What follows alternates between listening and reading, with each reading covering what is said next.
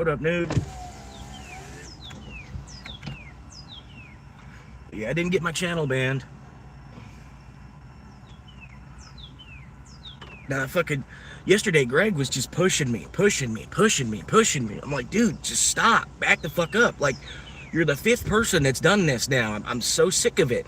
I'm doing what I want to do because I'm supposed to be in a free economy. I'm supposed to be free.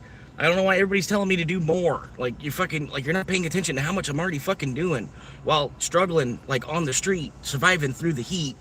No, like, I don't even go into Walmart for 3 hours of the day to suck up the AC. You know what I mean? Like I know it's part of it's self-inflicted. I get it. I understand it. That's why I'm trying to build a way out of it, but he's constantly, go do a silver service test. I'm like, no, fuck this goddamn country. I'm trying to do fucking less for him, not more for him. But I don't know. One thing or another, man, it's really, that whole thing yesterday was just him with the, I don't know, the vocabulary he chooses to use to, I don't know. It's just, I should have muted him a while ago, to be honest with you.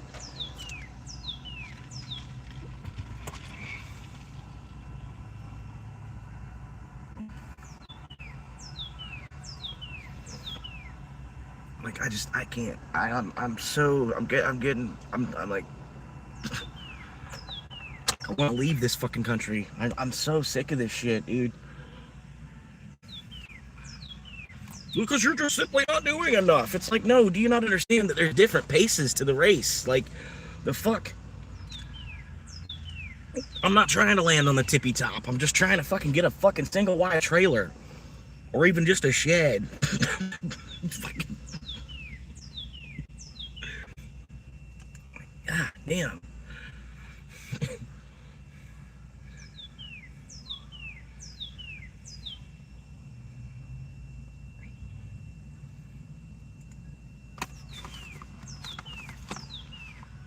But yeah, like, I don't know. Like, I tell him, like, could you just stop trying to push me in other directions? Like really, all I need to do is either wait for my GM at the store to be replaced, or like, it's just stupid, man. Like, it's just getting sick, man.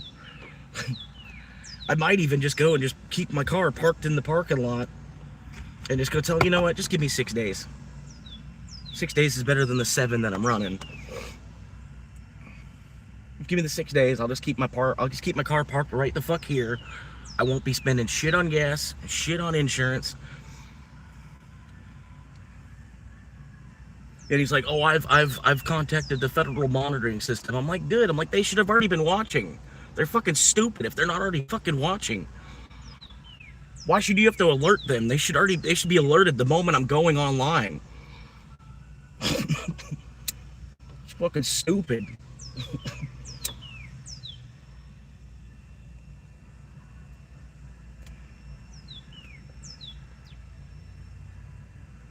But at the same time, I'm glad that he did that too, because I made some really solid ass points. I was like rewatching it this morning before I woke all the way up. I was rewatching it. Like, let me see what did I say? What all did I say? Did I say anything that was like really too criminal, or did I just tell him to back the fuck up? You know what I mean?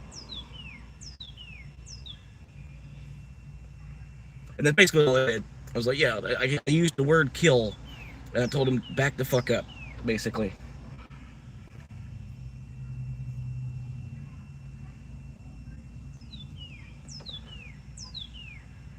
Then he's like, oh, well, I'll make sure they come and search your car to make sure you don't have any weapons. I'm like, I don't need weapons. I don't need weapons to kill people. I was in martial arts, you know what I mean? Like, it's like, my body is already registered as a deadly weapon.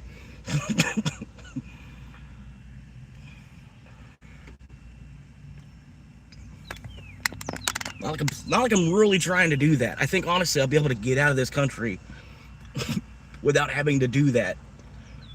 But honestly, wouldn't it be cool? Like, I was thinking, this is a fucked up idea. This is not something I'm really trying to do.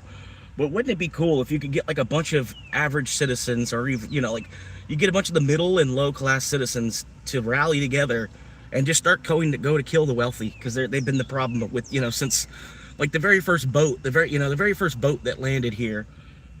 It's the descendants of those same people are still in control today, basically. It's like, really, that's who we should be going to kill. Is, let's let the money flow to somewhere else. But that's not going to happen anyway. There's too much security, and you know what I mean. That'll never happen anyway. We're just stuck here. But that's what I'm saying. Like, really, the Earth, man. Really, you got to treat it more like a get in, get out. Like, fuck, it's all just punishment to come. Really. I don't even know why I had to come back. I had to come back. I don't know. Like, I don't know why the fuck I got like fucking 10 minutes in heaven or something. I don't know what I don't even know. I can't remember that much of it. But it's like I was bitching. I'm like, why do I got to go back? Like, I was just there. Like, I got to go back to the same planet. But I'm getting into shit. I'm getting into stuff that's way out of there. Stuff I tell people and they don't even want to fucking believe you. Like, you're like, okay, sure, okay, whatever then.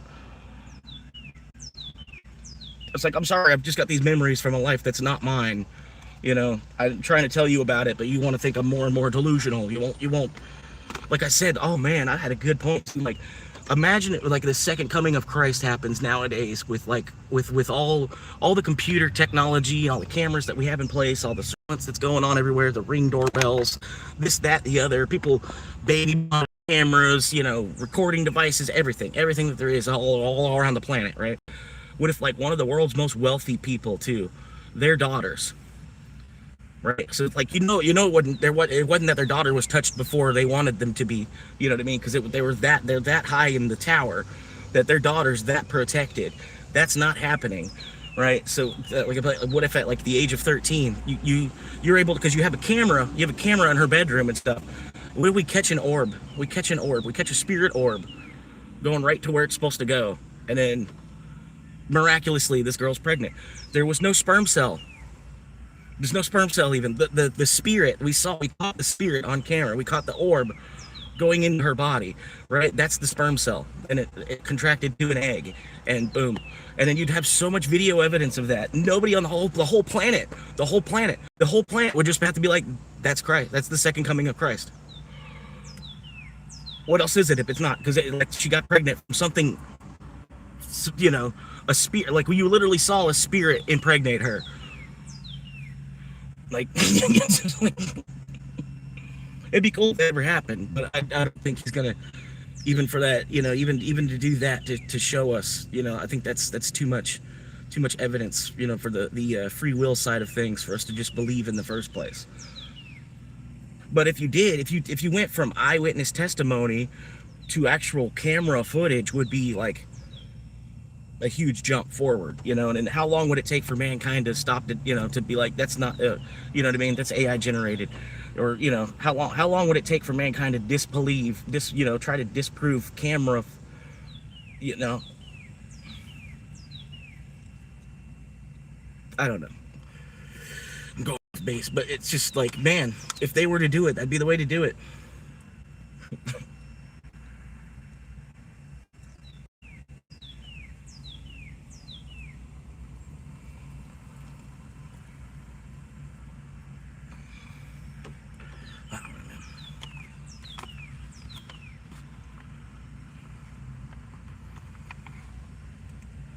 But I'm out, man. I'm just fucking, I don't even know, man.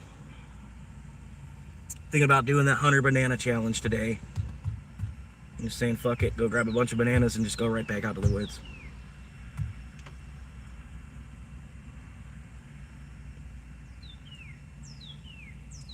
Because honestly, that does sound like something Buddha would do. Like, if he was born in this American economy with all this consumerism and overindulgence and fucking people want to preach Bible quotes back and forth to each other, and then, all these other religions coming in the mix, and everybody wanting to fight over different principles, and everybody wanting to fight each other to the death for fucking dollar, and they don't understand that the time is money, right? You do understand that, like, the earth, there wasn't always money here on earth. So, but there was time before there was money. I don't, they're just basically just trying to take your time from you. Like you're here, you got all this time, so they figure they're going to try to take your time from you for money. And a lot of us agree to it. We agree to it. You know, some people are dumb. They want a $100,000 truck and they're willing to sell their soul for a $100,000 truck. I'm not trying to sell my time. I don't even really want to sell my time. I just need to eat. Pay for all this fucking extra bullshit that I feel like I need for whatever reason. Because the rest of the world tells me I don't have enough shit compared to them. It's like, well, fuck, I just got here, bro. You know, like, well, yeah, I've been here 30 years, but fuck, it's like, it's still, I just kind of fucking got here. Fucking 250 years of corruption here, you know, like, fucking, what are we doing?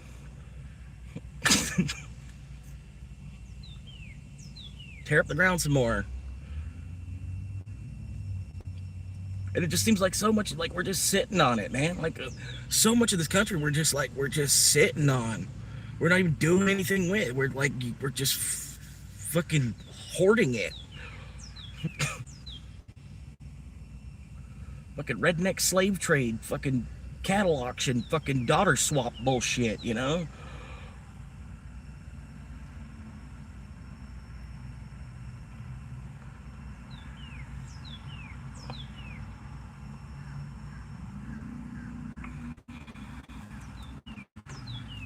In Florida, it's like fucking this whole place. It's just overrun by fucking millionaires, man. And they're not even millionaires anymore. They've turned themselves into billionaires. At least they're trying to. The 12 million they've already got isn't enough. It's not gonna last them the rest of their life. They gotta make fucking 8 generations of money. You know, one person needs to make 8 generations of money for their family, because the rest of their family's not going to be able to, you know, like, fuck them. Honestly, like, you know what I mean? I hope my grandkid has to fucking work a little bit, if I have one. You know what I mean? I'm not trying to make enough money where my grandkid just gets to fucking float around on a boat all day.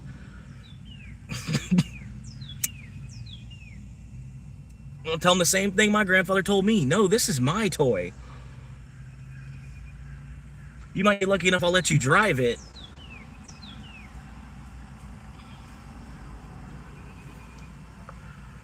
But I'm rich. You're not. If I can ever say that.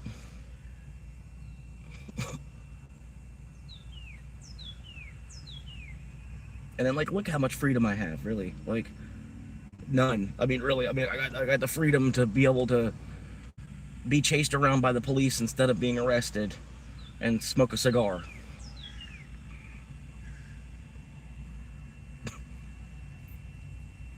I have freedom to inhale. Woo!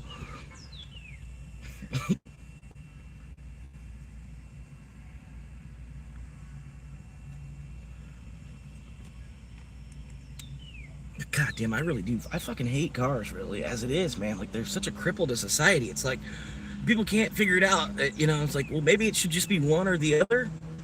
You know, because there's like a lot of other countries, they're living just fine without the car. They almost look happier in other countries where they don't even have fucking automobiles yet. Almost want to go live with that tribe on Jungle to Jungle. just to have a hut and a fucking hammock. You know? And we just fish all day. Just fish. Just get up, and just go fish. Fucking, that's all you do. Just get up and go fish. Get on the boat. You know, we're gonna make you paddle because you're the new guy. All right, whatever. No big deal. I'm the fattest one on the boat. I should be the one paddling. You know, we'll get out there, get about a mile from the tribe, and we just fish. And whatever we bring back, we bring back. For now, I've got Bitcoin. That's what I was trying to tell him too. Like, if there wasn't Bitcoin, if it was just the dollar system and just education was my only way out, I'd feel fucked. You know what I mean? Because like I said, my dad took away my I had college, I had it, but my dad decided to take it away because I flunked out the first semester right out of high school because I wasn't worried. I wasn't trying to go to school. Right after I just got out of school for 18 fucking years, I finally got my freedom back from the education system, and then my dad wants to throw me right back to the education system. It's like, dude, like, I'm trying to take a year off. Like, you know, like all them rich kids do, and they get to go over to Europe and like backpack around Europe first, and then they meet some foreigner over there in Europe or whatever, you know. Start sucking a bunch of fucking dick all over the fucking world. Except I'm not rich. I'm just trying to just hang out at the house for an extra year, trying to figure out what I want to do. Maybe I want to go collect 200 a week. Maybe I want to do that for a little while, and then I want to go to school later once I've seen more of the world, and I'm like, you know what, this is what I should be doing. But now I don't even have that option. If I want to go back to school, it's debt. I don't want more debt. I'm trying to be debt free. I'm not trying to be a debt slave at all. I want the things I buy, I've saved up and bought cash, you know, or with crypto, or you know what I mean. I've saved long enough that I don't need the credit system as it is. I've wasted my money in the credit system, and for what? For them to tell me I still don't have. Oh, you don't work enough. Like, well then, fuck. How have I been paying you?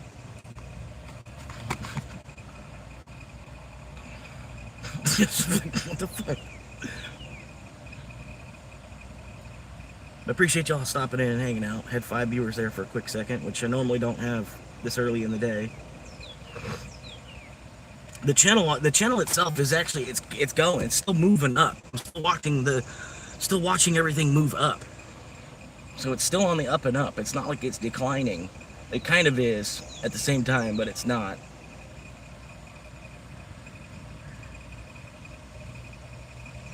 And that dude yesterday, like, he's like, yeah, I'm subscribed to you. And I'm like, really? I'm like, man, I didn't think someone like you would even subscribe. Now, I didn't mean it in a bad way. I'm just like, I didn't think someone like you would even be subscribing to me.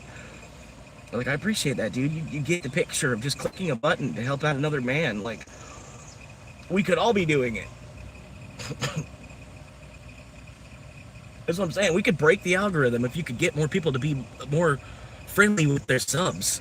You know what I mean? I don't know why people they're afraid to sub to stuff like it's like a magazine subscription. Like, no, all it is good. It's gonna try to put more of that on the home page on YouTube for you. So then once you subscribe to it, you see a couple of that on your home page, and then you just hit the 3 dots on the side of the video or whatever, and you hit not interested. You don't even have to unsub. But we could break the algorithm with just 1,000 friends. Everybody could make their own YouTube channel, get 1,000 friends one way or another. And then we could all just be watching each other's videos on YouTube, and somehow it makes money. And then also keep your needs very low, keep your wants very low, and then just the $20 you're making from YouTube might be enough. just like, you know how many bananas that is?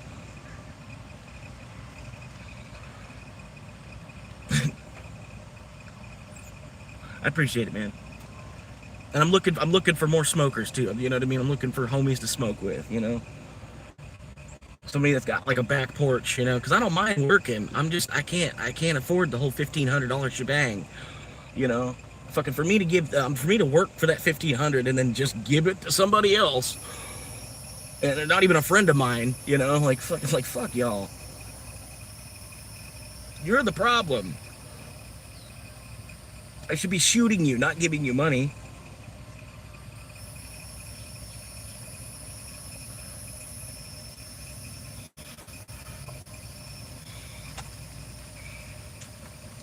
People with goddamn 22 different fucking properties, just playing landlord, not even fucking working.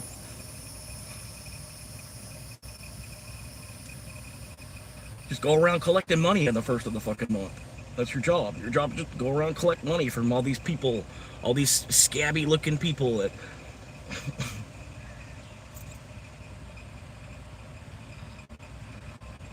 That's what I see too, man. I see a lot of people in Florida that did work hard just to end up with like fucking looking like a skin cancer cell.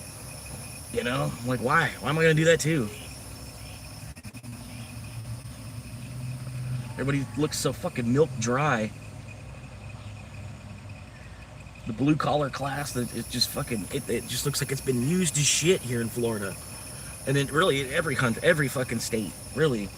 That's why I said what the states have gotten to, we almost need to isolate ourselves statewide so that we can fix the problem. Because there's a lot of states, there's a lot going on in Minnesota, there's a lot going on in California, there's a lot going on in Texas, there's a lot going on here in Miami. Like, all these different states have their own fucking problems going on, and they think moving in a bunch of more blue voters is gonna help. What's that gonna fucking do? And then they're not even gonna vote blue. They're gonna vote on the side of their religion. Ultimately, you know what I mean? They're gonna change things that much. They're gonna be voting. You know what I mean? Which I'm not. It's not really a religion thing. It's not even really a religion thing. I don't believe in.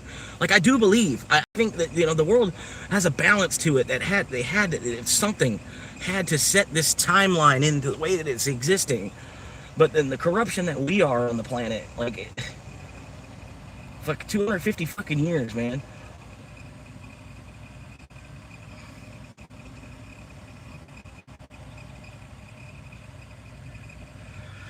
I don't know, man. Everything that we fucking do.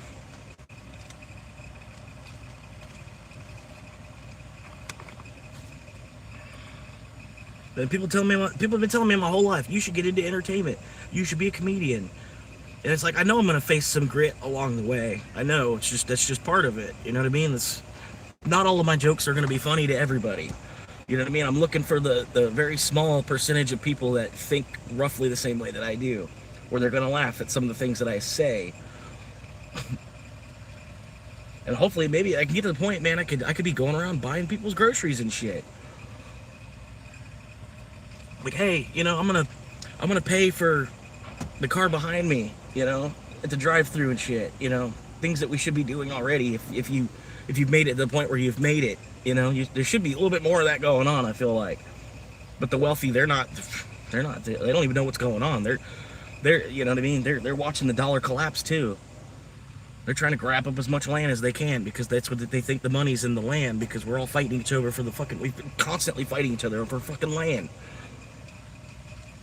Fight for water, fight for land, fight for resources, fight for oil, fight for uranium, fight for Mars. Why? Why are we busy fighting each other? Why are we spending so much money to fight each other? Why can't we put that money to the cities, like, where there can actually be something to do if you're not 70 and you don't play golf? Like, the fuck, that's what I'm saying too. Like, in a couple generations when nobody's fucking playing golf anymore, what are they gonna do with all these fucking golf courses? Are they just gonna sit there as, like, it's a historical land now? It's a monument for a historical sport.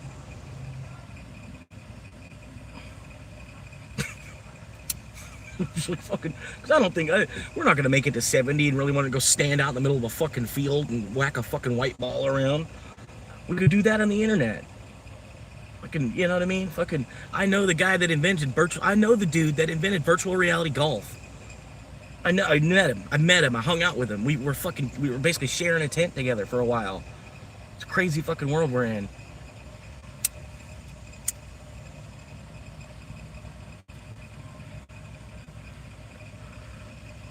You're watching all these fucking American women turning into baddies, and it's like, why? Why do you want a fucking baddie at all?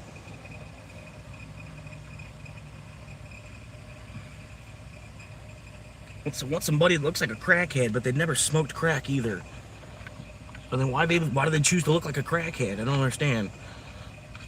Because they're a baddie.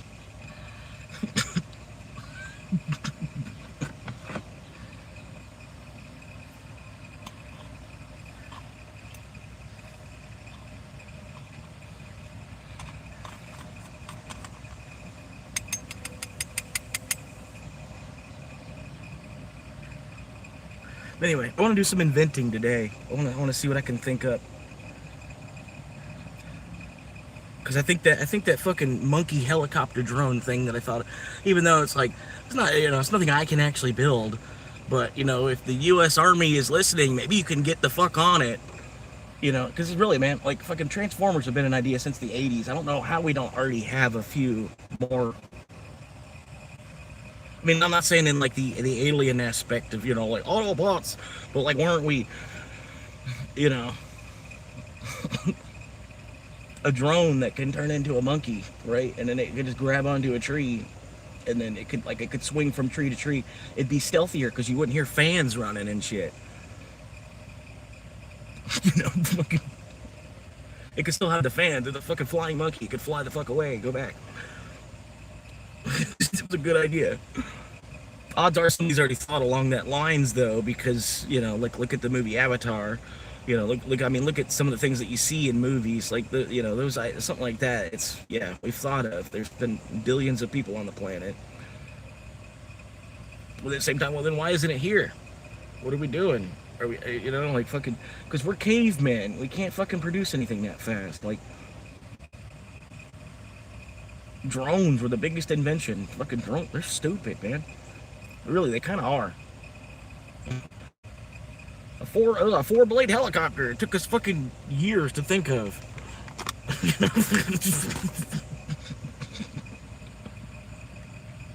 You'd think it would have came out like right after the helicopter.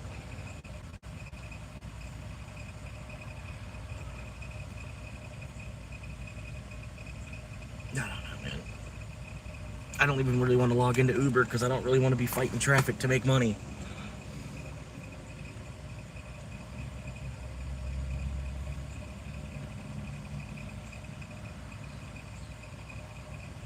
That's things I just feel like I'm constantly fighting, constantly fighting. Always, just because I'm always in traffic trying to fight through these fucking idiots. Half of them are just sitting there, and the other half of them are going fucking for. And then you got these fucking rednecks and these obnoxiously huge trucks chasing people off the road. They're, you know.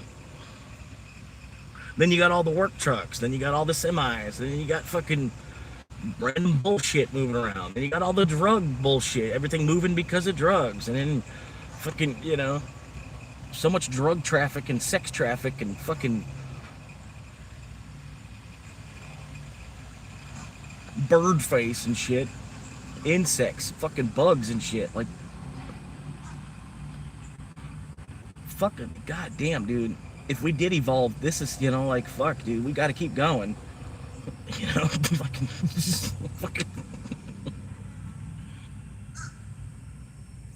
We got a long way. Just looking at this fucking love bug, man. This love bug's fucking like 20 times more evolved than I feel like I am.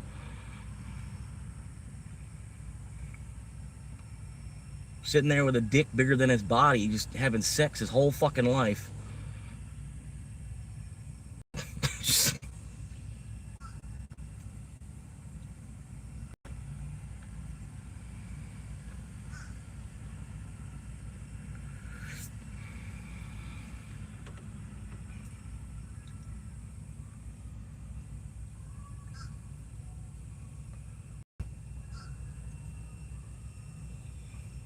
Like, I feel more in tune with nature and animals than I do with fucking other humans.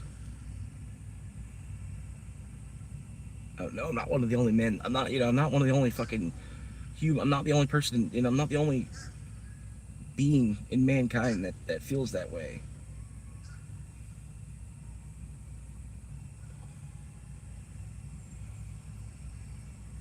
Just trying to make enough money where I don't have to fucking eat crow. Look at this guy. This guy came all the way up to me as I was talking about that. How you doing, buddy? You having a good day?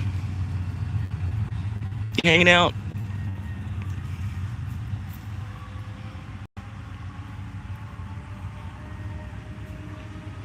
It's okay. I'm not gonna eat you. I don't have any food though.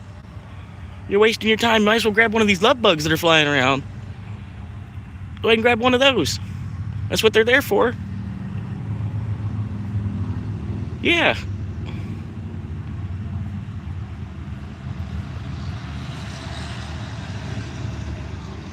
It's okay. I'm not going to hurt you. Just don't hurt me, okay? That beak could probably hurt me. You gotta watch out.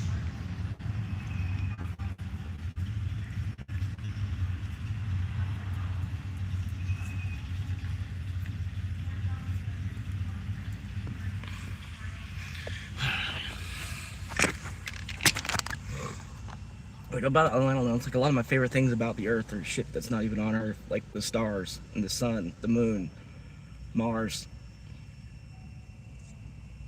other galaxies, aliens. All the stuff that I like about Earth is like stuff that doesn't even fucking belong to Earth.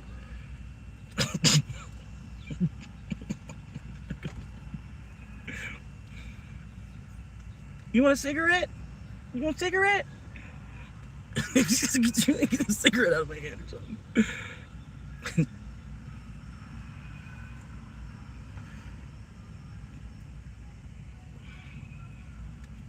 Where'd you go?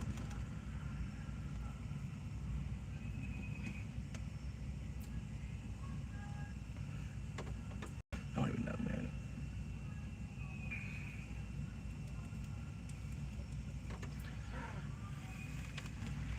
They almost want to go try to find some retirees and shit. They don't have nothing going on. Sitting there rewatching stuff. And I'm like, yeah, you can watch me live. I'm live like 12 hours a day. I don't expect you to watch the whole 12 hours, but you know, I can talk you into clicking on it. Man, you're gonna help me out with my job. This is my job. Just click on it. Hang out for like 3 minutes. That's all it takes. A 3-minute view, and then hit the like button before you go. That's it. Make a little bit of money each day doing that. And the company I work for, they still make 10x what I'm making, so it's good. We're all, you know, still doing the right way.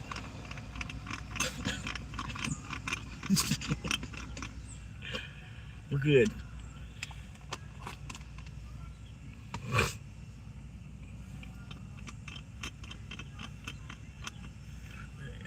We got. I subbed. Appreciate it, man. Appreciate the love, man.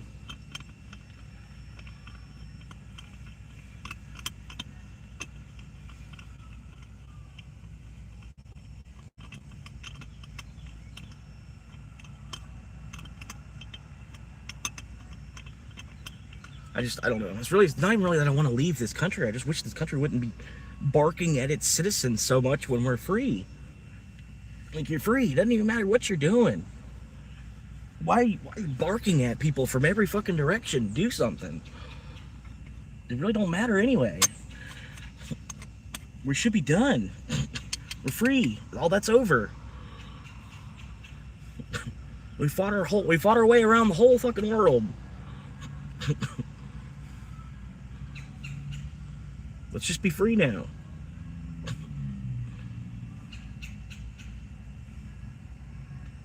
$100 banana challenge. I think I'm gonna seriously make that a video though. It won't be a live stream. I'll pocket it into a video somehow while I'm live streaming or something. I don't know. You know what I mean? I'll figure it out. I need more equipment. Almost need to start like an equipment fund or something, maybe. But I don't want to do that. I'd rather just make the income from YouTube to put that money back into YouTube. Because I saw Camping with Champion, if you watch who that is, it's one of the people who kind of inspired me to start making films and stuff. I like his style. At the same time, he's from Alabama too, and it doesn't really seem quite wired the right way. But he had an accident where he like crashed or something. He like hit his head real hard. You know what I mean? So once you learn all that, it's more like, okay, yeah, I can see why you're missing a step. I'm not really mad at him. I'm not trying to say it that way, but it's he had it on his channel. He had like a link to his, you know, go fund my gear. You know, he's already kind of, YouTube's already helping him out a lot on this. You know, in 1 year, he went from 0 subs to 20K, right? And then he's got this GoFundMe page for people to put money in to buy him gear. And it's like, because you're not making enough money from YouTube to buy your gear with to make your camping videos. It's like fucking, you have I don't know how many K, I don't know, I'm at 40K subscribers now. I don't know. It's not like it's a jealousy thing, but it's not even really like it's a jealousy thing. It's like it's a greed thing. You know what I mean? Like you know what I mean? I don't know. Like, honestly, because if I want to get a drone, because then I can get some aerial shots. You know, like back up from where I'm at and show y'all a little bit more of like the aerial from up top. You know, like this is where I'm stealth camping, like how he does. You know what I mean? But I'm not gonna. You know what I mean? I can just take $1,000 from the money that I'm making on YouTube to buy that with, and then you can count it off on your taxes too, because it's equipment that you bought for your job. That's what I even told him too. I'm like, you can buy a $600 drone and just write it off on your taxes too. because you're YouTube. You're literally getting paid by YouTube. Like, you're gonna have to file this on your taxes. And he didn't think about that for, like, I don't know. He probably did, but when I said it to him in the live chat, he was like, "Oh yeah, that's right. Fuck." I was like, "Yeah, you're gonna have to file this on your taxes now, just because of his one tip of $500. I know that's gonna throw you over $600 of income for the year. This one guy gave you $500." So you're gonna have to claim that. And he's like, "Oh yeah, that's right." And then I don't know, man. Honestly, I would love to go camping with the dude. You know, like, he's a cool guy. I'm not trying to say it like that. You know what I mean? But it was just like, man, like, doing all the networking you can type of stuff, and it's just like, man, just have fun with the channel. You know? Go buy me a coffee. Go to buy me a coffee and send me money. Like, because they're not already sending you, take them tell them from YouTube to go somewhere else to send you money.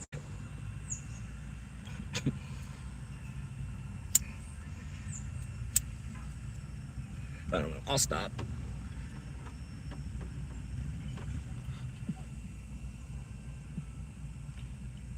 But yeah, he's made some pretty good videos. Some of his videos, he's got one where he camped out on a billboard. That shit looked like fun. That's one of the things I thought about doing too, like being a billboard installer. You go around the country just building billboards. You put them up, you know, like you dig a hole in the ground with this big huge machine, like a drill, either a drill or a scoop thing. I think it's a little bit of both, two of them or something. I don't know. Only watched it a while ago, and things have probably changed in the 20 years since that video that I made, or that video that I saw. But even still, it's not the dream job to be going around building billboards. Nothing's really the dream job. This is making my own fucking show on PBS. You know.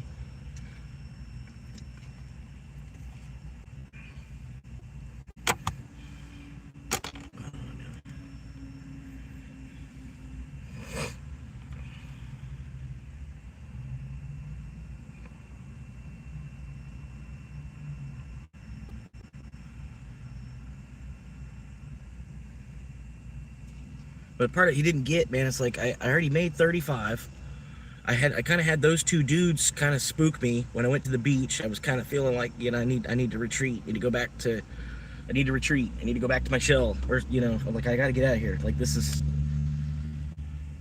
you know what I mean? I got this dude trying to sell me crack at the beach, you know, here in this town.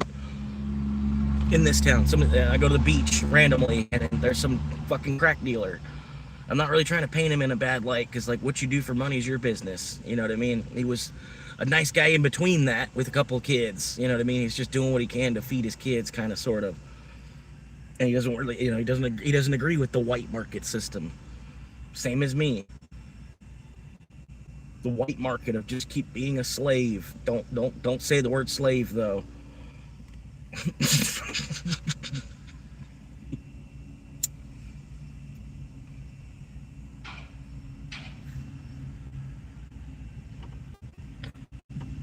Because we're not slave drivers here. We do it for money. Oh yeah, sure.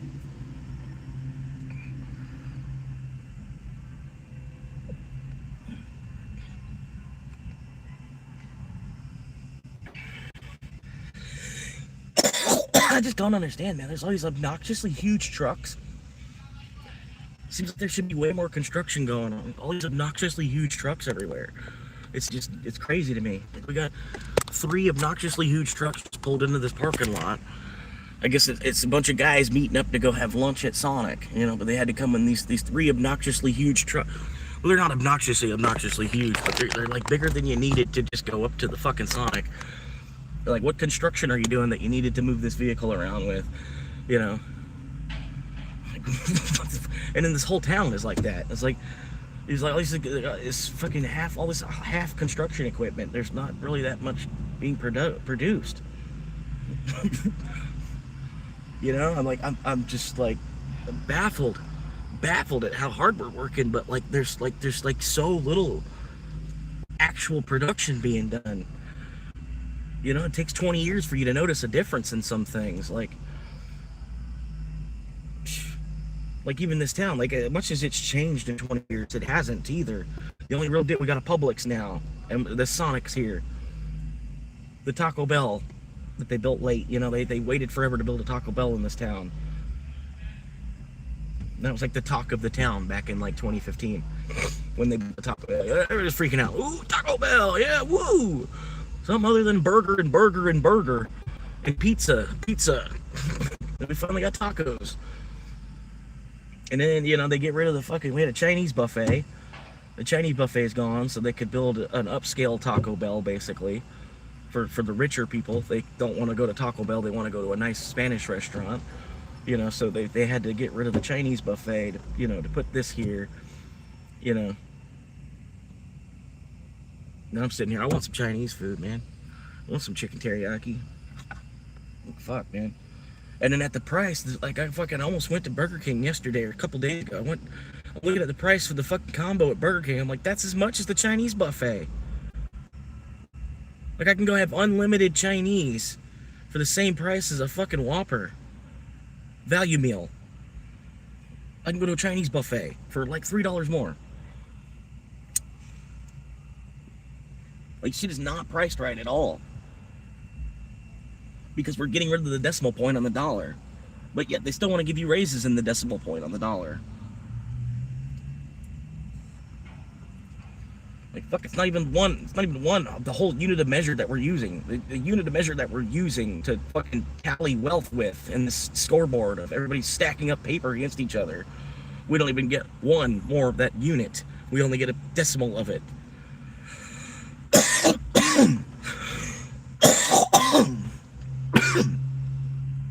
And then, yeah, like with my ex, with the game that she's playing and shit too, like, she thinks she's gonna be assistant manager where she's at, you know, because her boss keeps dangling this carrot in her face about assistant manager, you want it? Assistant manager, because really, she needs the help, you know, because she's the GM, so she needs a solid crew underneath her, so that way she don't have to work 100. I'm not saying me, when I'm just saying, you know, she doesn't want to work 100-hour week, so she's getting all these other, it's all a leverage thing.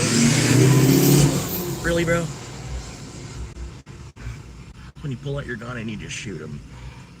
Wish we could, man.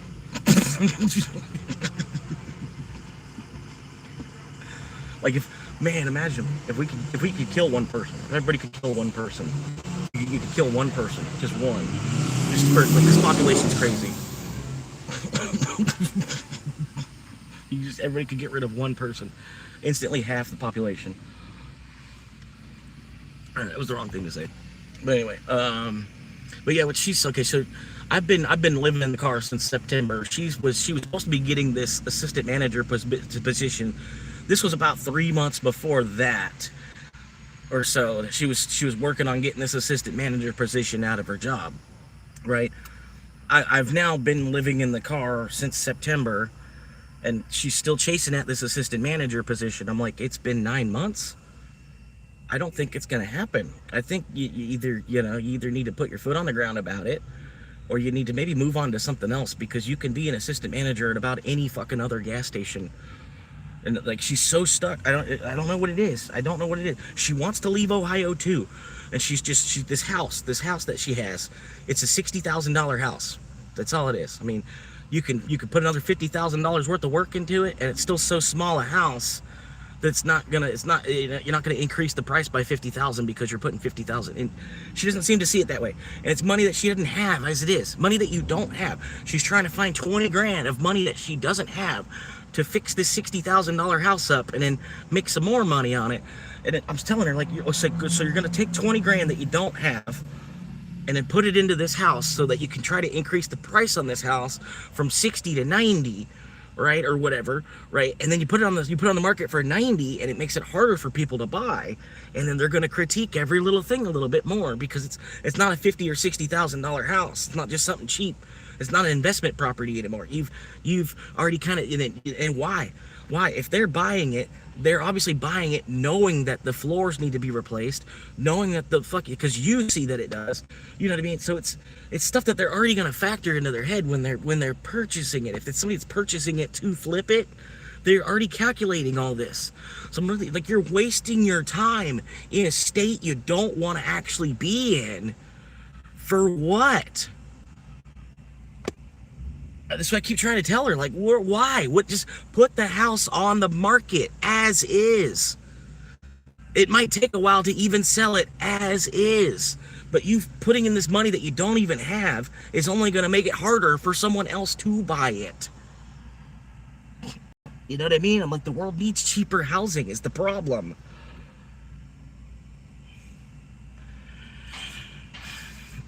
But it's, you know, and then plus on top of the job situation where she thinks she's going to be an assistant manager there. It's like, well, if that was going to happen, it would have happened by now. I don't know. They're just fucking playing games with you. You need to move on. Like, fuck, you can, and especially with the experience, a couple of years of experience that you have in that gas station, I'm sure you can go get another job at another gas station. They're still building gas stations, you know? Even with this electric car going crap, you know, the electric car is gonna, and people that are smart enough, you already see that's the way it should go anyway. You know what I mean? But then, you know, we're still building gas stations even today, and there's people probably digging ground on gas stations right now. But it was cool. There was like that Wawa, the Wawa went down. The Wawa had a bunch of Tesla chargers too. They had just as many Tesla chargers as they did gas pumps, which I was like, okay, that's cool. But yeah, it's neither here nor there because it's her own life, right? And then I get why she likes the job. It's like a quarter mile from the house. You really don't even need a car to get to that job. That's the job I wanted. It was one of the reasons it was one of my backup plans for when shit failed at fucking Amazon, because I could already see shit was gonna fail at Amazon. So one of my backup plans, I'm like, well, at least this gas station around the corner. At least there's a gas station right here around the corner. They'll still pay minimum wage, and then I could take out needing a car to get to work because it's just this gas station right here around the corner. And how hard would it be at work at a gas station? You just refill the coolers, fetch some cigarettes, and count change correctly. You know, take the trash out for the ladies, go clean the bathroom for the lady. You know, because there's all women working there, so you don't want to have just like, you know, you don't want one guy to clean the bathrooms, even one guy to even just clean the men's bathroom. You know, like so that women wouldn't have to do it. Nope.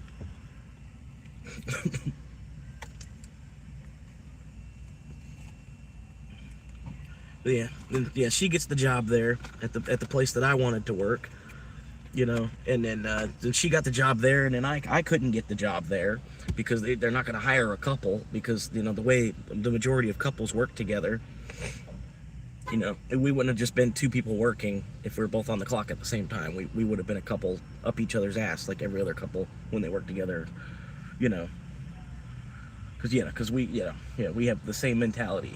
You know. Literally, like, we were together at Amazon, and, you know, there'd be a couple moments I would like dip out of my section, go check on her, you know what I mean? But we wouldn't just fucking, there was other couples in there that they had to hold hands with each other to work.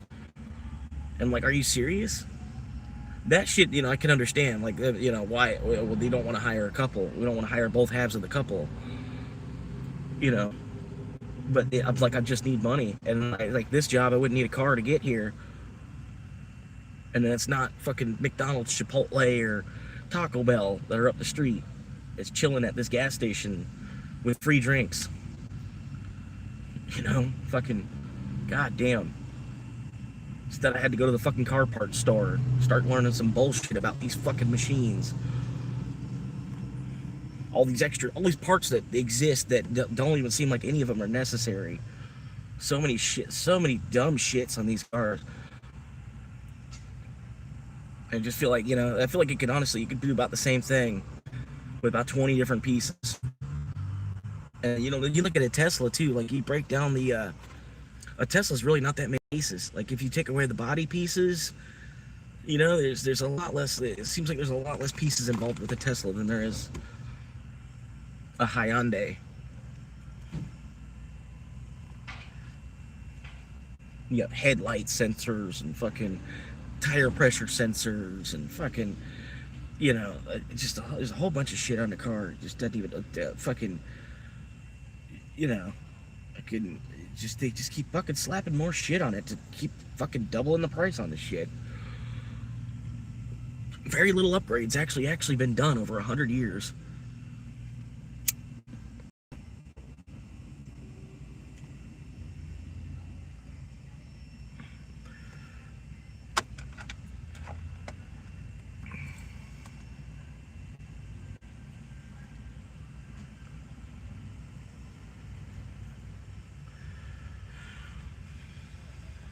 But yeah, like honestly, if I could work, you know, just get a job that's closer to the house and I'm just not even need a car in the first place, that's all money saved. You know, because it's fucking need the car to get to work, but I can't get to work without the car, and the car's broken, so I can't get to work to make money to pay for the car. And then you got to break down and buy another car because I just paid this one off. You know, fucking, just keep going, just keep going, just keep moving. That's all it is. Fucking moving company.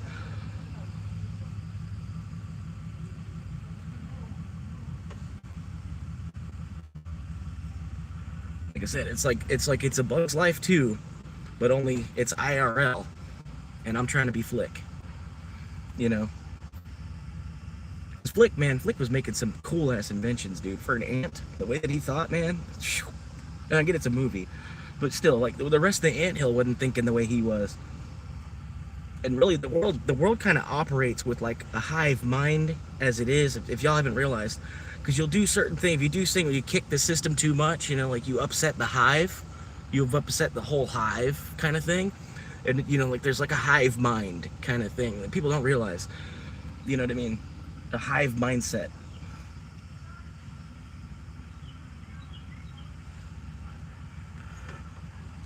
And another guy pointed that out to me, and I was like, wow. Like, it's like a lot of people don't even understand that. Like humankind actually does operate like as a hive mind at the same time too. You just kind of gotta do what the world's doing. It's just our place and time. But I don't think these cars have really helped. I mean, they've helped. You know, some of the you know, honestly, you know, some of the stuff has been moving faster because of cars and screens and music, connectivity. But I don't, man. I don't even like them, man. I'd rather take an electric skateboard to work. You know what I mean? Which I could do. I'm getting closer and closer and closer and closer. Even with the little bit of movement, you know, this little bit of movement you see each day, I'm getting closer and closer and closer. At this point, I might as well just wait for the Bitcoin price to go up. I've got enough. That's all I'm doing is playing the waiting game.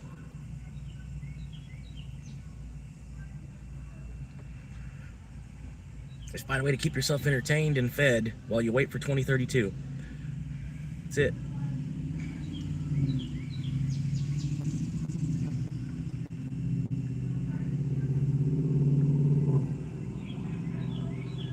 It's that simple. Everybody else is freaking out because they're on this 40-year system.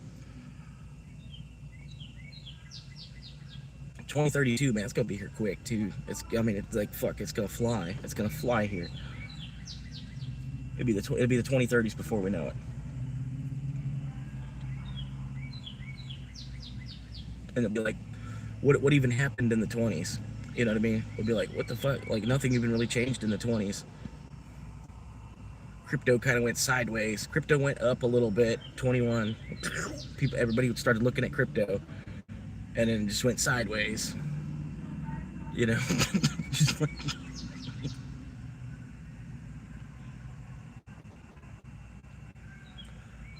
yeah, so where it's going now, it's with all these institutions getting into it, all these big, huge companies buying it and planning on holding it for the long run. It's not going to zero.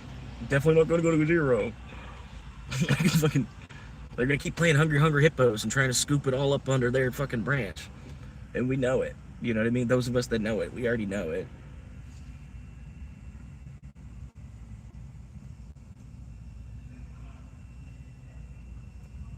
But I don't know, we could see a world like a Dogecoin denominated world. Like Dogecoin as the denominator, and then Bitcoin would still, you know, like, because X amount of Doge would be Bitcoin. There's 21 million pieces of that, and if Doge is the denominator, like, instead of pricing everything in a dollar, like, I don't know. But it would be a good cap on world inflation. It probably wouldn't even be enough. That 5 billion a year, 5 billion a year new coins globally. I don't think that would even be enough. I was watching a video. Every single second, the U.S. government spends $200,000, over $200,000 every second in just defense spending. I believe just in defense spending, $200,000 a second, and in tax revenue back to pay for that, they make about $150,000 a second. So every second, the nation goes $54,000 further into debt for defense spending. And it's really not even defense spending, it's offensive spending. Because if it was defense spending, we wouldn't be over there in Iran right now. You know what I mean? If it was truly defense spending, it's not defense spending.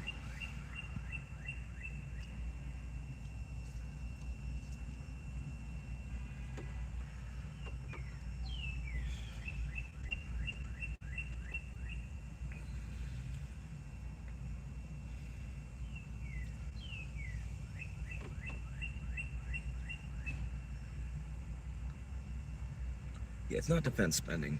It's slow globalization. God damn. I mean, look at all these young redneck kids up here, you know, out here with their, you know, these big ass trucks and stuff, but they ain't got nothing to do on a Wednesday. They're out here doing the same thing I'm doing. Almost. Except only what I'm doing could ultimately lead to money. This is fucking stupid, man. The whole world, man. Fuck this planet.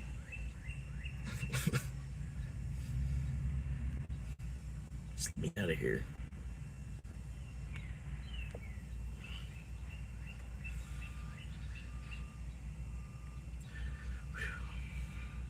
But it does feel, it's like every day I get a new sub at least. I get like, on average, I'm getting like 1 sub a day. Minimum. Some days it's more than that. Some days, you know, I end up with like 5+ subs. You know what I mean? I'm going faster than the day in sub count since October, which is good. You know what I mean? Because, you know, hopefully 10 years from now, if it takes that long, I'll be at 10K. You know, at that rate. And that's the way I see it until that happens. I mean, and then either way, I'll still be making videos, man. Like, I'll still be making like 50 cents or whatever off of fucking YouTube for making that video.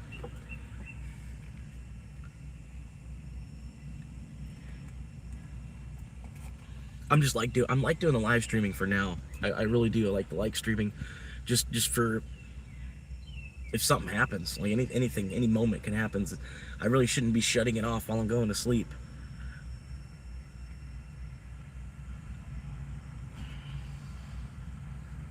I don't know. Like it's like for a protection thing because I'm on the street. I feel like.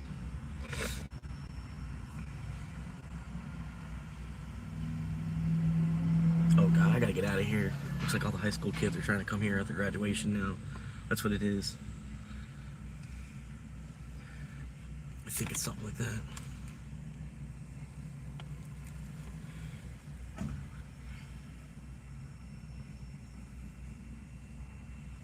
Your hair looks stupid either way, it doesn't matter.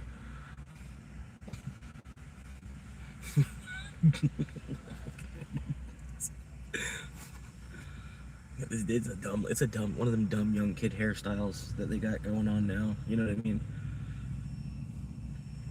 Look, he stops and like fixes his hair up real quick. I'm like, it's still, you got it all shaved over here and shit. It doesn't matter. You got like this fuck ass looking mullet thing going on. It doesn't matter. Like fucking, Why are you taking 2 seconds to fix your hair?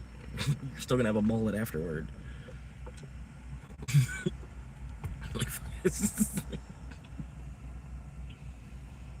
Like me with this hair.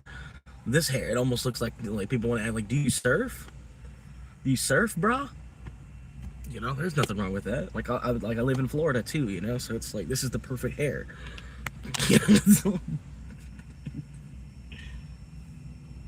You look like you surf. You look like a fat surfer.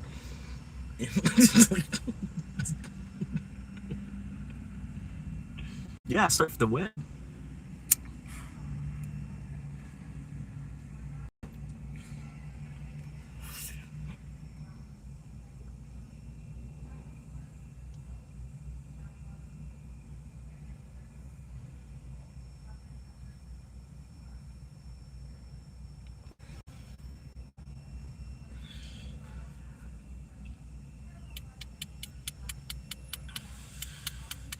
But yeah, I don't know, man.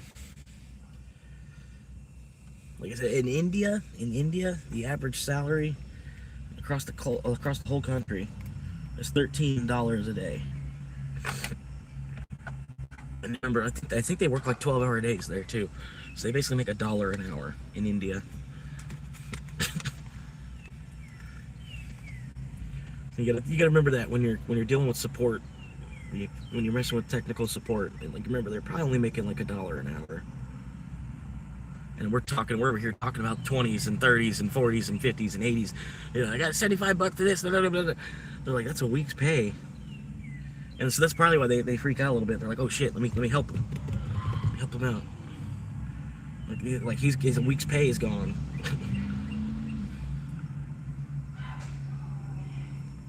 What the fuck are y'all doing? I almost want to call the police on them. Yeah, there's like 20 teenagers here up at the Sonic. I don't know what they're doing, but it sounds like shit's breaking and shit. Like, you might want to come over here and have this crowd disperse. They're over here like popping party poppers off at each other and shit. I'm not quite sure. I'm sitting in the parking lot. I don't even know what it is they're doing. I'll probably get a deputy out here in about a half hour.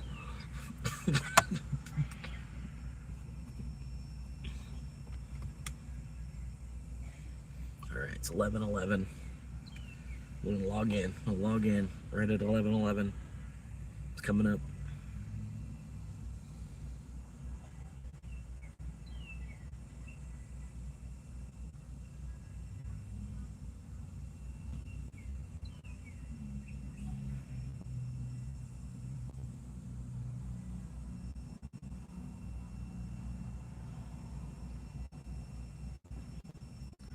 That's it. That's it. I'm just gonna log in now. I'll wait. It's gonna take 10 more seconds or so. It's gotta be. I must have just looked at the phone right as it was flipping to 10. Come on, show me 11. 11:11 and I'm logging in. 11:11. Show me the money. Let's do it. 11:11. There we go.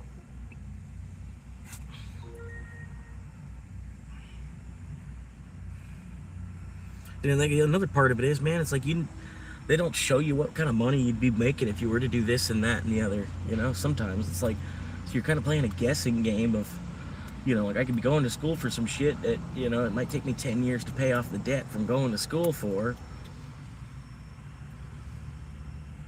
And then there's no money in art. Like, well, there's money in art, but like, you know, you're going to be a starving artist your whole life. You know?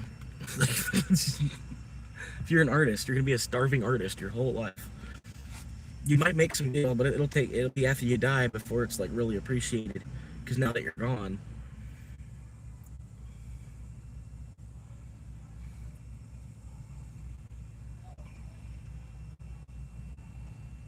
And really, man, it's like the life I'm living. It's almost like the life of a comedian, like and shit, like, you know, because like my parents are like. It's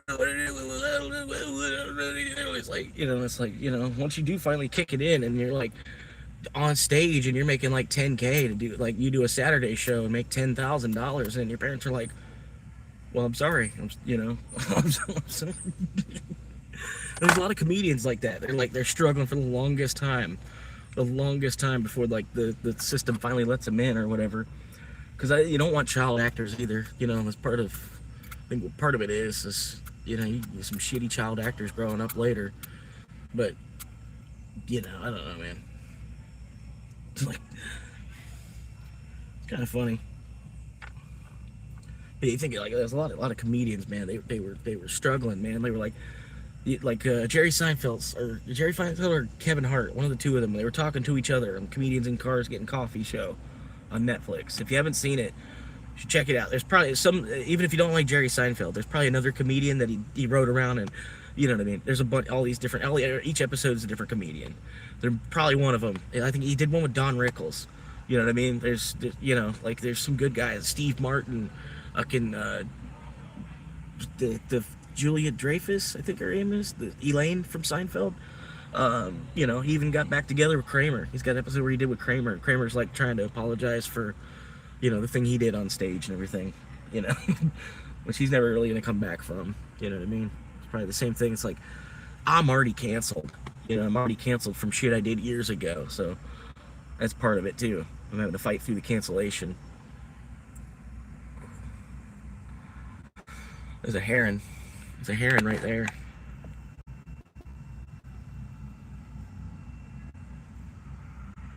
But anyway, on Red Dead, that's some good money. On Red Dead, that's an expensive feather right there. I'd have shot that bitch real quick, took that feather down to the butcher, got me, my money for my meat for the day from a bird, instead of doing all this shit for these people. just one little bullet right to that bird head. And I'd probably get a good shot. It's not that far, not that shot. I'd get a good clean shot somewhere on that head. And get two good old flumes off of it and shit. Fucking.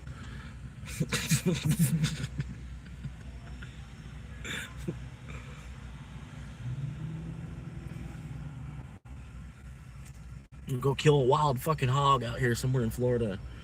Give me some pork. Give me 4 pieces of pork, man, and some fat and a pig skin. Sell the pig skin for $1. Keep the 4 pieces of pork, and then use the fat for explosives.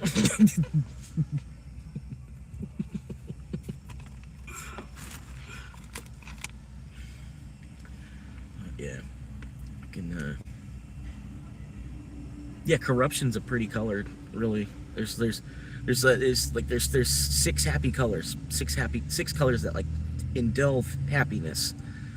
Red, not so much, but yeah, still red. Certain colors of red, certain shades of red. Red, yellow, green, blue, and purple, right? And the 6th color is corruption. That's why a lot of playgrounds are like red, blue, green, yellow, purple. Yeah. And it's, besides purple, they're kind of easier colors to make because we've been making them for a while. And even purple, it's gotten a lot easier to make purple than it was. But anyway, I've never gotten air conditioning work. I just, because like I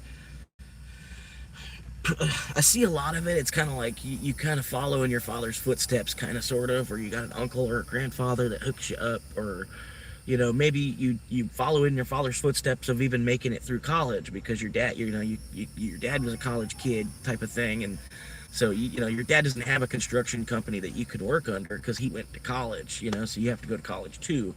You know what I mean? There's a lot of that, especially here in Florida. There's a lot of nepo babies, I guess you can call them. And then I've always been the opposite. My parents have always been wanting me to do it. You do it. You go out there and get it. You go out there and get it. And like my mom, it's different. Like even when I first started applying for places, it was different from when she was having to apply for places in the late 70s, early 80s, before a lot of the population that came to Florida because of the air condition. You know what I mean? Because like before the air conditioner, nobody wanted to be in Florida. Nobody wanted to be in Florida before the air conditioner. You know what I mean?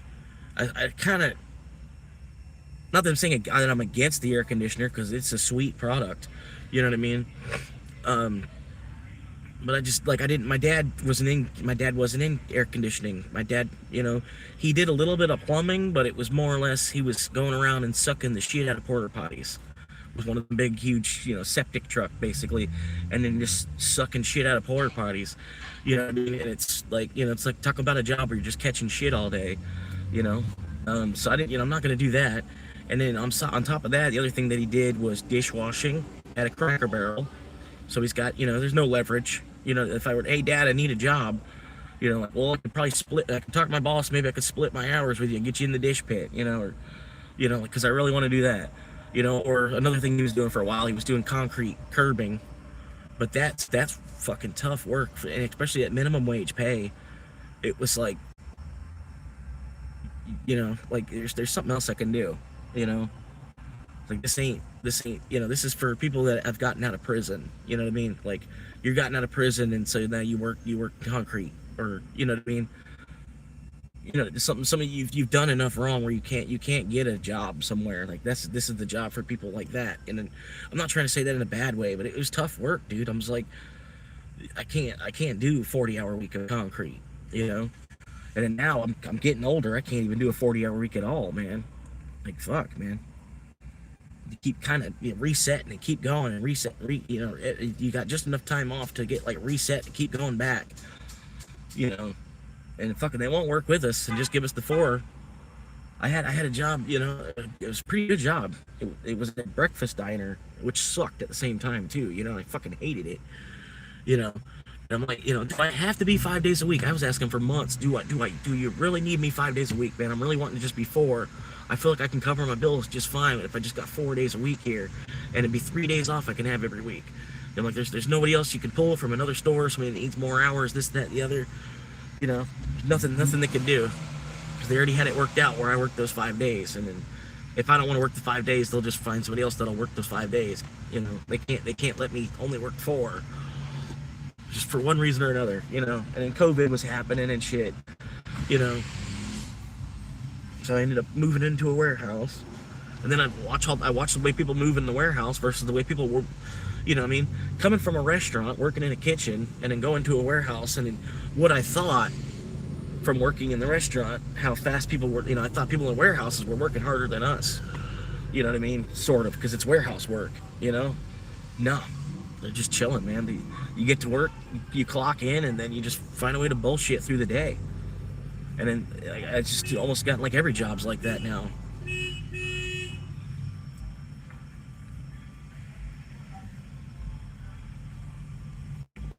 You know what I mean? I'd rather just have one of these bullshit jobs where I can just go in and clock in and just bullshit while I'm there.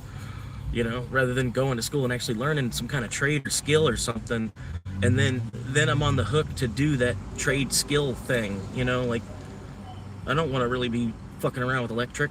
You know what I mean? Because fire burns, right? Fire burns. Electricity zaps. I don't really want to be. Let me go play with it too much. Like, shit. I don't even really like wiring up TVs and shit. The way that you want to try to wire up a computer tower into the TV and then dual monitor type of shit and all that, all this wiring back and forth type of shit. I don't even like really doing that. I do it because we have to. It's just today's age. You know what I mean? I know enough about it that I can do it. But it'll probably look like a big old wired mess back there. You know what I mean? I don't know how to make it look all pretty zip tied and all that. I can. I've seen it. But I'm not gonna, I'm not gonna spend the extra 20 seconds to do that. But yeah, it's just, I don't know. I don't have nothing against, like, whatever you're doing for money, you do, man. You know what I mean? It's your place in the world. I'm still trying to find my own place in the world. You know what I mean? And then at the same time, I've always wanted to be doing this. I just could never think of, like, well, what am I going to make content on? You've heard me say that before, probably. It's like, I just don't, what am I even going to make content on? I'd love to make videos on YouTube, but I don't even have the money from working to where I can even, how am I going to make, what am I going to, I'm going to pay, if I take $100 to make a movie with or something, what am I going to do with that? Like, am I going to, what do I do? What am I doing that's gonna make a movie that's gonna make a video good enough that it's even gonna work, or it's even gonna, people are even gonna care, because if it, because that's part of the reason I got off of Facebook was watching everybody go to Disney World or go to Universal or go to this club or go to, go to this, go eat here. And it's like, really, I don't even fucking care. I don't care what it is you're having for dinner. I'm not trying to be on fucking Facebook to see all this stupid shit. So I deleted my account. Plus, on top of the amount of scammers today, all of your personal information being right there on Facebook, like your birth date, your name, your fucking who you're dating, like fucking the most, like what city you were born in. Like, you might as well just put your social security down there too. Like fucking, so it's not a smart thing to have a Facebook, especially if you're a guy, because the women try to use this like their sister code, or like I don't know how to, it's weird, you know what I mean? Like, we have the bro code as guys, but the women, they have their hoe code too, you know what I mean? Like, so like they can use Facebook, basically. It's like for more monetization for them, basically. The helicopter piloting or the helicopter parenting, but your wife's doing it because of Facebook. So I'm like, I don't need a Facebook, so because I'm not trying to talk to other women as it is, and part of it is they want to check your messages and shit. Like, you're talking to this girl from high school, this girl from high school. Why are you talking to her? Why are you friends with her? And it's like, well, because I've been with her for over 20 years. I'm like, you're just gonna have to live with them, like, fuck. They're a friend of mine still. But they can't, but they keep their guy friends though. It's like, just fuck Facebook, man. 100%, dude. And all the little offspring of Facebook too. You know what I mean? Sound like the Wicked Witch from all the offspring too. Fuck Facebook. All the offspring too. And then YouTube was here well before Facebook, man. So YouTube's like, now it's kind of trying to turn into more social media. Like, I was almost, when I first got the channel, I was starting to use it like as if it was a Facebook page. And I'm like, yeah, I can make posts on here and stuff, and I can make people vote on stuff. And I was like, just like, but I thought as the subscriber, you get all this stuff popping up, and it's just this and this and this and this, and it's just, it's just me asking a question, and I'm popping up for the 20th time on your homepage, Because I had another dude I was subscribed to, and he was doing that, and I unsubscribed from him because I was like, I'm not trying to see this. Like, I like that you're making a video every day, but you're making post. You're making 7 posts to go with the one video you're making every day, and I'm like, it's just too much. There's too much coming out of your channel. You're blocking everything else. You know what I mean? So that's why, I was like, I'm not gonna do that. But yeah, like, I was posting like, hey, I've got a video uploading now. Make sure to check it out in another hour once it finishes uploading. So, so it's part of it, like a shout out to the people that are paying attention. Like, hey, check back in an hour. Because sometimes Jerry, he'd wait to take his walk, or whatever. He'd like, my video would come out about the same time he'd go to take his walk. So, part of that, he probably even could have saw that. And I'm like, all right, cool. I'll finish watching this show,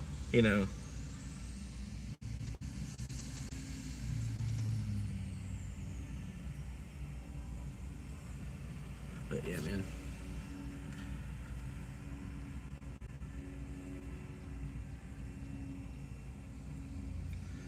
But yeah, it's like, I don't know, Facebook, I had so many Facebook friends and people that I weren't even actually friends with, because it's like, really, you've got like your 5 closest friends, your 5 people that might be ushers at your wedding or bridesmaids at your wedding, what, male or female, you know what I mean?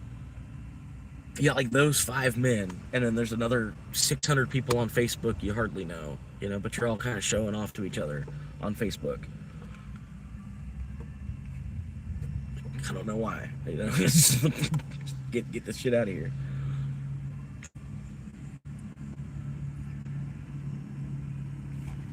And then you see people like using social media to trade fucking bobby pin to get a house, Like, social media was awesome for shit like that, because, oh, it's so cool. This girl traded a bobby pin for a house because of social media. Now I gotta go work for one. Unless anybody wanted to trade a bobby pin for a house.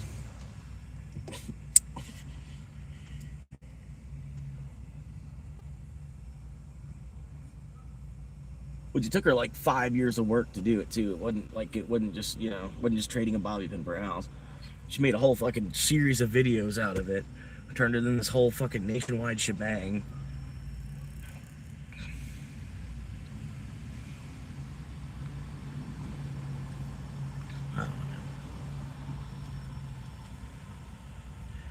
Appreciate the likes, guys. I'm logged into Uber. I've been logged in for 16 minutes now. But you know how it is. You know how it is in this town. Just sitting here rotting.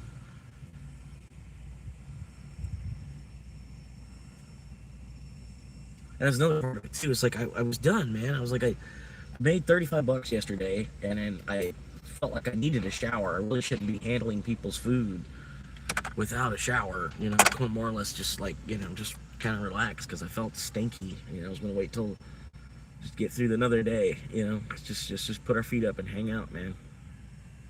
That's all we were doing. All we were doing was hanging out in the shade.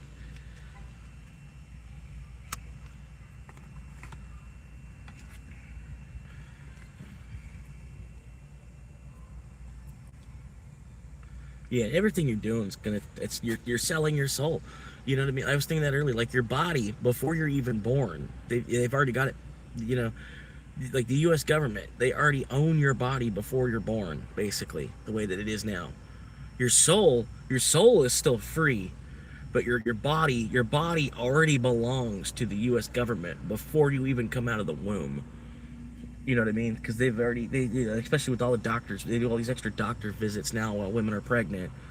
You know, there's fucking all this stupid shit. They're gonna check their blood sugar, check this and check that, and all these extra tests they run while the woman's pregnant nowadays. You gotta go to the doctor 15 times before the baby's even born. All that's just money. And then you have the kid. The hospital I think wants $10,000. Right? You birth the kid as a woman, and then you have a $10,000 hospital bill because you wanted to birth the kid with like the modern amenities that we have today, the technology we do have in place. Then you're in the hole for like 20K basically before the kid's even born. You know what I mean? And like they say, like it's their body. It's already their body, and your soul is free. That's why they let you just be free. You know, you're free to do whatever you want, but ultimately your body still belongs to them, and then you trade your soul away, basically, because your soul is your time here. Something, you know what I mean? It's like we're trading all of our time, and I'm trying to like find something I actually do want to trade my time for. My time, you know, it doesn't seem to be valuable to them, but it's at least valuable to me. I would ultimately rather spend my time doing nothing. The best bang for my buck.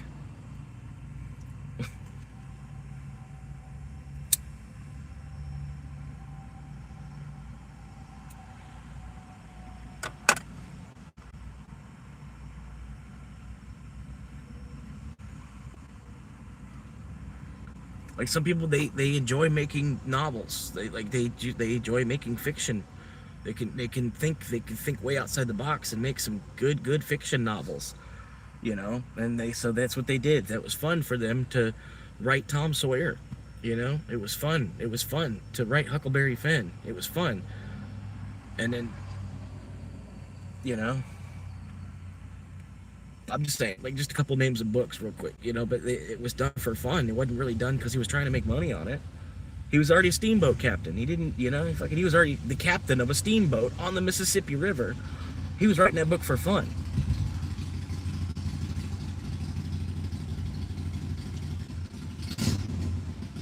Like me, I'm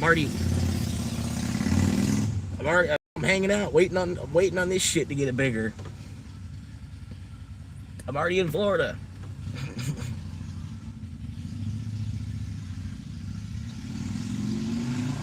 The rest of the world's trying to get here. They're trying to get out of debt so they can come here, or you know, even come for a week. Just fucking.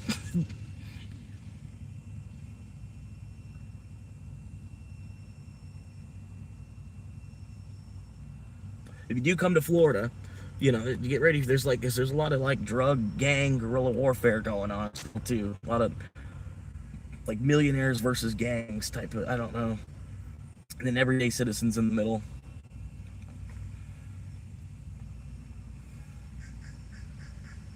Even like the medical field become its own gang and shit.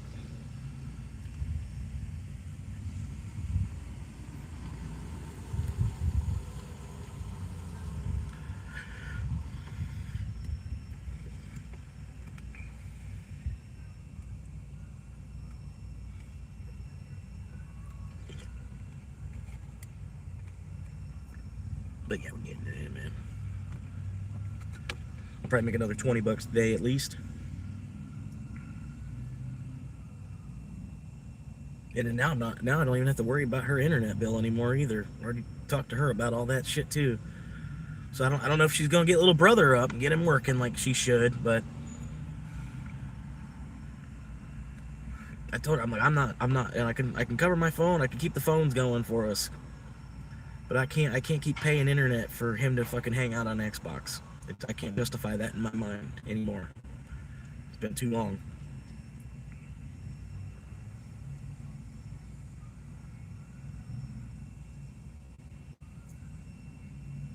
Hell yeah, man.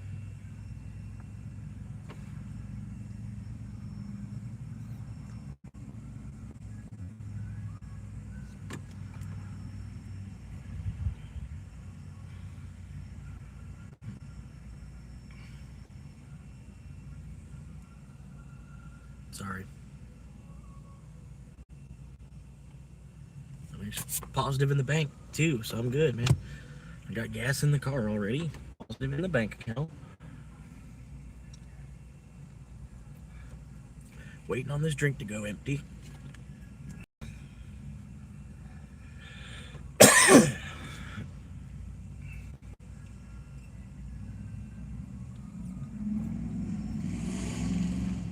But no, it's like I still feel dirty. I still feel dirty. Like I shouldn't be moving around people's food. But it's crazy how this is a job. It's not, there's nothing else I could be moving. You know, like there's, I don't know.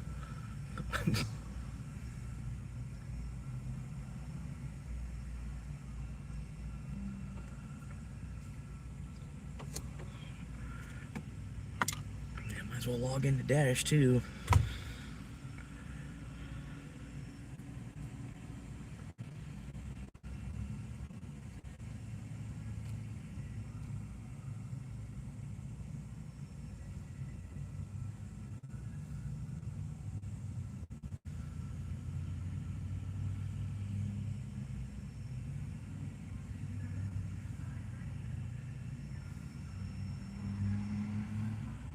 Alright, I'm already in the zone for Dash. I'll probably get a Dash order before I get an Uber order. My acceptance rate on Dash is still like way up.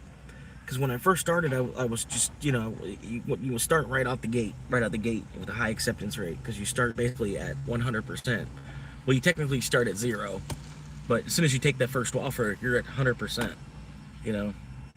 So my acceptance rate on Dash is like way up there. I don't even know how to operate Dash to like move around the app to where I can find it. Just that's the way Dash is. It's just like harder to navigate the app itself.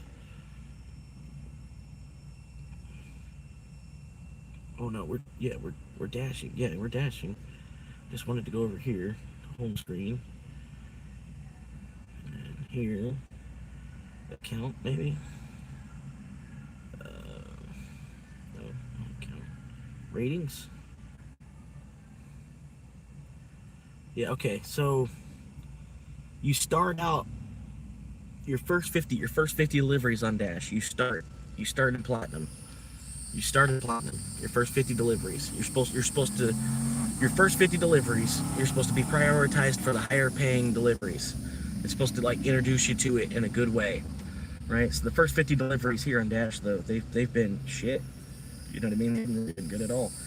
Completion rate 100%. On time rate 100%. Customer rating 5.0.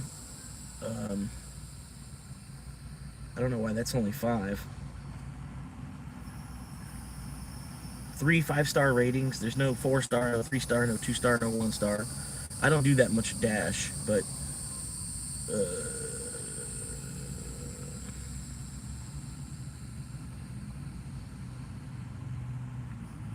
yeah, I've done 38 of the first 50.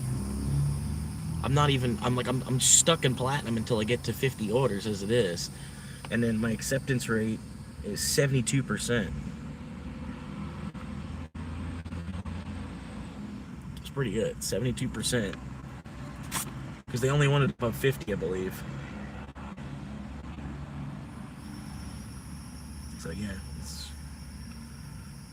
But I'm supposed to be getting the higher paying orders on Dash, and it's just weird how Uber seems to pay more.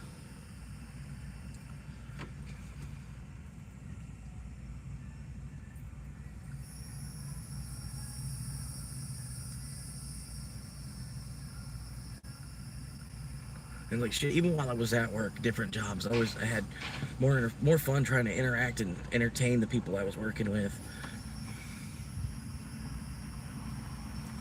That's the job I got now. Like half the time we're just kind of like bored. We pull out our phones and go our own direction, you know.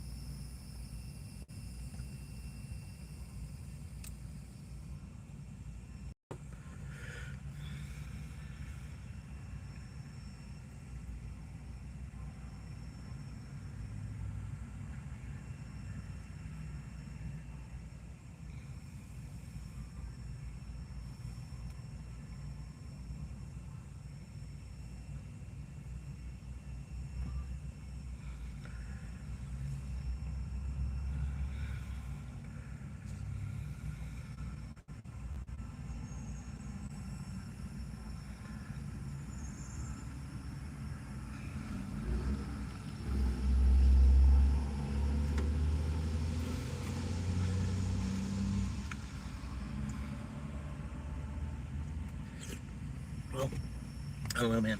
If it stays this dead, I might as well go out there and try to panhandle while I'm logged. Well, you know, stay logged into Uber and go out there and try to panhandle in between orders coming.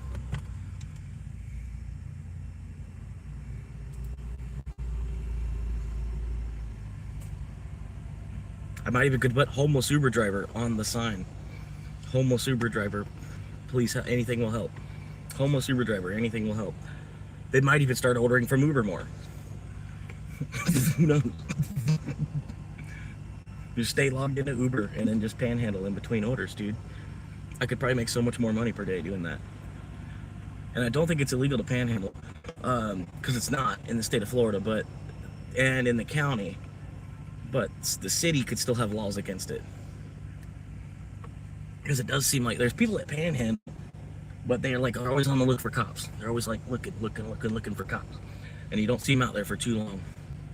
They're out there for like an hour, maybe. So either they're hitting really good, or they, you know, the cops, they just get their like $20 and go.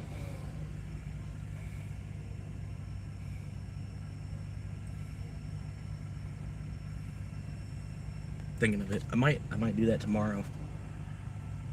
It's not really. I might could panhandle while wearing this shirt, but I don't think so. I don't think people are gonna just be like, "Well, take some of that Doge." He's like, "You don't understand. You don't use the Doge today. I can't go to the store to use the Doge anywhere. I'm waiting when I can." Yeah, I think it's gonna come more in like 2040, maybe 2050. We'll be able to use our Doge at like Publix.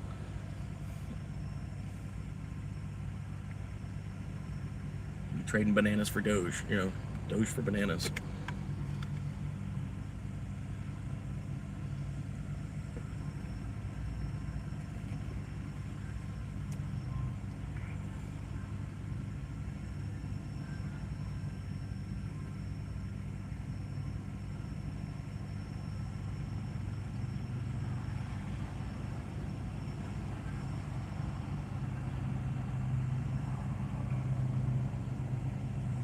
Yeah.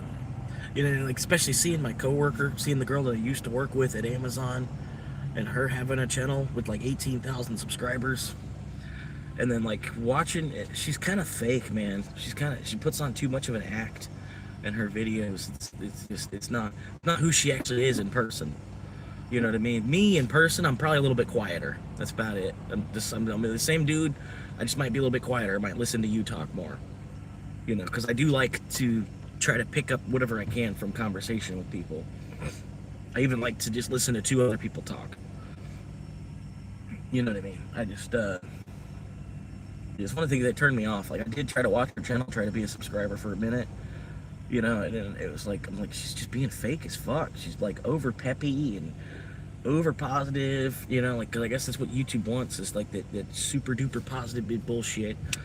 But it's just like, it looks so fake. I'm like, damn, I can't watch this. I don't like wish anything against her, but you know, it's like, even the videos she's making, I don't know, she's like making a video. Not trying to say it in a bad way. Like, I just I don't know. I'm trying not to be that. I'm trying to keep it real, real. And that's part of the reason I don't like doing the like making a montage clip, of the day, making, you know, a bunch of clips, and then taking that and turning it into a video.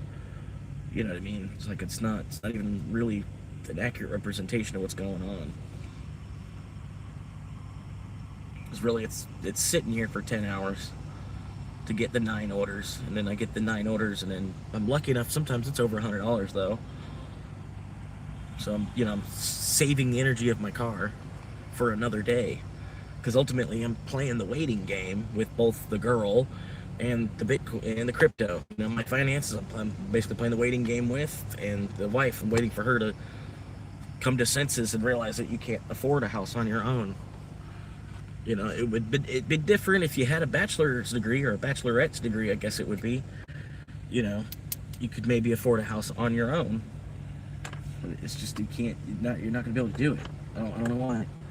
She thinks she's got it, you know. She thinks she's got it handled because her boss is gonna hook her up with this assistant manager job. But been about a year she's been chasing that carrot around. That's either should have happened by now or not. You know, like, that's just time to move on, I think. Or just quit giving them that extra 20% effort, you know? Then watch them freak out. Like, well, fuck, I can't be playing this waiting game on this management position. Like, fuck, you know I need the money. I gotta cover the $500 that I lost from kicking him out, which you talked me into doing. You know, it's like, fucking...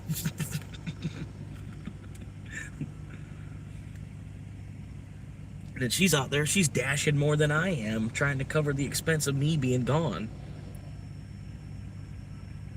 And like, I keep telling her, like, just put the house on the market.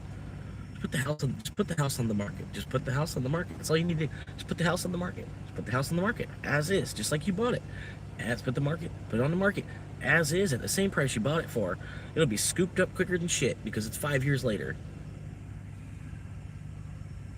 And the prices have changed that much in just that 5 years. Like, I'm worried about cutting a profit. I'm like, really, the whole thing was that it was the $600 a month mortgage was cheaper than the $1,000 a month rent. That's the whole thing. So each month that we were there, we were saving $400 a month. And then now you can still sell the property too to get away from it. You don't have to worry about staying there for 30 years. Just put it on the market. It might take a while to sell. And once it sells, you can go. I'm here in Florida stacking up money waiting for you to get here. I've got 3 months rent. I've got first lath and a fucking security. I've got it. That's all you need to do. Put the fucking house on the market and come on down here. She wants to drag her knuckles about it because this stupid fucking management position. I get where she's coming from, because the management position would be good for her to have, because it would help her with leverage for a future job or another job. But really, it's the management is in you. The management is you. You know what I mean? You carry the characteristics of a manager. So it doesn't matter. You just go to another job, give them a good 90 days, and they'll probably start talking to you about it as it is. It's like, you know, like I said, it's been a year. She's been waiting for this management position. 9 months of it, she hasn't had me there to help her. What's her boss doing?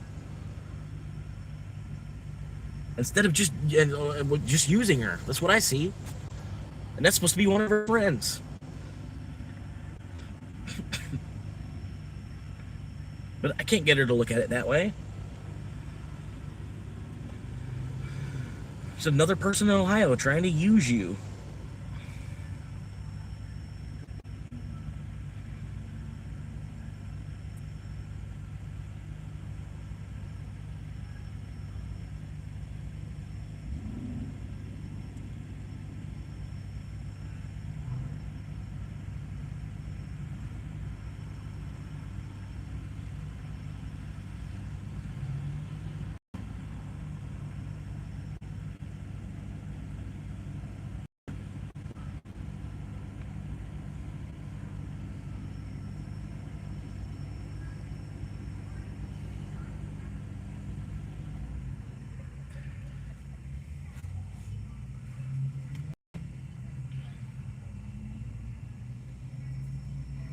Yep, been logged on to Uber for over a half hour now. I've been logged on to Dash for about 20 minutes now. Dash, let me see, what's it saying? Average wait, I'm in the area. Average wait is 2 to 10 minutes. 2 to 10 minutes for an order. So that means there's already an order in the kitchen that they're cooking now. That's why they know that I should be getting a request in 2 to 10 minutes, because they're just waiting for the finish sign from the restaurant that the order's ready. Once the order's ready, it'll send me a ping. That's the way it says. But I'll probably be sitting here for another hour. Like based on the way it's reading, 2 to 10 minutes estimated. So well, that's because they must already have orders at these restaurants, and so they're cooking that order now. They want you to be in the area, and when they send you the request, you're only like 60 seconds away. You know what I mean? You'd think, right?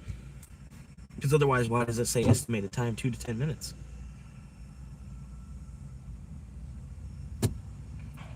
How can they estimate a time if there's not like an active order? There's no orders at all.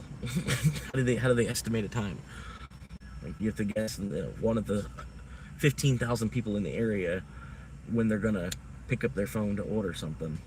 And since we live in a communism, basically between like 10 and 2, and then again between like 5 and 9.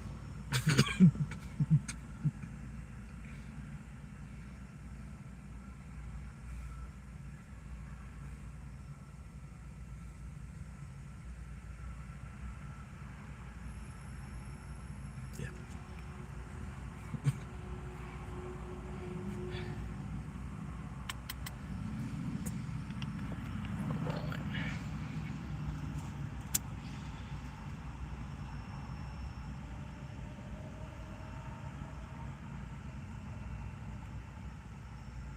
But man, it'd be nice if they could give us a siesta. Like we got the business as it is, man. We got the business of business. The business of business. Like I don't know. The most business the business is that it is. But we can't take an hour nap like Spain does. Spain, they clock out from 2 to 3 p.m. every single day. I don't know if it's between 2 and 3, but every single day they take an hour. At least maybe it's at least an hour lunch or something. They probably take their lunch break to do that or whatever. But shit, isn't it nice to have an hour lunch? The places that you've worked with, they've given you an hour lunch, or they're not really strict about the half hour. You know what I mean? Like, you have to be off the clock for at least a half hour. You can take a 2-hour lunch. You can take a 1-hour lunch. You can take a 35-minute lunch. You can take a 45-minute lunch. You can take whatever. Just come back. Just come back. Take a 2-hour lunch. I remember my old boss. He'd be like, "Damn, what you were gonna tell me? You were gonna take a 2-hour lunch." I'm like, "I'm sorry, I didn't plan on it. It was just like, I was just watching I was watching how busy the store was while I was on my break, and I was like, well, I'll wait for them to leave."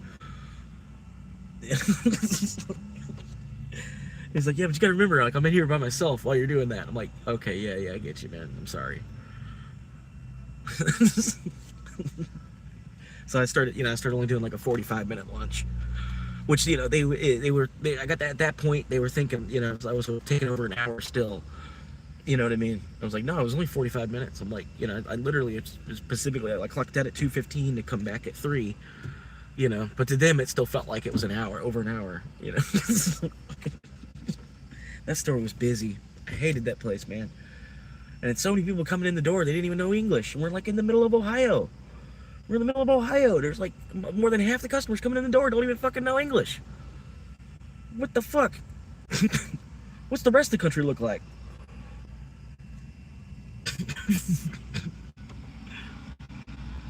Florida, it at least makes sense, right? And I at least know some Spanish, but fucking, like, in Ohio, they're speaking Creole, Hindi.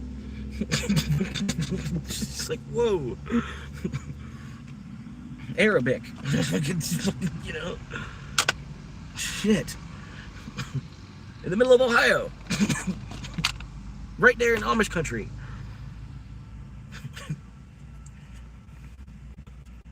Shit.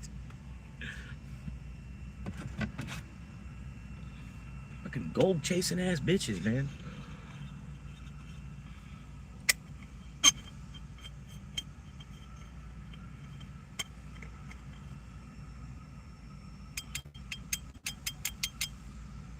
I'm just out here moving around food for Mr. Ben Franklin's letter company. I'm trying to get an order for moving around food, moving food around the letter company.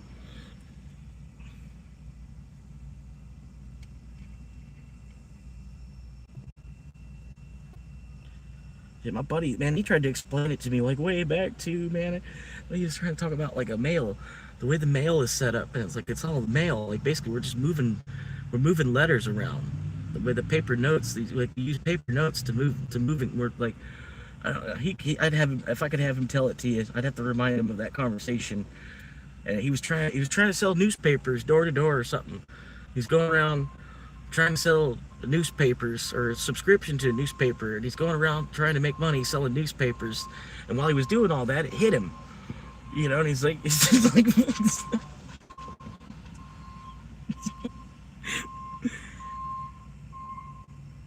I don't know. He went to some house. The guy was a complete Nazi to him about some shit, you know. So he was like, yeah, fuck that guy.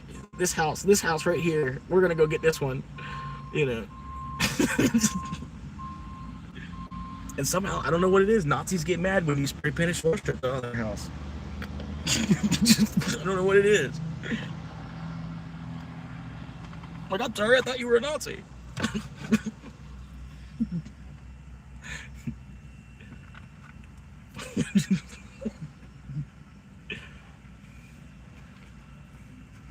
And in Buddhism, it's a whole other thing. It means something completely different in Buddhism.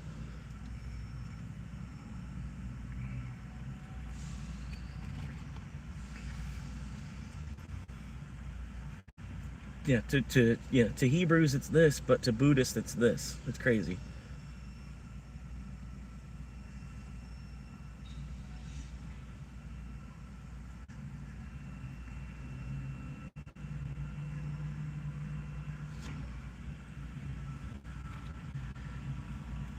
Sorry, I'm smoking, trying to get a little bit more lightning from the gods here.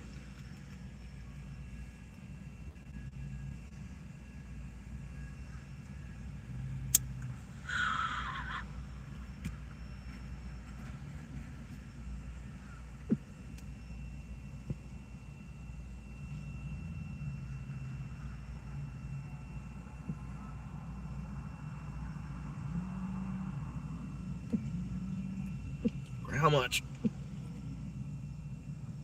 How much? $7 4 mile. $7 4 mile.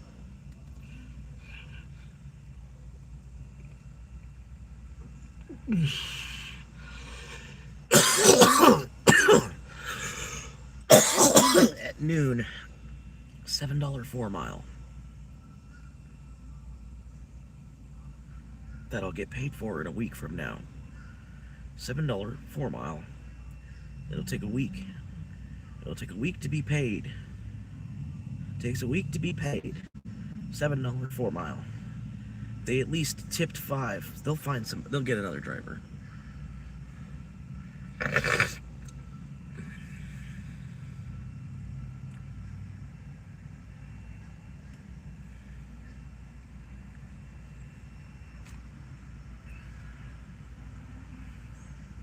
Caden. Person. Don't worry, I'm not sharing customer information because he's not my customer. I didn't accept that shit for some kid named Caden. What kind of name is that? Fucking Gen Z ass name, that's what that is.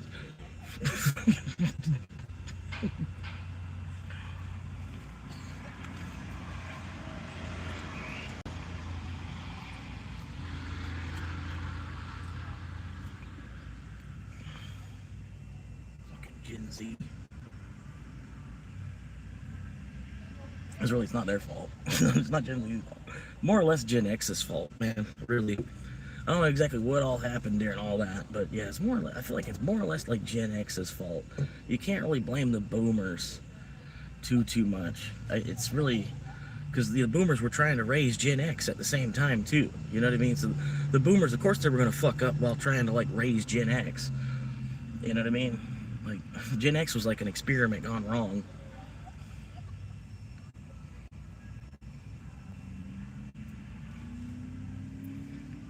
really, I don't know. I don't know this for that for the other, man. It really doesn't matter. Just waiting on 2032.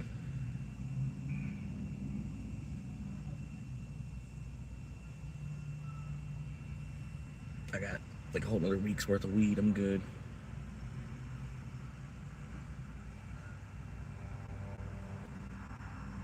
I should have took that order, but it's all right. Like I said, I would have took that order for $7, and I would have had to wait a whole week to get the money from it.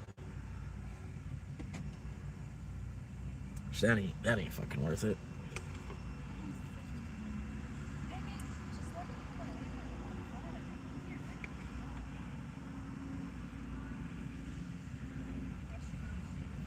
So I got a 3% cancellation rate, which means I could get free lunch today. Yeah, you just cancel it. Blame it on the restaurant.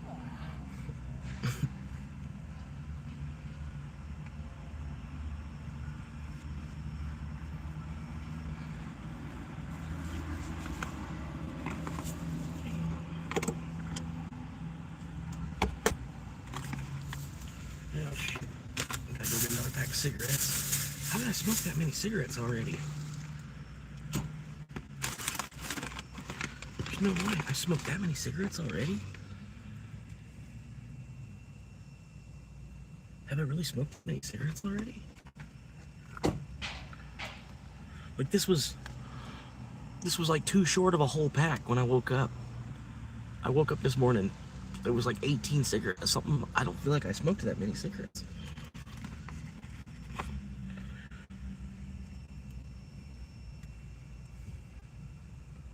How in the fuck? Is there a bunch here? Got no clue.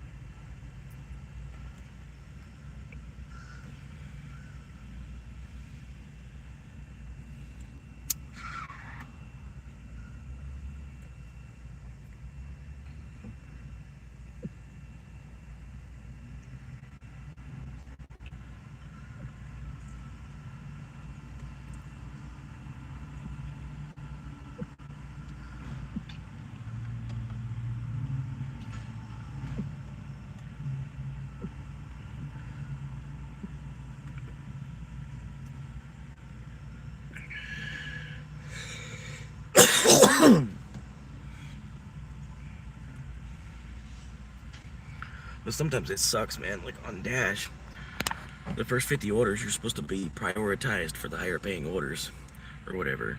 But sometimes you're the only driver on anyway, so you just get whatever order that comes through.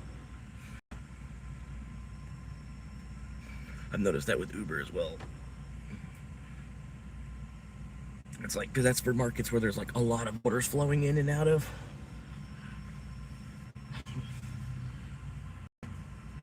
Here in this market, it's like you're one of 2 or 3 drivers probably. And so it's like, well, they're already busy. This guy's sitting here. We're gonna give him the $7 order. And really, I feel like you shouldn't even. You're platinum level driver. You should be only getting orders that are over $10. Regardless.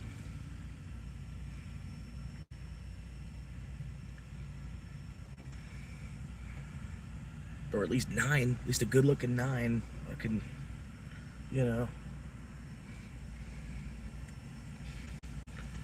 $10 minus your gas is only 5. Like fucking. But they like you work hard to get up into diamond, platinum, and all this other shit, and then they just want to send you the fucking $4 orders still anyway. Doesn't matter.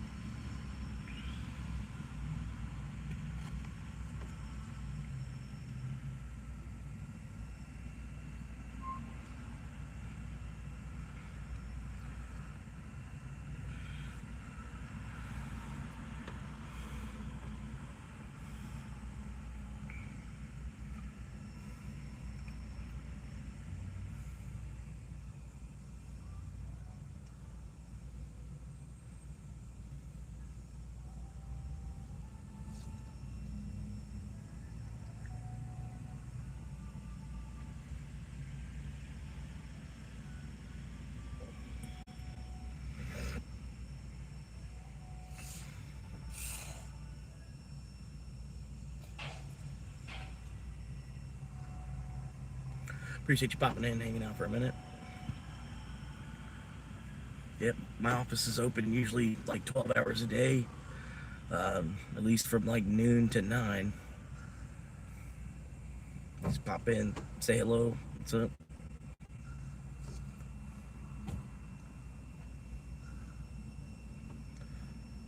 Hang out for a minute, shoot the shit, listen to me bullshit about what's going on. Yep.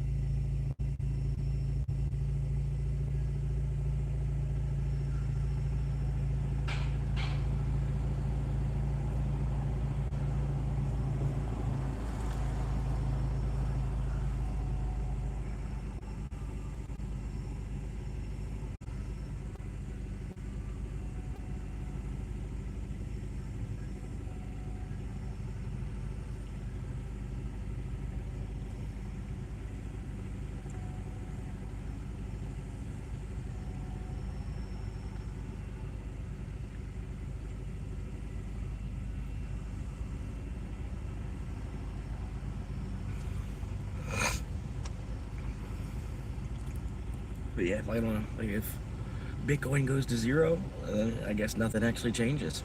That's it. That's the only difference.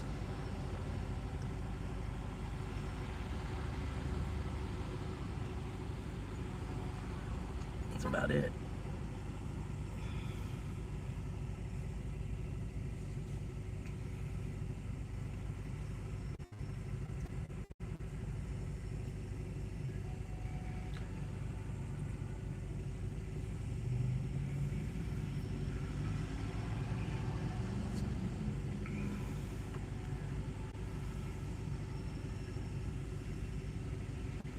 I'd rather be one of the people that's got a nugget than one of the people that are working for dust.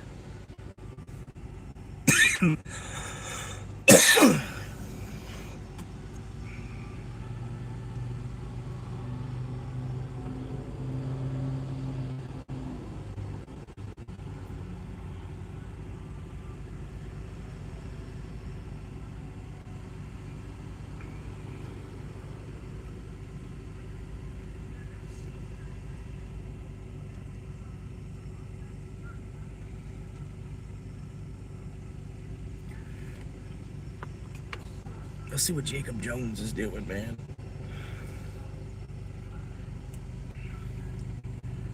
Oh, hell yeah. I gotta pop into this guy's chat. To chase that new community. I know you want to chase that new run. That new run that you're going to chase, right? The new shitcoin you're going to chase. But that's not what's going to build growth for you. That's not what's going to build the life that you want to build. Okay? This is key. Daily posts, weekly check-ins, monthly reviews, those are the things that compound the effects every single day that you show up. And that's what separates those winners from the quitters, or what I like to say, the entrepreneurs. Systems over motivation. That's number 2. Systems over motivation. Motivation fades and energy will dip. I've had plenty of those days over this last couple of months. I've had really high, exciting days. I've had really low, draining days. I've had hay fever. I've had a lot of things, right? Your energy is going to dip. Life will get chaotic. But systems will run regardless of how you feel. Right. Too many of you are trying to run your finances, your business, your careers, your households, your families on your feelings.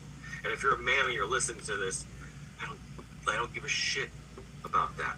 Your feelings are not what matter here.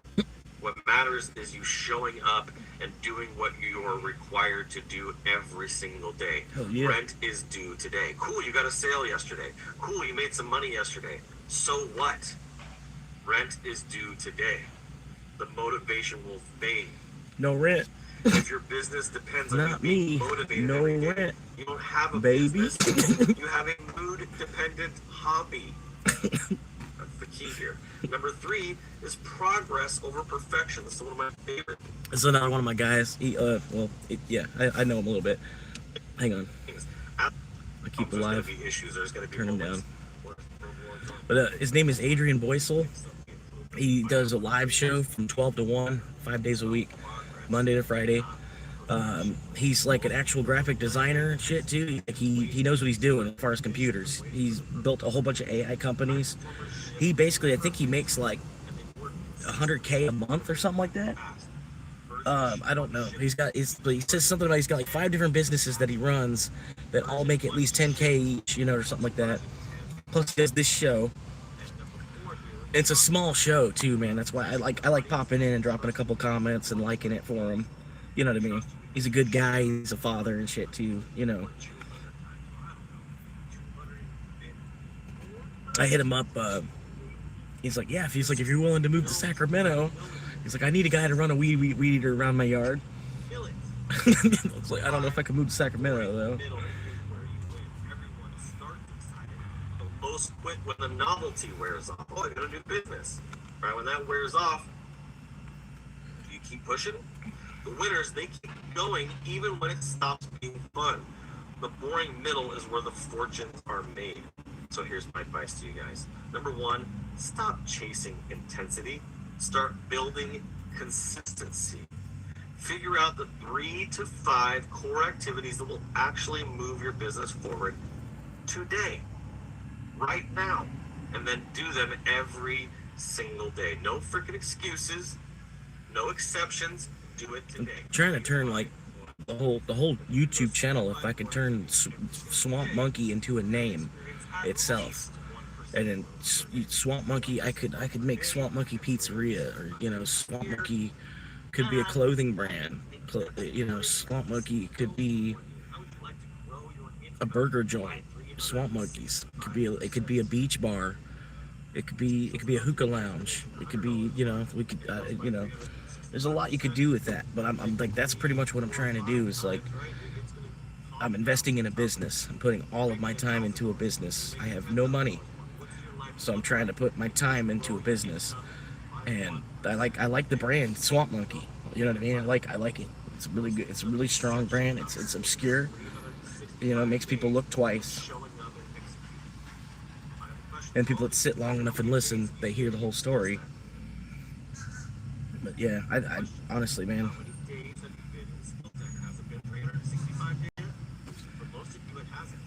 For some of you, it has. If you haven't been in Skill Stacker for 365 days, or you haven't been consistent for 365 days, this is my challenge for you. That is how you build something that actually lasts, you guys. All right, that's your business minute for today. They said $1 trillion CEO. Oh man, Mr. Bunning, you're trying to get leveled. Someone's trying to level you up and one up you with the $1 trillion CEO. He's reading the chats now. Man, what would that look like for Stacker to be $1 trillion? How many people would we need to impact? That's what I think about. I don't care about the money. What I care about is the impact. If we were $1 trillion company, that means we would impact billions of people. And that's the goal, to be honest. So who knows? God's in control. I'm just showing up every single day. Could you imagine, man? This guy actually does it, like end up owning $1 trillion company. The most genuine, the most honest, the most transparent, the most. And then he loves the name Swamp Monkey. He's one of the people. He's like, yeah. Here is being extremely intentional. That's what I want to be with you guys. So let's see here. Who we got in the house? We got DJ Votto here. We got Riddles. We got Crypto Funk. Oh, Florida Swamp Monkey, my boy. What's up, dog? Don't run when the cops come, but I'm here. What's up, bro? Great to see you. We got Max Stacker in the house. Good to see you too, bro. DJ Votto, no days. It's little shit like that, man. That's one of the things I love about YouTube, man. That's where it's like. Good morning. Crypto Butter. It's like, it's kind of turning into Facebook for me. You know what I mean? It's like the better side of Facebook too. Been a little bit over a year for OG Gamer. Look at that. Yep, it's been a little. Oh, Florida Swamp Monkey, my boy. What's up, dog? Don't run when the cops come, but I'm here.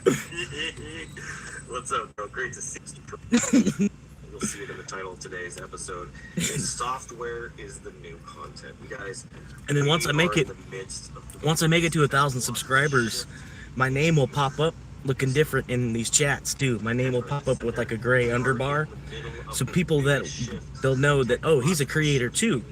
You know what I mean? I won't just be somebody in the chat. It's like, oh, there's a creator in the chat. Yeah, just 1,000 subscribers. My name will do that. You know what I mean? Not that it really will mean anything, but it might. Some of these other chat rooms that I go in and talk in, I don't think, you know, part of the crowd, I don't know that they even know that I'm a creator. Faster. There's an unbelievable amount of resources that we've never experienced. But they'll see my name pop up in the chat. And, you know, some of the things I say, like, I was like, don't run when the cops come, but I'm here. Some of the things I say, man, people hear it the right way. A new identity for you, for your family, for your future self. Right? You have a future self you got to think about here. Future me. You don't have a wife and kids and family to take care of. You still have you to take care of. You have the future version of you to take care of. You might be in a position right now where you're still trying to take care of the past you. You're not even focused on the present you. You're just trying to take care of the past you and get caught up on all the past debts and the past things that are looming over you. Yeah. I want to encourage you guys to get those things out of your past so that you can move forward and start taking care of the future you. Being proactive versus I'm doing both reactive. at once. And present me is just getting that's fucked. my encouragement for you guys today. Present me, he's just like, I want to fuck encourage you. you guys is that software is the new content. There's no doubt about that. I saw somebody posted this Past morning. me was chilling. Future me is gonna be chilling. I can't give Present me is because just I don't like, remember who fuck it was. everybody. But it's very important to think about how software is shaping. Gonna blow up cars with an oppressor in real life. You know what I mean? Online business. Whatever it locks onto. You are Goodbye. here, and you are an online entrepreneur. Whether you are realizing it or not, I'm curious for some of you guys here. I want to see down in the chat. How many of you guys have made at least $1 online? Put it down in the comments. If you've made at least $1 online, give me a put a 1 in the chat. If you made at least $1 online. Okay. Next question. If you've made at least $100 online, put a 2 in the chat. All right. If you've made at least $1,000 online, put a 3 in the chat. If you have made at least $10,000 online, put a 4 in the chat. If you have made at least $100,000 online, put a 5 in the chat. That's a big one. If you've made at least $100,000 online, put a 5 in the chat today. And we're going to stop it right there because I'm not going to get to the 7-figure stuff. We'll save that for another time. But I want to see how many people here have made money online. There might be some people who've lost money online. You said $30 so far. Hey, you are an online entrepreneur. You got Mr. Abundant, right? He's made at least $1,000 online. If you look at his bags, you could say he's made a lot more than that. He's probably on the number 5 there, right? OG Gamer with a 1. Lots of 1s, lots of 3s, lots of 4, but still ain't selling. I put 4 minus with 3. a question mark. 5, but still ain't selling. Let's go. Okay. I put minus 3, minus 4. Tell you guys is you guys Question are mark. online entrepreneurs who really need to step into this identity because Get there's out of so the car. much Go the other way. opportunity in this online world. You have to find your home. You have to find your place. You have to find your niche, which they say the Is this riches still are in trying the to pop with niches. orders and shit? You have to find what your shtick is. If you don't know what a shtick is you got Mr. Abundant. That's his shtick, right? I'm Mr. Enthusiast. $1 million CEO, right? That's the shtick that we have. I'm a social impact entrepreneur. This is very important. If you are going to... Nothing. I'm not turning off Dash. Fuck Dash.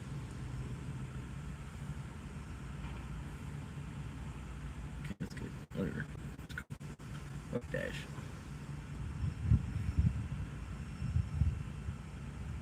impact entrepreneur.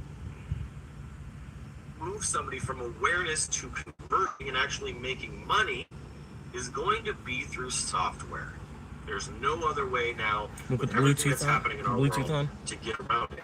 You have to start thinking like a software engineer, like a software developer. Every entrepreneur, especially Smart Monkey, is going to be software. Multiple hats. It already is. 1 minute, you might have to wear it's at least data. Hat. And it's now like, today, you are the creator. It's a database. It's a Bluetooth database. connection success. Fucking gigabytes of Swamp Monkey. Tomorrow, you are the software engineer. And then the next day, and if you're an online entrepreneur, you might be the media buyer, right? And maybe you're the media buyer, and now you're running ads and you're running traffic, right? You get the point here. Yeah. You have to wear a lot of different. All the money is going into the internet. Like you got to get a job in the internet, because that's where like all of the money is moving into the internet. And because you could see it with all these oil companies getting replaced by tech and basically, you know, communications. It's all the money is in the internet. You know what I mean? Like, yeah, there's a certain amount on land, because, you know, obviously we'd still need places to sleep. We still need places to meet up. We're still going to need places to go hang out and have fun. So real estate's still going to be a big part of that. But yeah, more and more, it's yeah, you got to make money off the internet nowadays, and in the future it's going to be even more so. You've got to find a way to make money through the internet. And in a lot of places where you're working, they're making money because of the internet, and they have enough money that they hire workers. You know, like there's people reselling stuff on eBay. I could be reselling bottles of water on eBay, you know? I could, you know, but this guy, man, he's good. That's especially as an online entrepreneur, until you make enough money to go hire those people to replace you or use AI. This is Adrian Boycel.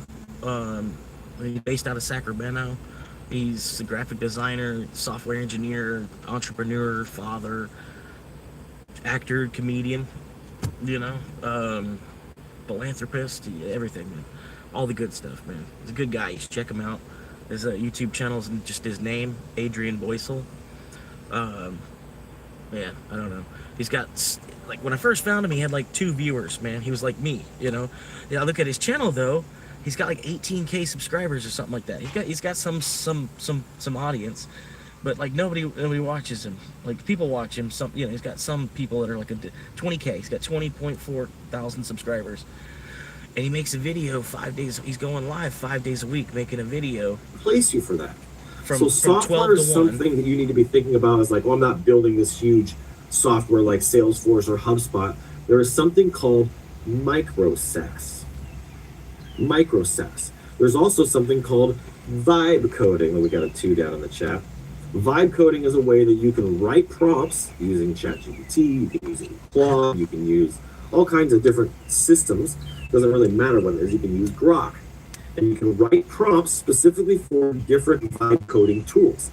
A vibe coding tool could be Claude Code.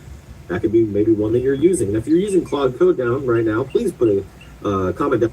Like an online cooking. In the chat. Let me know that you're using Claude Code. I'm really, really curious. Figure it out. If you are using Replit, let me know down in the comments. I want to know if you're using Replit. That's a vibe coding tool. If you're using Lovable, you could put Lovable down in the chat. I want to see some Lovable down in the chat for those of you that are Lovable sites and Lovable apps. I'm primarily using Lovable, Claude Code. Those are my 2 primaries. I'm probably going to be dropping a few of my other softwares that I've been using. Like, even with his 20K subscribers, and he does a live show 5 days a week. You know what I mean? I'm one of 3 viewers. So I found him and I support him. You know what I mean? Like I was like, yeah, I'll help this guy out. You know what I mean? I pop in his chat, say some chats. I drop a like on the video. You know what I mean? Just do the stuff. Same thing people do for me. You know what I mean? So I just try to pass it on. He's a little bigger, you know, at 20K subscribers, but at the same time, his live show, there's no audience, man. You know what I mean?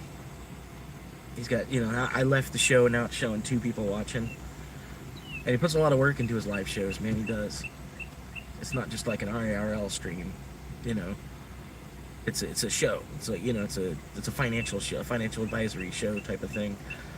He more or less, he's got a product he sells too. He's got a bunch of products he sells, basically. You know, so he made this live show where he talks about the things that's going on with all these different businesses that he runs, and then gives a little bit of a pep talk. People that are trying to create their own business, and, you know, ways that they can do this and that, and, you know, because he actually, like, he sells his time too. You know, like you can have him as an auditor, or, you know, have him as a tutor for you or stuff like that. You know what I mean? But like he was trying to talk me into, because he's got these NFTs he's selling. It's chess pieces. It's all these different chess pieces he's selling, they're NFTs. And then he was saying, well, if you buy a king, he says you have access. You know, it's like you can have a 1 hour conference with me, like every week. He's like for life. You just, like for my entire life. You know, 1 hour you can call for me for consultation on things, just from having this king chess piece. And he's like, and there's like 3 of them that are available, but it's like $8,000 the amount of Solana that he wants for it. So I'd have to start stacking Solana and then trade the Solana over to get this NFT off of him. But you know, like he's a graphic designer and shit. Like he builds software. You know, like there's a whole bunch of shit he could probably tutor me on to like get my knuckles deeper into the computer and pull some money out of the internet. You know, because really that's what I want to do. You know what I mean? That's where I'm like, you know, really, if I my current don't skill waste level, your freaking time building something that no one's actually going to use. It isn't going to change anybody's life. Why build just for the sake of building? You're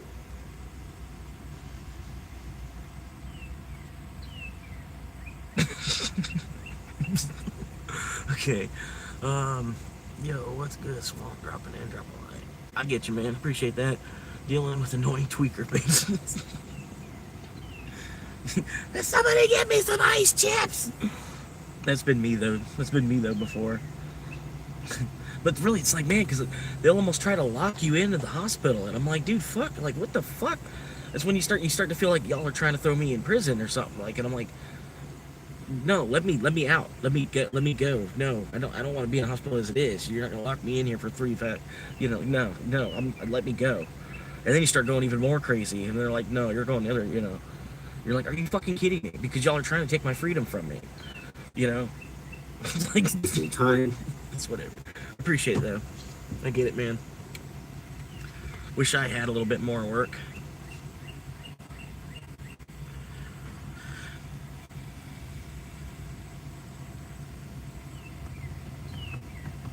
Where's Uber? Did Uber log it? Okay, we're still in the Uber. Let me double check. Yep, still on the Uber. Not gonna get an Uber order though because the quests. But hell, you're wasting time. You're wasting money. You're wasting resources that you. Well, I mean, all I gotta do is waste time till 2030 anyway. But anyway, I guess I'm wasting resources. I guess whatever. It's all right. My time shouldn't be their resource anyway. But whatever. Yeah, they shouldn't be calculating my time as their resource anyway. Shit, you know what I mean? I'm kind of a, not that, you know what I mean? I'm not. I work, but I only do enough to keep the job. You know what I mean? Like fucking.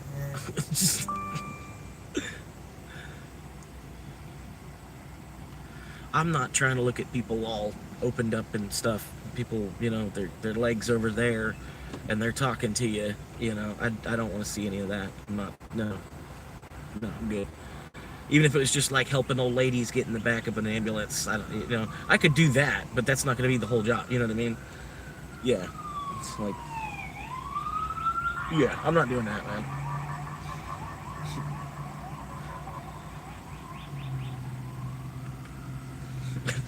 Like, I want to be a software engineer, like this guy's talking about.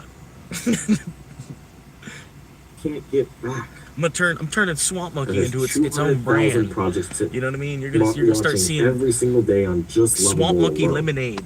Fucking, the world is changing, guys. The days of WordPress are going away. The days of expensive AI or expensive software are going away.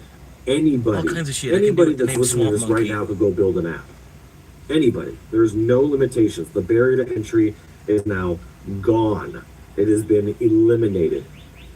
Okay. But he talks about some I just want to encourage you guys on that because I think the software world is going to experience a massive revolution. I think we're going to see a lot of acquisitions with a lot of great ideas, a lot of innovations, but just focus on solving one problem. Okay. I want you to have a solution for that problem. And then I want you to go to your Facebook page. I want you to go to your X. I want you to go to your LinkedIn. I want you to go to your TikTok. I want you to go to your Reddit. I want you to go to your email list. I want you to go to your freaking coworkers. And I want you to say this. Listen, I found a solution to X problem. And I'm able to solve X problem in X amount of time. I want to start my own business doing this. And I need someone that would believe in me and what I'm doing to get behind me. Would you be willing to be one of my first customers? It only costs X. Do I need to say? Would you be willing to be one of my first subscribers? It only costs clicking a button on your screen. Say that again? Hey, I am trying to start a new business. I solved X problem and I've figured out how to solve it in X amount of time. I'm looking for somebody to be my first customers. Would you be willing to support me? Would you be willing to support me in this? It only costs X dollar amount per month. You would be surprised how fast you can go from 1 to 10 to 20 to 50. I am doing something new. I'm starting a new venture. I figured out how to solve this problem. Yep. I am looking for... Hell yeah. How much money have you made off the internet since the internet's come out? How much money have you spent on the internet since the internet's come out? My first 10, my first 20, my first 30. And then yet, where's all the money going? Where's all the money going too at the same time? Where's all the money? Where's all the money? Where's everybody? All the internet. It's the internet. First 50 customers. I would love to do that. You can do that through DMs, on social media, on Instagram, on Facebook, on LinkedIn. There's so many platforms now, even more platforms that you can even start to begin to understand.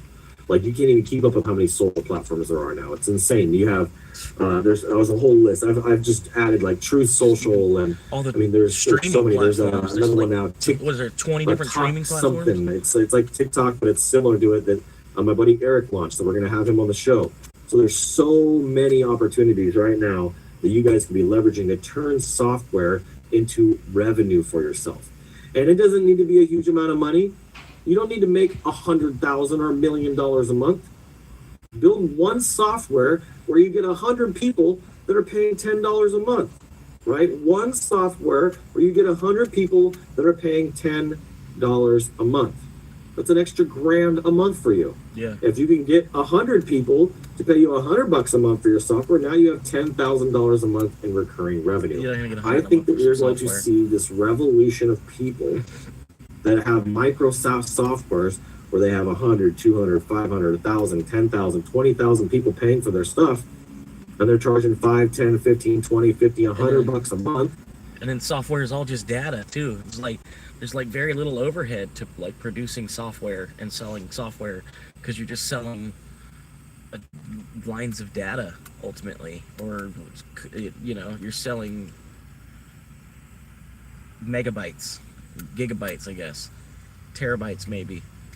You know what I mean? You're selling terabytes of data, and then so you can recreate it yourself and copy. It's awesome. And they're making $10,000, $20,000 a month. And hey, that is great for some people, especially if you're in a third world country. If you guys were able to make $10,000 a month right now, how would that impact your life?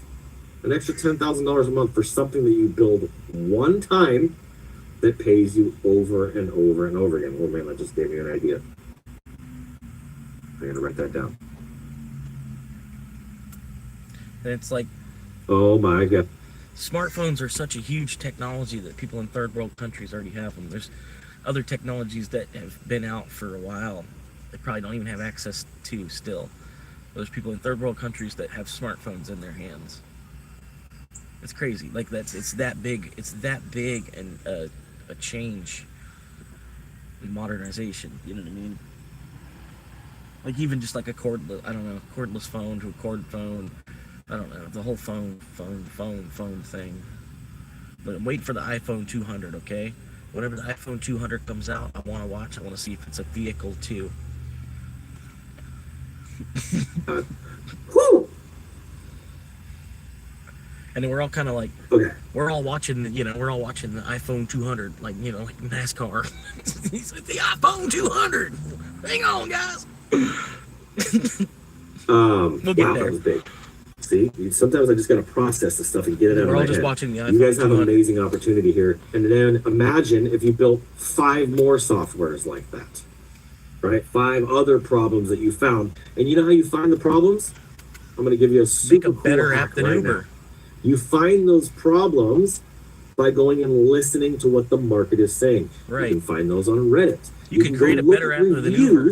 Go look at by creating an negative app that reviews pays for the businesses. fucking driver Okay? more. I want you to find any industry. I don't care what it is. It You'd could be be beating restaurants, both it could Uber be and laundromats, DoorDash. it could Everybody be be moving over to your car service. washes. It could be They literally pay double on cell fare. phone stores. It could be lawyers. It could be construction. The guy's It not could worried be about making roofers. money. It could He just be wanted to make an pressure app that washing. was going It to run could be better than freaking Uber. lawn mowing, Yeah. landscaping. He saw the flaws in Uber and saw the flaws in DoorDash, and then got with a fucking panel, and then we built another app that was actually better. It operated smoother than both Uber and DoorDash. There wasn't unnecessary bullshit steps like there are on both Uber and DoorDash. You put another level of security into the mix as well, so maybe like some kind of two-factor authentication to like log in as a driver and stuff like that. You know, you could do all that. You know what I mean? You change certain things, like being able to like draw an area where you actually want to deliver, draw your own market. You can, you know, I don't want to go to that side of town. I'm gonna cut a whole little. I only want to do this circle, but not this corner of that circle. You know what I mean? I've asked them to do that for fucking the whole year I've been fucking driving for them. You know, they just keep playing stupid on all these upgrades. I'm telling them. You know, and they just goes in one ear and it just swirls around a little bit and goes right out the same ear. You know, I'm like, fuck y'all. You know, and then they're like, fuck me too, because they make like $13 a day, you know? And I'm bitching about wanting $10 orders because that's what I need to survive out here in this side of the earth. Where we're all covered in fucking oil. You know, just covered in more fucking oil and grease than they were in Rome.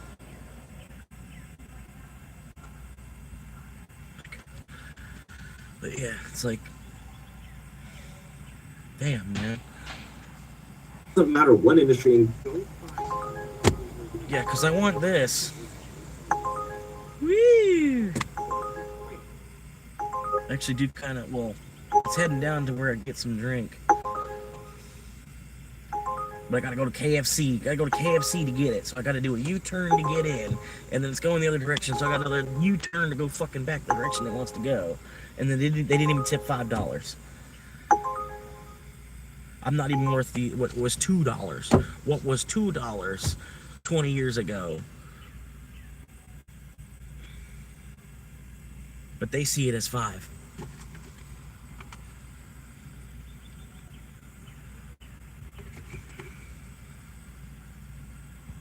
It's whatever, man. I can't be like, I'm not spending gas to fucking do that shit.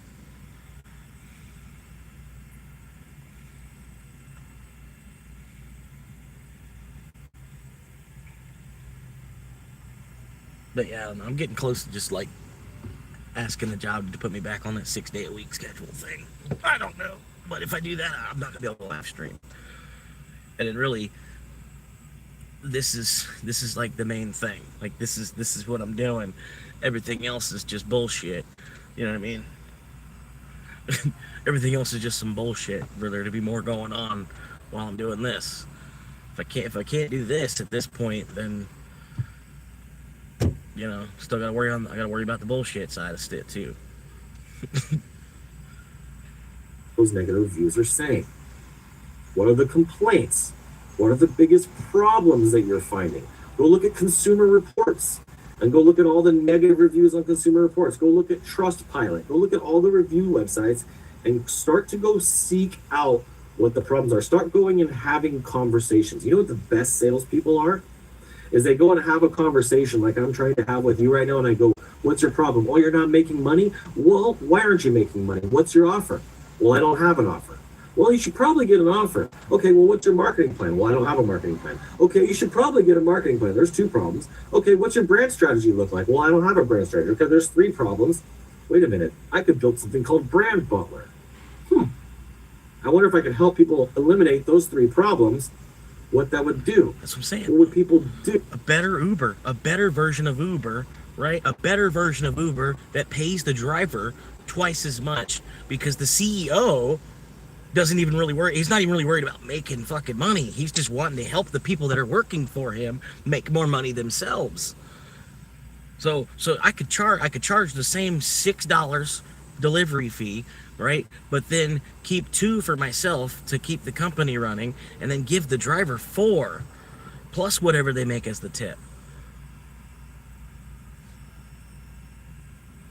And then ultimately come up with a better name that doesn't sound German. You know, fucking, because we're, you know, like,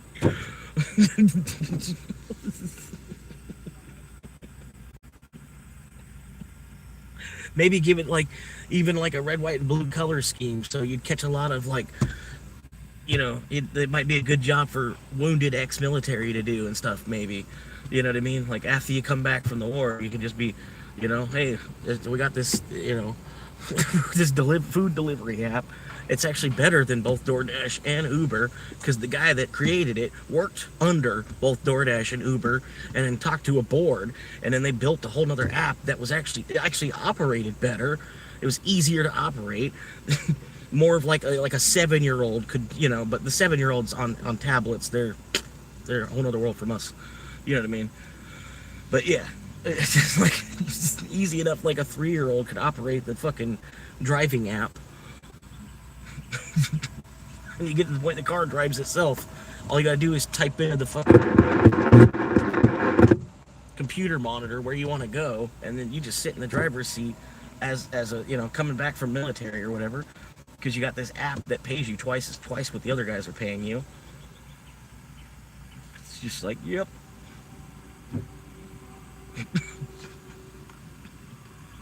But it's all just fucking stupid anyway, man.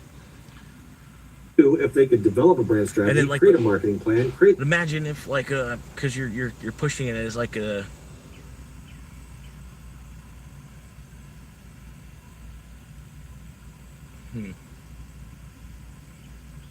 But I wouldn't want to push the like American patriotic angle too much either. I wouldn't want to like have it, you know, because then the rest of the world would, you know, it'd be an American only. Maybe you could keep it that way. You could keep the app, keep it like an Uber driving app, but it's only in America, so you wouldn't have to worry about global restrictions either. Different countries having different laws and different, you know, oh, I can't operate in this country, we're gonna lose money on that. You know, it's like, well, we're only worried about the U.S. market as it is. We're trying to improve the U.S. market for the gig economy, which y'all are trying to push everybody into as it is anyway. You know, you just want everybody to just be working a bunch of gigs while the robots come to take over. You know, so I created an app that, like I said, I'm not really interested in making money off of. I just wanted to like better the 2 apps that already exist.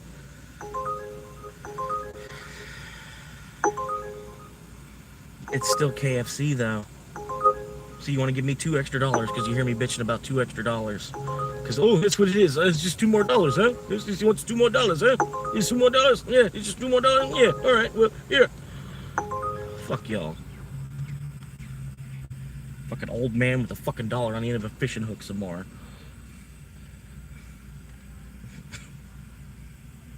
Yeah, it's just $2. Hey, yo, hey, oh. Hey, I thought there was 2 more Polar Pops, though. Yeah. Oh, hey, whoa, hang on now. Ooh, I'm gonna get rich on this one.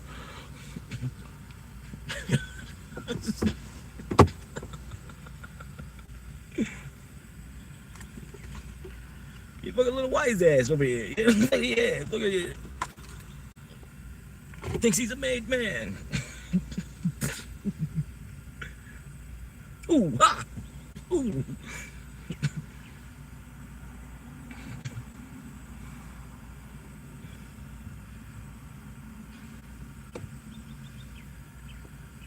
Yeah, like, it really doesn't matter anyway, man. I just gotta wait till 2032. We'll be alright.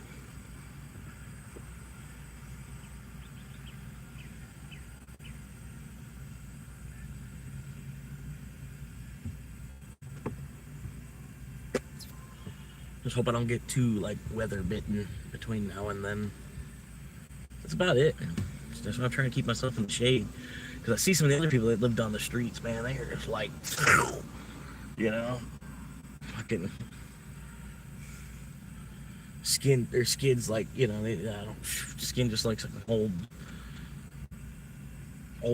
leather, you know, some kind of really old fucking leather. Like a car with leather seats that you've never updated the upholstery on for like 50 years. that kind of leather. So just try to stay out of the sun a little bit more. That's all anybody else is doing anyway. We're going inside. Can't avoid the heat though. But even that's not so bad. You get used to it, man. It's just hot. It's just hot. You're just always hot. You just get used to always being hot. You know what I mean? just like whatever. You know, just like.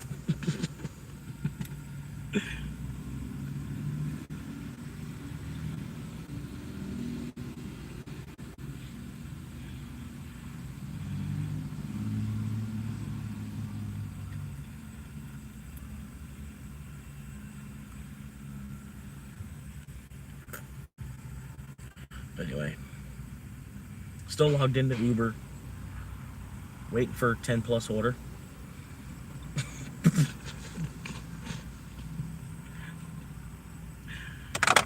Hopefully one that's not KFC, you know, because I'm kind of getting sick of going to KFC and then just standing there and waiting for fucking 10 or 15 minutes.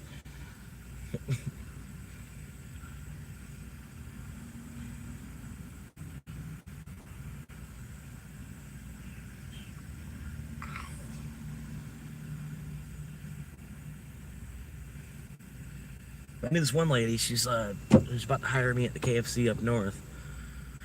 And she was saying she used to be the GM at Culver's before she came to the KFC. And she was like, oh my God, it's like night and day difference. She's like, this place is so easy to run. She's like, she was saying as the GM, from a GM angle, she's like, Culver's was a pain in the ass trying to run. So this KFC, this is way easier. And it's the same exact pay. Just like, okay, well, don't ever apply to Culver's. You know, like, you can put a lot of hard work into getting to being the GM, and then being in the GM spot, it's a shit spot anyway. It's not even a good GM spot.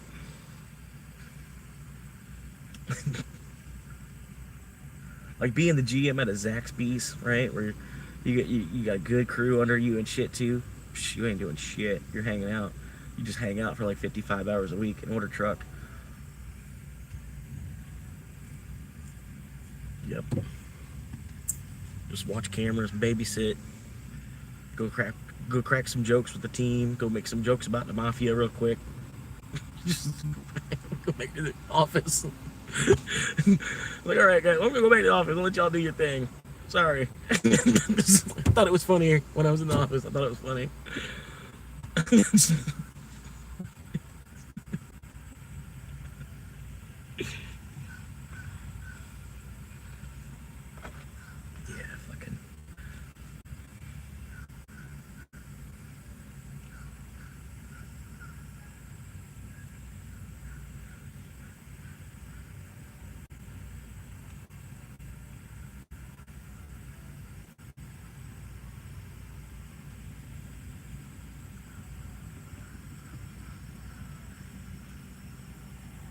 But yeah, man, I don't know. Even Benjamin Franklin was a serial killer, man.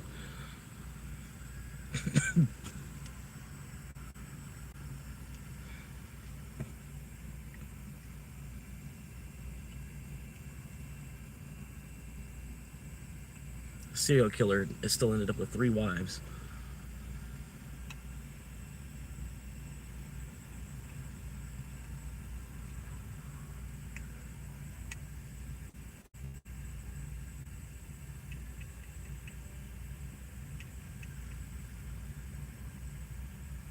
I'm like those people that they think birds are government drones. They think that's why they land on the power lines. They're recharging. It's like,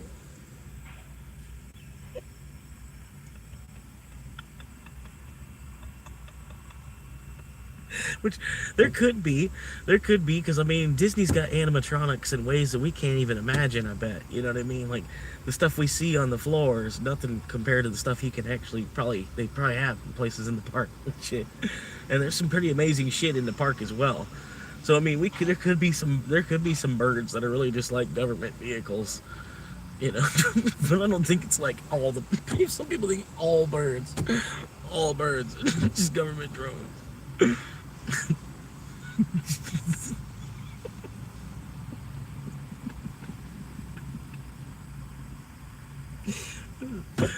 Like, no, they just they love it, man. They love these wires. They're like, hell yeah, these people are putting up more wires for us to hang on. Think about it as a bird. Like, they probably think we built it for them. You know, it's like, yeah, look at it. They built a little spot we can hang out and watch what they're doing.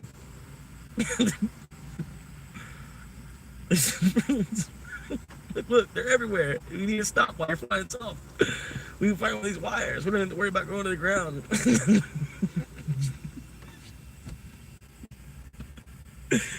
Oh, man.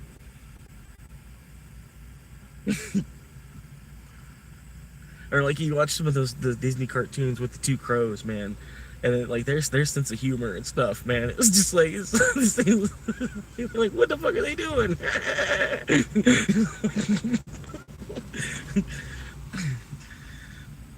And then you can't find any of that shit on YouTube, oddly enough. There's some of it, but not like the guys you're looking for, the skit you're looking for. Just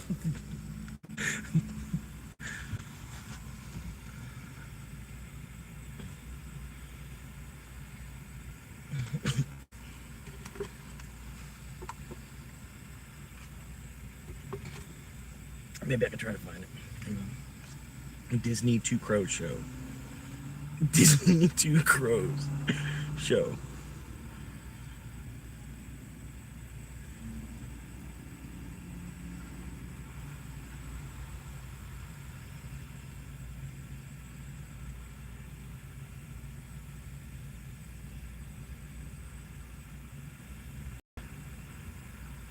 Nah, I can't find it. It was trying to be like too racist instead of just like idioms. You know what I mean? Because really, there's like a lot of it was like satire on the government at the time too. I was like, well, thanks for building this place, you know. And we're just hanging from the wire now. We're hanging. All right.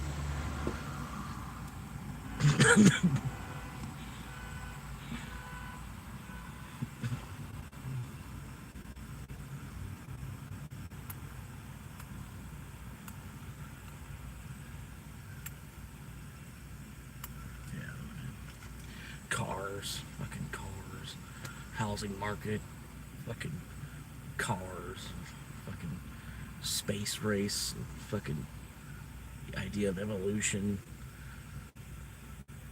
just bullshit.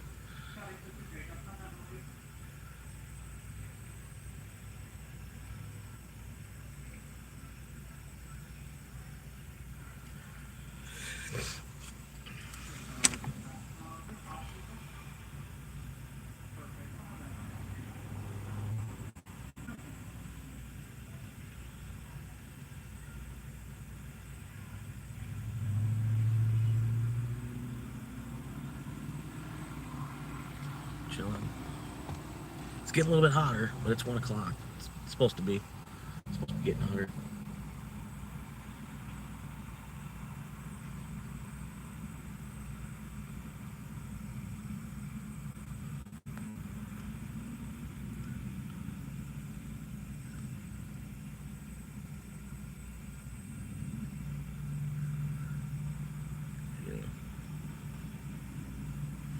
At least, you know, like, at least if you get an amputation today is like way better than getting an amputation in like 1875.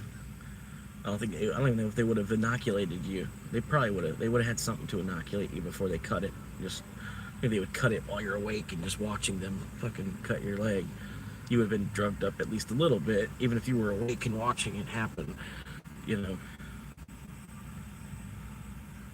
I can only imagine, because it would have been more of like a field tent type of hospital too. I don't think you would have been brought all the way to somewhere that would, like I would be in.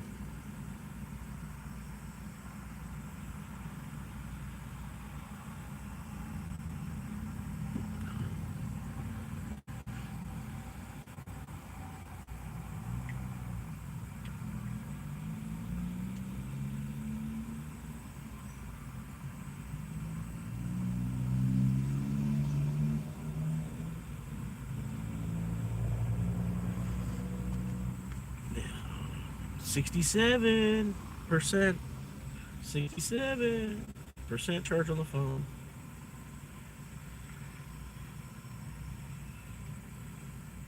Six, seven.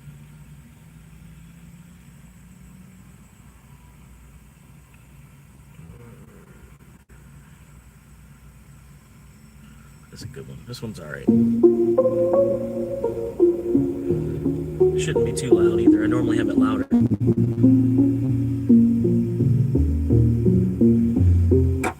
Down in the glades where the cypress needs control, Florida swamp monkey's got a dream for the moon. He's tired of the mud and the gators in the creek. He bought a ring light and a camera for the beat. Setting up the trap out on a mossy old stump, ready for the jump and the digital thump and bump. He's got a hot spot beating from a broken van, trying to make a living as a brand new man. He clears his throat and he checks the frame. 1,000 miles away, they're gonna know his name. Florida swamp monkey on the glowing screen. Like, I don't know, I'm even... Influencer that you've ever seen. Shit, if you went and you seen some warehouses, me working at this YouTube, I'm working harder than people that are working in warehouses. Some, not all of them.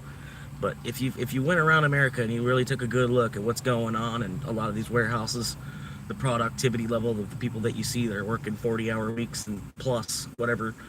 If you go and like you look, you want actually watch, you know what I mean? I'm putting probably just about as much work as the people that don't work, that are working in warehouses, probably. From the humid dark to the neon light, he's uploading videos all through the night. Click that bell and hit That's the sad part. Watch the swamp monkey start to grow and grow. Subscribers rising like the summer heat. From the muddy water to the city street, he's doing mukbangs with the catfish in the car, dreaming of a mansion in a shiny silver car. He does a gear review of a roasted out fin, while the mosquitoes I'm dreaming of a sailboat, just fishing for swordfish all day. made of palm frond leaves. In a world of filters, he's the one who believes that a primate with a gimbal and a story to tell can break out of the bayou in a humid spell. He's editing the clips while the crickets sing, waiting for the notification bell to ring. Florida swamp monkey on the glowing screen, the wildest influencer that you've ever seen. From the humid dark to the neon light, he's uploading videos all through the night. Click that bell and hit the like below. Watch the swamp monkey start to grow and grow. Subscribers rising like the summer heat. From a muddy water to the city street, he's checking his analytics in the heavy fog, sitting on a log with his digital dog. From the deep Everglades to the World Wide Web, watching the tide of his fortune flowing up. He's got the charisma and the swampy soul, taking back the narrative and taking control. For a swamp monkey on the glowing screen, the wildest influencer that you've ever seen. From the humid dark to the neon light, he's uploading videos all through the night. Click that bell and hit the like below. Watch the swamp monkey start to grow and grow. Subscribe to ours and from muddy water to the city street. Again, not a $5 tip.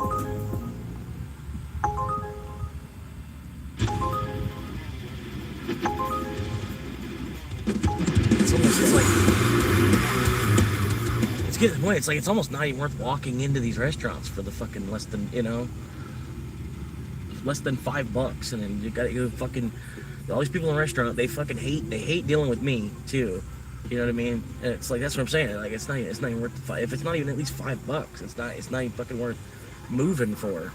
Because like, I go to these restaurants and they get pissed off that I walked in the door, and I'm like, what? Just because you don't have the shit ready? Just because you weren't doing your job?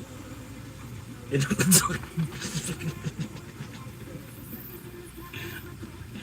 His eyes in the leather starts to peel. I'm gripping onto nothing but this plastic steering wheel. I'm checking every comment, I'm counting every view, trying to prove to shadows that I'm coming for the new. My throat is I'm sorry, I wised up. I got out of kitchens. Now I'm working at the YouTube warehouse.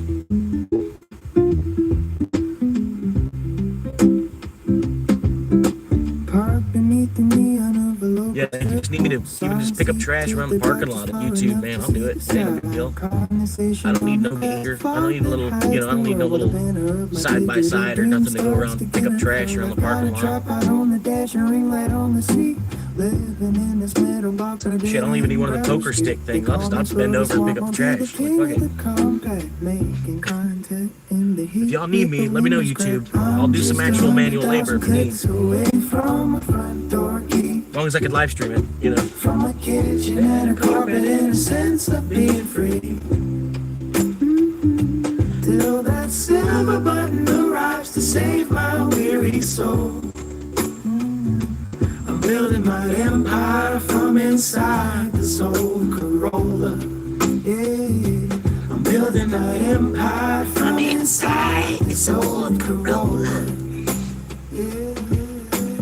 Boiling water on a burner by the passenger side door. Checking every comment in my eyes get tired and sore. Talk about the glitters and the humidity and the rain, while I wait for the algorithm to take away the pain. Every like is a brick, every sub is a piece of wood. I'm doing everything they said a monkey never should. My gym is the park scene, my office is the floor gap. I'm chasing down a future that is bigger than all that. I'm just 100,000 clicks away from a front door key, from a kitchen and a carpet and a sense of being free.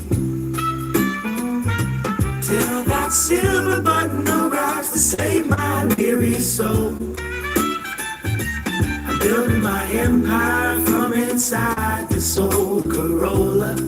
Yeah, I'm building my empire from inside this old Corolla. Sometimes the night of guys in the nick, it's cold and dark, and I wonder if I'm just a ghost inside a trailer park. But then the screen lights up and the numbers start to climb, and I know I'm gonna make it out of here in due time.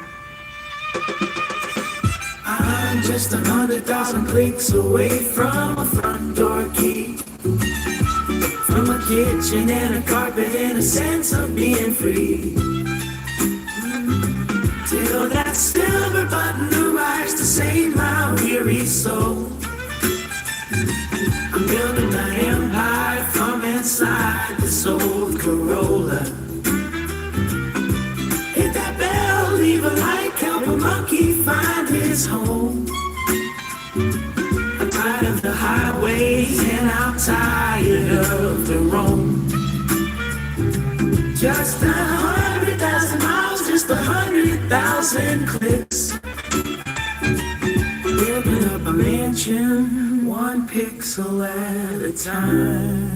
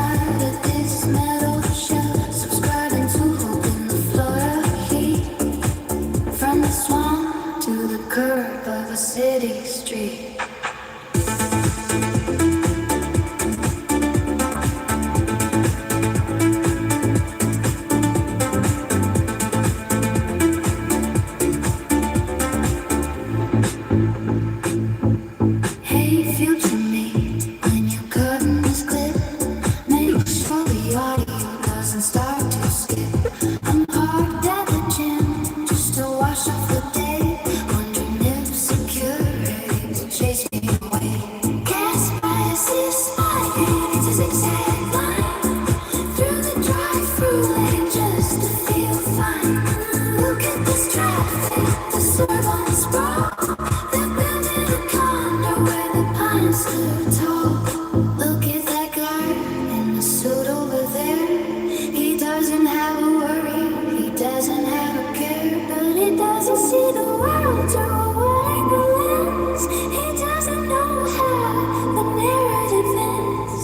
I need a higher roof and a bed in the back to keep my momentum on the right track. A mobile studio, a home on the move, finding a rhythm and finding my groove. I'm talking to you from the driver's side with nothing to lose and nothing to hide. Van light dreaming in the sedan frame, playing the algorithm, chasing the fame from the driver's seat. Brought an unring man, leaving the 9 to 5 grinding behind. Just a minute and a half, the story to tell. Finding happiness inside of this no shell. Subscribing to in the Florida heat, from the swamp to the curb of the city street. It's the right back, leave it going below. Watching the subscriber count start to grow. From the Florida swamp to the digital sea. This is the life of the monkey, just me.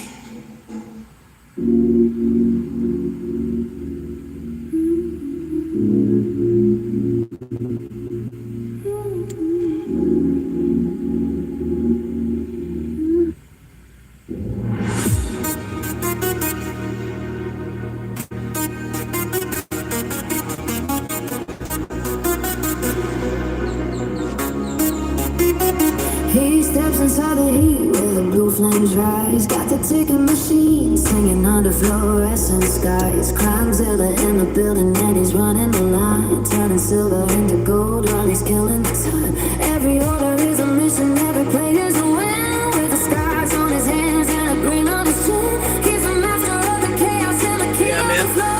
When the clock strikes 12, he's out of the door. You could give a monkey a typewriter and he could make a fucking play that's better than anything Shakespeare's ever made.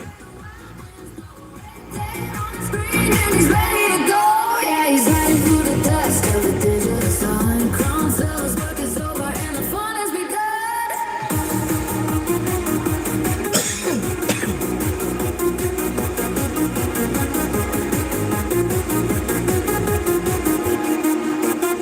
He's got the apron on tight while the pants start to blow. Shouting orders to the back just to manage the flow. From the salty grill, he's a beast in a cage, turning culinary pressure into rhythmic rage. But his mind is on a saddle and the irony bears while he's painting out the salmon and a gourmet fest. He's a legend in the grease and a guy with a knife, living for the double shift in the outlaw life. Chronicles drinks into a star, so again, popping whiskey in the glass, filled up to the rim. From the kitchen to the prairie where the wild winds blow. Red dead on the street and he's ready to go.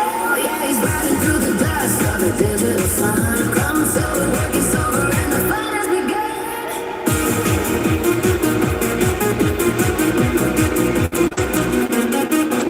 Counting for Saint Denis with a bottle in hand. He's the baddest gunslinger in the whole damn land. From the steam of the kitchen to the cold mountain air, he's a culinary giant with a visionary flair. Push the pace, make the speakers ignite. Chronicles is the hero of the city tonight. Chronicles, drinks until it stops, rolled in, rockin' whiskey in the glass, filled up to the rim. From the kitchen to the prairie where the wild winds blow. Red dead on the screen and he's ready to go. Yeah, let's run things like Yeah, see, even if I were to give my job, if I were to open my availability up and be their bitch with the hours that they give me, you know, I'm basically making $50 a day to do that. If I were to do that and then say fuck Uber, like fuck Uber completely, and then just do that, I'd make $50 a day, right? So across the whole week, I'd make $300, and I'd still be using gas the whole time. You know what I mean? Like there'd be for the $300 a week that I'd be making after taxes to do 5 or 6 day strut for them. It's not fucking worth it, man. It's like, 3 good days on Uber, instead of 6 days there.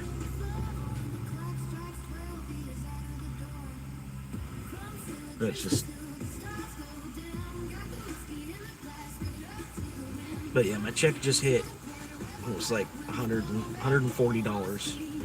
So I'm doing the math, and like, cause I make so few hours, I'm in like a very, very low tax bracket. Not a whole lot even gets taken out on taxes, but still a lot gets taken out. Like, I'm under the poverty line, and they still take a lot of taxes from me. But yeah, make about $50 each day that I'm there, which is not quite worth it to be there. If they'd give me more time, then maybe. But even still, like, I don't want to be there earlier either. That's kind of the fucked up part. It's like, I really don't even like being there as it is. Like, I get it's work. It's work. You know what I mean? But it seems like there's a lot of people that enjoy what they're doing too, a little bit more than the way that I'm enjoying what I'm doing. You know what I mean? You know what I mean? Not trying to be there as little as I enjoy being there.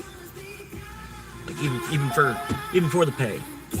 If they were paying me double, then maybe, if they want to pay me double, then maybe I could probably do it. I don't know what it is. Nobody wants to tip $5 Nope. Right as I go to log out, y'all want to throw this shit at me. Fuck y'all. Fucking, that's why I fucking hate Uber too, dude. Nobody gives you a shit.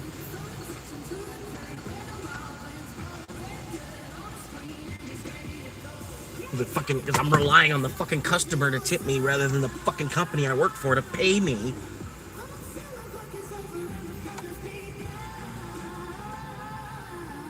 As I'm saying, man, if I could maybe even network enough, I could meet the right people through YouTube, maybe. We just need to create an app that works better than Uber and gives the people that work for the app more money. That's all you need to do. It's like, hey, we pay double.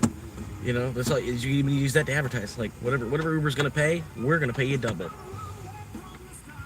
Uber gives you fucking $2 as a fucking flat rate for every fucking trip you take. When gas is $4.50, $5. How come they've not adjusted that? You know what I mean? Like they kind of have a little bit, but not worth the amount. But it's the dollar. It's the dollar fucking falling. It's not even really like the oil's worth more. The dollar's worth shit.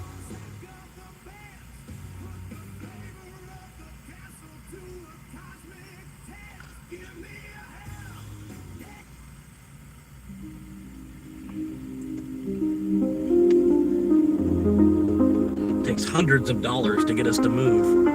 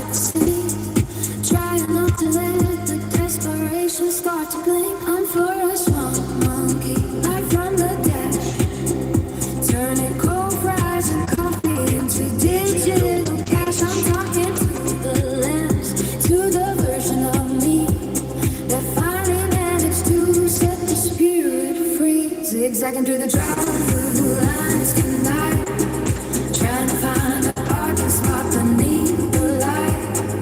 From the driver's seat that's coming every mile, hiding all the hunger behind the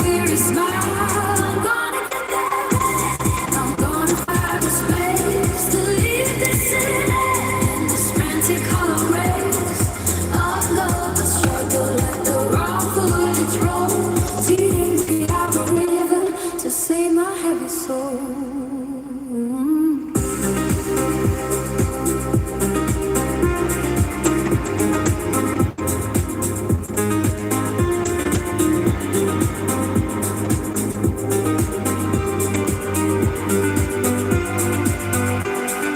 Look at this construction on the corner of Main Lane. Luxury condos while we're sleeping in the rain. Did you see that guy?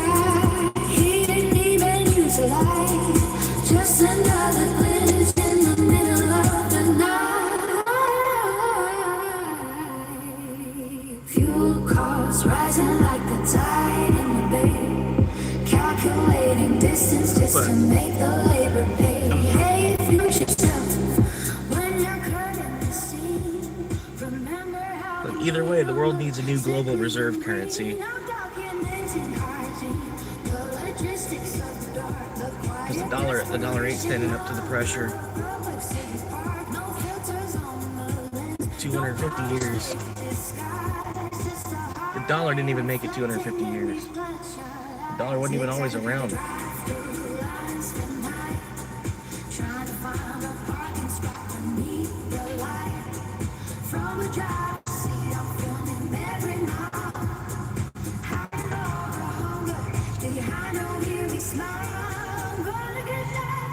And then it's like, honestly, you think we're gonna hold the dollar forever? Like, really? We're gonna not make a change to having like a currency that's more like electric? More like instead of putting power to paper, we can have the power be the price of the power, and it is. But a piece of paper being a value in power, you know, like. Does that power represent power?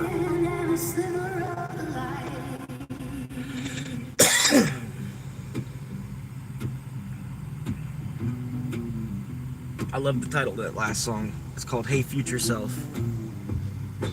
It'd be cool to watch, like, or listen to it and watch. You know what I mean? I could listen to this song in 15 years from now. And it's I named it Hey Future Self. You know what I mean? You probably don't, but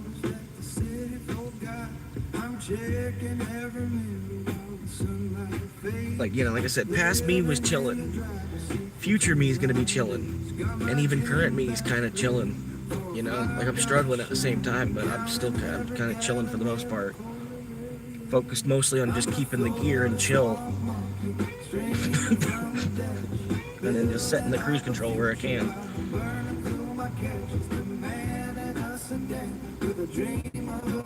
So, somewhere between, like, I don't know. It's like somewhere between like neutral and reverse. That's where chilling is.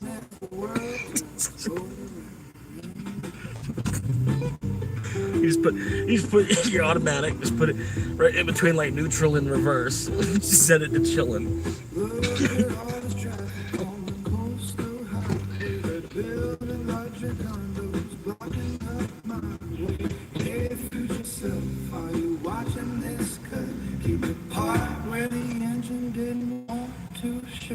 I'm zigzagging lanes just to find a little spot, avoiding the security in the grocery lot.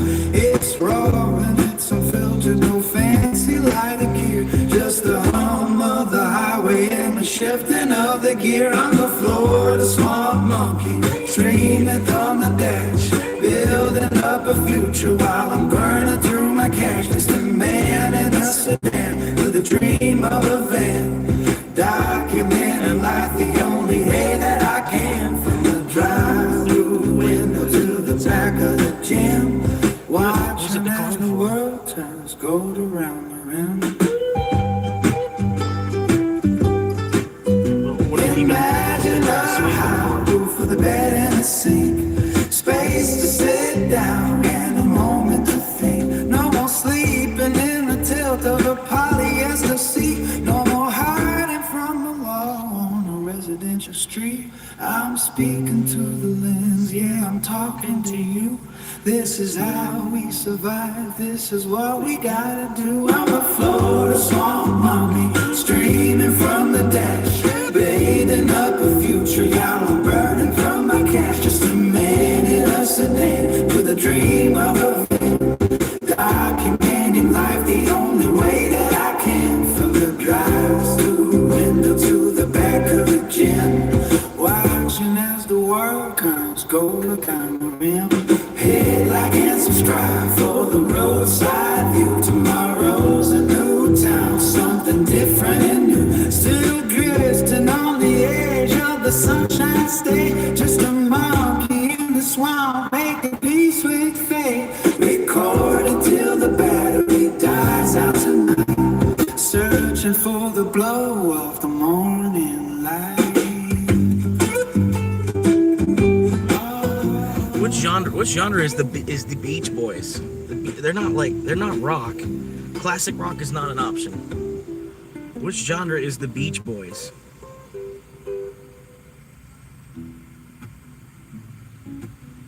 What genre? There's no classic rock as a genre. I don't know why, but I don't want to hit rock and then have it come out like Nickelback sounding. You know what I mean? I want it specifically to sound like the Beach Boys song. Right? You know what I mean? What genre? What genre is the Beach Boys? Classic rock is not an option.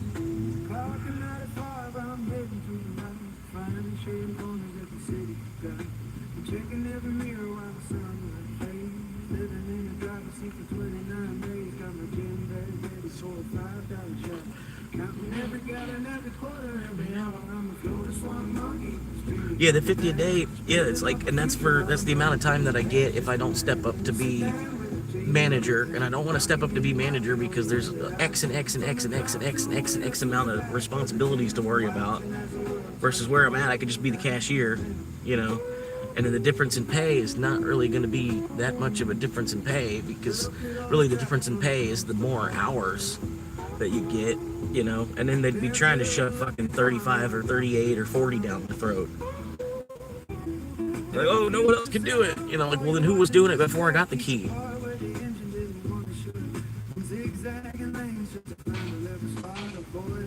already know, because that's what they did to the other guy. And he just took it on the chin because he's 19, you know what I mean? He's got more vibrancy in him. But I'm thinking the Beach Boys is like blues rock. It's more blues rock and jungle, or there's no island sound.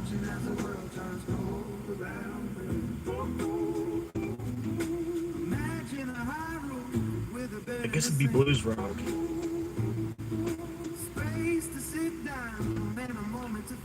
Jungle, acoustic, I think blues rock.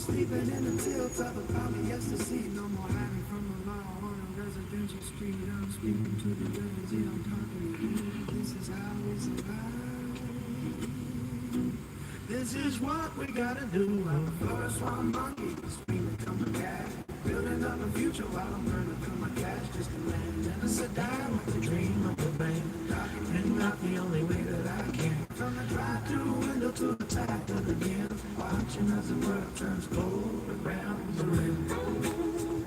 Hit like and subscribe for the roadside view. Tomorrow's a new town, something different and new.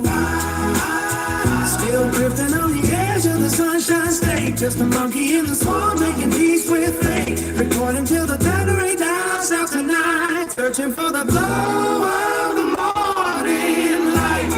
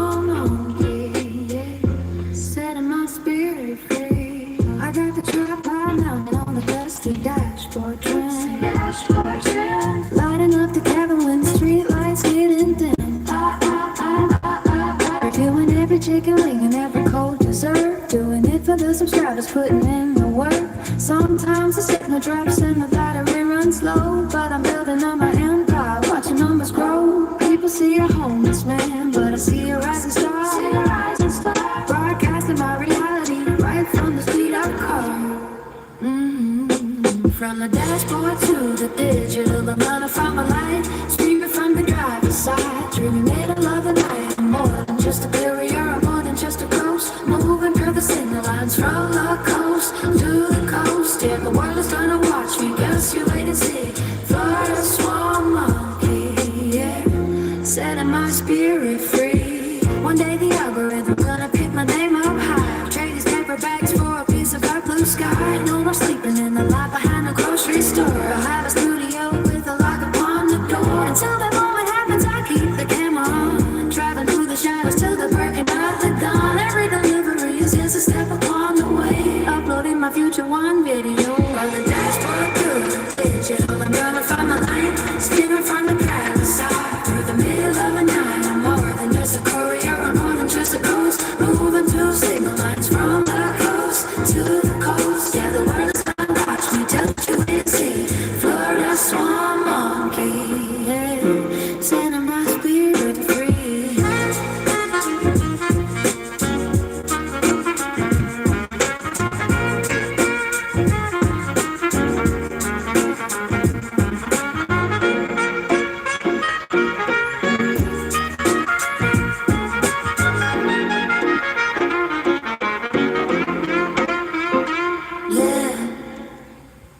This next one's good.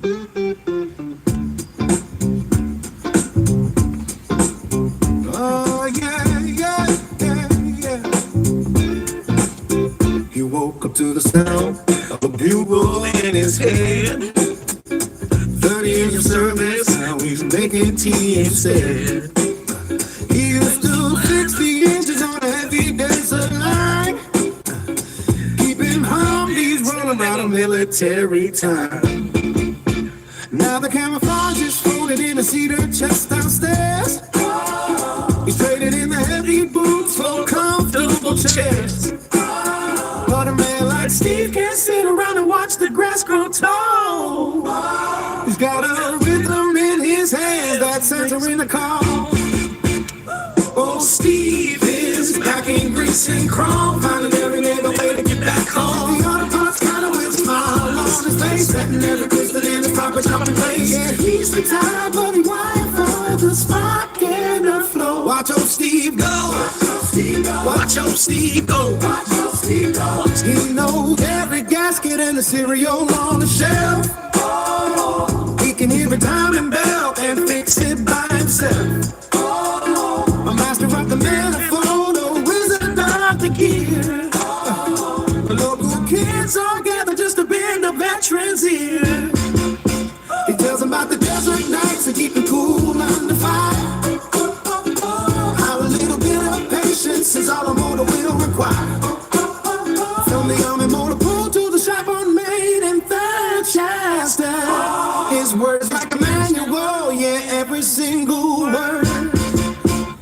Oh, Steve is back in grease and chrome, finding every neighbor way to get back home. The all parts counter with a smile on his face, setting every piston in his proper jumping place. Yeah, he's retired, but he's riding for the spark and the flow. Watch old Steve go. Watch old Steve go. Watch old Steve go. Watch old Steve go. He doesn't do it for the check, for the status or the fame. Oh, oh, oh, oh. He does it for the clicking sound when parts all feel the same. Oh, oh. He cleans the counters nightly with a military shine. Everything in order, everything is looking fine. Yeah, he's a soldier of the Socket Benjamin hero all the day, living out his golden years an independent way. If your battery is dying or your lady is gone, you better call the toughest man the discount has ever known. Steve is stacking grease and chrome, finding every neighbor ready to get back home. At the auto parts counter with a smile on his face, setting every crystal in his proper jumping lane. Yeah, he's the type that he wanted for the spark and the flow. Watch old Steve go. Watch old Steve go. Watch old Steve go. Watch old Steve go. Watch old Steve go. Watch old Steve go. Watch old Steve go. The It's a good one. And the guy that I made that song for, he was like, "Oh man," he's like, "I love it." He's like, "You knew me." He's like, "You knew I'd like funk."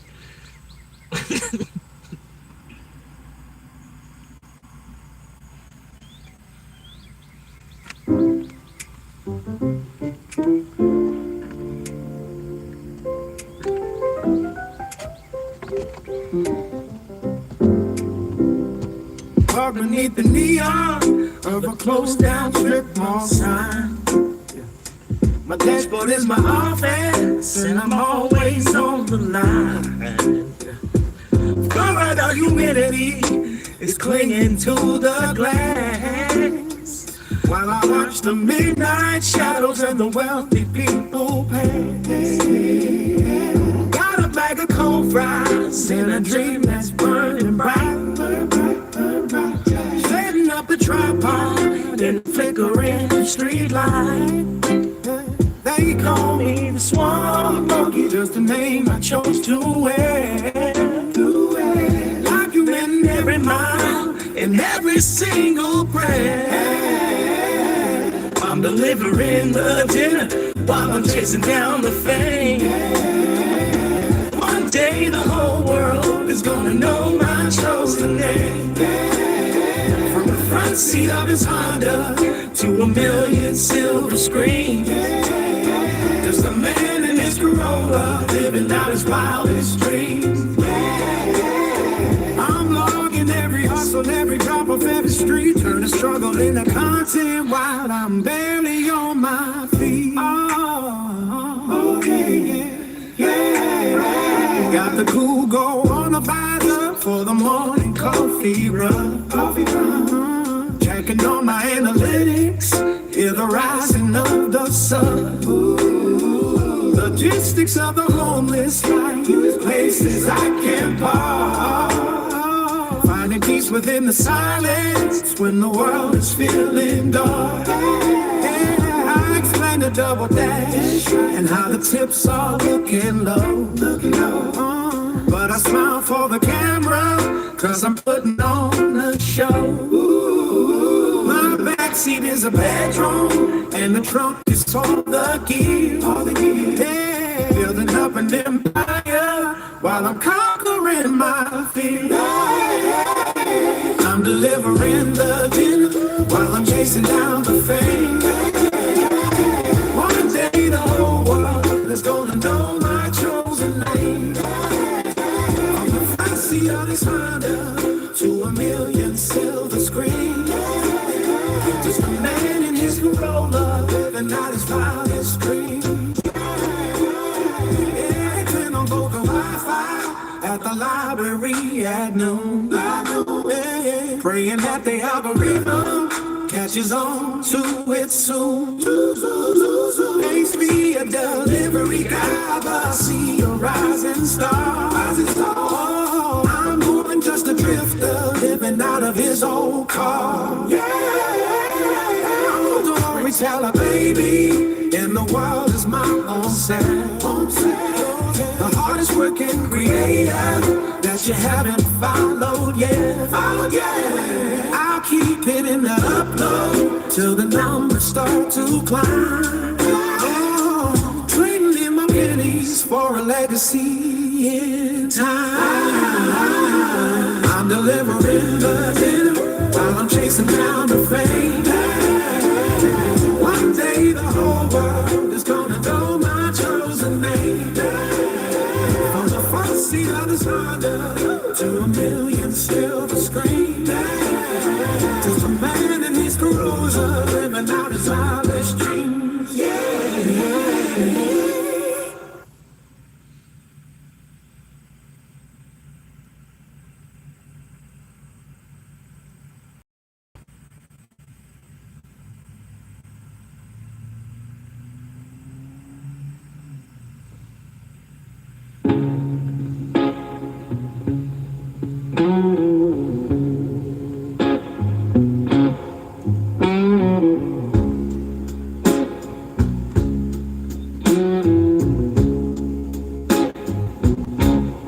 Inventory numbers on a busy screen.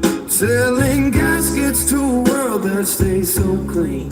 Clocking out at 5, but the shift don't end. Just a minute, a sedan and a road to bend. I pull into the light where the shadows glow.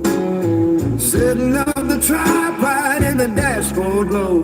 Hey, future me, hope you're watching this back from a place where the ceiling doesn't have a crack. On the floor, there's one monkey on your mobile feed, documenting every single basic human need. From the planet fitness showers to the fuel cars blues, I'm just a man with a camera and nothing to lose. Dreaming of a higher man and a little more space than this fucking sea, staring at my own damn face.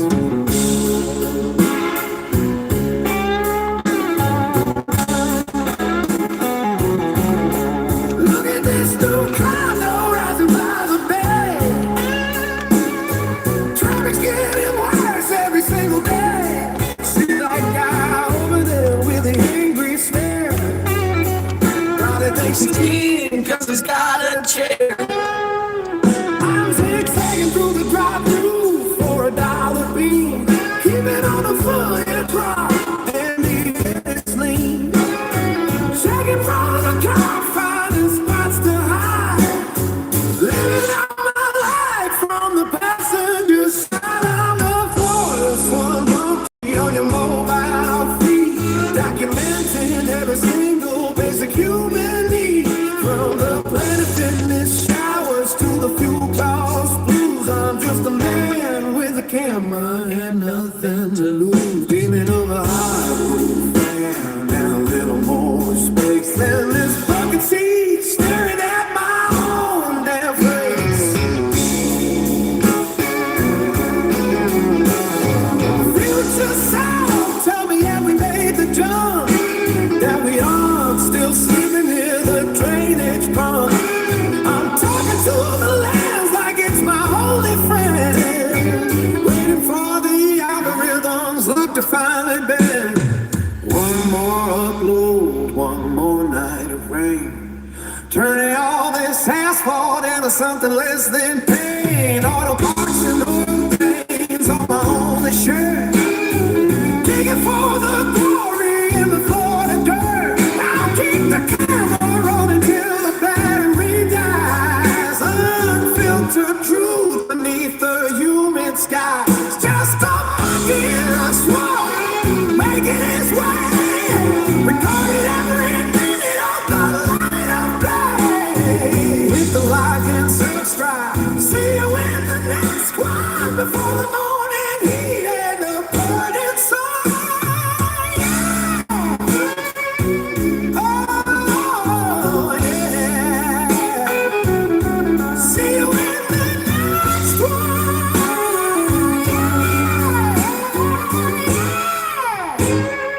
You'll win the next one.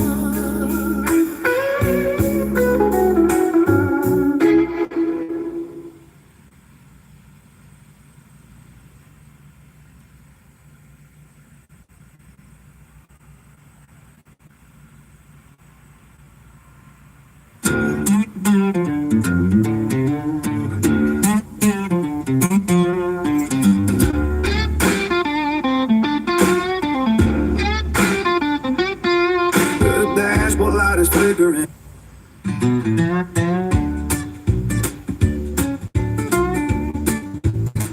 He rolls that rusty window down to let the humidity in. With a faded hat and a toothy grin upon his weather-beaten skin. They call him Florida Swamp Monkey down at the bait and tackle shop.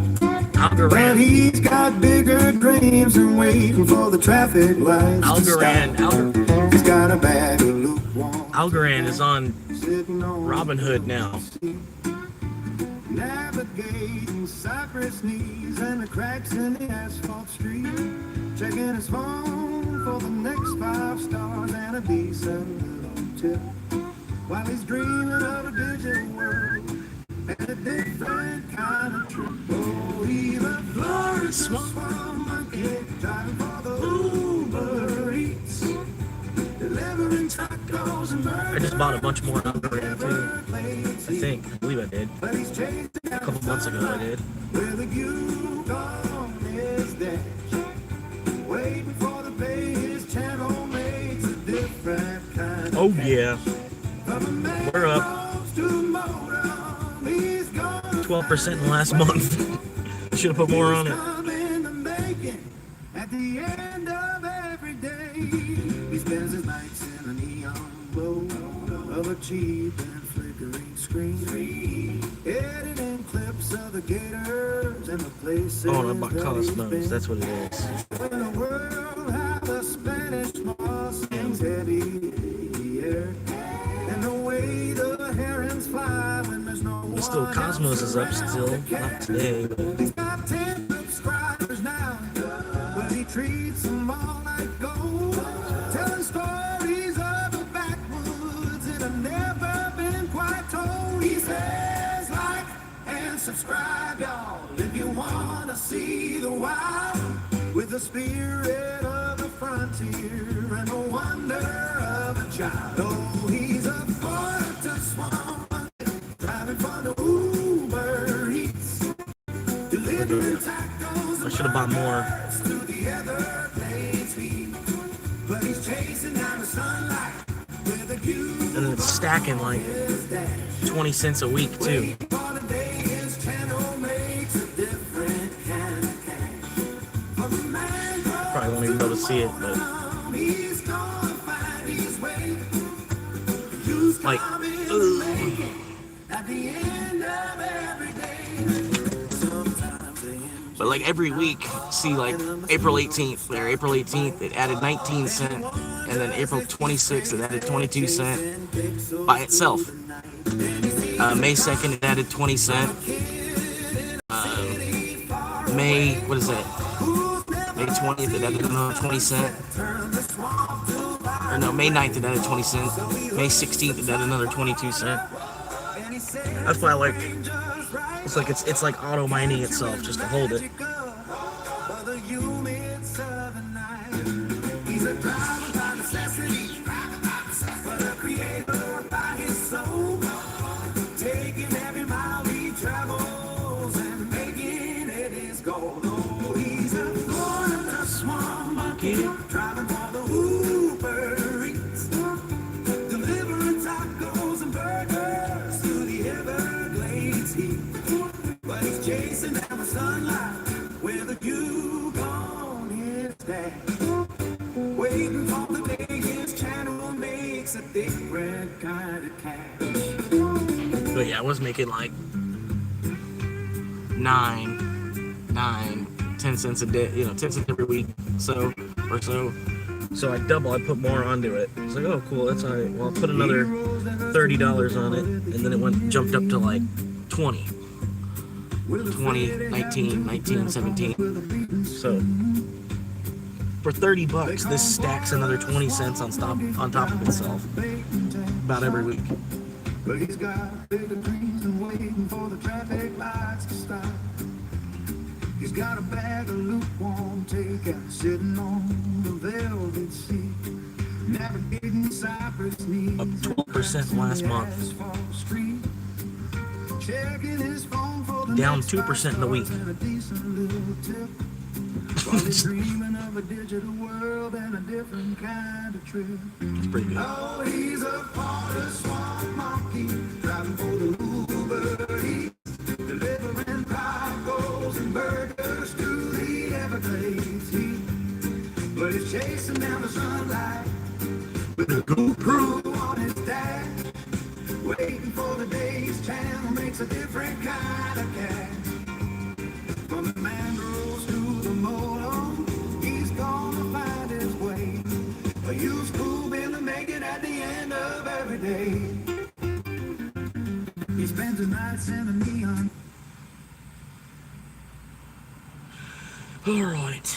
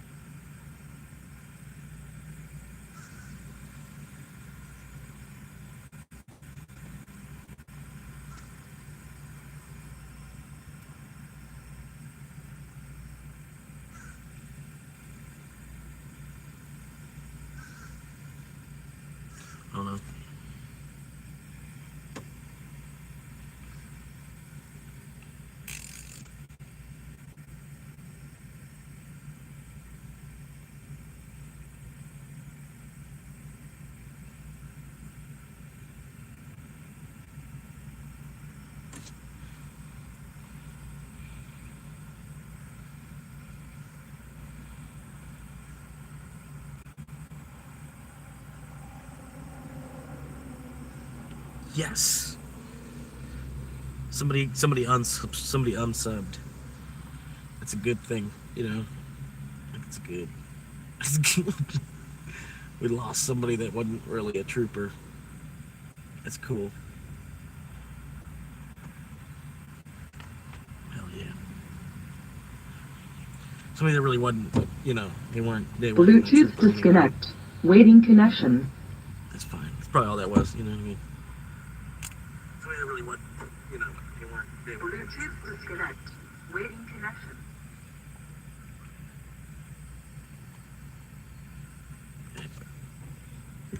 Appreciate you guys. Yeah. I'm sure how much I'm gonna do today because my paycheck hit from the side gig. Finally got paid from that. Got paid today, so it's not a whole lot I have to do. So I gotta, you know, basically I gotta make sure there's at least $40 there for them to take out for the gym membership. But other than that, it's really nothing. Not a whole lot. I mean, I can go get some lunch somewhere. Gotta get a refill.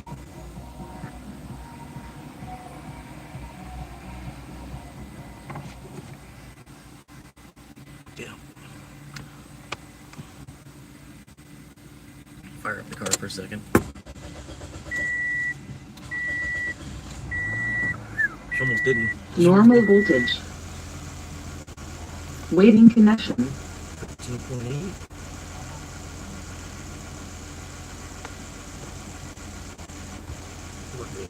She's charging back up now.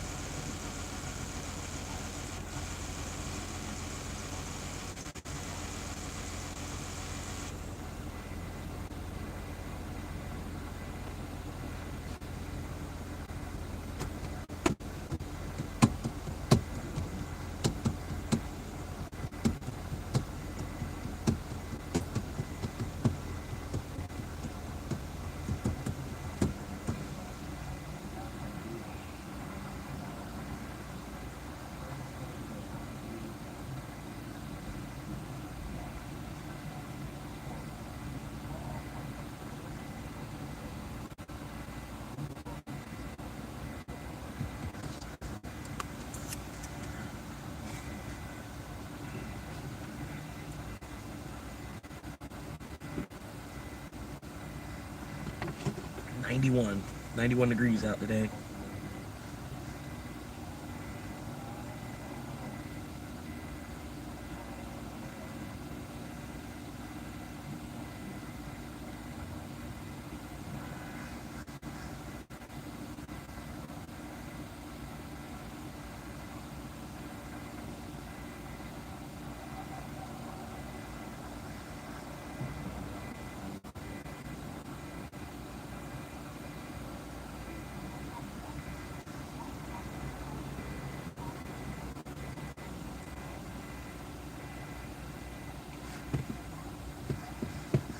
Get out of here, man.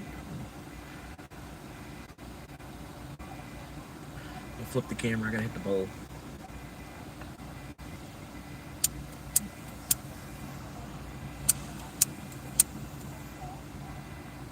A nice breeze here.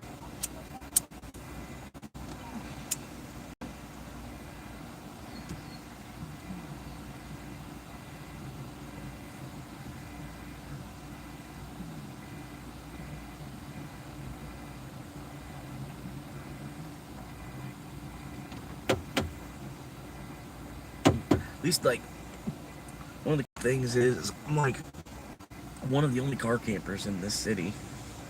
There's probably 5 people. I think I've seen 2. I've seen 2.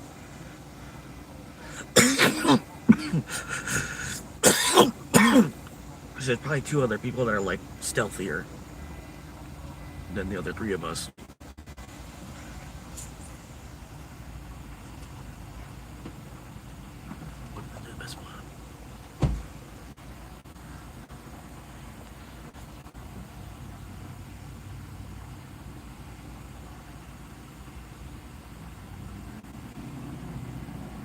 Park here for?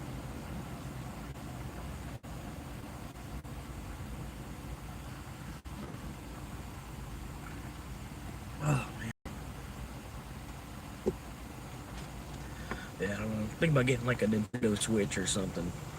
That way I could be like doing live stream IRL and then gaming live stream too. Yeah, like bring gaming into the live stream a little bit more or something like that. But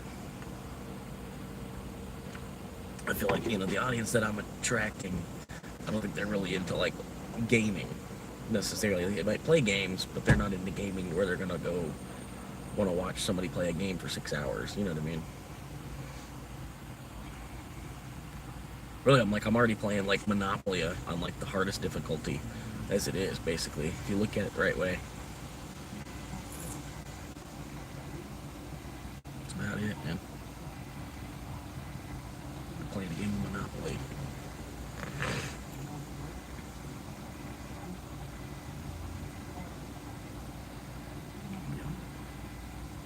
That's why I don't really know, man, because I can lean into the actual job more, but it's bullshit as it is. Like, I could lean into that more once the car takes a shit, or I could stop ahead of time, lean into the job more. But even still, it's like, it's $50. Like, it's not even really, I don't really, it's just dealing with more people than I want to deal with, too, to make money. You know what I mean? Like, I'm just trying to make some money. Do I really have to deal with 50 to 100 people in a day? Like, if I'm not, like, on stage performing, you know what I mean? Like, I'm not trying to be on, not, like, it's weird. Like, it's not that I'm not, like, I don't know. It's weird. It's a different, I don't know, dude. It's something about it. It's like, but just, like, being performing at work and, and having that level of, it's just not even you. It's not even your character. You know what I mean? And then you got this uniform on. Some jobs are worse than others as far as uniforms and all that. And you just, like, I don't know, man. Just, I don't know. It's fucking... So I'm trying to find something else, man. I don't know. There's just not a whole lot even out. If it's not medical field or it's not military, and you don't want to be in a restaurant, or you don't want to work on cars. What else is there? Landscaping. Landscaping you have to get up at 6 a.m. to do. For whatever reason. Because people love it when lawnmowers are going off at 7 a.m., You can't, you couldn't, heaven forbid, you'd wait till after 10 o'clock to start mowing someone's yard. Just out of respect for their other neighbors. Because, damn, we lost 4 hours of the day. Half the day's gone before we can start mowing. But think about everybody. Everybody's on their own schedule nowadays, man. You can't just be out there mowing your grass at 8 o'clock in the morning. Like, fuck. I bet one of the people on the street you live on, or one of the people on the street behind them, or one of the people behind the next street behind you, right? I bet somewhere around there, they're pissed at you for cutting your grass at 8 fucking a.m. in the morning. And I get you don't want to cut it at 1, but fuck, cut it like 4:30 or something, and 5 o'clock. Cut it as something to do at the end of the day. Just hang out, relax. And then after your nap, get back up for your nap, and then go cut the grass. I don't know. Some people are wired different. Just like...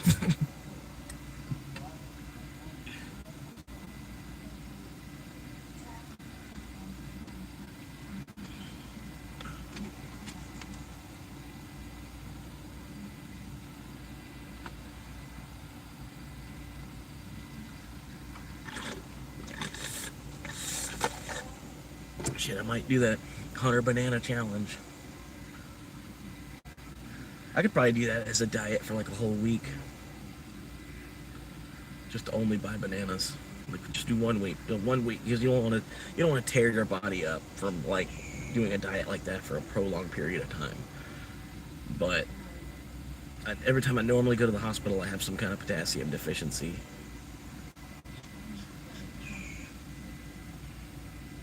I don't think a week of eating bananas is gonna be a bad idea, and they're cheap. You know what I mean? Like, shit, 5 bananas is a meal. You know what I mean? 5 bananas is a meal. It's like that should really fill you up. You know what I mean? You can eat like, you're gonna eat 10 bananas in a day, throughout the day. Like, I don't know. Haven't eaten only bananas. Haven't eaten only bananas. I don't know. I'll try it out. That's probably what I should do. Because I could probably go get 5 bananas for $1-ish. Just they always want paper. You can't go to these fruit stands. You can't go to these fruit stands without paper money. I ain't trying to pull paper money out of the ATM. Fucking, for $1 for $1 of bananas. Then I don't want to go to the grocery store either. And like 100 fucking people in the grocery store that are just workers. Just the workers. There's like 100 workers.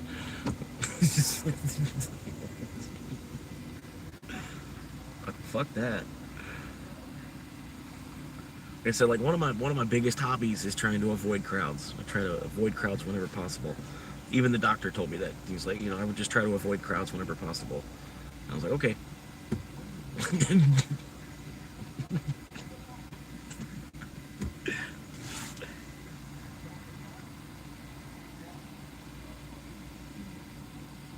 Yeah. I don't like the parts job. It's just so many people to deal with in a day. I'm just trying to get paid. I don't know why. It's like 100 people need to come in and ask me a question for me to get paid $50 sometimes. Like, what the fuck? Plus all the side work and shit that I have to do. And then they constantly are replacing something on the floor every fucking month. Like, fuck. Like I said, just like set the price up higher than it needs to be. And then just have it, set it and forget it for like 6 months. Right? If you can't price it right where the price can stay there for 6 months, y'all need a new economist or something, like whoever's in marketing or whoever's whatever, I don't even know which branch of whatever it would be. Fucking asset protection, I guess. I don't whatever. Whoever the fuck is doing it. All these fucking price changes, like every fucking week there's more fucking price changes printing out of this stupid fucking machine. And because we're stuck in the fucking 80s, they don't have a digital price display. All this man hours is just wasted. Time we could be spending doing other things in the store. But we're fucking constantly fucking repricing stupid shit for the price to go down 20 cents. And then for a month later for them to raise the price by 40 cents. And it's like, just set the price, 6 months at a time. Like I'm saying, like, stupid. You're doing more work than we even have to. For what? 20 cents? Just dumb. The whole system there seems kind of fucking stupid. I don't like really being a part of it.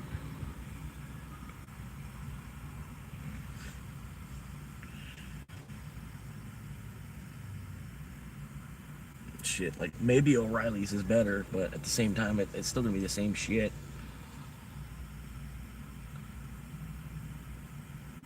People coming in trying to see, what's the most I can get out of you.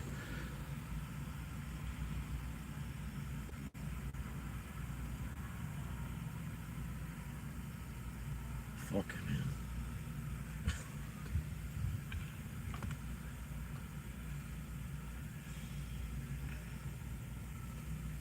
That it? That's all we're getting?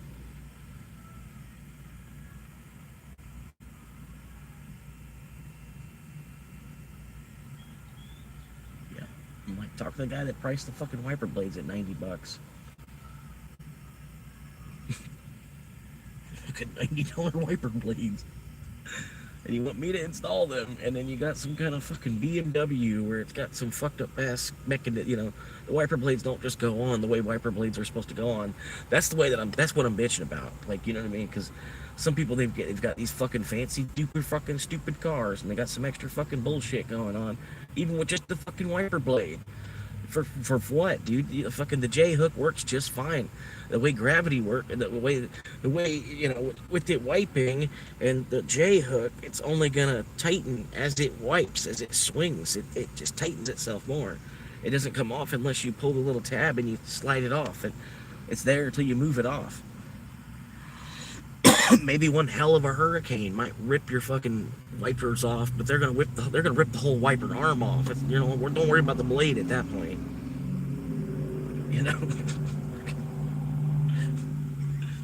It's stupid. They have to overcomplicate the stupidest things.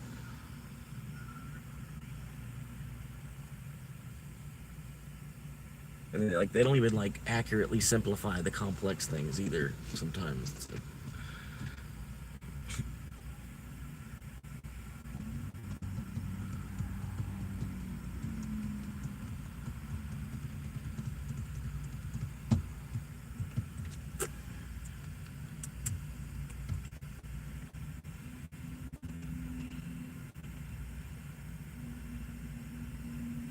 but yeah, that's why I'm just honestly I'm trying to look for something else, man. Indeed ain't getting me nowhere. Fucking, you know, whatever, ZipRecruiter, Glassdoor, all that shit's getting me anywhere. And I don't want to go back to school because of money that I don't even fucking have to go back to school. And then I can apply for a grant, all that shit too, but you know, then I'm not going back to school for something I actually want to do. I'm going back to school for greed. So then I'm like, am I really on the path to enlightenment then at that point? Even though I'm going to school, is it really the path of enlightenment? Because no, it's the path to greed. Because I'm worried about making more money. I'm not really worried about making more money, you know. Because like, but then why am I going to school? Well, because I'm trying to make more money, and it's like, well, I'm not even going to school for something I actually want to go to school for, you know. So it's like that's not really the path of enlightenment, then, is it?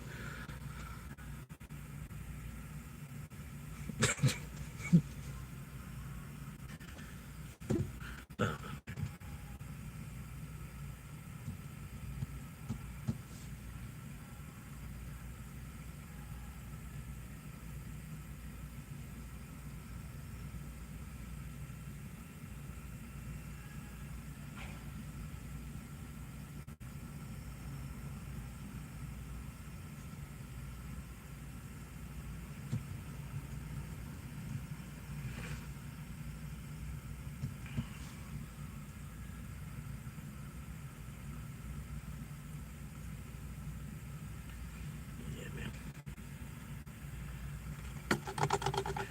Oh yeah, that's right. I gotta go get lunch now. All right.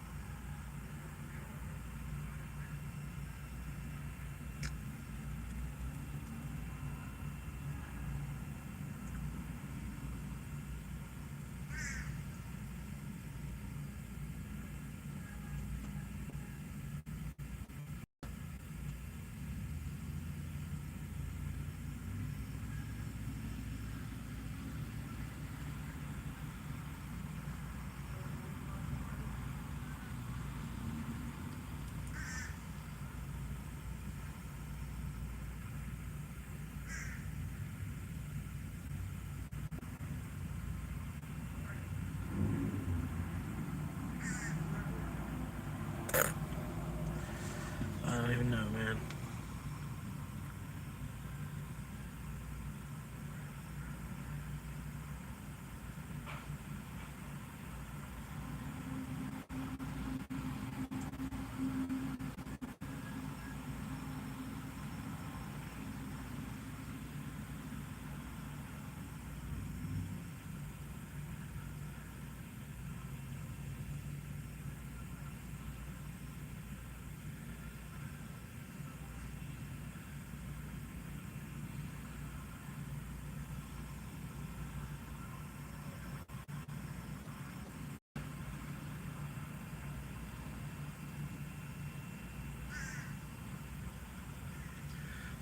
Probably gonna go up to the trail. That's actually a pretty good idea.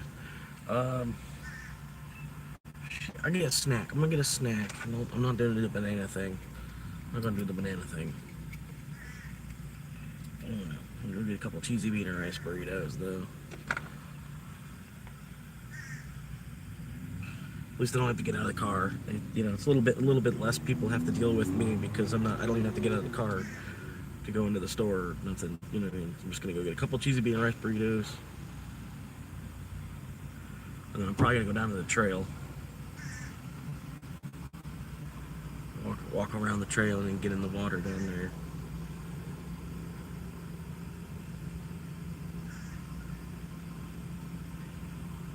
Well, I need drink. Need drink. Need drink. That's right. Free fire tier reward. Yes. Thank you, past me, for getting me a reward.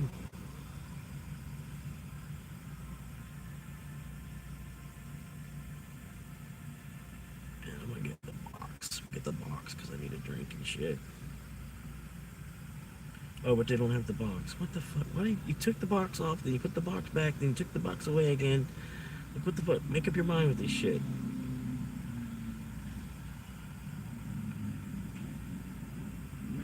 That one's not even worth it. For $9. $9 they give you a crunch wrap, a chicken soft taco, a cheesy bean and rice burrito, and some cinnamon twists for $9. Not fucking worth it.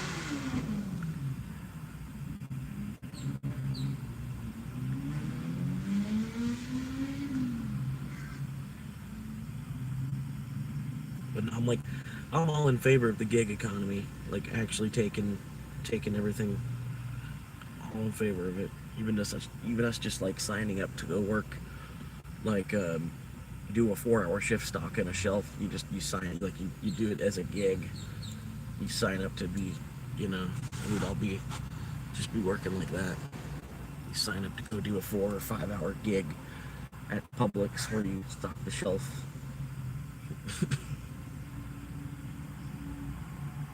You can log in, you can sign up anywhere,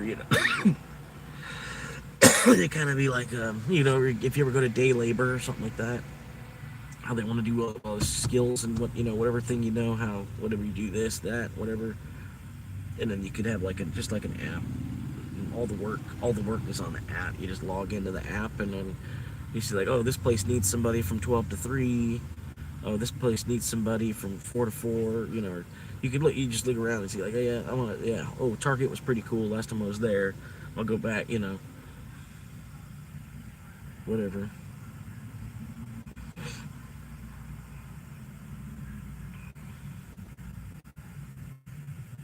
That's 2 new pieces of software I made today in this live stream. Basically. Fucking.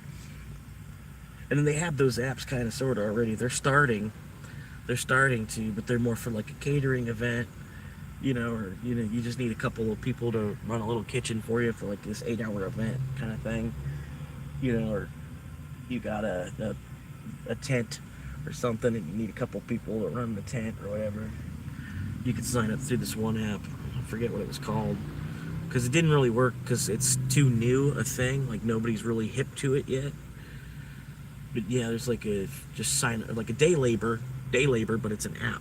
You don't have to get up and go to the fucking office at 6 a.m., stand there, and then find out that they don't have work for you. You could just look at it on an app, and then you could schedule stuff up to like 3 months ahead and shit, 6 months ahead. But you have to show up because if you were signed up to be a worker and you like have 2 no-shows or something like that, they'll stop using you as a worker. But they'll tell you like, oh, it's 8 hours, and then the pay. They're offering like $124 for the 8-hour, or something, but it's down, and because it's so new, you'll have the shit be hundreds of miles away. It's like 200-mile drive to get to where they want you to work.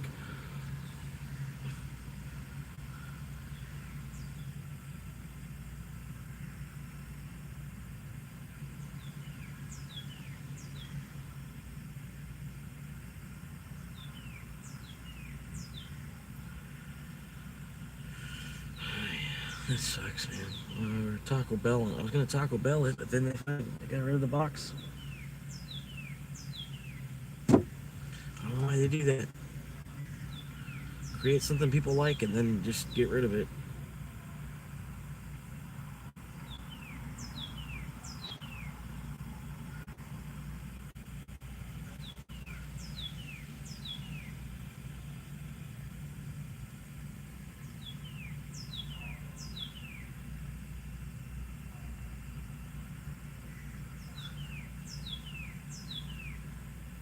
$10.50, $10.29, $11.29, $10.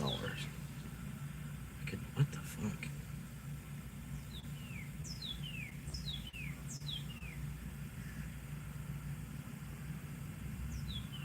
Three crunchy taco supreme combo, $10.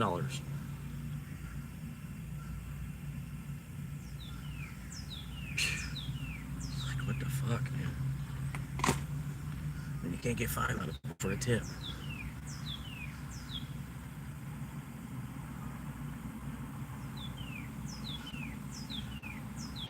Shit, my dad was telling me he remembers when tacos at Taco Bell were like 19 cents.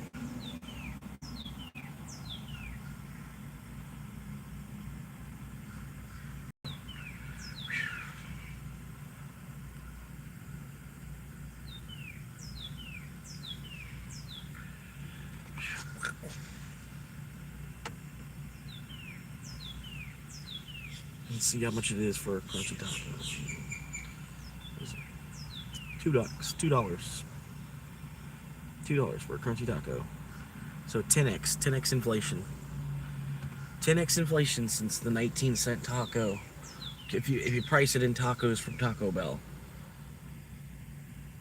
That sounds about right. 10x inflation since the 80s, the start of the 80s. Fucking ridiculous still at the same time.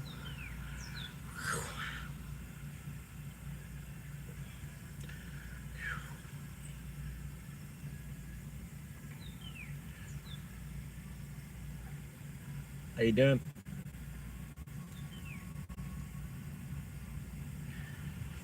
There we go. Ooh, a spicy potato soft taco. Maybe. But now it's like they're replacing the beef with potato. Like,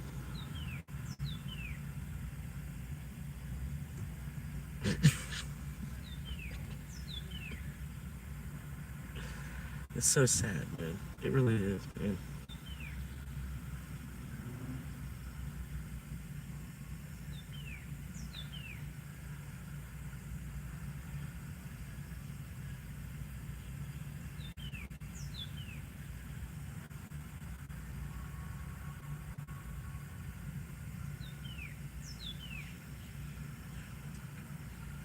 $1 for some potato on a wrap.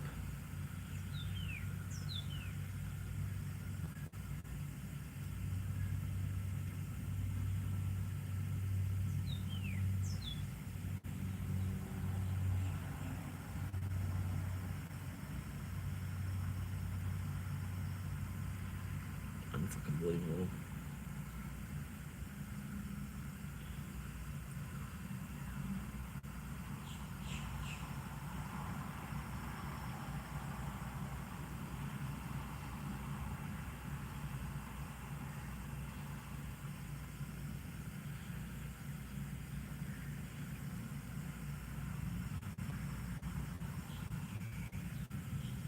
I still need a drink. I still need a drink too, though.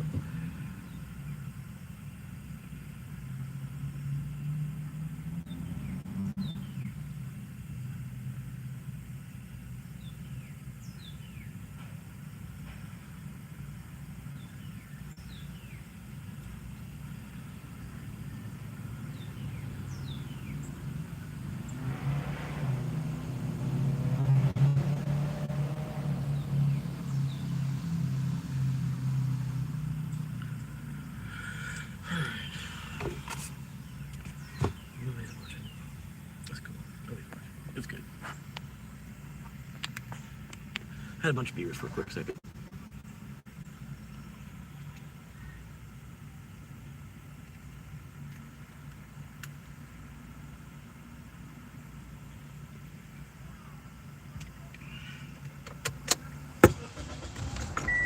Two o'clock. Normal voltage. 4 hours. 4 hours. Waiting now. connection. We got 4 hours behind us already. We're good, man. We're chilling. The day's already almost over. Hell yeah. I wouldn't believe it, man. The day's already almost over, dude. We're already almost to another night. I have a place to sleep here shortly. Made it through another day almost.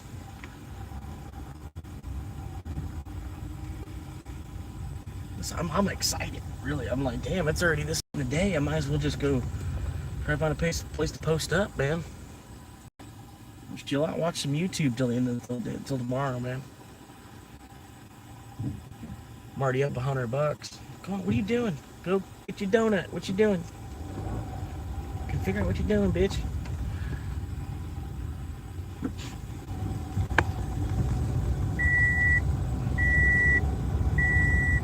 Go lick all the cream out the inside of the donut before you eat it.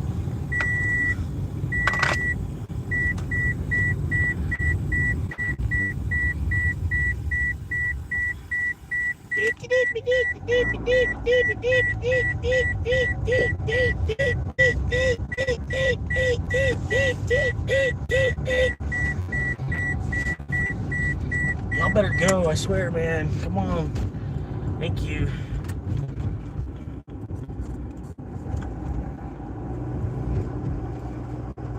Yeah, I'm probably just gonna go wrap around Taco Bell and then go head straight to the campground.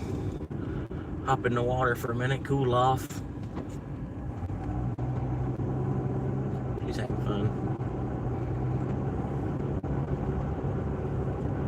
You're homeless, but you got like a sundress. You're wearing a sundress while homeless. Okay.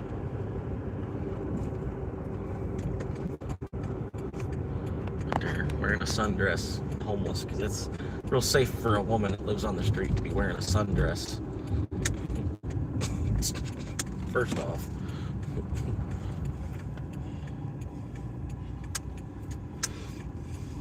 But you gotta be careful with that. Like here in Florida, because people look so scrubby as it is too. Sometimes there's like they're not even somebody that actually lives on the street, and they'll be out there panhandling, and then they look beaten. You know what I mean? They look rough, but they don't even actually live on the street. And then you're giving them $10-20 and whatever, thinking that they live on the street, and then they go and get in their car. Some of them, I've seen in Tampa, they get in a BMW and then go drive home. Make $200-300 a day to stand on the corner looking scrubby and then get back in their BMW and then drive home.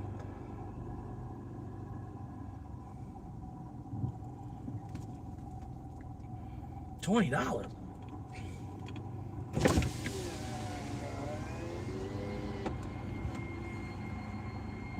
Hi, welcome to Taco Bell. You can order whenever you're ready.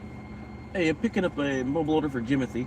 For Jimothy, it looks like steak griller, chicken, flatbread milk, chicken and rice burrito. Yes, sir. Oh yeah, phone there. Thank you. All right.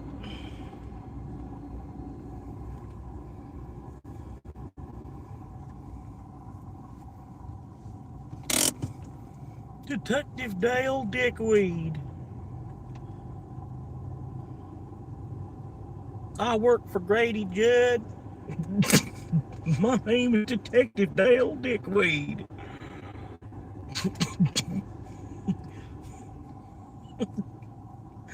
Luckily, I was friends with the sheriff since I was born, because I wouldn't have been able to get a job anywhere else with the name Dale Dickweed.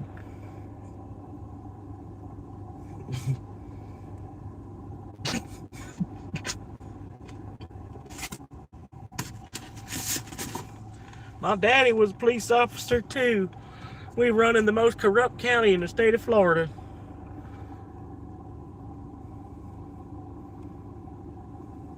Besides maybe Pinellas, but I don't know if all Pinellas is corrupt yet.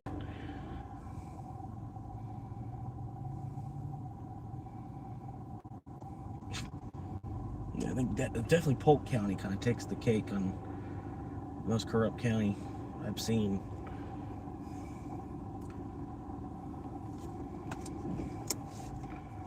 Right. Out in the Blackwood, down in the holler.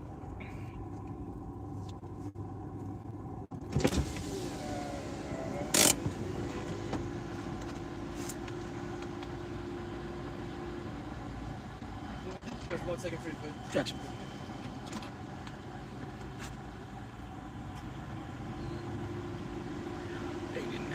Car behind me, can't do that now.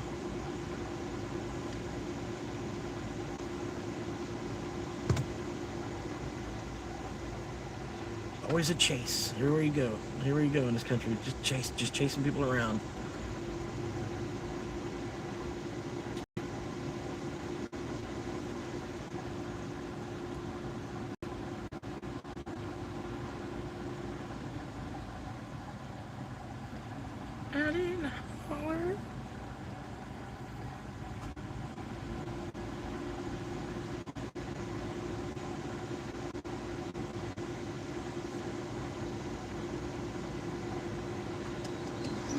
Thanks, sir.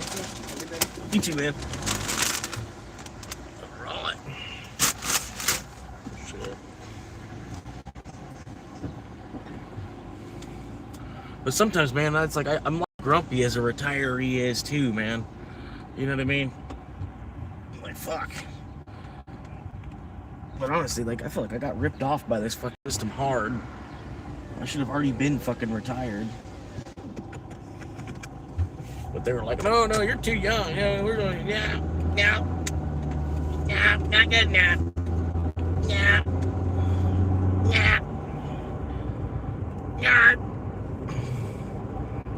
not good enough. All right, well, fuck y'all then. Nothing's good enough for y'all. Fuck y'all.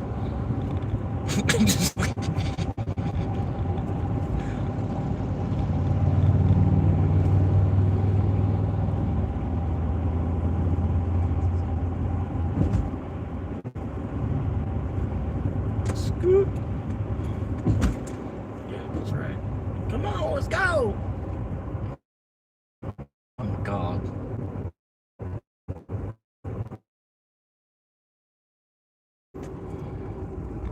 Yep, and then you had to shimmy over into this lane, and then you're not gonna fucking move, right? When the light turns green, you're gonna leave your blinker on and everything too, because you're that focused on your driving, right?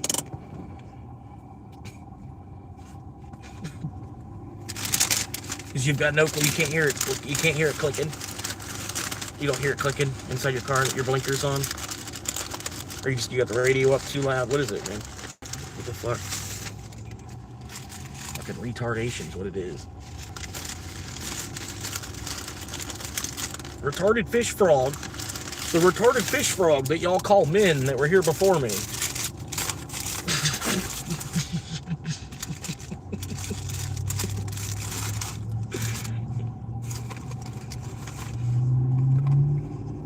Retarded fish frog. We've only just now made it to being monkeys. We were just retarded fish frogs before.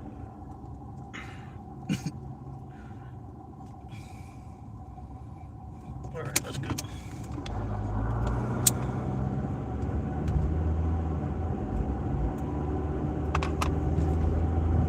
But yeah, we got like lunch and dinner already.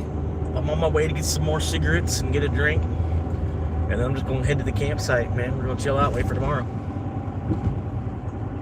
Another day in the books.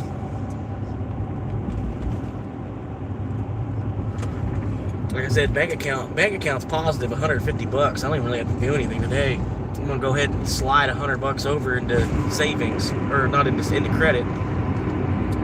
Put $100 on the credit, and then we'll do 50 on each card probably. And then I'll still have $50 for myself, and then I'll be worried about tomorrow when tomorrow gets here.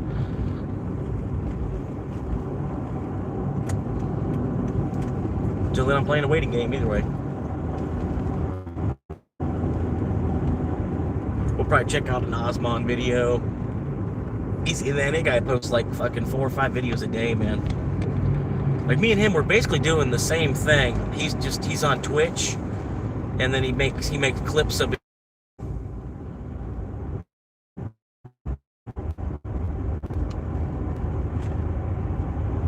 Alright, sorry, I was waiting for a drink. I drive like crap. What the fuck? Yeah, while operating 2 phones, fucking smoking, fucking eating, doing 5 things at once. Yeah, okay, sure.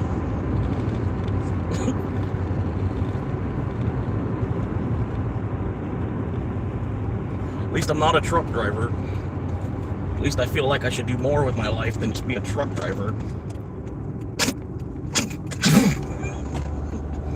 What are you doing? What the fuck?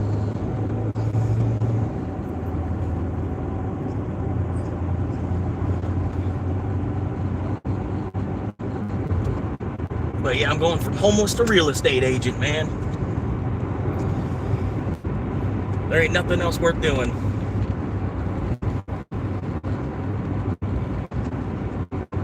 Discuss truck driving? No, I'm not. Like I said, it's a waste of time, man.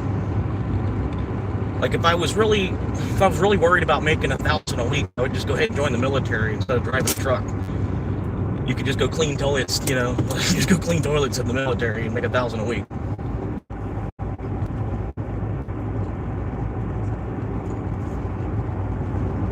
And then really, as a truck driver, it's still kind of hard to make $1,000 a week. You're talking about out of state, you know. Which, I mean, look at all the idiots on the road. Like, do you really want to be a part of that any more than you actually have to? I'm trying to find a job where I don't even have to drive a car to work. Hence the YouTube. Right, of course you're behind me. Because I thought you were the Kia that's in front of me. Dumbass.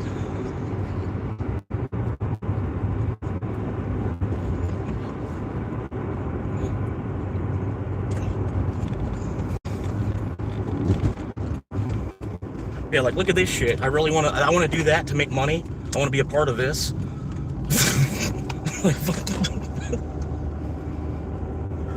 Really, man, I'm waiting for like the commercial truck industry to like actually pay to build a second interstate, so that way you can put all the commercial traffic on its own interstate system and have all the civilian traffic on its own and then you could see who's actually causing the you know, because it is probably more civilian traffic that causes the accidents, but it would still be better if there weren't these big giant boxes on, like, half the interstate's clogged with big ass giant boxes, and we're just trying to get the fuck around y'all. And then some of y'all like going past the 10-hour driving limit in a day. Plus, I want to smoke weed. You know what I mean? You can drink alcohol all night long, be a truck driver, but you can't, you know, heaven forbid you smoke a bowl. Even in a state where it's medically cleared and you have your medical license, it's still kind of fucked up how they want to boycott just because it's a federal. Oh, it's the federal, yeah. But, you know, there's like 24 states that are on board, so we get a couple more and then we've got the majority, and then, so it's going to have to fall over federal, too. Go back to Ohio for what, bro? The fuck? Like, why not go to North Florida or South Georgia? Like, what the fuck was in Ohio? God damn, I swear. Brain dead, redless, fucking idiot. God damn, I swear. I'm so sick of this shit. Fucking millionaires and brain dead fucking rednecks all over this fucking state.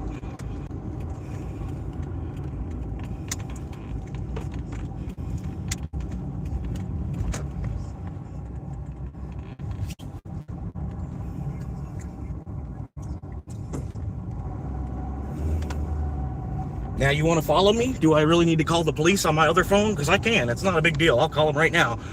Too late.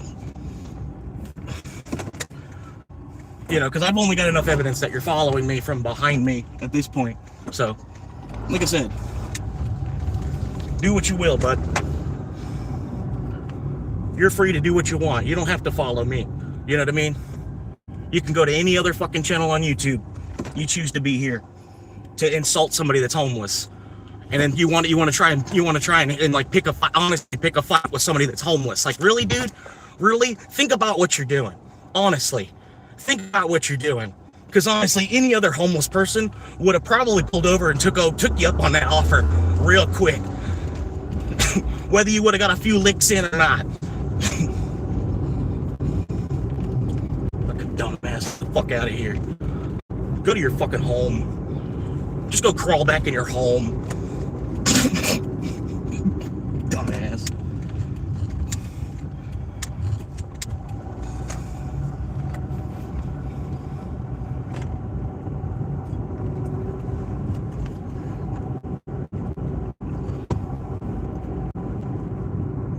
Your name is Clint, too. Like, yeah, that makes sense.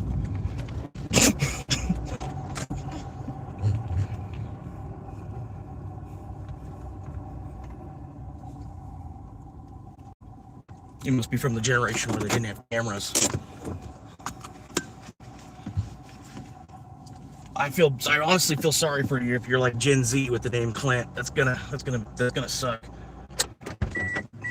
Your whole life.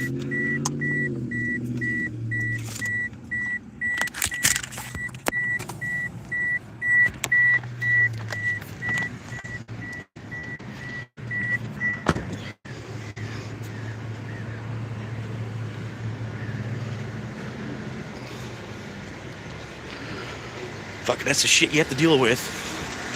You're a crap driver. Is that why you're behind me? Go down to Pinellas County. You think I'm a crap driver? Go down, drive around St. Pete, come back. Fuck out of here.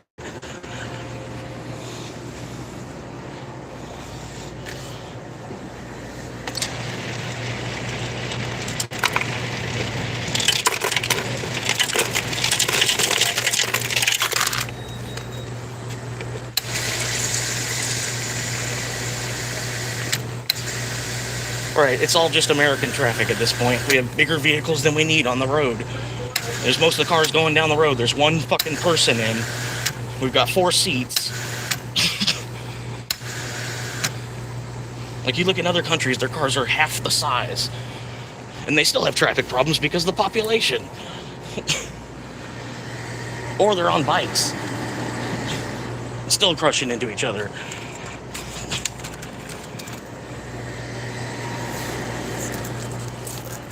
So thanks for being a part of the problem.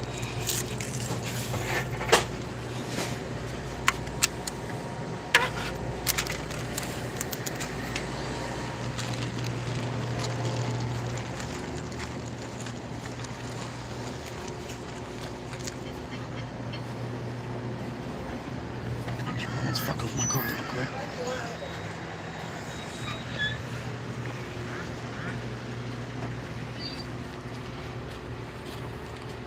Success, we got your, I've already got my order.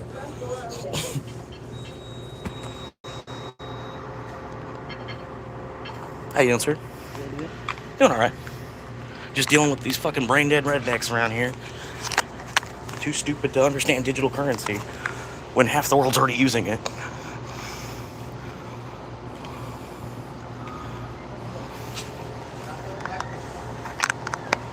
Chip failed.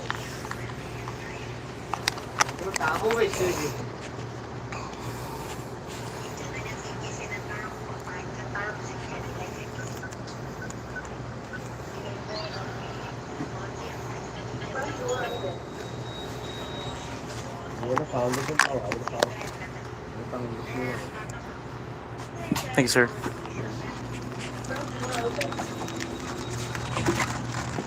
Thanks, sir.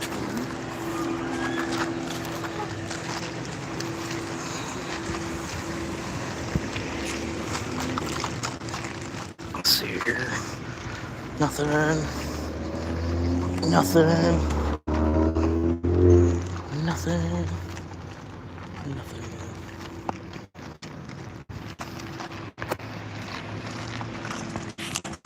Yeah, come on, Clint. Come on. Figure out what I got in my car. Come on around. That's not a threat. That's asking you to come on around. Follow me just a little bit longer.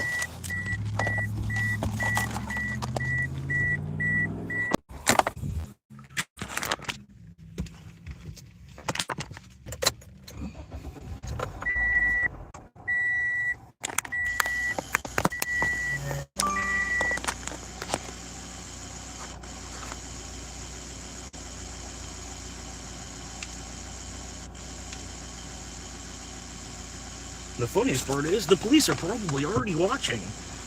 I don't even have to let them know. They already know. The moment you fucking timed in the chat.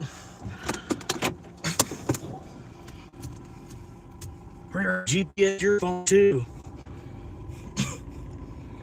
Come on, get within 3 meters of me. I dare you.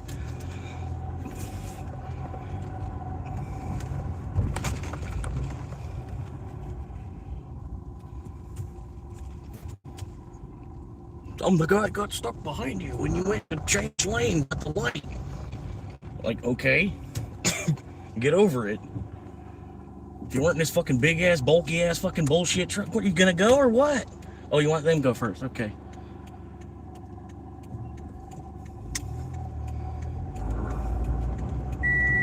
And maybe if you were on an R6, you probably wouldn't have fucking been behind me, huh?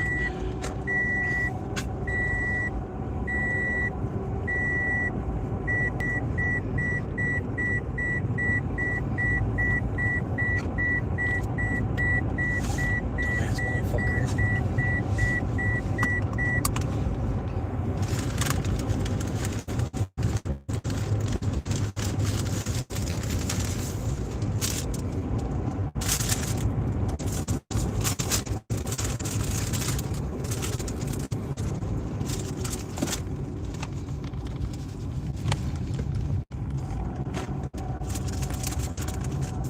And I'm almost at the campground now.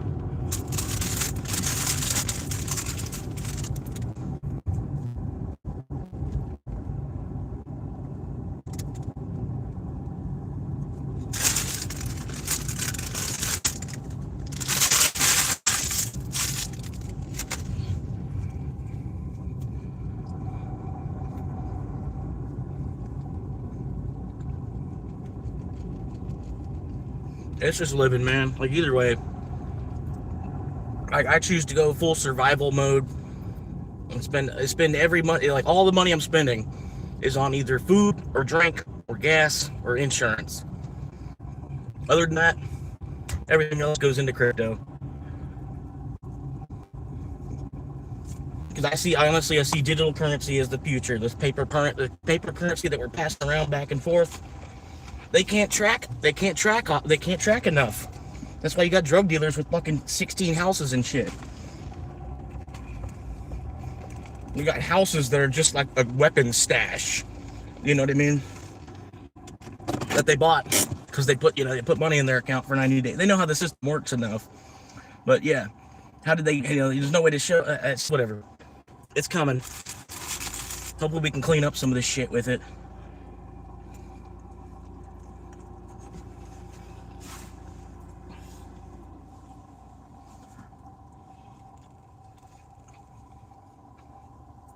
The dumbest part is, like, 95% of the world still has no fucking clue what's actually coming.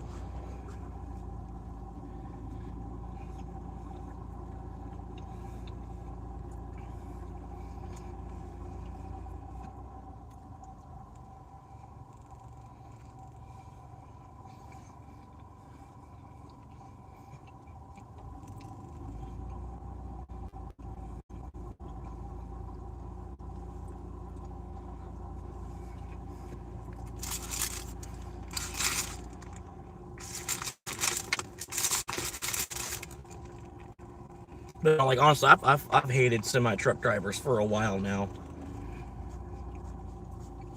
Like, basically since I wasn't a 5-year-old and semis were, like, really cool anymore. You know, because, like, when you're a little kid, it's like, ooh, big truck, especially being a boy or a guy or whatever you want to call it. But as soon as you grow out of that phase, it's like, you know, why can't we use the train? We built all this train track everywhere. Why can't we use the train?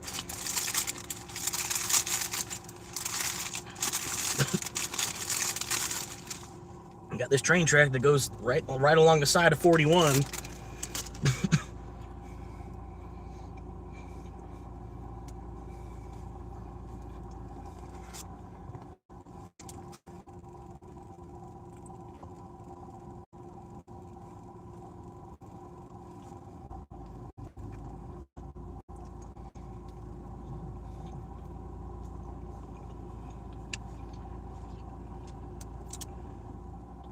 Pull over, we'll talk about trucking.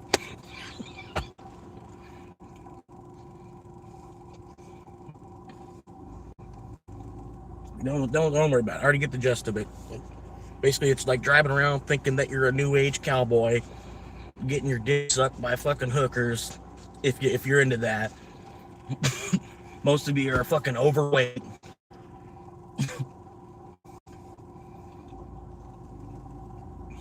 Usually the most in shape guys are truckers.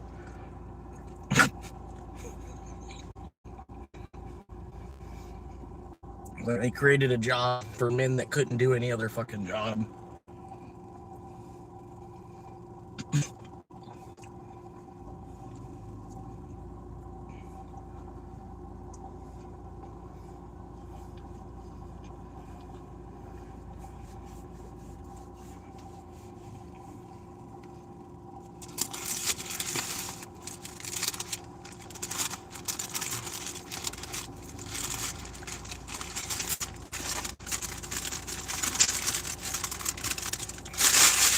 Fucking alcoholic. You probably are. Probably are. The only way to live in this world is to try to find a way out of it sometimes. Since you can't smoke weed, I'm pretty sure you drink beer. And if you don't drink beer, you probably drink something harder.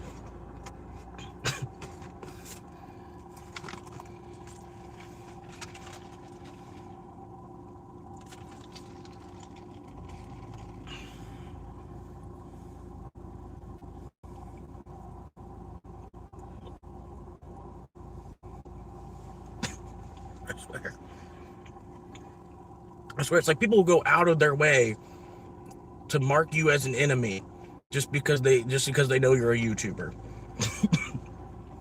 I swear, it's been a hell of an experiment since I wrote this on the back of my car, really, especially in this fucking town.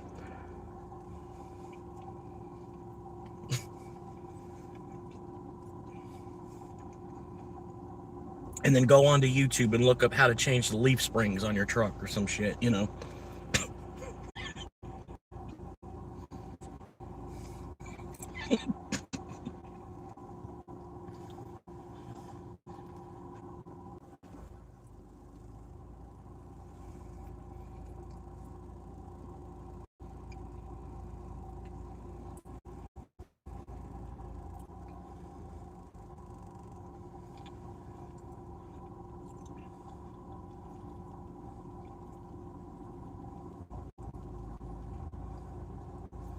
Where was that at, actually? Let me timestamp that. There might be enough evidence in there. Because it's almost harassment.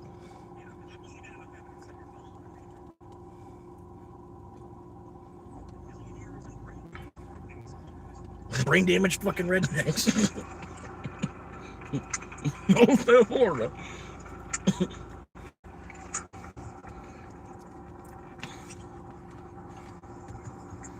And he even bought, he helped finance another fucking millionaire getting richer. Follow me? Do I really need to call the police on my other phone? Because I can. It's not a big deal. I'll call them right now. Too late. Because I've only got enough evidence that you're following me from behind me at this point.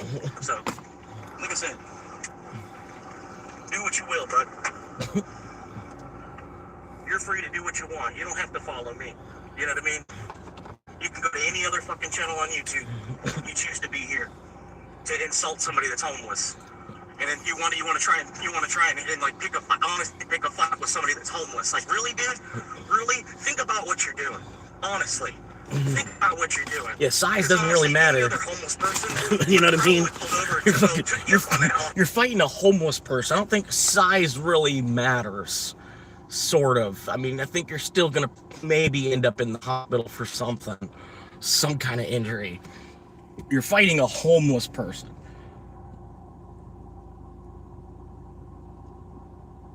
That's just stupid. Real quick. Whether you would have got a few links in or not. Fucking dumbass. Get the fuck out of here. With the state trooper right there and everything, dude. Like, you're so stupid. Back in your home. Dumbass.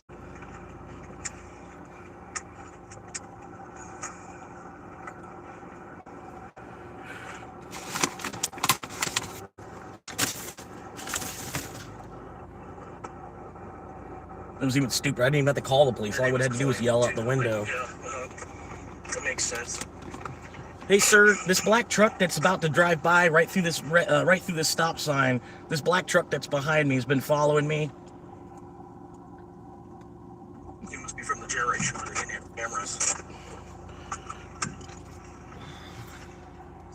I honestly feel sorry for you if you're like Gen Z with the name Clint. That's gonna suck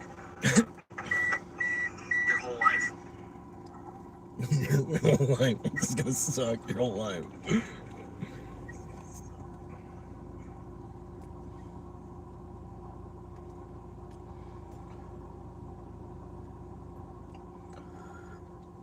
All right.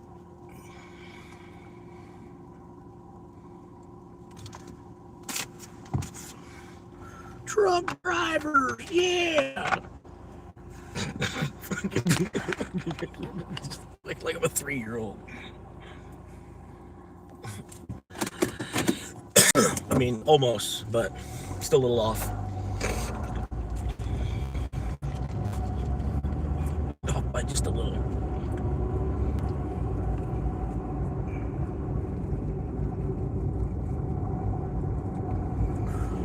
Yeah, let's start some shit with a homeless mobster. Like, God, bro. Do I really need to call my uncle? This is like for real. That's the other part of it too, man. Like, you hurt me, you're gonna be hurting my mom, and then my mom, she's gonna make a quick phone call. You know, it's like fucking, you know. Lord, watch out.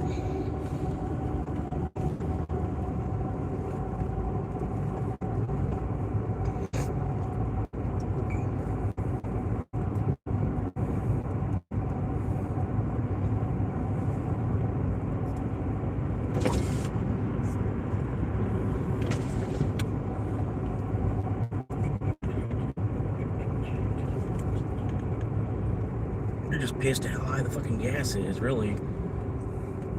Especially if you're a truck driver. It's hurting me. I can only imagine what it's doing to you.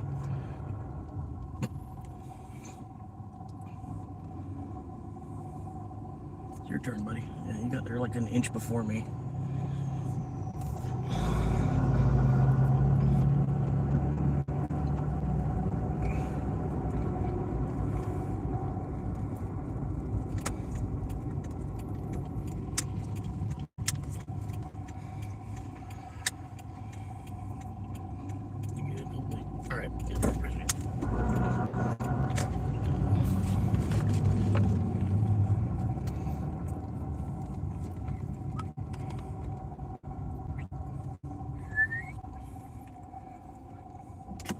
Are the flock cameras working? Seemed like y'all knew I was coming. But we don't live in a communism. Communism. Make sure you work on time. Make sure you work hard. Play music.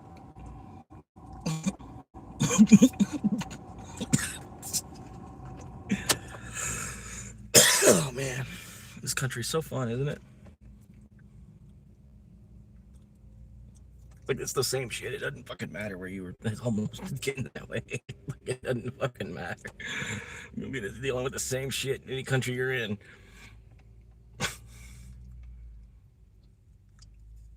People pissed off at you for shit you had nothing to fucking do with.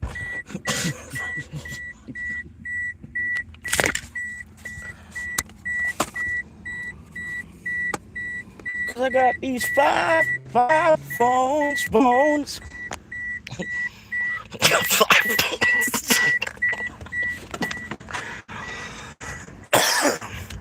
We don't have eyes in the back of our head, so you might as well have a GoPro pointed off the back of your head. That'd be a good idea, actually.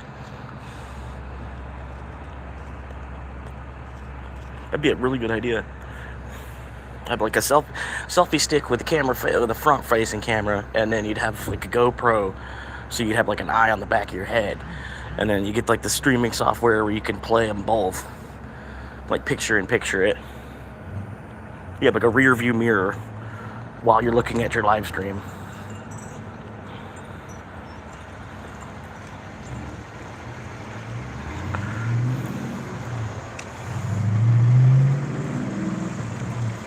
I'm saying, man, $1 million idea every fucking damn day. What the fuck is working gonna do?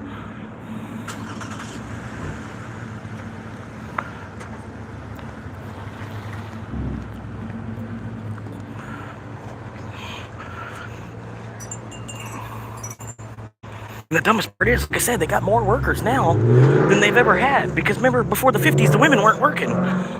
Or if they were, they weren't getting paid properly. You know, like fucking, we stopped child labor. Let the women go to work instead.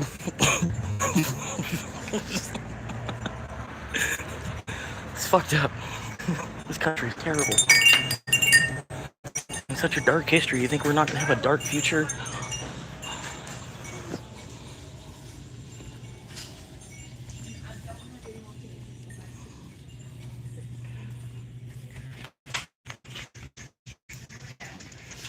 Sorry.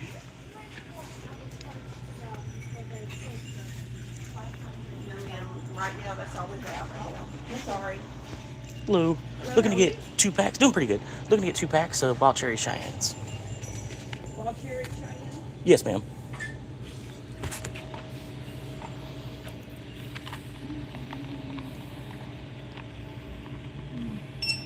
Okay.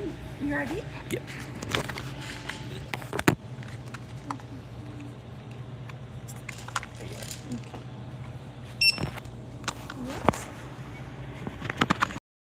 Two?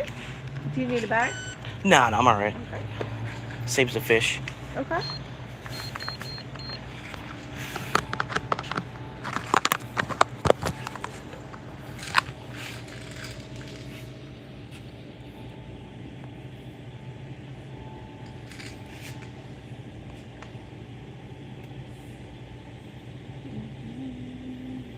It's been acting up. I don't know what the problem is.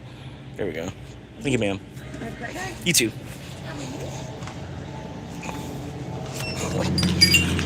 It's like they're freaked out. Oh, my bank account's positive. The card doesn't know what to do. What's up? Oh, let me look underneath my tires real quick. Let's not be dumb. Other people are fucking retarded. You're good. You're good, dude. Fucking. That's what I'm talking about. That retarded shit.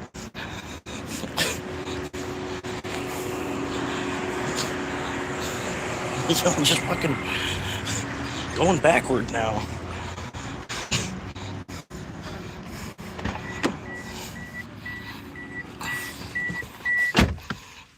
Alright.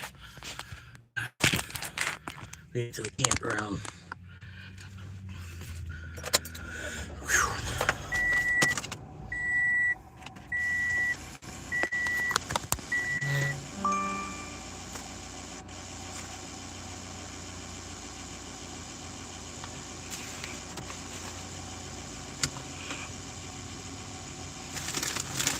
Yeah, you know what I mean?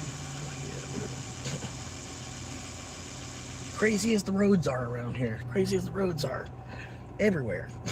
Only been one accident ever.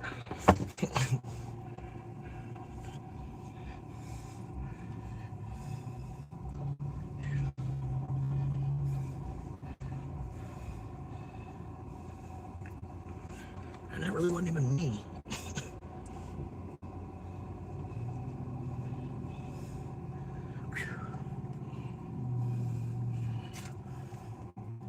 I'm saying you gotta drive defensively by driving aggressively through all these fucking gray-haired assholes. The best way to drive defensively in this city is to just go ahead and drive aggressively. Everybody else is driving so fucking stupidly. Trust me, it works, man. It works. It should be common sense almost, but you know. That's assuming anybody's got common sense. Past just straight fucking, you know, breathing in and trying to have sex. Someone's got a common sense besides that, you know. Usually the people that can get ahead of the game.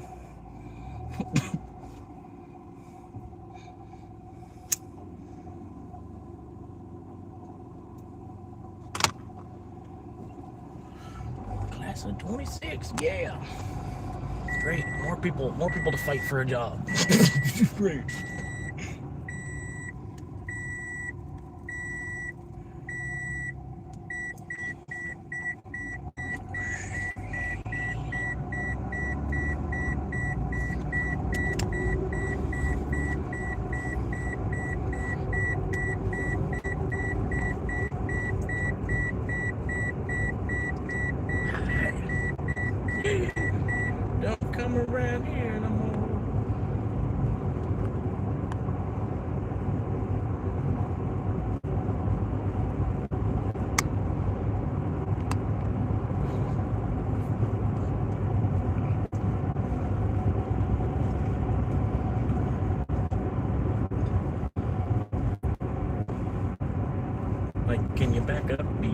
really need to be that far off my ass while I'm going 5 miles over the speed limit already?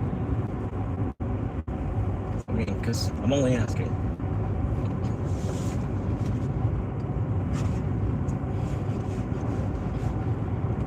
Seems like you're in a hurry for some reason. Do you have more debt than income?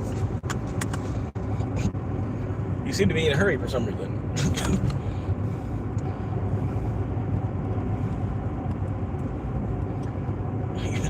You sitting there with more debt than you got income. You sitting there with more debt and not got your income.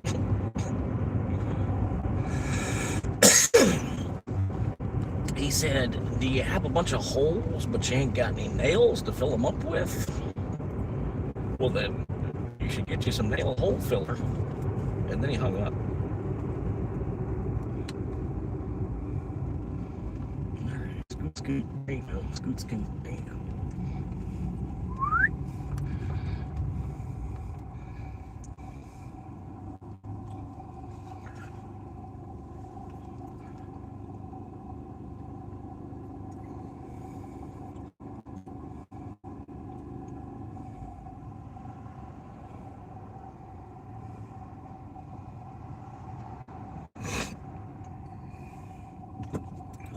Go try to drive around St. Pete and come back up here. You'll see I'm actually a pretty good driver.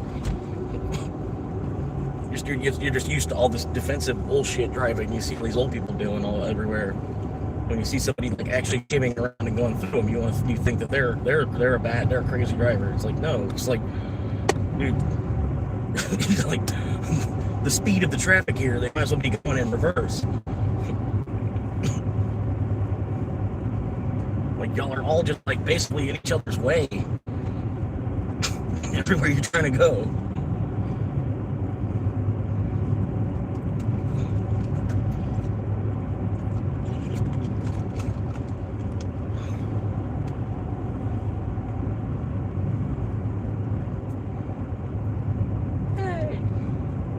Hey, don't come around here anymore.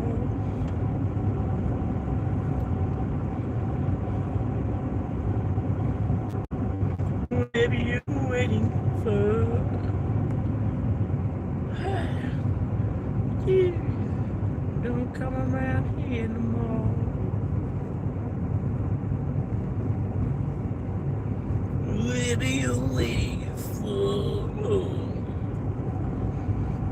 Just don't come around here no more.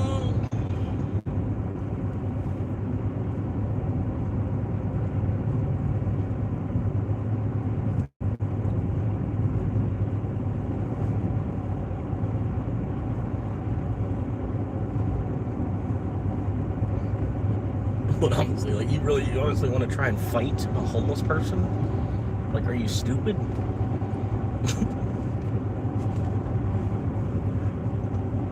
I mean, you're busy trying to like land punches, and he's got his car key and just pokes you in the stomach with it.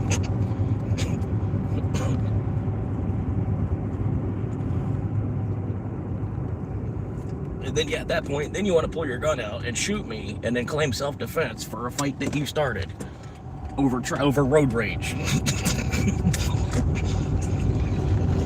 Because that's how fucking dumb a redneck you are.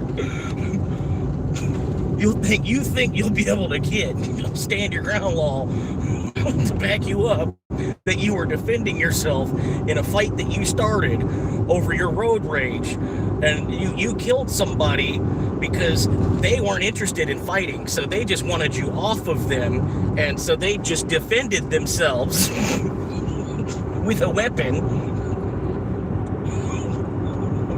And so you decided, I'm gonna pull my gun out and shoot them now.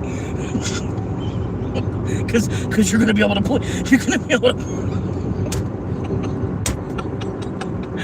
because it was self-defense to shoot him. I started a fight and I was losing.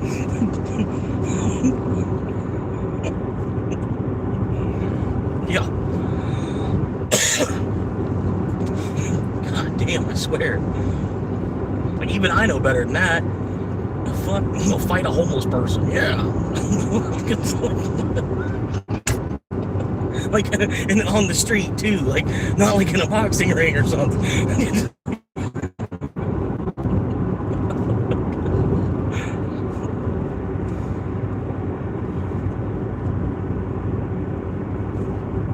It don't matter how big you are. I'm gonna get one poke somewhere.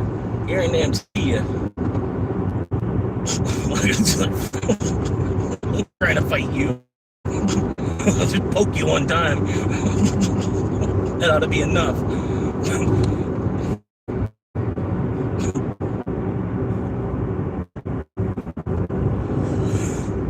Shit, if I was trying to fight, you'd think I'd be working a 40-hour week somewhere.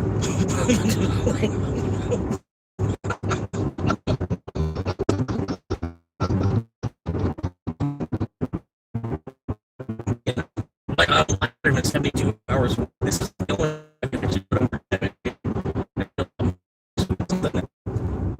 sorry, I'm moving in between like cell towers and on this one bumblefuck ass road.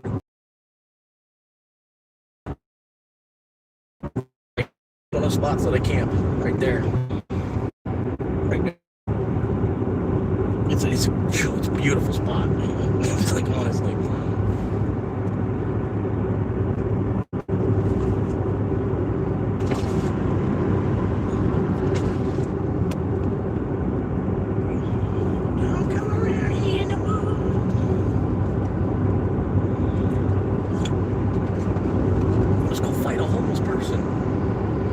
Road rage.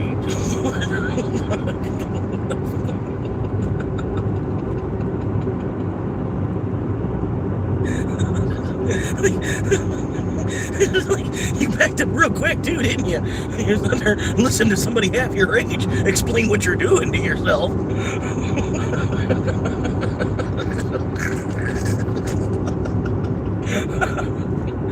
I swear, people, just stay the fuck out of my business, dude.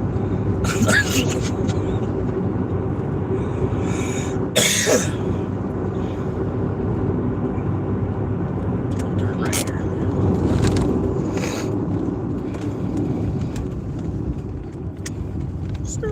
The gates open and everything. Yeah.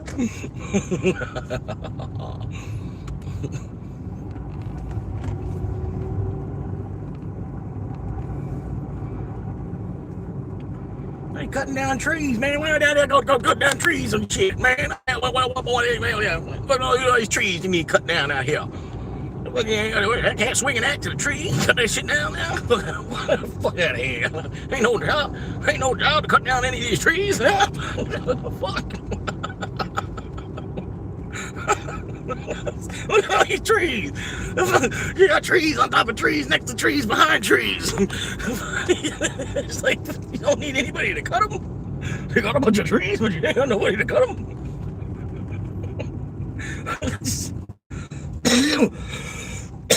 You need to get you an axe-swinging Irishman.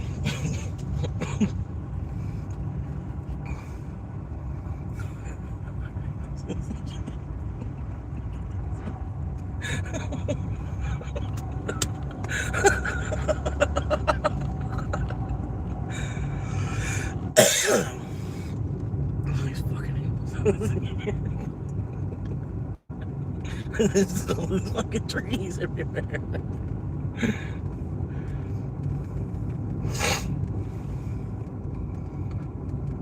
Like, you had the money, you could have built any house you wanted. You'd still built a rectangle with a triangle on top.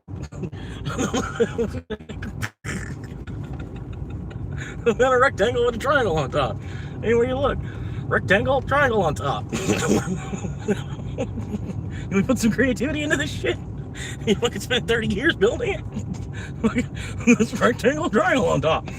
Look, another house, rectangle, triangle on top. Another house, rectangle with a triangle on top. There's another one, rectangle with a triangle on top. What the fuck?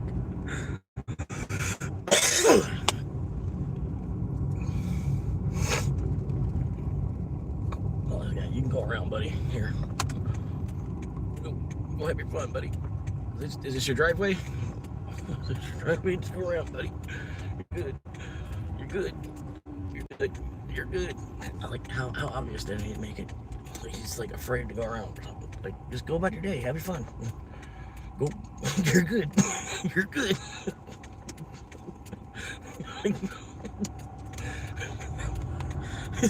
The dude on the scooter, he was afraid to go around.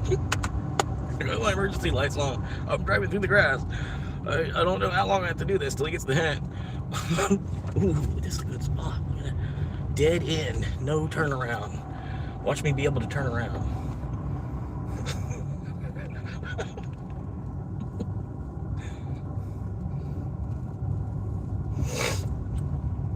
Shit. Almost thought it said Clinton's. Almost thought it said Clinton's Flying Ranch. I was about to say, no way, I just found his house too.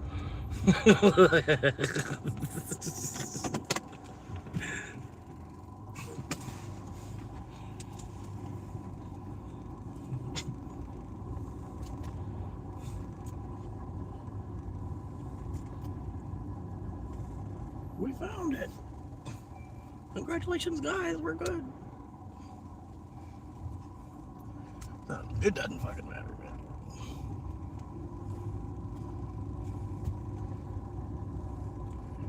I was like, honestly, dude, like, someone half your age explaining to you how what you're doing is fucking stupid.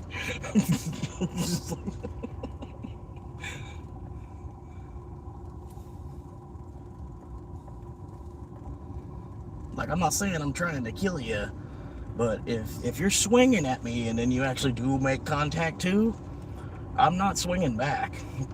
I'm homeless. You know, I'm not trying to fight you in the first place. Just think about it. Honestly, somebody half your age is trying to talk sense into you.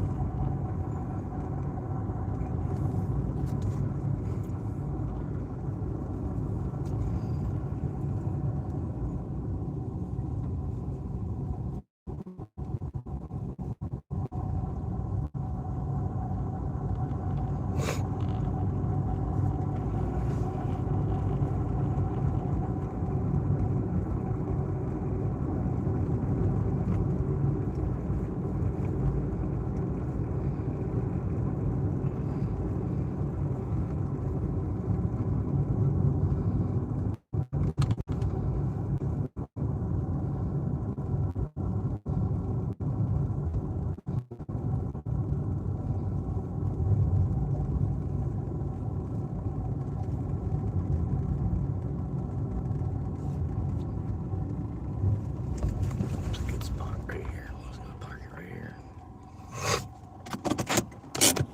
Hell yeah. Flavorade. Flavorade.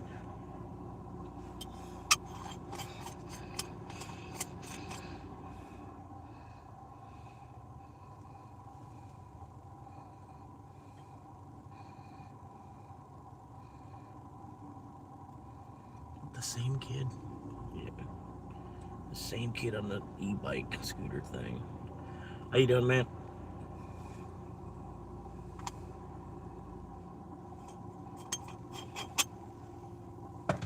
Yeah, well then just get the fuck out of here. What'd you even click on it for, bro?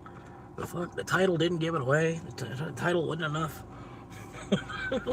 Title, it wasn't a strong enough title that you knew from the title what the video was. You're a fucking retard. You couldn't tell, you couldn't read the title and tell what the video was gonna be about.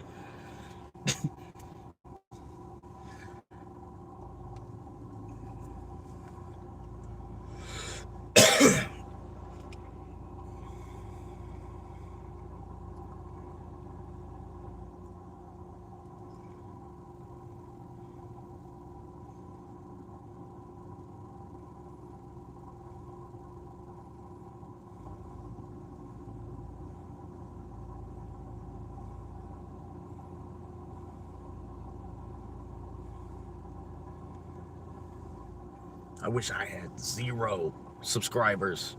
That's what kind of motivation I have. Wish I still had 0.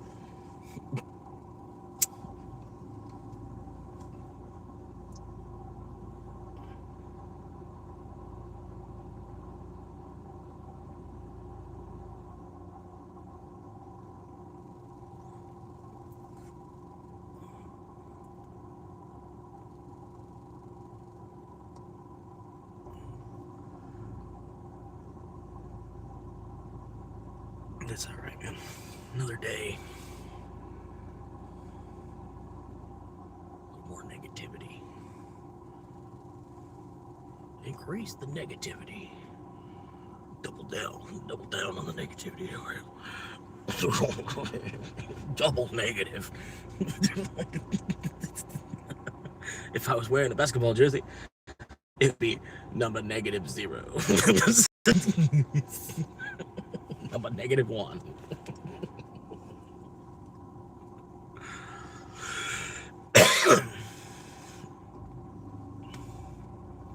Number -1. I'm looking at basketball jerseys. Number -1. Space Jam.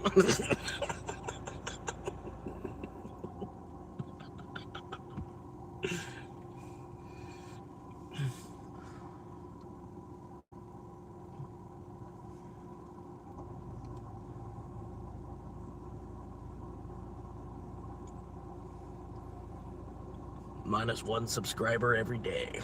-1 subscriber every day. -1. Number -1.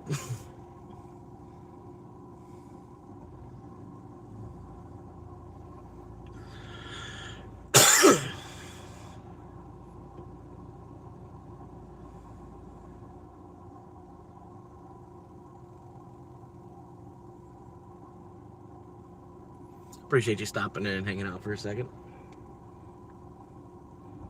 Sorry, I was just, like, literally just dealing with some crazy redneck dude that wanted to follow me. So, a little bit of it's in the chat, because he was dumb enough to type in the chat. You know what I mean? Yeah. So, I mean, all you really got to do is you can look at him. You can look him up. You know exactly who it is. I think he got like videos of himself and shit.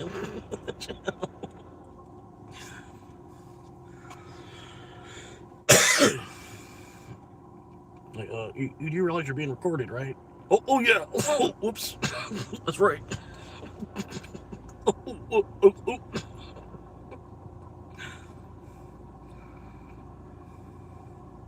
And then to not even go back and delete his messages. Fucking stupid.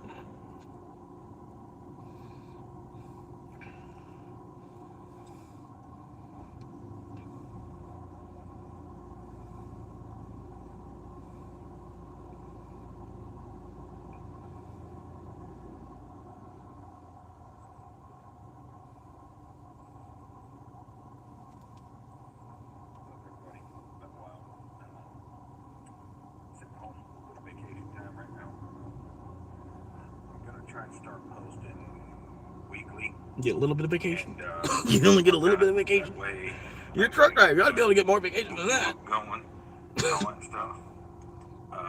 Let me know what type of lighting you like. You like the blue? You like the soft? You like the white? How bright you want it? Oh shit! Bring it down. I myself kind of like that one. He bought a ring light. But, yeah, let me know. A ring light? What are you, Chinese girl? Go down in the description. Make sure you like, share, and subscribe. And we'll go from there. I look forward to hearing from you. Love everybody. Been a while. You turned comments off. I can't even comment on it. Can't even comment. Oh yeah.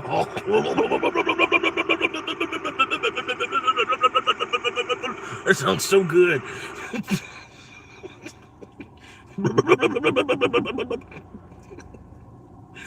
Jesus Christ.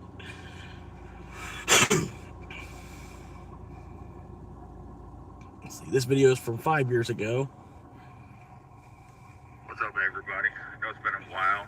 I don't know how well you can hear me. So taking a little time off, just trying to get everything figured out. You know, that's all you get is a little bit of time off?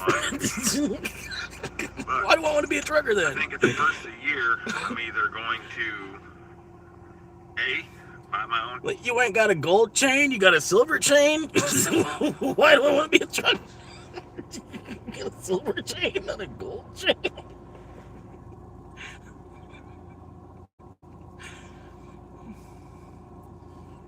Like, why even wear a chain at all? It's gonna be silver.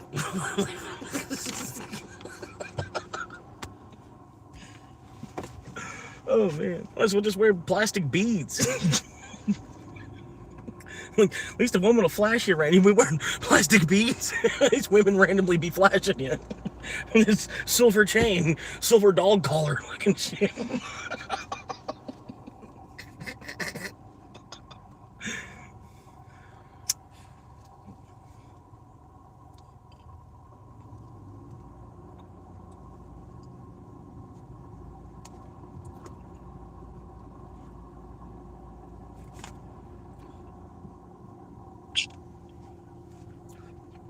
How y'all doing?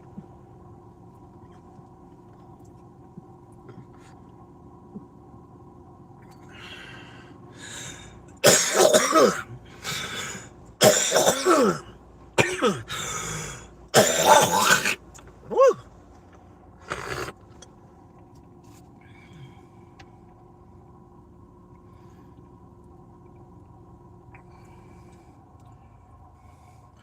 Man, that sucks, man, because like I just went and checked you out, Clint, man. You look like you're a pretty cool guy, man. I didn't what made you get into trucking, man? That sucks. Like you look like a dude I'd fucking chill out, you know, we'd have a bonfire together with, you know, a couple other people around or whatever. Not just me and you, like, you know, no homo. You know what I mean? Like 10 people all drinking some beer at a bonfire. You look like the kind of dude I'd hang out with. And so I'm like, what made you get into trucking? Like, I'm sorry, I'm just like, man, like,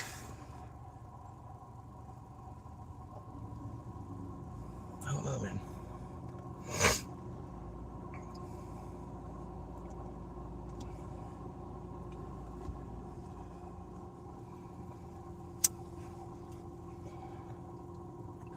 Traffic was probably a little bit different. I mean, you don't look that much older than me either, though. You don't even look like you're 40 yet. That, granted, that video was like 5 years old. But yeah, you might be like, what, 43? You ain't no way you're 50. Ain't no way you're 50.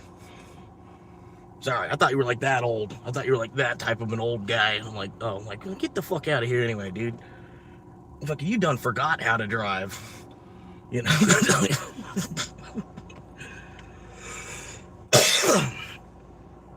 But man, that sucks, man. Because yeah, I don't really want to be behind the wheel any more than I have to be honest with you. Maybe if we had a little bit more self-driving cars, and then, you know, like you're one of the last people left that's not in, you know, so every other car is just driving itself, and then driving like an old person in a golf cart, and then you're just like the one car that's being manually operated, driving zigzagging through everyone, just trying to get where you're going.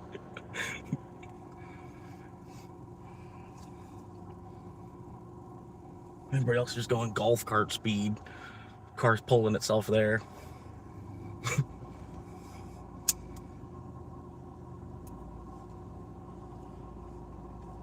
I appreciate y'all hanging in.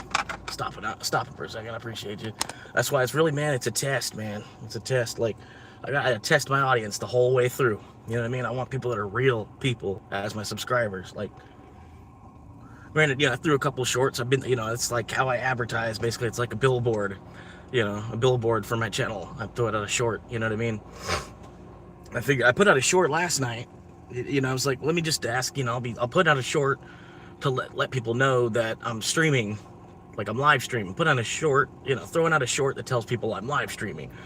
You know, I made that last night at like 11:30, thinking that it would hit a weird crowd later on at night. You know what I mean? But no, they showed it to like a bunch of people in the first 10 minutes, and then after that, nothing. So it must have got thumbs down real hard. But it's whatever. Sometimes they do that, man. Like every fifth video they'll actually try to like put forward, and it's, I don't know what it is, like, because it doesn't like pick a good video sometimes. Some of the time, you know, some of the I don't know, man. Some of the videos that it has recommended to a new audience, I'm like, why would you, that's the one you picked to try to find a new audience with? I'm like, really? I'm like, the last two videos I made were way better. I made this video just to put something out today because it's been 3 days since I made a video. You know, it's like some shit like that happened. I'm just like, come on, y'all. The fuck? What, are y'all watching this shit before you make this decision or what? So yeah, the majority of the subscribers I've gotten were from the shorts, but I'm not really into shorts. I don't really like it, man. I don't know. Like, some shorts are cool, but I'm not gonna watch like 3 hours of shorts. You know what I mean? I'd rather watch 3 hours of a live stream, or an hour long, instructional video on something, or it's if they're gonna flood the ocean, drain the seas, an hour long History Channel documentary on something, or even just an hour long. Somebody went to this event, and they made like an hour long description of it.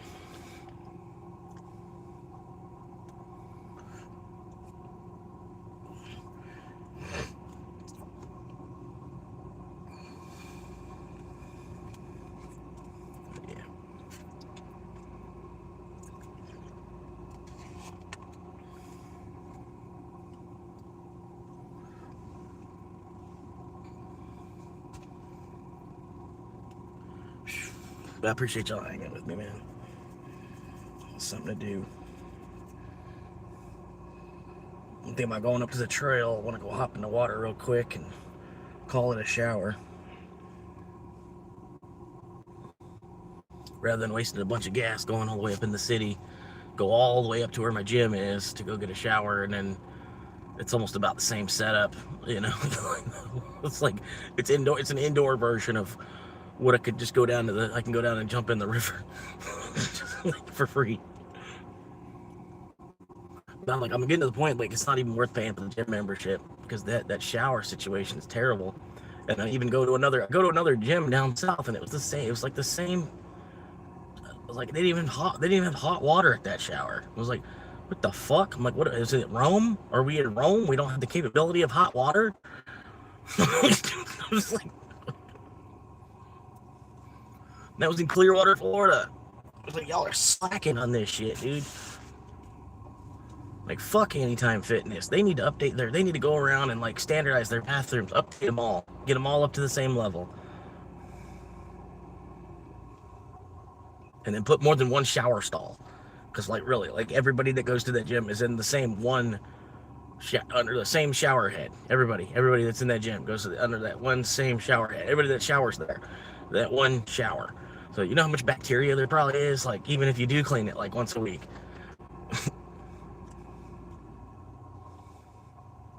Everybody's different bodies, like fucking 80 different men's ball sweats in this one fucking shower chamber. Or I could go just shower in fish poop down at the river. It's like, it's just as bad. It doesn't matter. Like, at least I'm rinsing off.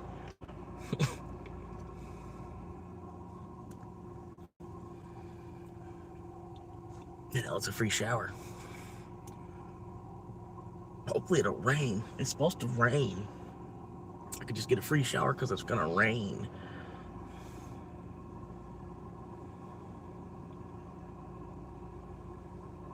It's supposed to, I don't know, probably tomorrow. Probably rain tomorrow.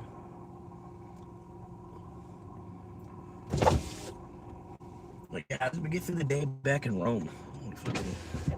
When we were in Rome, like, what did we do to get through the day? Y'all know? Anybody got it? What you got? This chat roasted. Only negative comments today? Alright.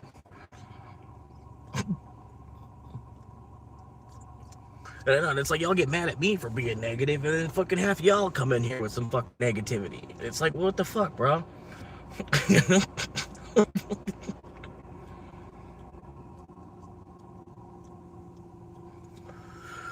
And really, I think it's like pulling back the elastic on a slingshot or something. Basically, that's all that's going on right now. Basically, I'm just like at year one of pulling back the elastic on the slingshot for the next 5 or 6 years, and then releasing it.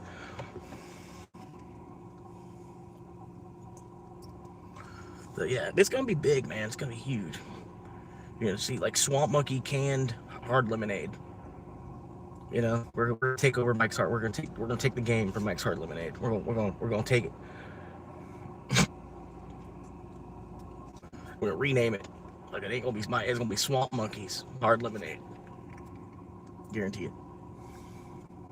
Or something, you know what I mean? There's all kinds of fucking things. You know, Swamp Monkeys fucking anything.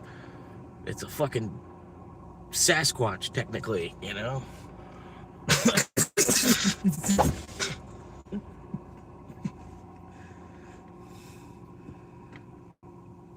Look at little baby size.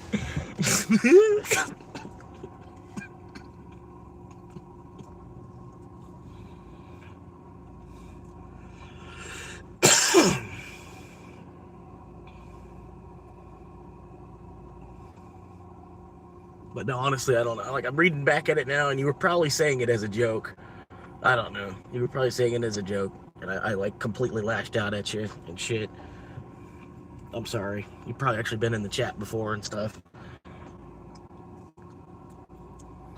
I don't know. I assumed because it's like so often that's what shit happens. Like it was not a good idea to put the channel name on the back of the car, because I thought, well, hell, it's a small channel. People will see it and they'll get the hint, and then they'll look at the channel, see how small it is, and be like, oh, he's looking for his first 1,000 subscribers. And then they would, you know, but they don't even want to, you know, they give homeless people on the fucking corner $5, but not the guy that's actually like trying to rebuild himself. You can't subscribe to him. Like I said, tomorrow I'm probably just gonna panhandle in between fucking Uber orders. Like, whatever.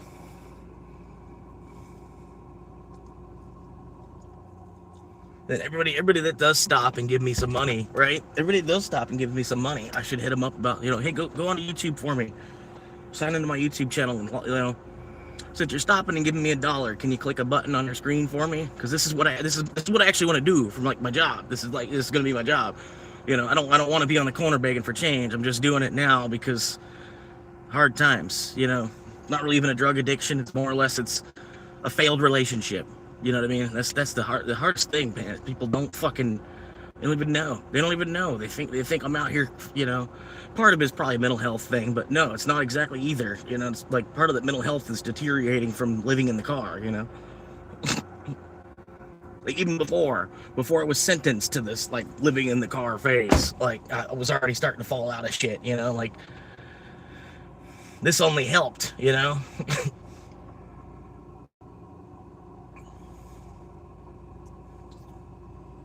Yep.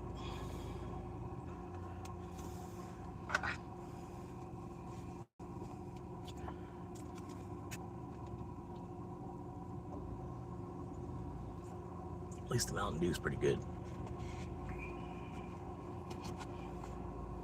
At least hell hath Mountain Dew.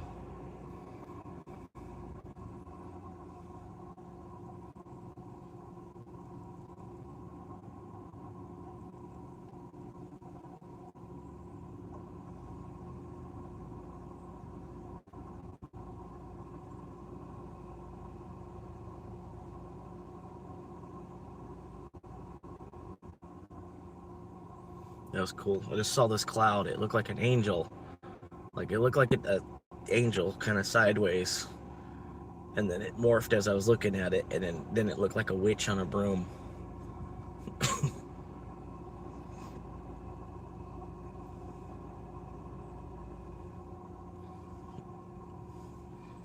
It's just funny how it like moved from that to that.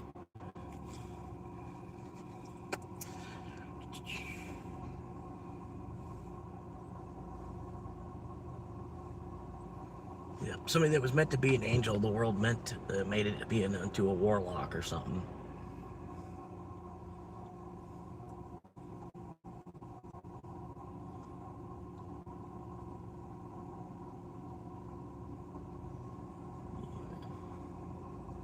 I even thought it'd be cool, man, go work on the Power Rangers, right? Go work for Power Rangers, but not that I'm gonna be a Power Ranger, because I don't think, you know, I don't have the body to be a Power Ranger, but I could be one of the monster guys that's tearing up the cities, and I could just literally just be going around kicking fucking towers over and shit, just like punching buildings and just destroying a city, and you know, but it's all prop. It's a city. It's a prop city. It's fucking Power Rangers. You know what I mean? And then the Power Rangers get their Megazord and hit me a couple times, and I fall and crashing on another building. You know, that'd be fun. You're just like you're the monster guy, in Power Rangers. You know, it's cool. And you just destroy cities all day. Knock over fucking Lego buildings and shit. So I'm saying all the fun jobs I'm asking for. Y'all keep telling me to do all this other shit. God damn. Can't you just do what I'm asking for? Like, I only want, I don't even want the money. Y'all want it from me. I could care less for it. It's always been in the way and things for my life. Just like one of the things that's always been fucking in the way.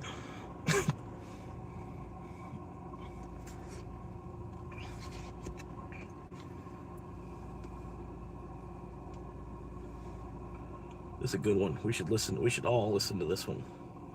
Even whoever else listens in the future. Listening in, listening out, listening over. People that'll hear this in 100 years maybe. Because the signal, like with the signal and with everything, it might take 100 years for the signal to even get that far. Maybe. We might be able to, I don't know, we can't get there ahead of the signal. There's no fucking way. There's no fucking way. How are we gonna, how? If we're like, if this signal was going out to another planet, for a human to be there on the other planet, how in the fuck is that gonna happen? There's no fucking way we're gonna move faster than a signal. This is fucking shit. What are you trying to say? There's just no fucking way. I think honestly, the speed of light is like a universal speed limit. I think it might be achievable, but to break it, I don't think is possible, because it's the speed at which light travels. It's like, it's the maximum you can go is as fast as light can go. You know what I mean? I don't think there's any way we're going to be able to break the speed of light.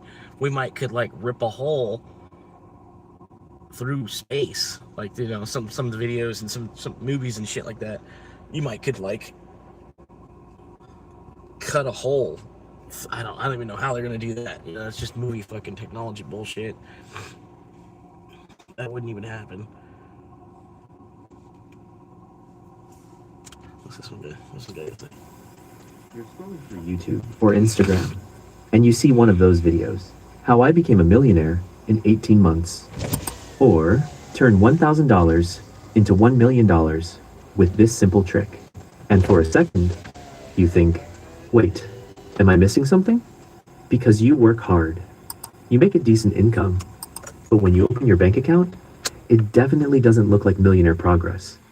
So naturally, you start wondering, is building wealth actually possible? Or is everyone online just exaggerating? Look, No, here's the thing. all the money is going A lot online. of financial advice online falls into two extremes. On one side, you have the get-rich-quick crowd, crypto secrets, day trading systems, drop shipping hacks, and on the other side, you have the super slow advice. Just invest for 40 years, and maybe you'll be comfortable when you're 65. Neither of those answers are very satisfying. But here's what most people don't realize. Building real wealth doesn't take 40 years, and it definitely doesn't happen in 6 months. But 5 years? 5 years is actually enough time to completely change your financial life if you focus on the right things. And in this video, I'm going to show you the realistic path to building serious financial momentum in the next 5 years. Not the flashy version, the version that actually works. My name is Jack, and I spend way too much time thinking about building my wealth. If you're someone who struggles to build wealth, make sure to hit the subscribe button and give this video a thumbs up if this helps you out. Okay, let's start with the first uncomfortable truth. Wealth is not built through saving alone. Now, you might be thinking, wait, isn't saving money the entire point? Well, yes and no. Saving money is important, but saving alone is like trying to fill a swimming pool using a teaspoon. Here's what I mean. Let's say someone saves $300 per month. That's actually better than most people. According to data from the Federal Reserve, nearly 40% of Americans can't cover a $400 emergency without borrowing money. So saving $300 per month is solid. But let's look at the math. $300 per month equals $3,600 per year. Over 5 years, that's $18,000. Even if you invested that money and earned around 8% annually, you'd end up with roughly $21,000 to $22,000. That's good, but it's not life-changing. And this is where it gets really interesting. Because the biggest driver of wealth in the first 5 years is not investing. It's income growth. Here's what most people don't realize. Early in your financial journey, your most powerful asset isn't your savings account. It's your earning ability. Think of your income like the engine of a car. If your engine is small, no amount of clever steering will make the car go fast. You need more horsepower. And the same is true with money. If you increase your income, everything else becomes easier. Saving becomes easier. Investing becomes easier. Debt disappears faster. Let's look at a simple example. Imagine two people. Person A earns $3,000 per month and saves 10%. That's $300 per month. Person B spends the first 2 years improving their skills, negotiating raises, or building side income. Their income increases to $5,000 per month. Now they save the same 10%. That's $500 per month. That difference alone adds up to $12,000 more savings in 5 years. And if the gap grows even larger, the difference becomes massive, which leads to the first step in building. It's like trying to explain electric currency to Amish people sometimes, man. The way people fucking try to shun fucking Bitcoin. They're like, it's electricity. It's just electric money. That's all it is. Dude.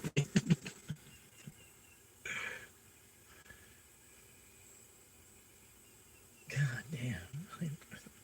I thought about doing it for a while. I was like, man, it'd be funny. Just trying to explain Bitcoin to Amish people. You could make all the jokes you want about the Amish because they'll never hear it, man. It's just like, you can say whatever you want about the Amish online. They'll probably never hear it.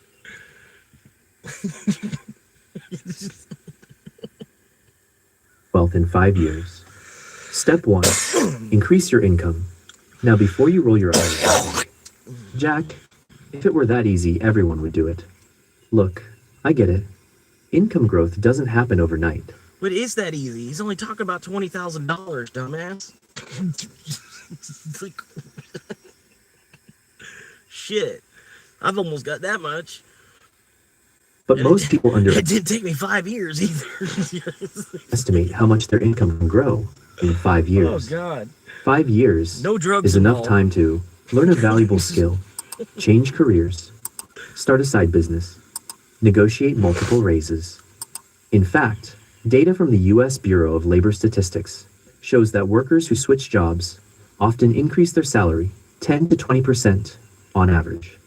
Do that twice in 5 years, and your income could look completely different. But income alone isn't enough, because here's the second trap people fall into. Lifestyle inflation. You get a raise, Oh, yeah. and suddenly you upgrade everything. Hell yeah. Better apartment, better car, more expensive habits. Better wife. Before long, your income increases, but your bank account stays exactly the same. This is one of the biggest wealth killers. And psychologists actually have a term for this. Hedonic adaptation. Your brain quickly That was your wife before Bitcoin. gets used to improvements in lifestyle. That new car feels amazing for about 3 months. Then it becomes normal. And suddenly you want the next upgrade. Which is why step 2 is crucial. Step 2. Lock in your savings rate. Here's a simple rule that works incredibly well. Every time your income increases, save at least half of the raise. Right. So if your income increases by Good idea. $1,000 per month, you automatically invest $500 of it. That's pretty good. The other $500 you're free to enjoy. Hey, you know what I'm saying? Like you just got to raise. You got to raise. It's money that you weren't even seeing. You weren't even seeing the month before. So I like what he's saying. You take 50% of your raise and just put it directly into savings. That's smart, dude. If the fuck, why don't they teach you shit like that in fucking school? You know? This prevents Really? lifestyle inflation from stealing your progress. Now, this is where the investing part finally comes in. Because step 3 is about making your Right. money. And exactly. It stops you from, you just increase your lifestyle spending because you're making $3 more or whatever. You're only making $1 more, so it's not gonna, you're not gonna really even notice the difference. You might have, you can upgrade your drink at lunch or whatever. But damn, like, why don't they tell us that? Fucking economics, even. Like, fucking, that could be, like, wow. And you get a raise, take half your raise, put it directly into savings. And then you don't have to worry about, like, the increase in your lifestyle expense increase. Like, fucking, wow. You'd think people, I don't know, man. Some people, that's the reason they get the raise, is because they want to increase their lifestyle and bullshit, you know? It's whatever, man. I believe in reincarnation. I just feel like I got a shitty hand, you know? They give me a shit body to work with. And, you know, this is the vehicle I have to operate, you know? Like, me, I'm talking about my body. You know, like, think of your body as like a vehicle, right? And, like, this is the vehicle that I was given to operate. I don't really know what they're expecting me to do. And then I'm living in this country where it's like, everybody's just screaming at each other to fucking do more, basically. I don't know. Not all of us, but that's been my whole fucking life. It's been like, doesn't matter what you do, people are going to keep screaming at you to do more. In a fucking big old screaming match my whole fucking life. I don't know. I don't even know why people are so like, fucking, like, why? What does it matter? What else do we need? Like, I get we're building toward tomorrow, but like, fuck, it's going to happen either way, you know? Like,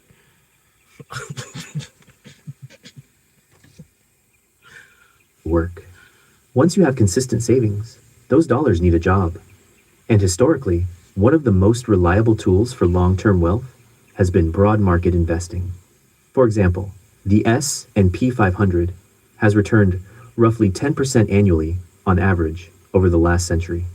Of course, markets fluctuate in the short term, but over longer periods, consistent investing has been one of the most effective wealth-building strategies available. Let's do a quick 5-year example. Suppose after increasing your income and controlling lifestyle inflation, you invest $1,000 per month. Over 5 years, that's $60,000 invested. With moderate market growth, that could become around $70,000 or more.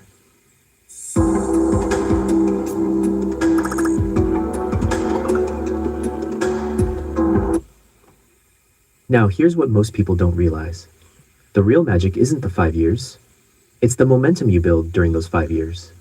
Because once you reach that level of investing, the next 5 years accelerate dramatically. Let me tell you a quick story. A friend of mine spent his early 20s constantly stressing about money. His savings were tiny. His income barely covered expenses. But he made one decision. For 5 years, he focused on 3 things only: increasing income, avoiding lifestyle inflation, and investing consistently. Nothing flashy, no risky trades, just discipline. 5 years later, he had over $80,000 invested. More importantly, his income had doubled, which meant the next 5 years were going to move even faster. That's how wealth actually builds, not overnight, but through compounding momentum. So, if you want to build wealth in the next 5 years, here's the realistic roadmap. First, focus on increasing your income. Your earning ability suck dick for $20. Is your most powerful financial asset. Second, protect yourself from lifestyle inflation. Save at least half of every raise. Third, invest consistently in long-term assets that grow over time. And fourth, stay consistent for the full 5 years. Because here's the truth most people don't like hearing. Wealth doesn't come from one brilliant decision. It comes from hundreds of small decisions, repeated consistently. And look, 5 years from now is going to arrive whether you prepare for it or not. The only question is what your financial life will... It's just, man, remember when you used to... Oops. Well, I can't... Yeah, well. Remember when you used to be able to get a sucky for $5, man? Now it's like $20. Look like when it gets here. Will you still feel stuck? Or will you have built the kind of momentum that makes the next decade completely different? Because sometimes the difference between staying broke and building wealth is simply choosing a better strategy and giving it enough time to work. If this video helped you think about money a little differently,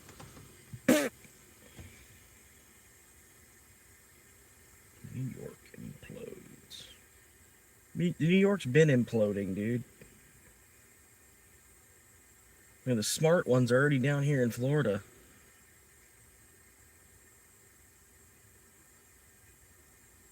You've got quarter-priced houses in Florida? Yeah. Well, I'm coming. I'm bringing all my cousins and shit. We could put all our money together. We're gonna have enough money for one house.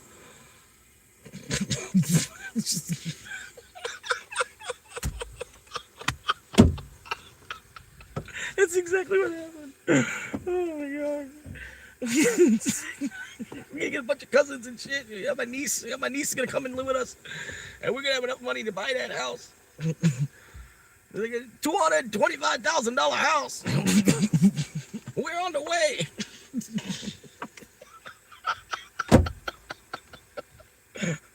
We got a 12-foot U-Haul. We're already on the way.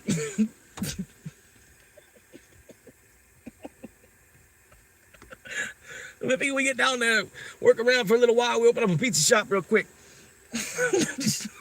Maybe get a used car lot or something. And from there, we'll get into warehousing, open up a big ass warehouse, and then job creation. Must have been from New York. It was like, this sounds like something I did. I'm leaving.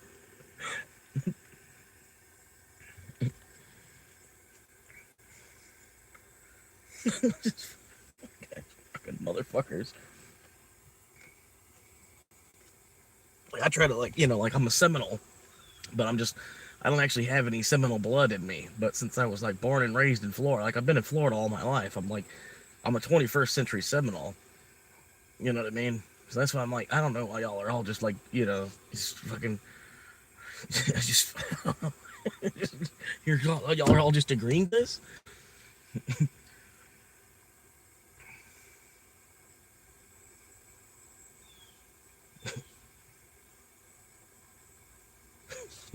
It was the next generation of a Native American. He's like, look, I'm still a Native American.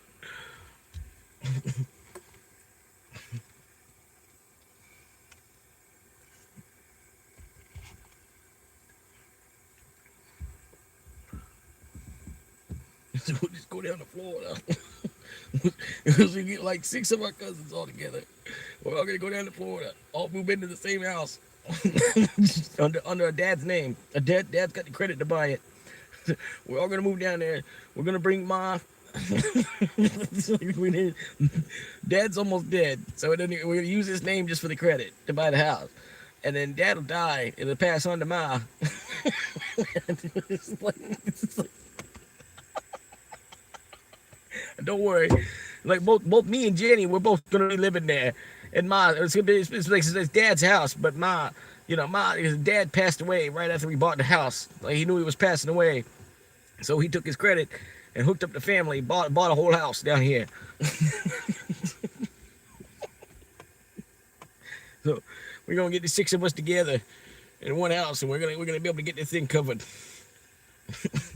Plus the minimum wage is going up. They're gonna match New York price minimum wage here. So you get a quarter price house, and then you're still gonna get paid the same.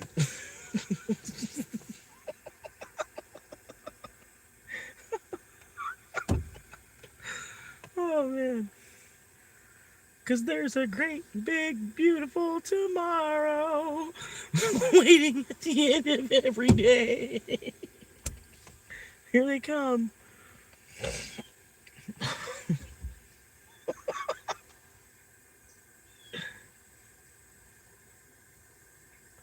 Hunter's Apex.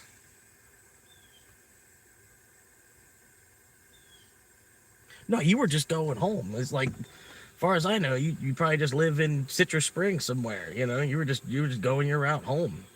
You were thinking about stopping in at Family Dollar. I was thinking about stopping in at Family Dollar too. But now maybe we can drink a beer together. I'll let you sock me in the jaw for what I said, because honestly, it was kind of fucked up. But yeah, if I'm man enough to take the shot on the chin, you know what I mean? I am sorry for it, man. I owe you the apology, at least, whether you feel the sincerity in it or not.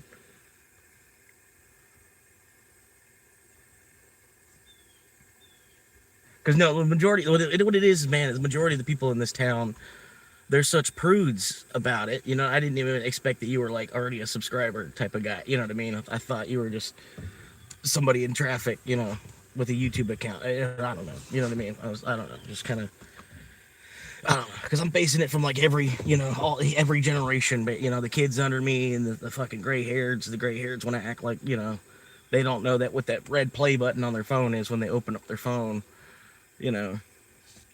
Because really, man, because they, like I was thinking the other day, they could extend their life kind of. Like their legacy their legacy could live on through my channel by them subscribing to my channel, you know. Like it'd be a subscriber of mine for the rest of my life. And extend, you know, I don't know. Because otherwise, you know, that's just an account it's gonna be an account still, you know. Whatever.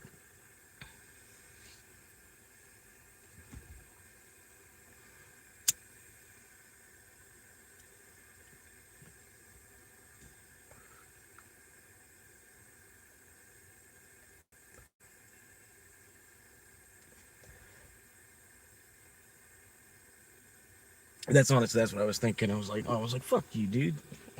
Like, you're just like everybody else in this town. You don't see that the world's changing.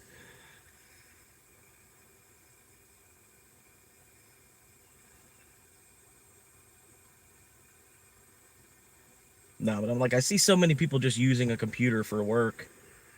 You know, it's just like, I don't know why. We're still taking a car to work too. A lot of people that have a computer job or something, you still have to drive to work and then get there and then fuck around on a computer. I don't understand why you had to drive to work. It doesn't make sense. Like, I don't know. And the car, it's such a crippling device too. Like Benjamin Franklin was also a blacksmith. You know, you got to remember that too.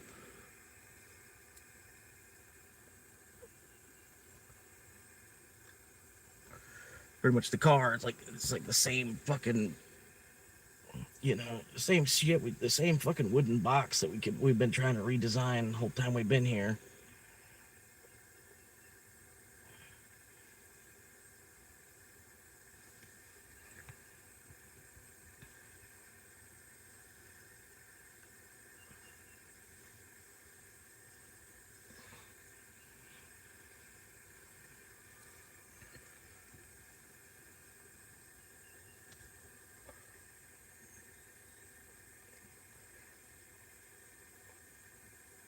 You gotta be careful, man, because like old man time, he's got this like wooden box trick he likes to catch everybody with.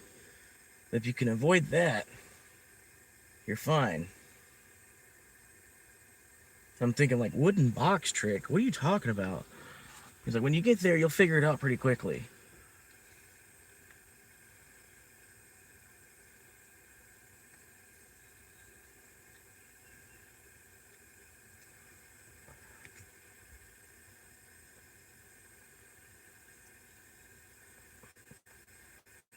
But no, I'm trying to live like I'm a native for something, you know, like, but I'm not, you know, I'm not trying to claim any kind of native blood, you know, but like I was born in Florida, you know, this is my home. I'm watching all these people from out of state come here and destroy it. And then there's like almost no peace left for the people that actually lived here and like lived through all that happening, you know. And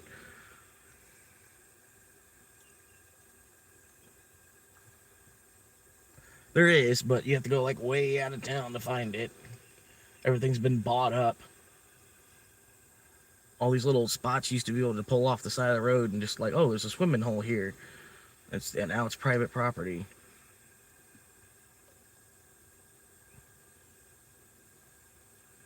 All these different organizations just run Florida.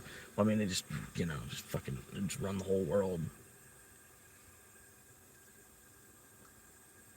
And part of it is like some of these organizations, they were here before, you know, like they were like there was companies here before we were a country. Or, you know, companies that were here, they were, you know, you know, we were being taxed by the king, you know, but we had this business or whatever, and then we fought our independence. And so, but this business, you know, like this business existed from before that, you know, some of it.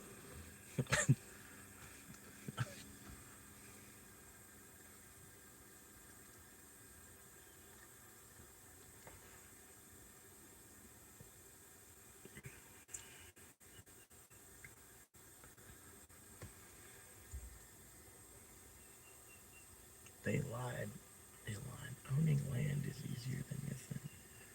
We'll see forest lands.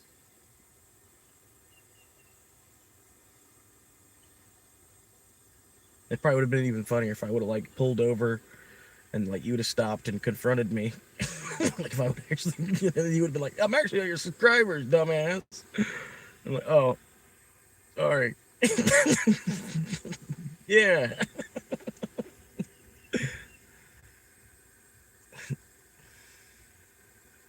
Like I'm just here to tell you, man. Just keep blazing bogeys and doing your thing, man.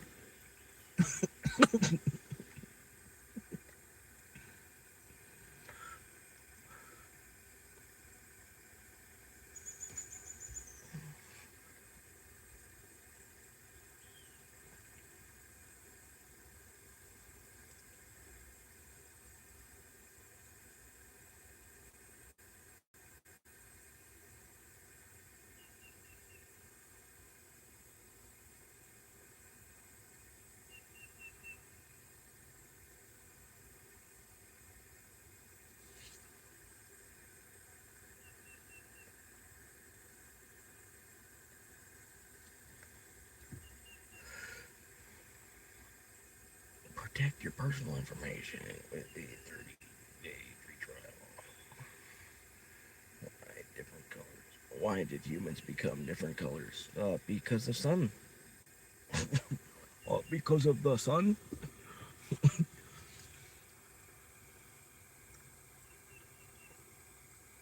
Some of us had caves, and some of us lived under trees, and because of the sun.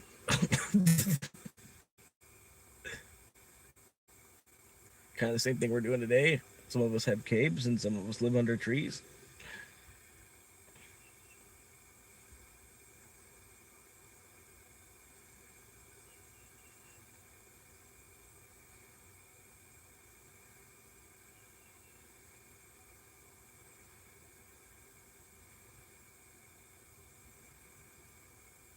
Start a YouTube channel and change your life in 6 months.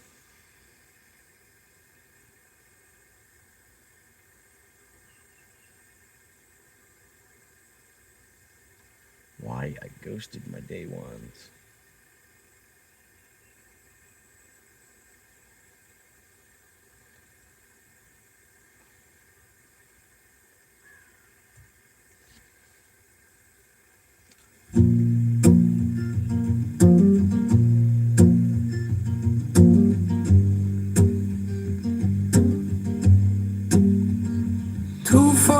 And the bell went off, thank God. Many people think I'm on, but I talk with no one and I walk alone. And I avoid sunlight with the chalky tone. I get home and I don't say hi, they know I'm there.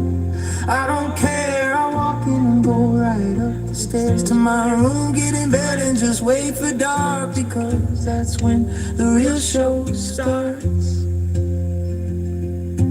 Tap, tap on the glass, gold, a piece of ass so young and pretty. It's too bad she passed. She comes to my room and she talks at night. She's demonic and bloody, but she holds me tight. In my bedroom with her, I'm never alone. And I kiss her cold lips until the morning comes. And she's gone, I can still hear her voice loom, but she only exists in the dark of my room. Love, I can't ignore you in my room. Do anything for you. I do adore you in my room. Go with a piece of that eye. I can't ignore you in my room. Do anything for you. I do adore you in my room. Go with a piece of that eye. I try to smile a lot, but I'm always frontin'. But I do love a ghost, and at least that's something. She don't talk much, and when she do it gets cold. Usually we just lay there where we hold each other. We're lovers, we don't need others. One of my mother's cats jumped up on the covers, and it scared my baby cause she don't like pets. So I twisted his fucking head off at the neck. Look baby, it's bloody, it's gone, it's doomed. Please come back to the room. I'll do anything for thee, don't ignore me. This is more than a sick love story. Without you I bring a shotgun to school, and I will if you want me to. For any reason I hate that you leave when the lights come on, and if I had it my way the fucking sun would be gone.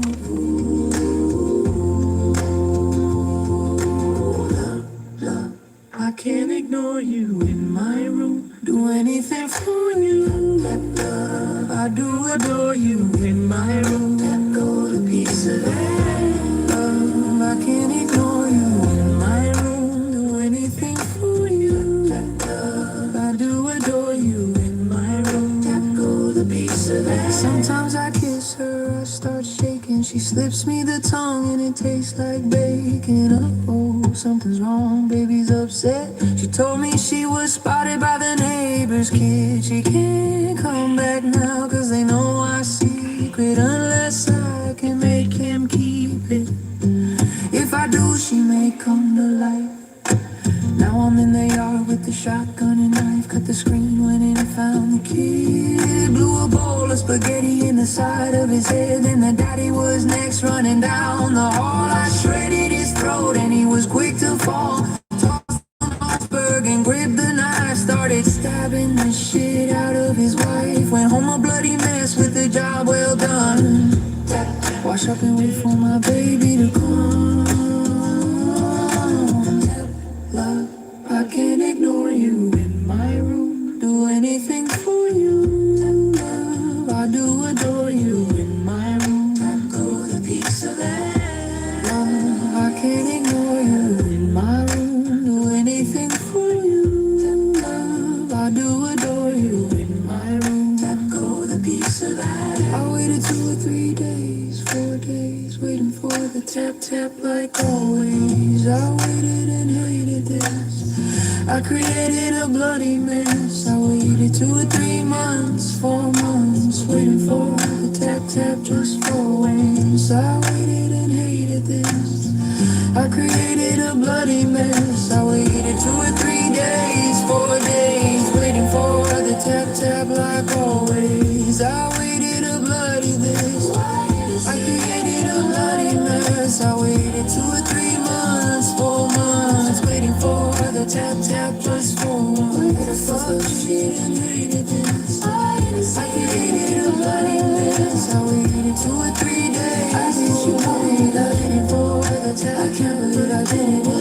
My pain, you and I created a bloody mess. I killed her 2 or 3 months. I bet you I did it for the tap tap just for once.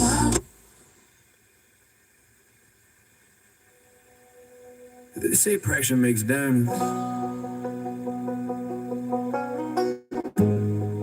but it also makes explosion. Tell me something. If the world's insane, what does that make me? Am I a psycho too?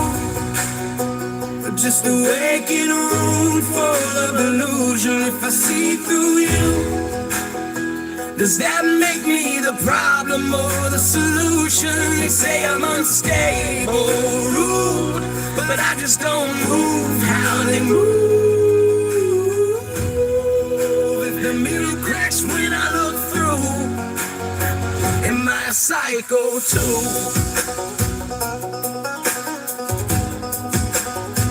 Am I a psycho too?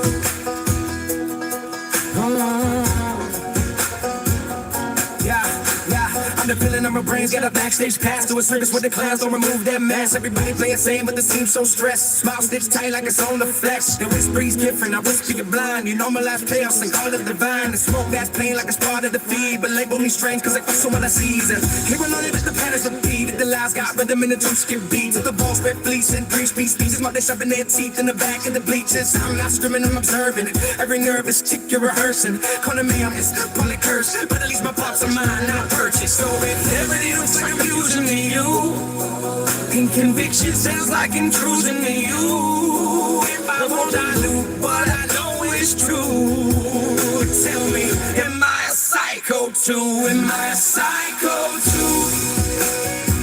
Or just a wake in a room full of illusion? If I see through you, does that make me the problem or the solution? They say I'm unstable, rude, but I just don't move how they move. If the mirror cracks when I look through, They love you when you're quiet and your color inside, but they fear what they can't easily classify. I don't fit need in a corporate design. I'm a smile on cue when he draw the line. You ever feel like your thoughts too loud, like you're standing still, but you're moving through crowds like you're watching light from a ceiling through, and nobody else sees the angles you do. I'm a missing shadows that talk like me, argue in the mirror, walk like me. One says chill, one says burn it down. One wants to calm, one wants the ground. It's not voices that slay is deep. It's ambition is the lack of sleep. It's trying my dress up and discipline. It's hunger wrapped tight and thick and skin. So a vision's violent through your lens. If intensity threatens your fragile trends, if I won't pretend just to blend with you, am I psycho too? Am I psycho too? Or just awake in a room full of illusion? If I see through you, does that make me the problem or the solution? They say I'm unstable, but I just don't move how they move. If the mirror cracks when I look through, am I psycho too? Maybe I'm in a mechanical panic attack in a jacket and back with a habit. Chop crack in the fabric of average or damage. The static attack is damage. Yeah, you want me passive and passive aggressive. I'd rather be savage to manage low. Rather be late for the problem is part of a poison advantage. Whoa, I get a deal when I enter the room. Energy shift and the temperature boom. Talk about crazy, but maybe you do. Smiling and fall, they got home, no concerns. You want the silence, I come with a ride. You want it quiet, I speak and ignite it. Call it a fire, I call it a spy. My brain on the wire, electric and wide. I don't do loophole, I don't do the fake.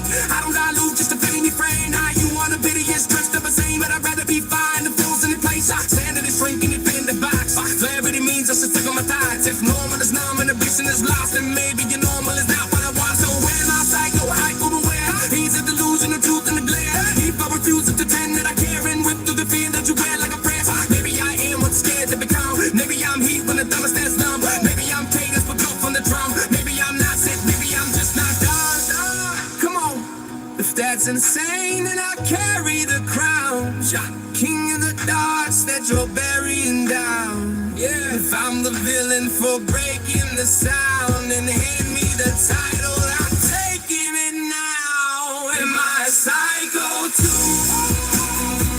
Or just awake in a room for a delusion? If I see through you, does that make me the problem or the solution? They say I'm unstable.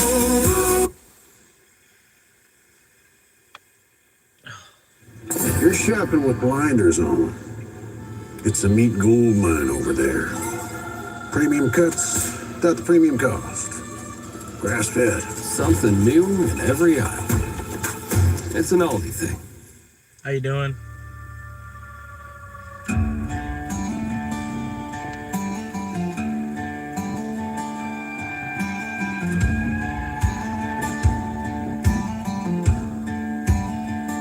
Sweat on my brow, dirt on my hands, working this soil and these shifting sands.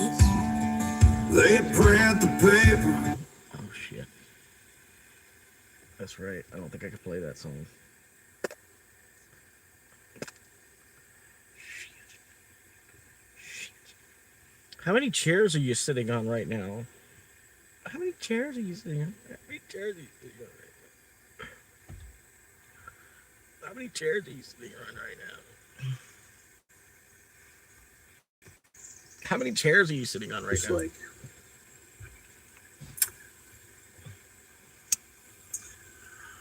okay. I don't really know why I'm doing this. That's a lie. I know why I'm doing this. I'm doing this because I feel helpless. And there's a kind of power in talking about problems. And I'm also kind of narcissistic, so I want to share it with all of you. I recently made the decision to stop smoking in my live streams because I think it's immoral A lot of the people watching them, they're gaming live streams. A lot of people watching them are kids. So I think it's not moral to smoke while you're doing that in front of those people. But I'm not going to push this out to my subs. So, and I'm still smoking. And if I'm going to do something like this, there's just no way I can do it without smoking. So if you're a kid, let this be the first lesson. Don't smoke. Most of the cigarette out there, dude. I don't know what's going to happen to me 10 to 15 years from now. Statistically speaking, it's not looking good. But hopefully I quit very soon. It's on my list of things to do. But I apologize for even doing this, but I'm weak and I need to do it if I'm going to do what I want to do here. I don't blame you, man. Let's do it.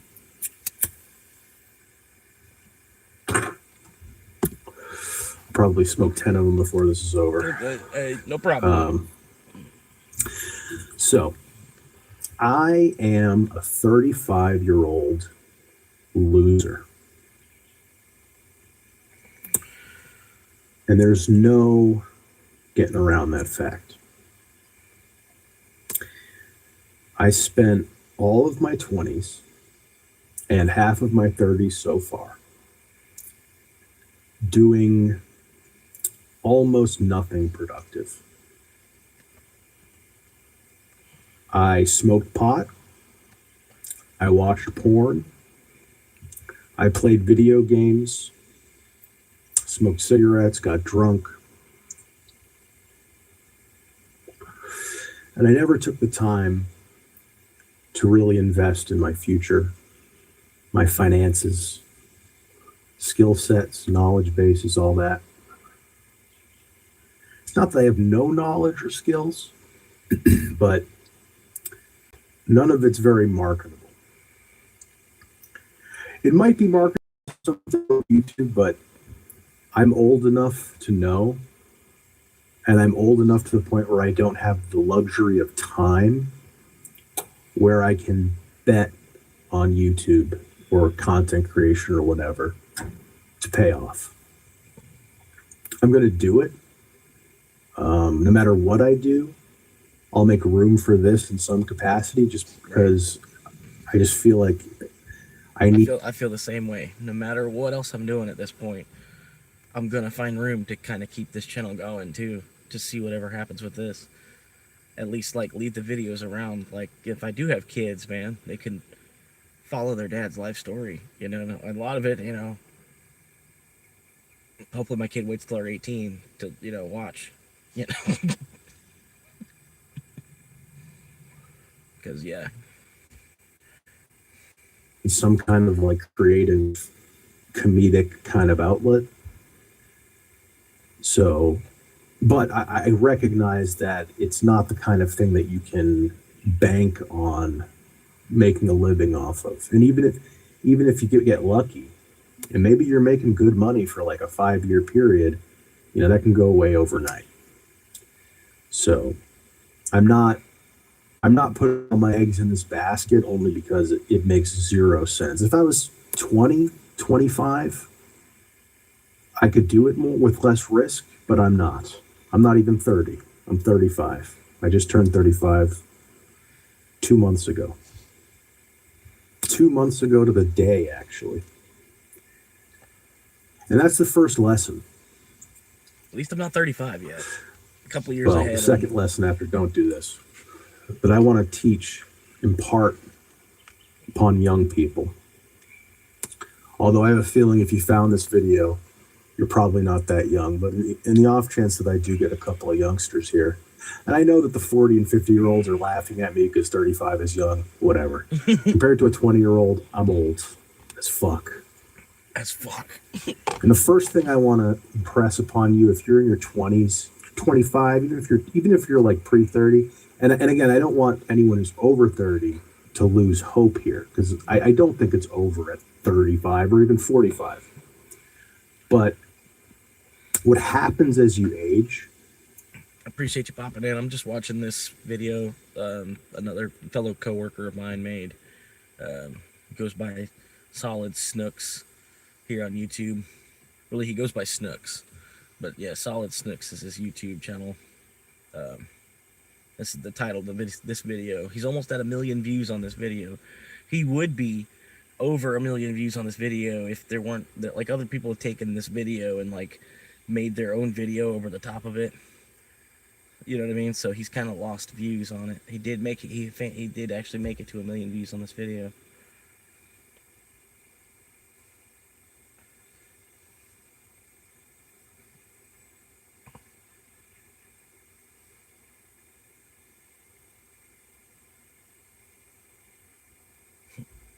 But I messaged him 3 weeks ago. I said, way to go, Snooky. This video is about to hit 1 million views. Great work. Truly a masterpiece. Not trying to pull your chain either. I constantly rewatch for inspiration. You're doing just fine, man. I'm here to say, I think you should just keep blazing cigs and doing your thing, man. You're the man through and through. Just keep producing. We just want to hear you talk. You're a perfect voice and face for radio.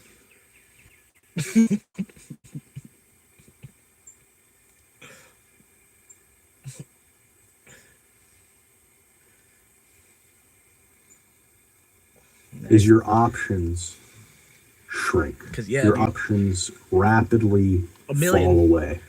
He got 1 million. He got 1 million views on this video, dude. That means he's come up $8,000 off of this video. If that's really helping him a lot, you know what I mean? That's housing for almost a year for him. Probably half a year. Probably 6 months of rent. $8,000 he got from this video. He deserves it, man. And what you might have done in your 20s, maybe you take a couple of years, maybe 5 years to explore different career path options. When you start to near 40, you have less time to spend researching that kind of stuff and developing an idea of what you would like to do for a living.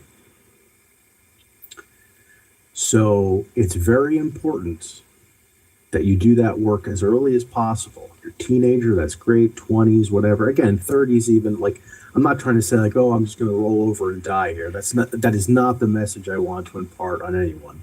For myself, I'm not gonna do that, but also if you are over 30, 40, don't give up. It's not, trust me, the alternative is far worse than what you'll have to go through.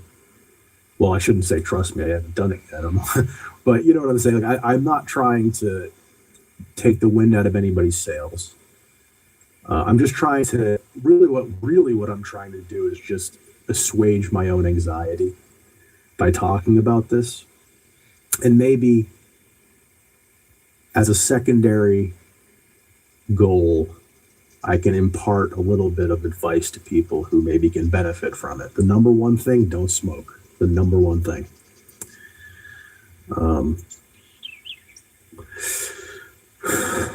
But yeah, a big piece of advice I would give to you is if you're in your 20s, those 20s go by real fast. And you want to get a handle on your future as early as possible, because every year that you don't is a year you'll never get back. And it's 1 year less you'll have to play with later if you do eventually decide to get your shit together. So start early, because I can guarantee you, if you don't, you will regret it. I'm experiencing it firsthand. I want to go to Rome. A high power player. You'll be welcomed in Rome. Please take my golden. So I know from like becoming a creator and everything and researching into it a little bit, if I were to ever make a video, I'd have to be monetized first. But if I make a video after I break monetization, and it's 1 million views, it's like $8,000, like 7 to 9, the amount of ad revenue that you can get back on that. So like, it's just cool that this dude, like, he's somebody that actually does need these views. You know what I mean? Like him getting this $8,000 from this 1 million views, I completely agree with, dude, because this is, I don't know, like I've watched this video. It's probably my 5th time watching this video. You know what I mean? And he says a lot of very, very insightful philosophic stuff, dude. I'm glad he put this out. You know, I'm glad he has the power to even think this way. You know what I mean? Because it's like, really, him talking the way that he is at being 35, it's like, it's 2-3 years I get to save. You know what I mean? You know, because I've already been, you know, like he said, you have no investments, nothing. At least I've already been investing for like 16 months. You know what I mean? Realizing that I was like years behind on investing, but I didn't quite think I quite needed to. You know what I mean? I don't know. I thought, but you know, I don't know. It's like I always kind of thought about like looking at stocks and getting into stock trading and stuff like that. You know, like basically because of the E-Trade baby. You know, the Super Bowl commercials with the E-Trade baby and all that shit. But yeah, it's like I don't think it could be that hard. You know, like I never got into it though because it's like it takes finance to even do that. You know, but yeah, at least I'm doing something now. Because at least I finally see that like you have to invest in something. You've got to take your money and put your money back to work. You know what I mean? Like it's just like taking, like, I don't know, it's like working for one company and then taking that money and then trying to invest it into another company that you think is actually going to succeed or something like that.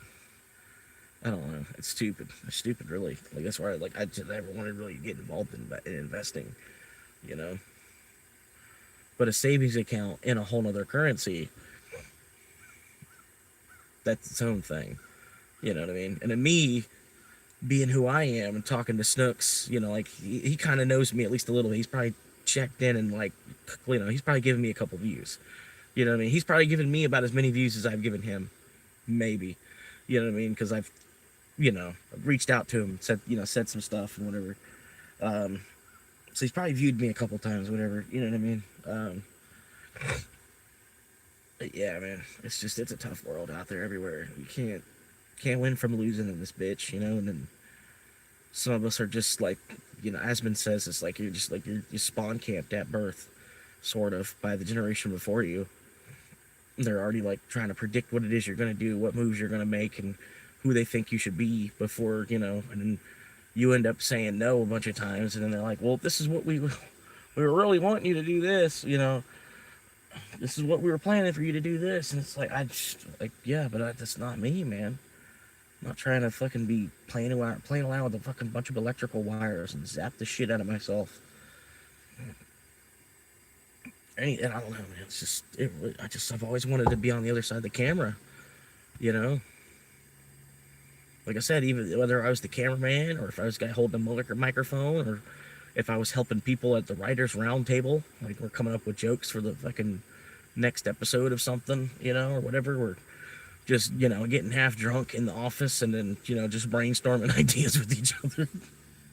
You know, that's probably how they do it anyway. They probably just get like half drunk at lunch and then come back from their lunch break and then they're like, yeah, what about this? And then he does this. What if the whole time, you know, it's like you're actually supposed to be going backwards, but while you're still in neutral.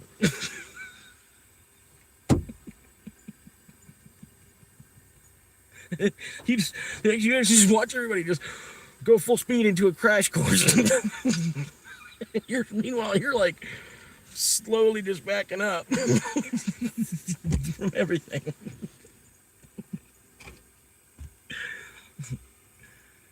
I'm experiencing it firsthand. I guess I should probably just like tell all here. I'm 35 years old and I live at home with my mother. And we're actually... But, like I said, he made $8,000 off of this video. He was like, they were struggling about their housing situation. They weren't sure what they were going to do.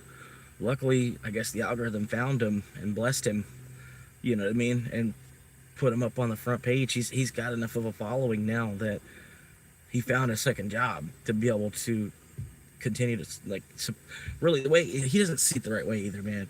Like, you're helping your mom just as much as she's helping you, because it takes two incomes to, like, hold up a roof and also feed yourself.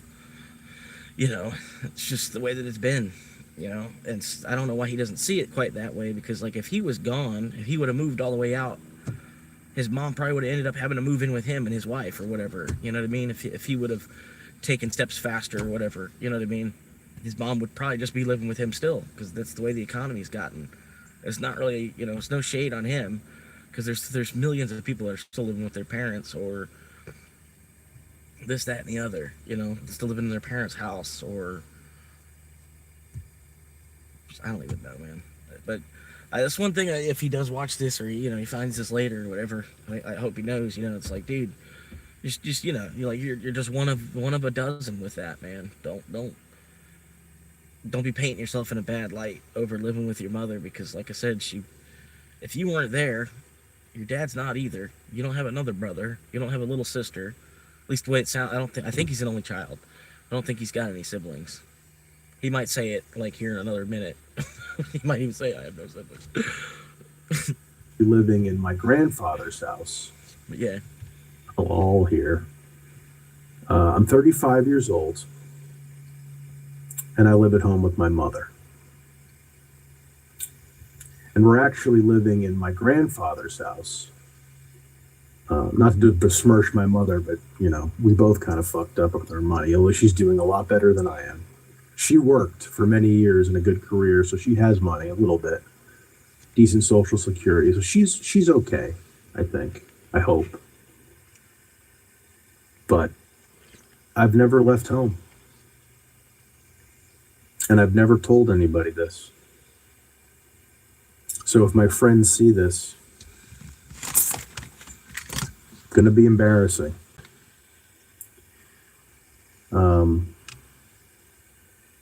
I worked. I wasn't a total NEET. You know, back in the day in high school, I worked in Burger King. Looks like I'm going to be working there again real soon.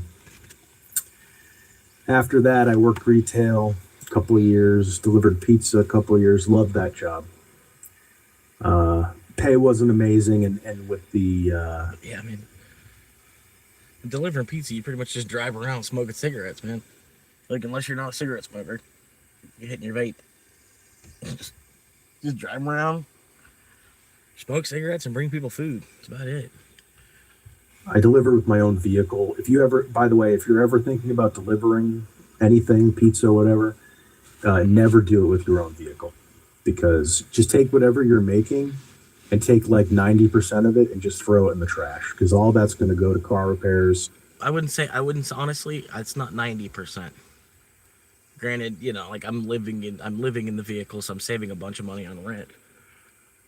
But it's not, you don't, no, it's not 90, you know, like 90% of your money's not going in the trash, man. It's like maybe 60% of it. Like, you do end up with almost half after your vehicle maintenance and gas, and you know what I mean. You do end up making about half of the money that you make for using your car to do something. But that's the thing, is a lot of people, you don't remember to set aside money for repairs or maintenance.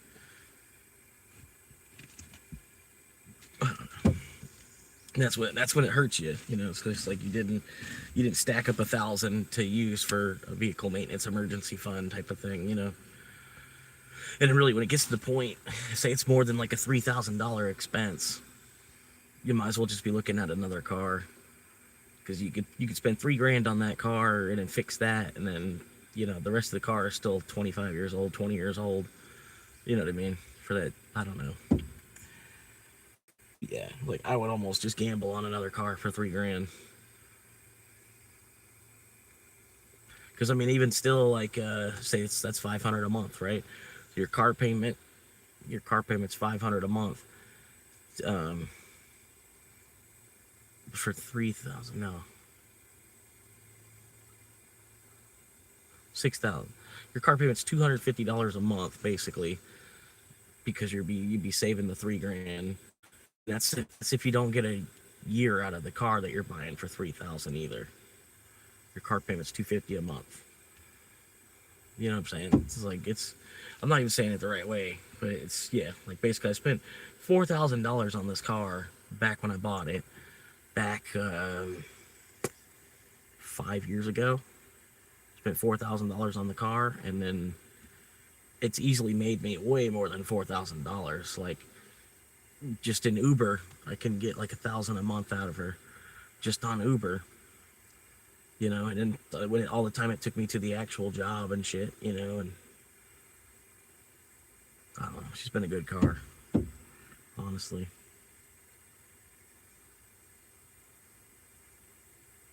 I said, I almost just want to hold on to her until she's just dead. Just done. When she's just done, she won't go no more. I might do an engine swap or something, keep her going, something like that. She might not need an engine swap.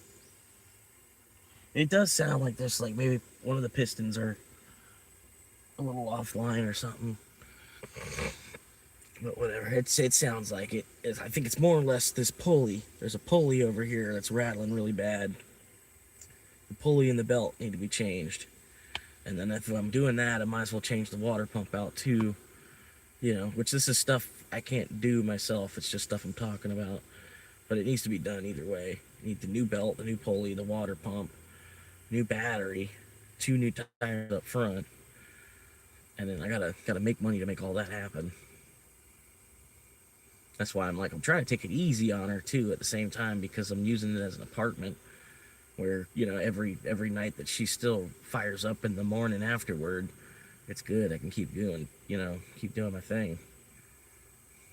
Keep making it around to the fucking gig.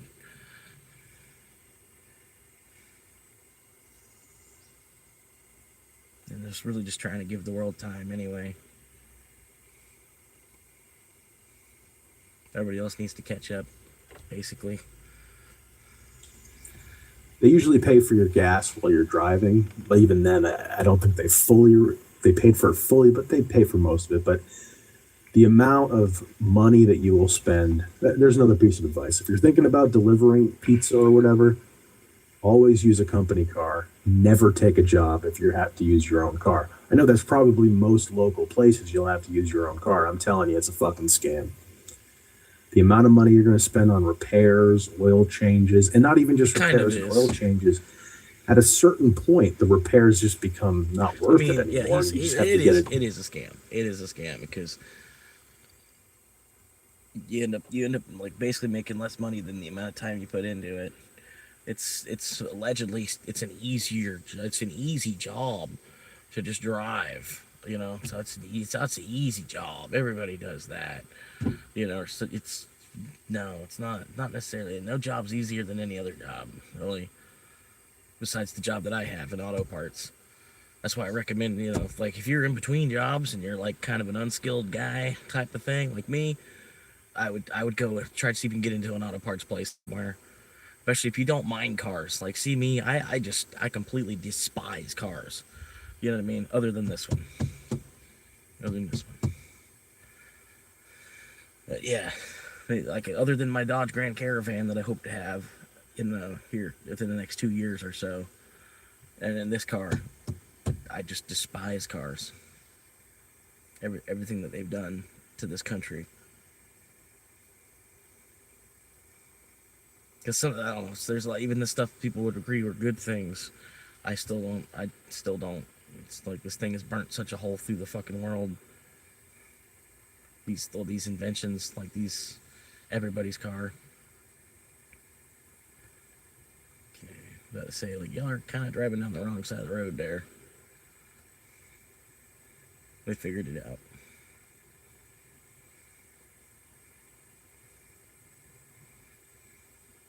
Anyway, new car, and that's going to cost all kinds of money and debt.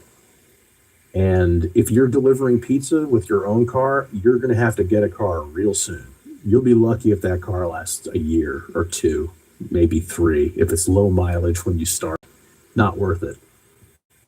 If you use a company car and you don't live in a sketchy area, I didn't really live in a sketchy area. I had a couple of close calls, but you know, if you're not living in the ghetto or you're not working in the ghetto and you can use a company car, it's a pretty nice job, honestly. You can make okay money if it's busy, but good luck finding that. That's a crazy dream job. And even then, who wants to be a pizza delivery man until they're 50? I'm probably going to have to freaking do it at some point. I've seen the pizza places that I worked that there was delivery, I'd say over half of the delivery drivers were over 50. It was abnormal for there to be a young delivery driver. Because it's, like I said, again, it's an easy job. Like, it doesn't take a whole lot of toll on your body. Like, it's a good job to do when you're like 55 and you're like almost retired as it is. You know what I mean? Like, a lot of what I saw was people that, like, this one dude, he was ex-army. You know, he did like 20 years in the army. And so he was already an old dude. You know, he's already like 50 from doing that. You know, coming 20 years of the army. You come out, you know, even if you went at 20, you're going to be 40, you come out. But yeah, he had already been working somewhere, you know, doing this, doing that. He's like in his 50s, you know, ex-military, and, you know, getting the military pension, healthcare is taken care of, you know. So he's just fucking delivering pizzas a couple nights a week, you know, a couple $100 more to help out the family, you know. That's all it is, man. But it was surprising. Like, the majority of the people were over 50, delivering food, and over 50 years old. I mean, it's just my area, I guess, though, too. Because, like I said, nowadays retirement is working part-time.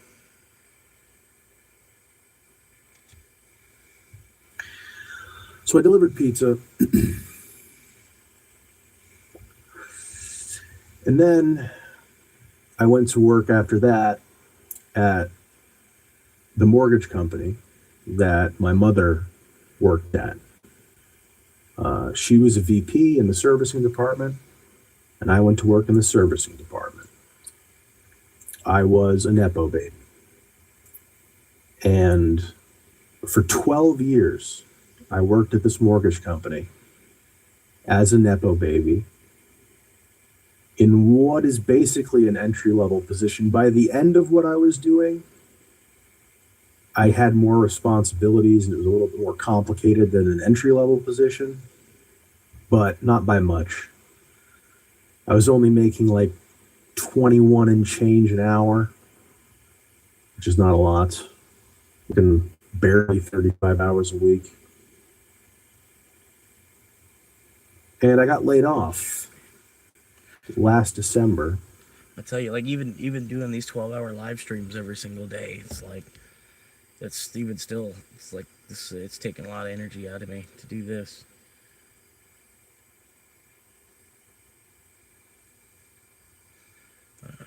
It's just, man, it's like I'm getting cooked. To keep up with the pace this economy moves.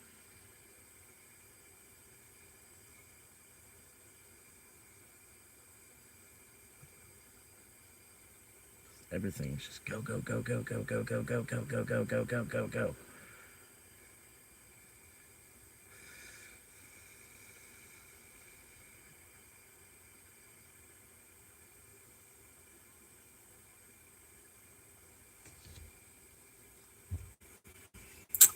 The company's been doing kind of rough, and it's the market is horrible right now, and they're not immune to it. And I think the company like literally lost like half of its employees over the last few years, and I didn't make it through the last round, and basically ever since then, for the last 8 months, 9 months, I've been unemployed, working very inconsistently on this YouTube thing. And now the gravy train is ending. I'm running out of money. My mother can no longer support me. She's retired. So the reality of life and adulthood is finally starting to set in for the first time. And I have got to be honest, it is absolutely terrifying. One piece of advice I could give is, unless you're smart enough and disciplined enough to treat it correctly and maybe only treat it as like a stepping stone, do not take a nepotistic job. Again, I can't speak for everybody. Some, you know, you got a family business, like a family-owned business, and you're working for your parents, or that's fine, you know, whatever. But if you get an in a company, especially if you get an in their department with a family member, especially if they're in a position of authority. I don't even know how they allow that kind of shit, but Like, I wouldn't allow that in my company, but don't go for it, because, you know, I worked at this place for 12 years. My entire, basically my entire 20s and a little bit into my 30s. Most of my 20s and a little bit into my 30s. And I'm not going to totally blame the nepotism. I'm not trying to blame my mom here. But I can speak from experience, at least for me. Again, it might not apply to everybody, but for me, the nepotism thing, it just, the whole time I was working there, it was this extremely toxic environment. You know, I knew I didn't belong there. I mean, don't get me wrong, like, I could do the job. It's not a hard job, but, you know, I got there from someone else, and as a result, I never appreciated it. I always took it for granted. I was lazy. I was late every single day, sometimes showing up 45 minutes late. They were pretty chill about that kind of stuff. Like, you get in like 10 minutes late, it's not a big deal. But, and I pushed that shit every day, 30 minutes, 45 minutes. It was ridiculous. Sometimes an hour. Ridiculous. I always worked the number of hours I needed to, although not diligently. He probably wouldn't have been laid off in that last wave of layoffs then. Just saying. He was basically saying he was working the job like a 20-year-old. So, working the job like a young 20-year-old. Showing up an hour late. But I would show up late constantly.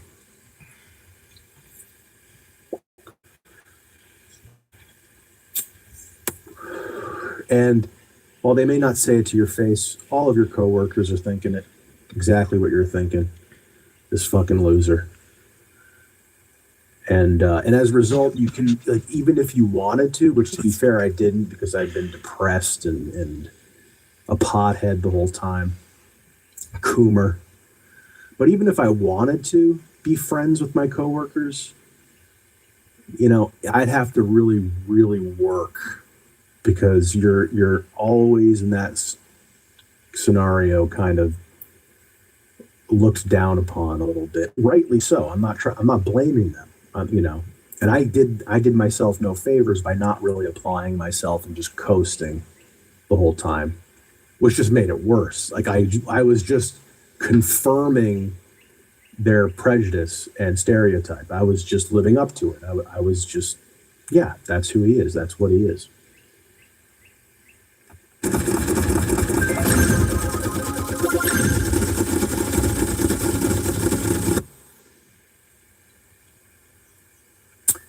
And I didn't care about the job. I didn't appreciate it. You know, I could have worked my way up the ladder a little bit, gotten more responsibilities, applied myself. I'm a smart guy.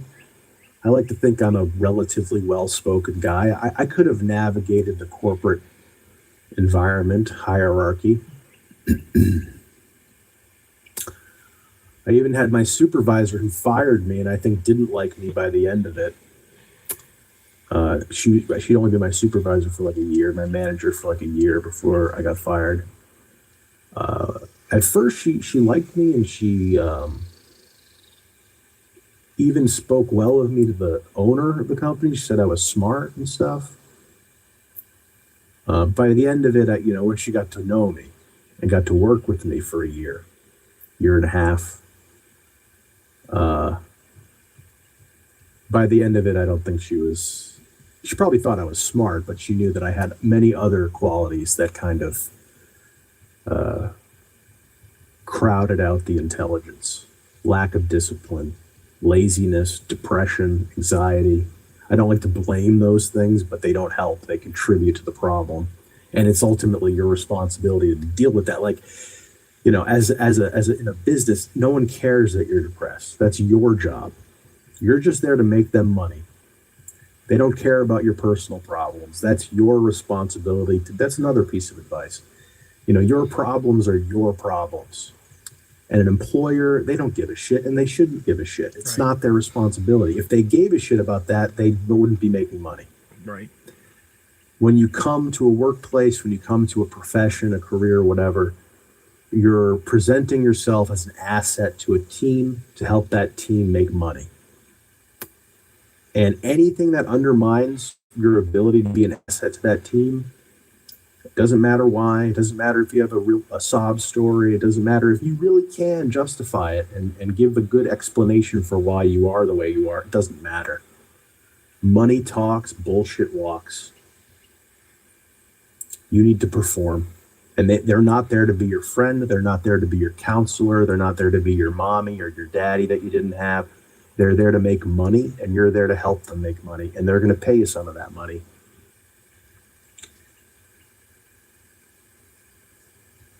I lost my train of thought. I don't even know what I was talking about now.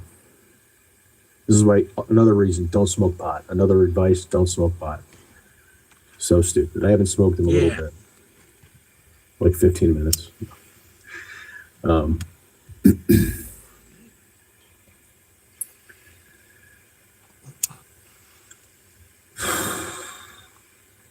So yeah, I mean, I guess I worked there for 12 years. Didn't apply myself. Never got promoted. Got a few raises to keep up with inflation. Barely. Didn't probably. Right. Yeah, the raise doesn't even keep up with the rate of inflation. I did not get promoted because they were out to get me. I didn't get promoted because I offered nothing worth promoting. And then, because of that, this most recent round of layoffs, I'm sure most of the department that I worked in is probably still working there because they had their shit together. A couple of them, I know, it was like 2 or 3 people who got laid off around the same time I did. And it was already a lean department. There's probably only like 3 or 4 or 5 people left. But, I'm sure most of them, if not all, are still there because they're good workers. They're a value add to the company. And they deserve it. But I didn't. So I got fired, laid off, downsized, whatever you want to call it. Whatever way you want to church it up. I couldn't keep my job, but other people did. So call it fired if you want. And then about 6 months later, I turned 35 years old. And when I got fired, I had a small 401k, about $20,000, $25,000. And I cashed it out. I used it to pay off my car, which is one good probably the only good financial decision I've ever made is to pay off my car. My car has less than 70,000 miles on it, and it's a Toyota, so that could probably last me a little while if I take care of it.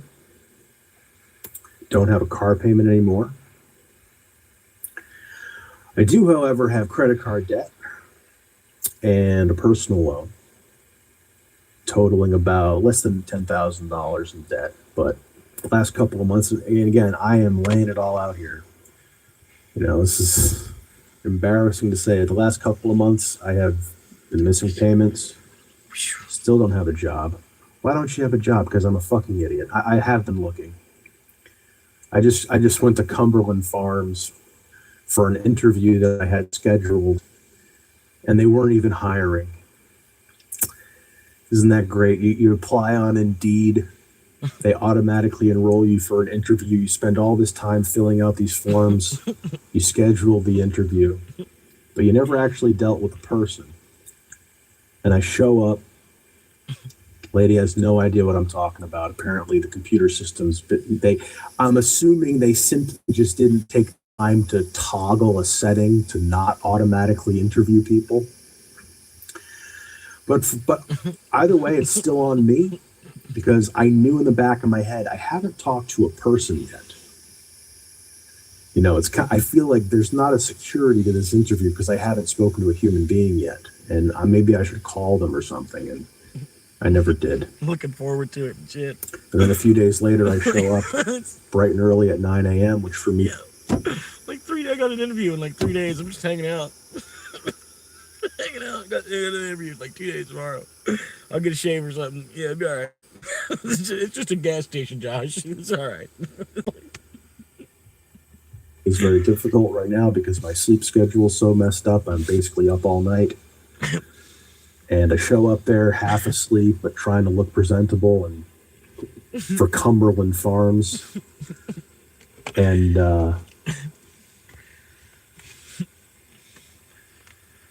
No interview. No idea what I was talking about.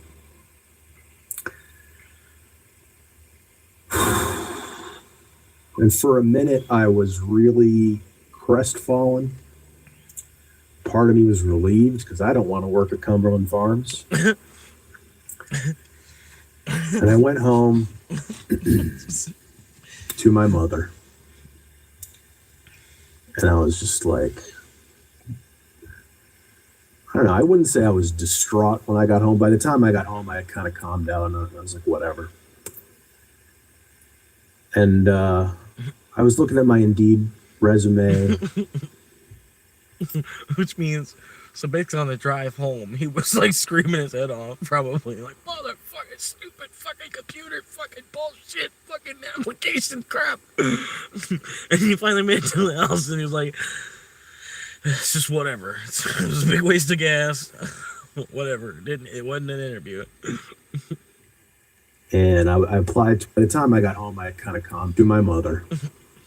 And I was just like, I don't know. I wouldn't say I was distraught when I got home. By the time I got home, I had kind of calmed down. I was like, whatever. And I was looking at my Indeed resume. And I applied to a couple of places that were kind of similar to what I used to do. Haven't gotten any calls back on those. I need to interview for like 100 a day. I understand I have to do that. But this is a skill set I do not have, and I have to rapidly learn. But I was looking at my Indeed resume, and Indeed. I read it out loud. I'm not going to do that here, but I read it out loud, and I read it to my mom, and she listened, and we both kind of agreed. She,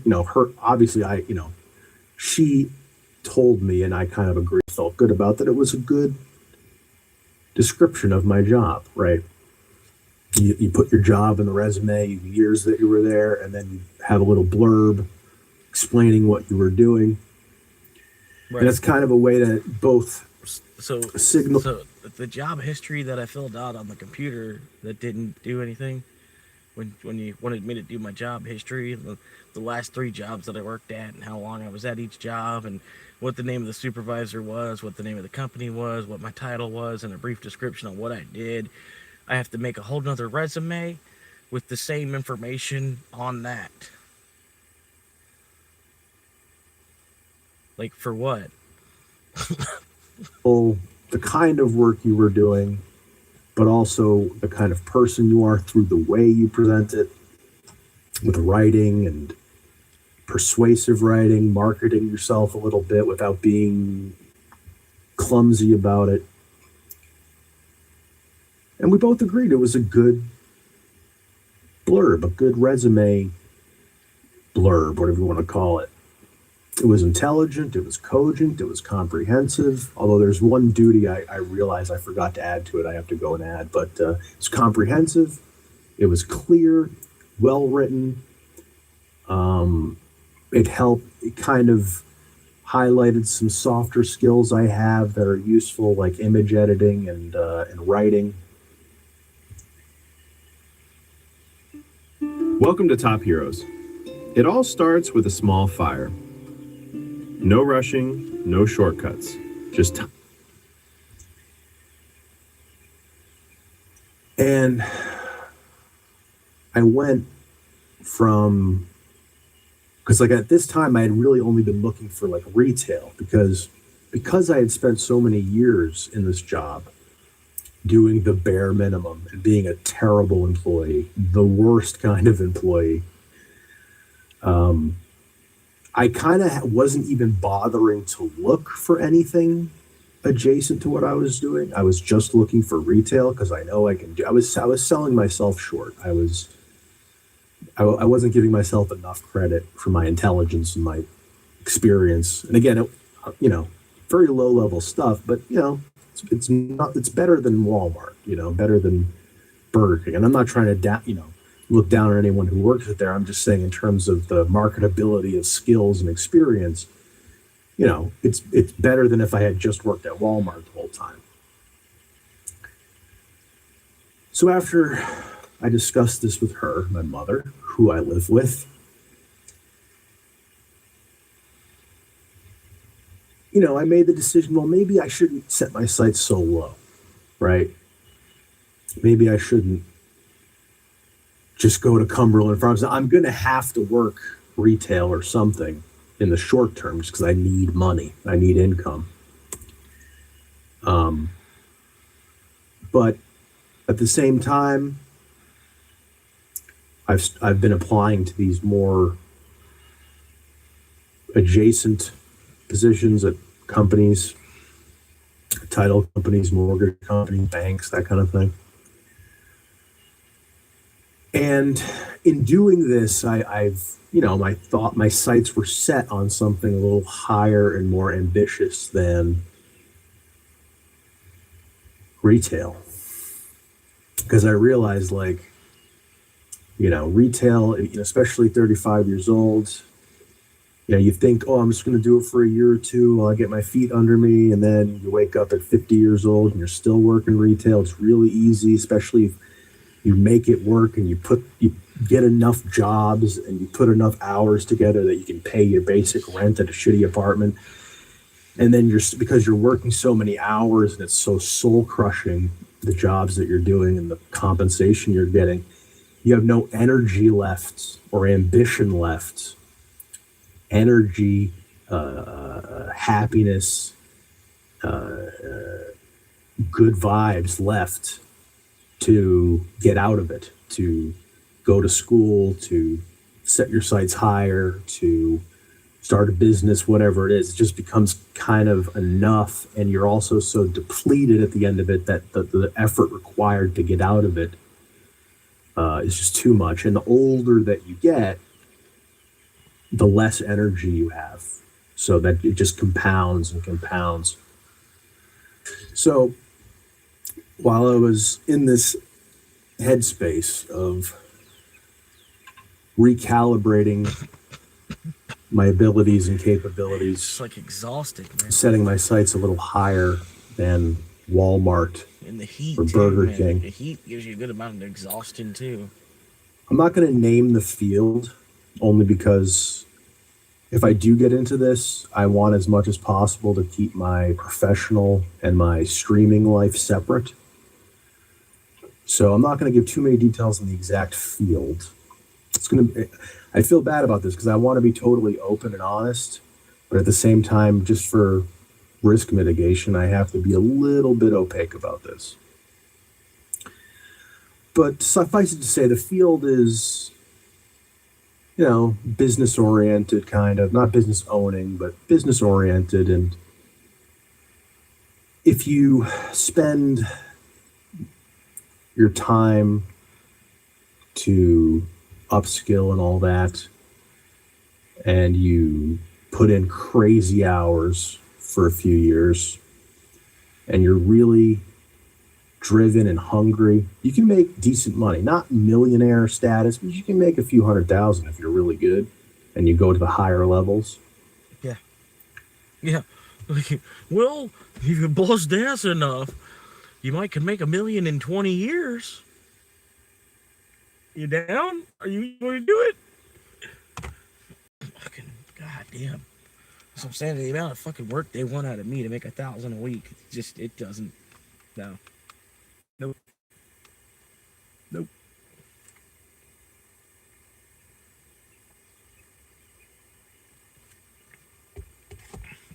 It'll be all right. And then on top of that, by the time you make the $1 million in 20 years fucking time, $1 million's only going to be like $100,000.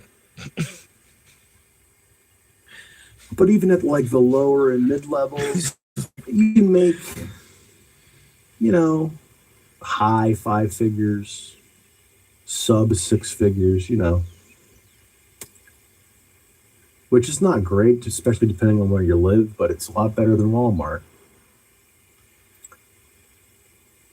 So I kind of considered getting into it.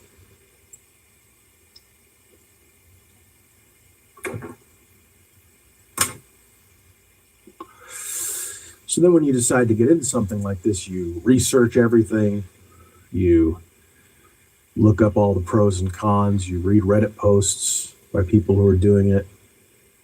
And I get a lot of mixed messages. Some people hate their job, some people like it. Some people say AI and outsourcing and all this is replacing everything. Some people say it isn't. And I'm in this situation now where I'm 35. I don't know what I want to do. Do I want to do this thing? Do I want to do that thing? There's a couple of options. But they all require like many years of school. Maybe not a lot. Maybe you only need 2 to 4 years of school. Some of them maybe 5 or 6. Which is not just a time commitment, which is important when you're this age, but also it's a money commitment. I don't know. I'm just kind of getting tired of because I got people all the time want to pop in here in the chat and be like, "Oh, you drive like shit." It's like, I'm sorry. Did I hit your vehicle? No, I didn't hit your vehicle. I didn't cause you to hit me either. Okay, well then I don't want to hear it, Like fucking everybody drives like a fucking dumbass. Student loans and, And then I'm reading these horror stories about the job market, which I know the job market today isn't going to be the job market 5-10 years from now, but could be worse. I mean, who knows, All of this is just $6.99 each when you mix match at Dom. No.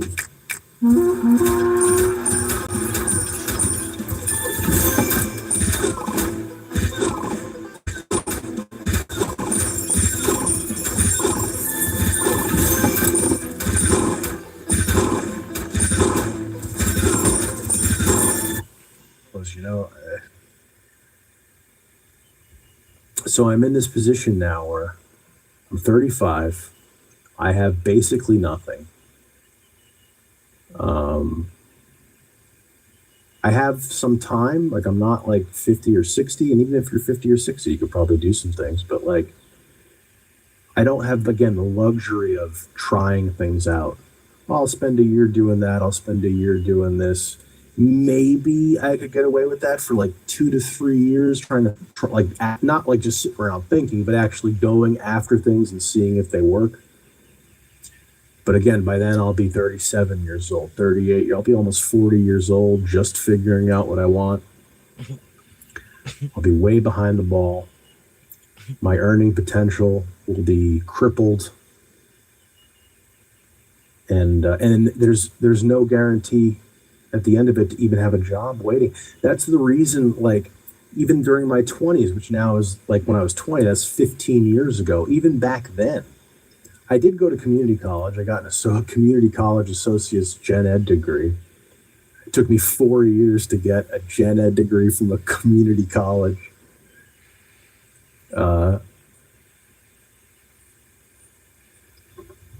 General education. But I didn't really take education seriously. It took him 4 years to get a general education degree from community college. Schooling seriously because, you're told college is worthless. College degrees are worthless. You can't get a job with a college degree. Even if you get a college degree, there are no jobs out there to get.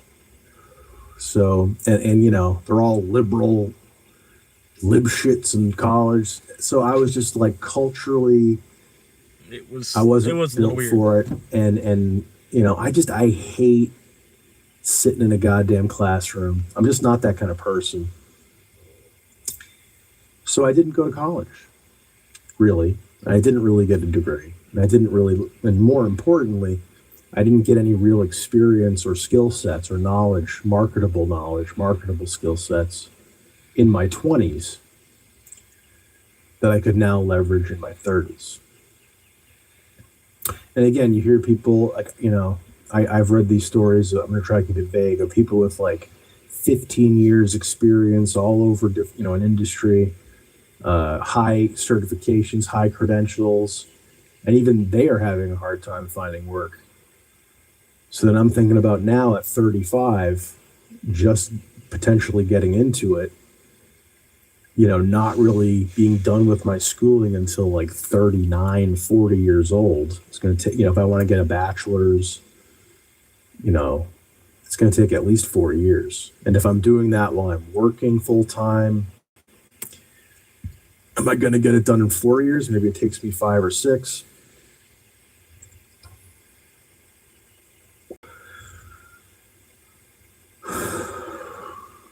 But for a brief moment when I had decided to do this thing, a lot of the anxiety went away because I had direction that I was going to do something. But now I'm back to kind of feeling crestfallen.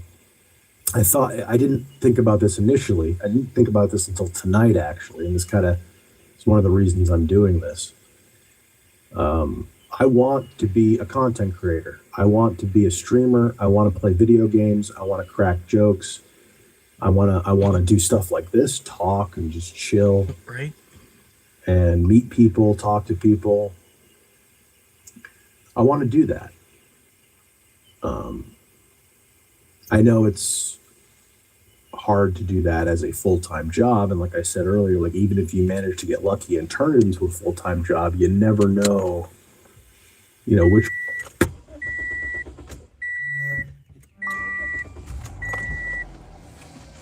Normal voltage. Waiting connection. Times it. Bluetooth connection success. 5 o'clock. The way the winds are blowing in terms of your audience, you could be really relevant and successful for a year, 2, 3, 5 years, and then no one cares anymore. You're too old. That's why I like him, man. I like because he's like so low energy. So low energy, and he's a good guy. Like I was just saying how like this guy, his video he made it to 1 million views on this video. And this is somebody I talked to. I haven't talked to him like on the phone or nothing, but it's someone we talk to each other because we're coworkers almost. You know what I mean? And like he's rooting for me to get some. You know what I mean? He's clicked on me a few times, watched me look a little bit, but yeah, I'm glad he did make 1 million views on this video because he needed the money that generated. You know what I mean? Now 1 million views on this video, he's that closer to getting 2, 3, and 4, 5 million. But yeah, man, he deserves it. This was a piece of work, man. Like I said, it's about the 5th time I'm watching this video. Because he says a lot of things. It's very inspirational, man. He says a lot of things and makes you stop and think and really, like I'm glad I'm watching this being a few years younger than 35. You know what I mean? It's really beneficial. You get lazy, whatever, just the niche that you're in just is no longer viable. Like I want to do largely like video game kind of stuff. And then I'm reading lately that Gen Alpha doesn't play video games. They're playing all mobile games now. No one plays video games. So I'm like, I don't think video games will ever go away. Yeah. And gamers are always aging. I don't think mobile games are really going to take off. It's just the kids, like, from the age of 2 or 3 nowadays, you've got a tablet or a phone being put in your hand. So, of course, Gen Alpha being 7, 8, and 9-year-olds, they're playing mobile games and all the little microtransactions on the mobile games. Spend 99 cents to get this extra piece of something for today. They sell you packages or whatever. Spend $4 on this package or whatever. You know what I mean? There's a lot of money in those microtransactions, all those games and shit. But I don't think mobile games are really, because there's still going to be a mobile game versus like gaming on an actual hard station that can produce better quality game.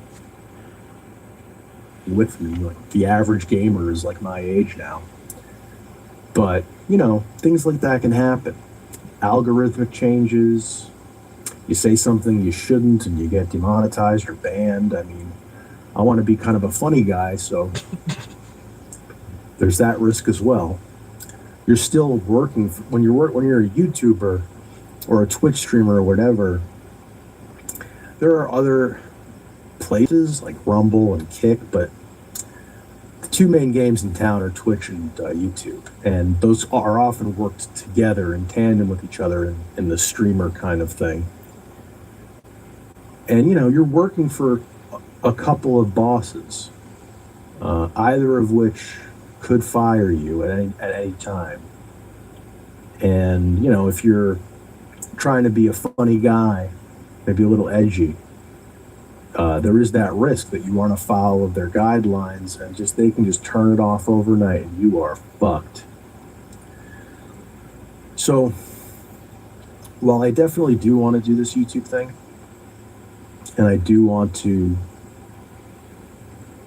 create stuff, stream, crack jokes, whatever, I can't look at it. And again, if I was 20 or 25, sure. If I was 20, try it out, do it.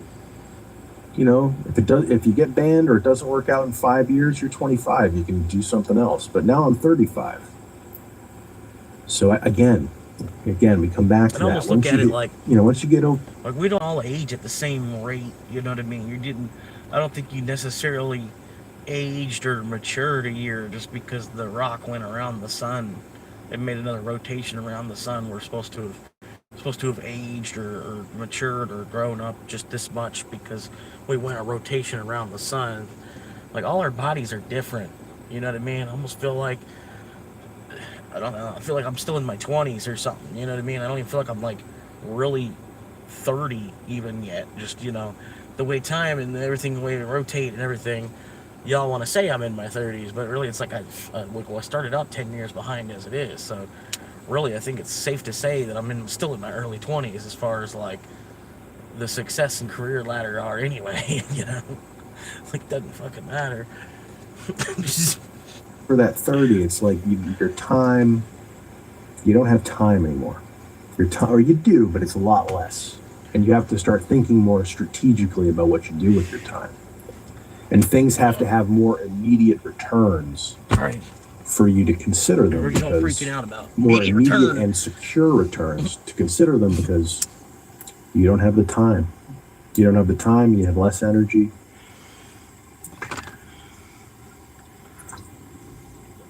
So I was feeling really good about this potential new career path I had identified for a minute, for a few days. I was feeling really good. Right. And I was like, I'm going to do this. It's going to work. That's how it is, man. I'm gonna do YouTube on the side. That's what it's like. Maybe I can build the YouTube while I'm working this thing, and have dual incomes maybe or something. Yeah. So I use Asana to track progress toward my goals. Portfolio View gives me real-time reporting. Work on this thing and have dual incomes maybe or something. And then today I realized that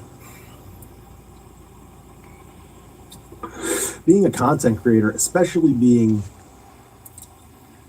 not being a milquetoast kind of corpo advertiser friendly content creator, is a big risk. Because, you could piss somebody off. The bitch hiker's guide. The employer could find the YouTube channel, whatever. Somehow your content creator identity. My employer's gonna YouTube's gonna find my YouTube channel. I need to watch out.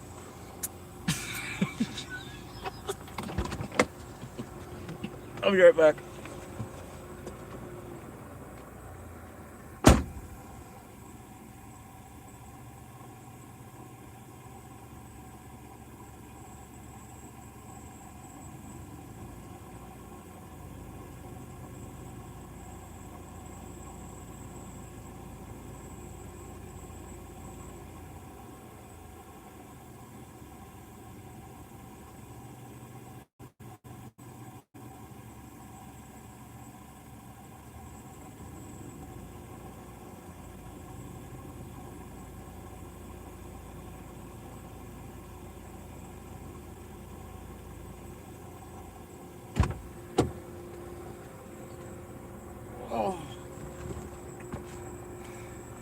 Slam. YouTube gonna find my YouTube channel. gets back to your advertiser, friendly content creator, is a big risk. Because, you know, you could piss somebody off, the employer could find the YouTube channel, whatever. Somehow your content creator identity gets back to your employer. And depending on the job, depending on the industry, depending on the position, how high up or low down it is, that could be a problem. You could get fired for that. They could not like some of the jokes you were making, not like some of the topics you're discussing. And when I realized that, it kind of took all the wind out of my sails, because for a few days I was riding high. I was like, oh, I think I finally have some direction. It's practical. It's tangible. It's realistic. Makes Pays sense. okay. You know, it's a real thing.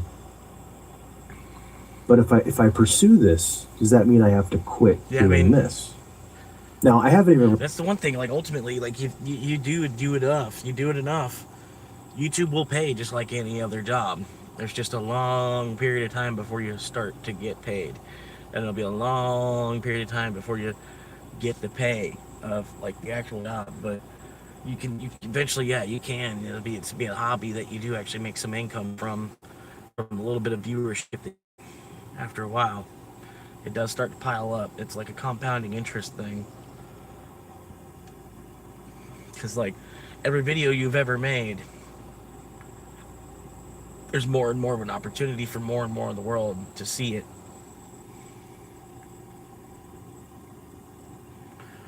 But anyway. Well, I started doing this, you know. I mean, I'm super early in this process of YouTube and content creation and all that, but if I go deeper, if I spend 4 or 5 years in school, and all the while I'm working on this YouTube thing and it starts picking up, what happens? What happens if I spend that time and money to go to school, get my degree, come out, get a job, and then I lose it in a year, 2 years, because I got doxxed or canceled or whatever? So then I was like, well, then I have to choose then. Like, I have to do this thing or I have to do YouTube. But neither option is viable. If I just did this thing and I quit YouTube, I might as well just kill myself now. I'm not advocating that. Suicide is horrible, and you're devastating the lives of everyone. I bet YouTube knows that too. There's like a lot of people that are like suicidal if they took their YouTube channel from them. A lot of people thinking that YouTube's gonna be like their lottery ticket. I think I'm just one of millions on that as well. You know what I mean? Like, that's where it's like you're fighting the whole system here in the real world to try to do something in the digital world. It's like, because you see a lot of the real world money is like flowing into the digital world anyway.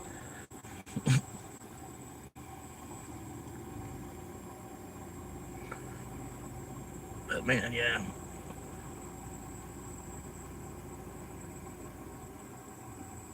I really need to like watch my mouth a little bit more.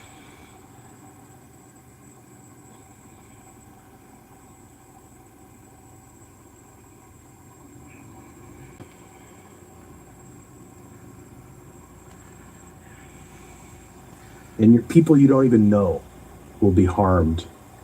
And it's a temporary solution to it's a permanent solution to a temporary problem. But, you know, if I had to give up YouTube or content creation entirely, I would be miserable. I'd be working this job. I wouldn't be making a shitload of money. And I would always feel like I'm leaving my soul on the table. Like I'm taking my soul out, and I'm putting it in an envelope, and I'm handing it to my employer, and he's taking it and putting it in the drawer. And in exchange for that envelope with my soul in it, he gives me a paycheck each week. And probably not even a great one, to be honest. Probably just barely enough to afford a studio.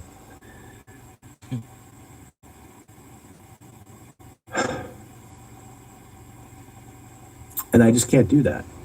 I cannot do that. But equally, I cannot just be a YouTuber for the reasons I've listed. It's too insecure. The odds of even getting to a point where you're making a decent enough living at it, it might not happen. You know, it's very risky. It's very. I feel like just 2 million views a year. 2 million views a year would be like all that I would need. If I could somehow, some way make it to 100,000 subscribers, making 2 million views a year, out of the amount of videos that I'll be able to produce in a year, it's gonna be nothing.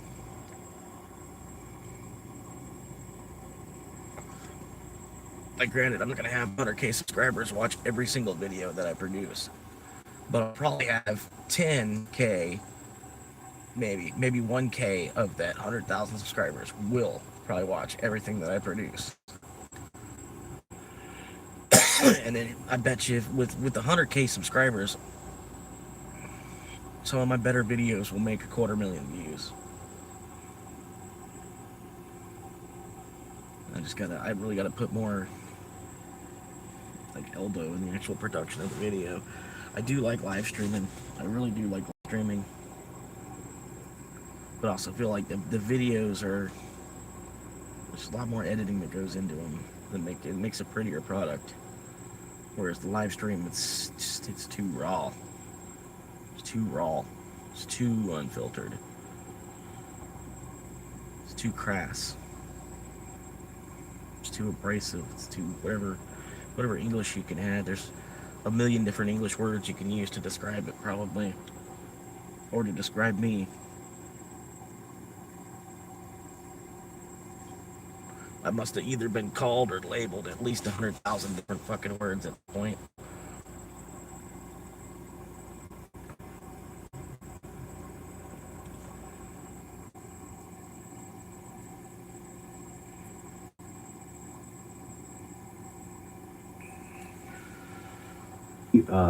Uncertain in terms of it ever actually taking off, and even if it does take off, it's very fickle. You know, at any moment you could get. I mean, there are a million risks to being a content creator as your main focus. You can get canceled. They can do algorithmic changes that just make it really hard to make money if you're not making absolute dog shit slop like all these shorts we see. Don't even get me started on the shorts, dude. I could rant about that for an hour. These dudes who will just take someone else's clip, some other viral clip that's just been going viral, and they'll just have their face above it, and they're not even fucking saying anything. They're just looking at it like it's the most degenerate form of content. You could have hardcore gay pornography on YouTube. It would be less degenerate than these shorts fake reactor channels. Because they're not even reacting. They're not saying anything. They're just making faces, and the faces aren't even legit. They're fake mugged faces where they're going like they're pretending like they're holding in laughter. You know what the fuck I'm talking about. You've seen these. They're pretending like they're holding in laughter while they're watching some clip that you've seen 1,000 times. They're not even sincerely reacting. They're pretending to react to a viral clip that's not even their own. It shouldn't. I don't even think it is actually allowed on YouTube. I'm pretty sure that kind of react content is against TOS because you're not adding anything. But they're everywhere. Don't even get me started, man. So there could be algorithmic changes. You could get canceled. Oh God. You could, and also even if you play your cards right, you don't run afoul of the TOS, and you manage to stay on top of the algorithm game and all that. Oh God. Oh my God.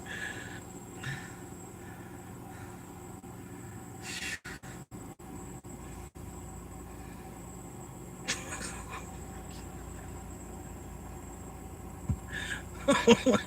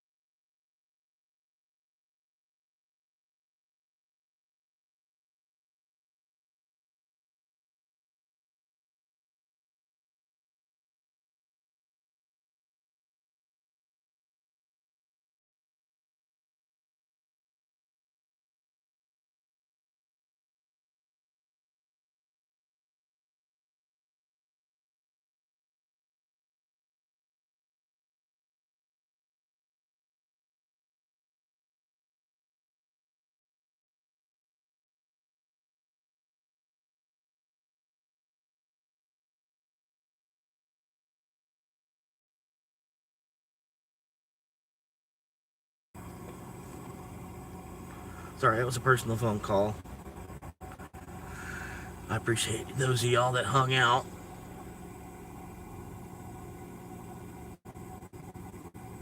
But anyway, yeah, it was a personal phone call I had to take care of. Talk about some stuff there. But damn, man.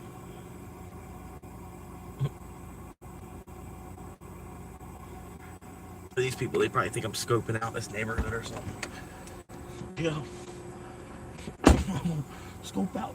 I'm scoping out right here. Scope out some land right here.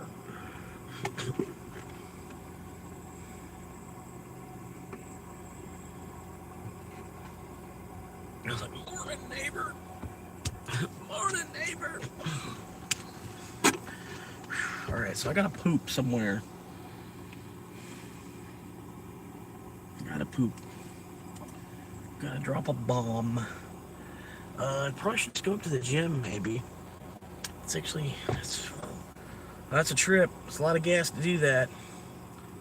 Luckily, I just got paid today.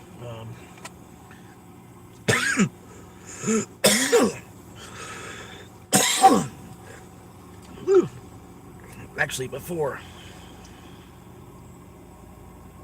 I do anything else, let me go ahead and make a payment on this credit card.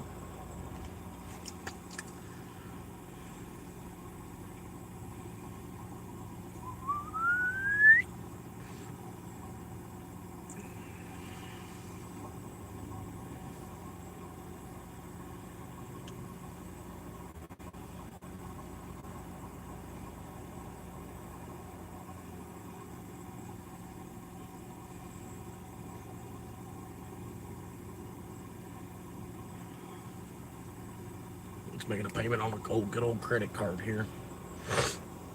Moving some of my $148. I'm gonna move 50. 50. Yes, I made another payment this month. If I forgot to make a payment this month, I've made one now.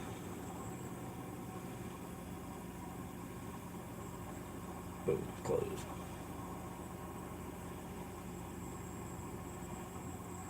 I'm gonna go to Capital One.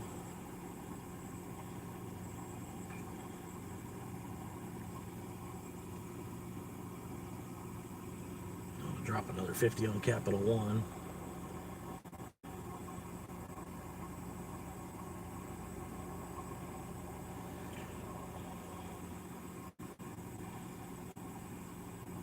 Oh shit, that's right. It's the baby version of my password.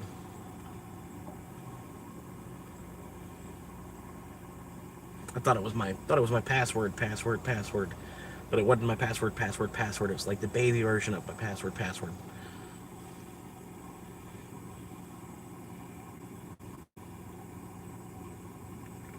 $3 in rewards cash.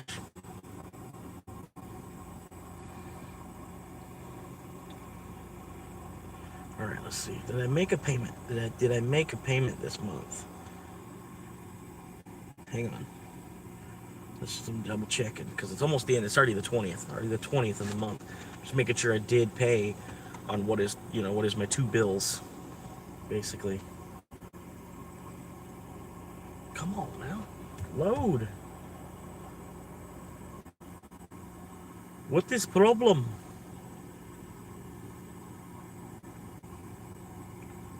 Can you load the?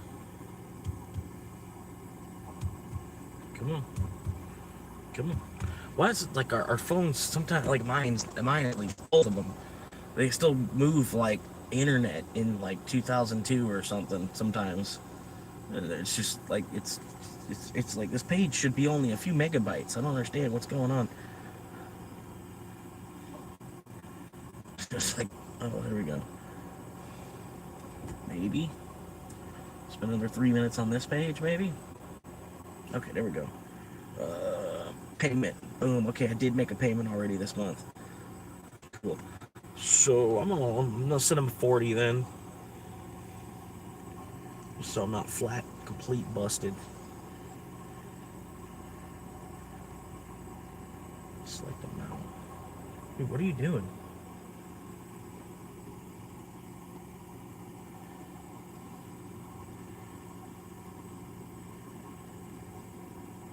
This dude just keeps riding by on his scooter. Like, he's just enjoying his neighborhood. You know what I mean? Like, it's just like, he's like super concerned with riding past me. Be careful, man. I'll grab a big stick or something. I'll shove a stick in his spoke real quick.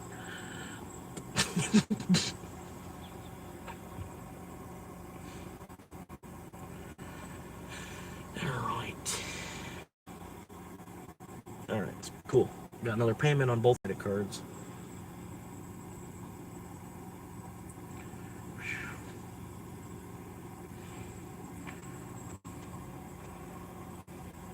Sorry, there's like the ex, she sends me this picture of her tire all busted up. I was like, oh god. I was like, where are you at? You know, what part of town are you in?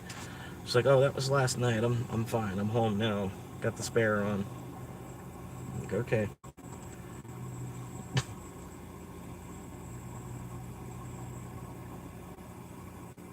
Last chance for romance. Last chance for romance. For love.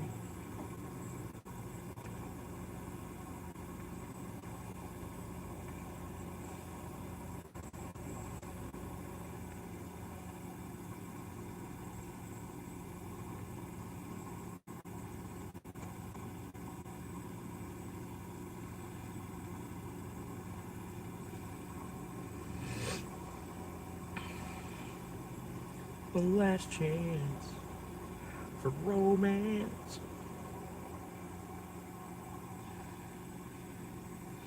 To stay on top of the algorithm game and all that, you could just lose relevance.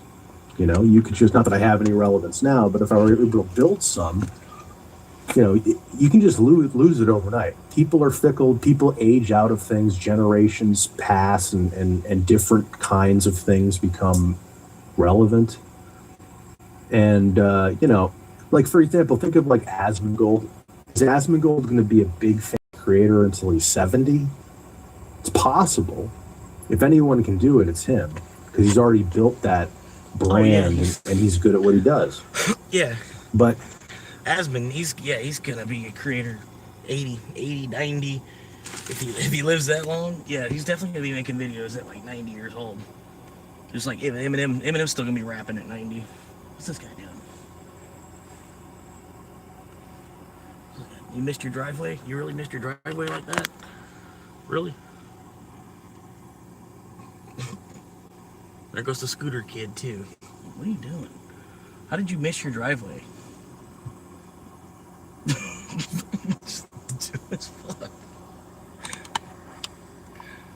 He was like worried about me in the car. That's why I was like, I'm gonna duck down. I'm gonna fuck with him. I'm gonna string all the way down. He's looking through the windows. He just sees me duck down. Then he gets up here. And like, yeah, he just drove right by his driveway.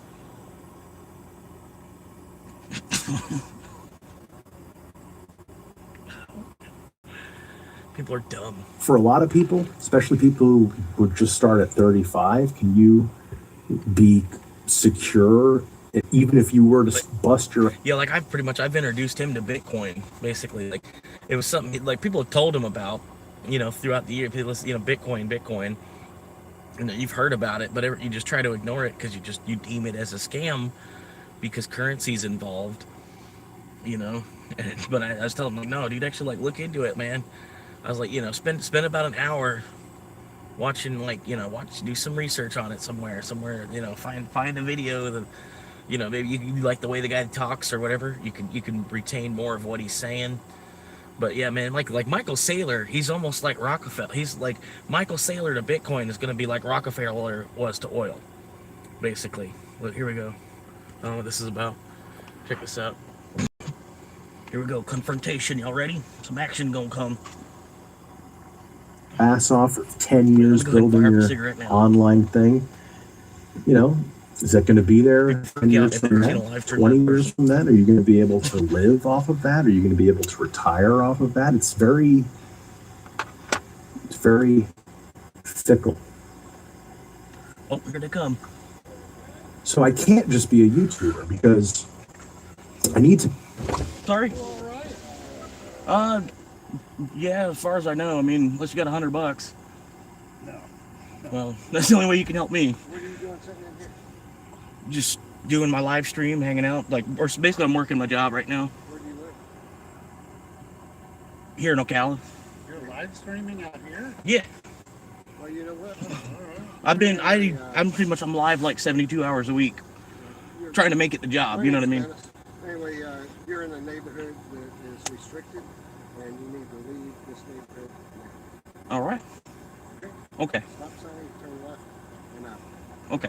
The gate closes at 6, and it will reopen if you pull up straight to the gate. Gotcha. Yeah, that's what I figured. The gate was open, so it was early enough that it didn't matter. Oh, okay. All right. Okay. So you got like 1 minute to be on your way. Okay. We'll go ahead and we'll count it out. There's a 1 minute and 18 seconds.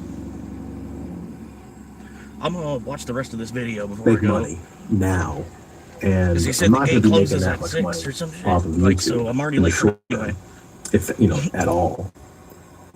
And like I said, even if I were to make money on YouTube, it could go away like that. So That's what I'm saying, man. being a pure YouTuber just isn't in the cards for me either. Just don't even fucking Just know. like being a pure whatever, basic normal job isn't really a And then, thing like, for really, me either. He can ask me to leave all day long, but he's got no actual authority to actually make me leave. That's the thing. He doesn't understand. He's got no actual authority to make me leave. So, yeah, I get what he's saying. I'm trespassing, but no, I'm not actually trespassing until the police try to serve me a paper to let me know I'm trespassing. He has no authority to trespass me. Especially, I'm not even on his property. I'm here, I'm on the... You see how far I am from this guy's property, right? Like, he's got really, like, ultimately no grounds here. Like, he might own this land over here, because he might be wealthy enough that he bought more than one plot of land in this neighborhood, but I know from being on the phone with police before and asking them, like, well, yeah, he can ask you to leave all day long, but he's not a police officer or sheriff. He doesn't work for the county. He's got no authority unless he's actually wearing a uniform. You know what I mean? So I'm gonna watch the rest of this video. So I don't really have an option. I don't really have. Because the gate was open when I came in. I didn't other break it than in or to just come kind here. of do both things. Normal job, YouTube on the side. If YouTube lets me quit my job, great. But I'm doing this like even 72 that, hours it's a week, like, right? would you want to quit your job? Probably not, because YouTube can go away. Maybe you could downsize the amount of time you're working at your job. I don't know. But even so, I was kind of back. I was back. We're back. And I was like, okay, I'll just do both. Got 1 minute. Fuck. Well, that's crazy because it's already been 2. Worrying about getting canceled or doxxed or whatever. I'll just do my best to kind of separate the two worlds. I'm not going to, no matter what I do, it's not going to be some super high power position in New York or whatever. It's going to be, a low level, local kind of gig. So that kind of scrutiny isn't on you as much at that level. So I could probably make it work. I could probably do the thing and do content creation if I'm fastidious about keeping the two separate. No, he's out there on the phone. Because it'll only take another half hour for the police to get here, minimum.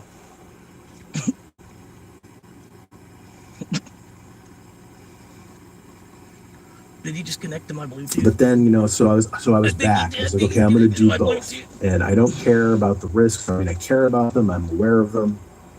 But I'm not going to let that Just stop. mind your own shit, dude. Like, fucking for real, bro. And then I'm on Reddit again. I'm gonna be reading gone here shortly as it testimonials is from people anyway. in I'm the almost out industry of that I'm drink. looking at, and Like, fucking for just real. like Now you're everywhere creating else, yourself they're as an saying how enemy. terrible the job market is. And again, like I said, people with 15 years experience. And I got to the point I was like, I'm just gonna start saying that when people come up to my car and they ask if do you need any help? I'm like, well, yeah, $100, man. $100. high certifications and degrees, you know, they can't find work. And those are like the only people who can find work. If you're going to find work, you're going to be one of those high level people. But it's even going to be hard for you. If you're an entry level, which is what I would be at 40 years old, real hard. Now, again, that's now. 5-10 years from now, it might be that bad. I don't know. The trends don't look good. To me, it seems like it's just going to get worse until we have a political revolution, a civil war. I mean, that's a whole other thing. And the future is so uncertain from a civilizational perspective that just throws a monkey wrench into any plans I try to make. Like he's gonna see my tag from that far with So your I'm fucking eyes. truly at a loss. With your old ass eyeballs. I think for now I am going to pursue this thing while also doing this YouTube thing. But, you know, I don't know if it's going to work out. I don't know if I'll decide to switch to a different path, you know, while I'm in school. I considered programming, but like, again, programming to me seems like, I think IT is the one, right, that gets outsourced and AIified, but like, I think programming is a little bit more secure, but the problem is I'm not a programmer. I've never been a programmer. I'm not even good at math. I think I would probably like the work of if I had the aptitude for it. I think I would like program more than this other thing. But again, program requires a lot of math, and I'm competing with like 20-year-olds who are programmers, who've been into programming since they were teenagers or younger. Shit, I almost hit him with the, yeah, well, I or at the very live least everywhere. Since they were in their 20s. And I'm alive 35 right now. Just now, I don't know any program, right? I know Windows. I play video games, so like I know how to do some basic. I could do IT, no problem. You know, I'm a PC gamer, so you know I've troubleshooted a shitload of stuff on my own. I've helped people troubleshoot things with their games. But even as a PC gamer, I'm not super knowledgeable. It's pretty basic stuff. Oh, I got a shit too. But then that IT thing, so like IT is like the no-brainer, but then like isn't IT, you know, that's what's getting sent to India and replaced with AI. And remember, by the time I would be ready to do it, it'd be 5 years from now, at least a couple. And it's like it's that kind of those trends. I feel like it will just get worse and worse. Stop right here. So right now I'm kind of lost again. I'm not totally lost. I'm still looking into this thing, which I don't want to name. And I'm still gonna be doing this. What does this do? And I'm gonna be working at What does this do?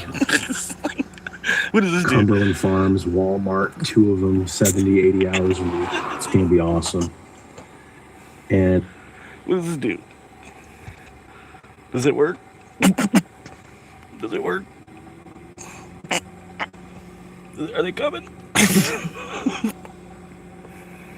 Come on, walk all the way down here. Come on. Get your exercise in.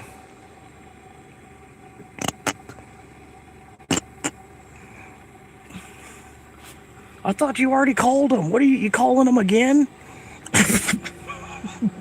Or were you faking it the first time?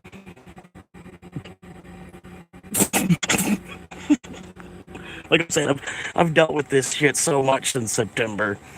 I really have. Like, that's why I was like, you've got no authority. I didn't want to tell him that to his face, but I'm like, you honestly have no authority to tell me I need to leave in 60 seconds. You know what I mean? It's not even sundown.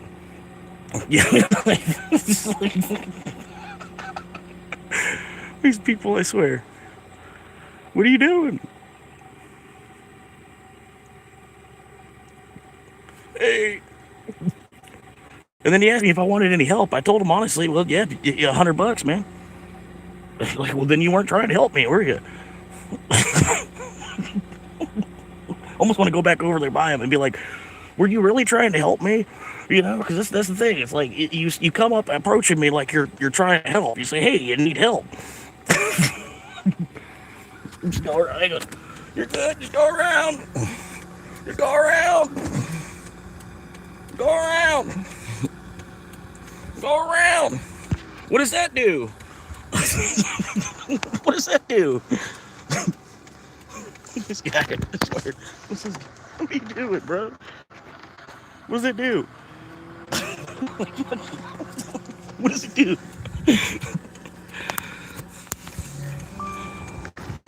Hey.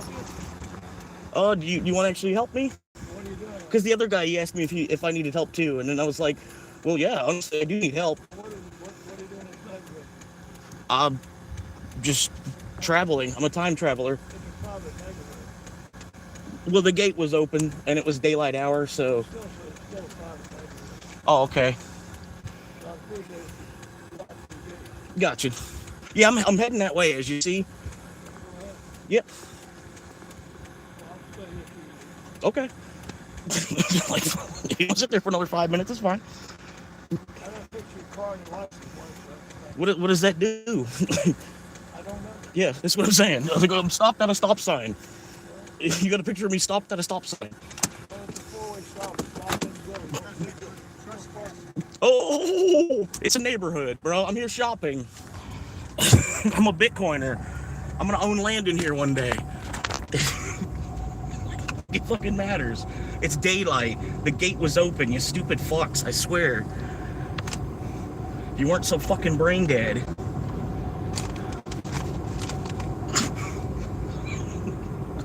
Stupid motherfuckers. Like, I got a picture of your tag. I was like, what the fuck? Okay. Because that's gonna show you my address. People are so stupid.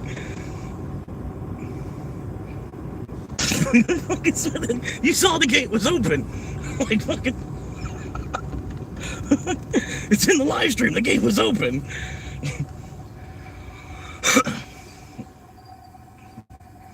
I don't know. People are stupid, man.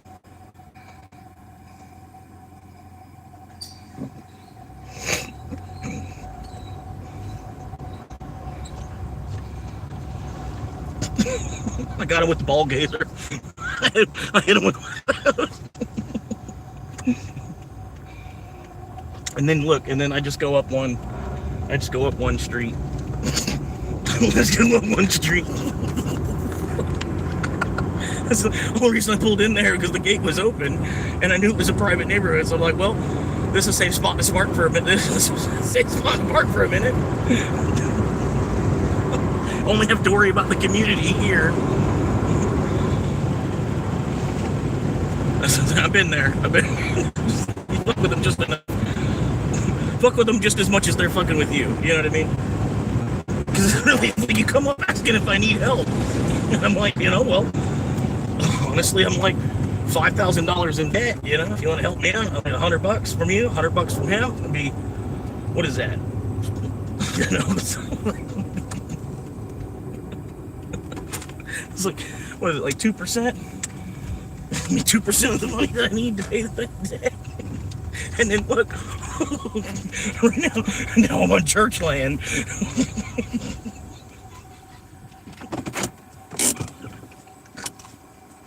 Like, dude, you're fucking with your neighbor, bro. Why do you gotta fuck with your neighbor like this? Like, it's all just money, too. It's all just money, money, money, money.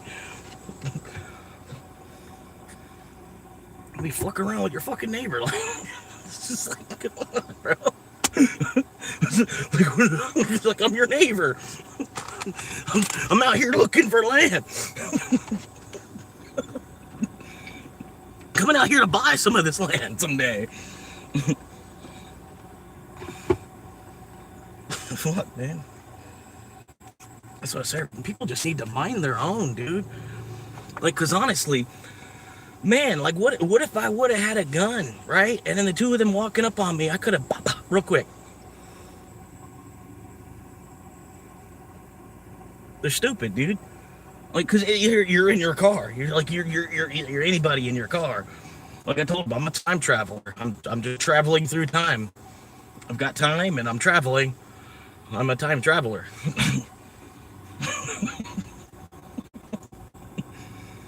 Like, I've got time. I don't have to show up to work till 5 o'clock on Saturday. Just looking for a place to hang out for a minute. If I want to call the cops and take pictures of my tag, that's fine. I was like, I'm already on my way out. Stupid motherfuckers. Maybe you shouldn't leave the gate open.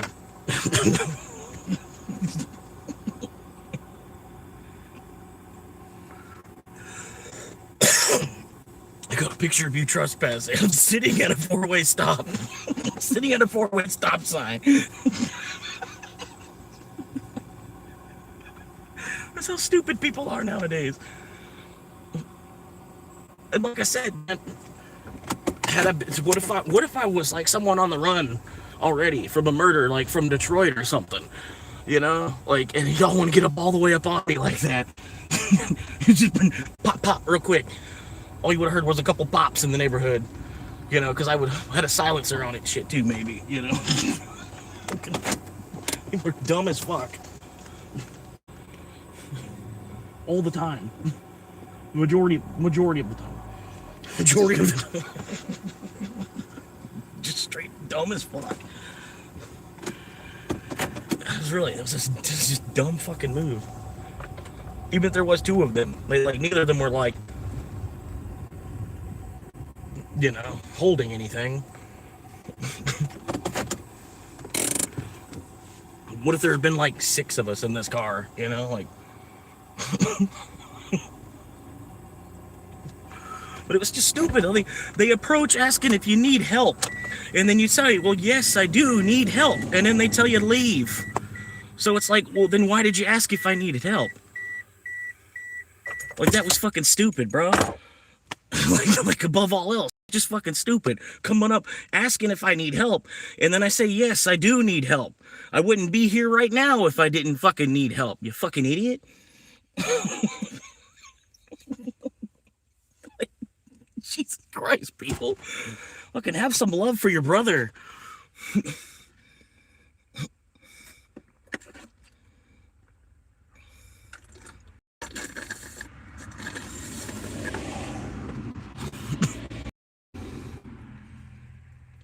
And like I said, I've already been on the phone with the police myself about shit like that. The gate was open and the sun is still well up. So yeah. Good luck. And then plus, like,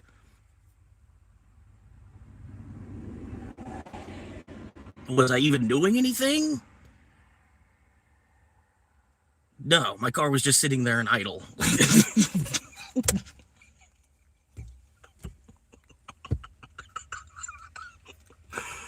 Sitting here just watching fucking YouTube while I fucking live stream myself on YouTube. I'm just doing my job. I don't understand why you gotta give me shit. You really want to help me out? I need $100. And they're like, leave. I'm like, I'm sorry, but you don't actually have any authority to tell me to leave. You're not in uniform.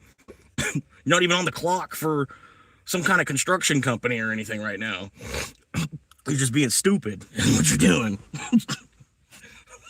Like I said.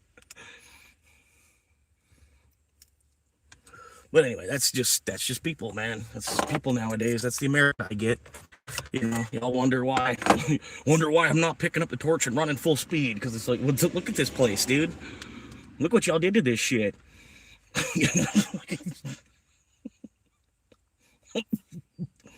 I'm just trying to be a Seminole. Everywhere I go is like fucking private land for some reason.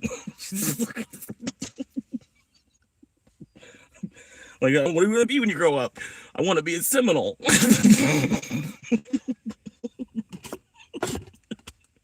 Here you go. I'm just out here collecting feathers, man. I don't know what the hell y'all are doing. Coming up to me, giving me shit.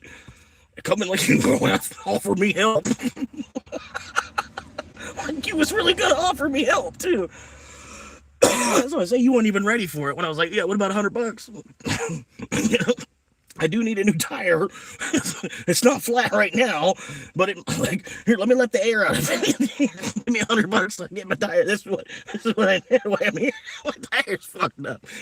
I'm not trying to drive too far. Stupid motherfucker. He didn't know what to say for a quick second there. He's like, oh. I'm about to reach for his gun. His hand twitched. Is he about to rob me? Because I'm asking him for $100. Like, that's what I thought of that a while ago, because I have people come up to me all the time like, do you need help? Do you need any help? I'm like, I get the point. I'm like, you know what? Really, I should be asking them for like $100. You know, like, honestly, yeah, like I wouldn't be here right now. You know, hook me up. Look at 30 people that have come up and asked me, do you need help? If they would have gave me $100 a piece, I wouldn't need help right now.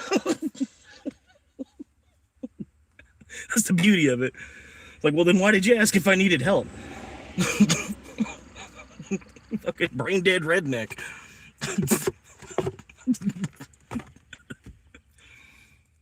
And like I said, the gate was open, so maybe you need to get on your construction crew a little bit more about making sure they keep the place secure or something. You know what I mean? Because like I could have been anybody. I could have been from Detroit or something. I could have been coming out of Columbus, Ohio already, from doing something else, you know? And then y'all coming up all the way up on my car like that was stupid, dude. That was so stupid.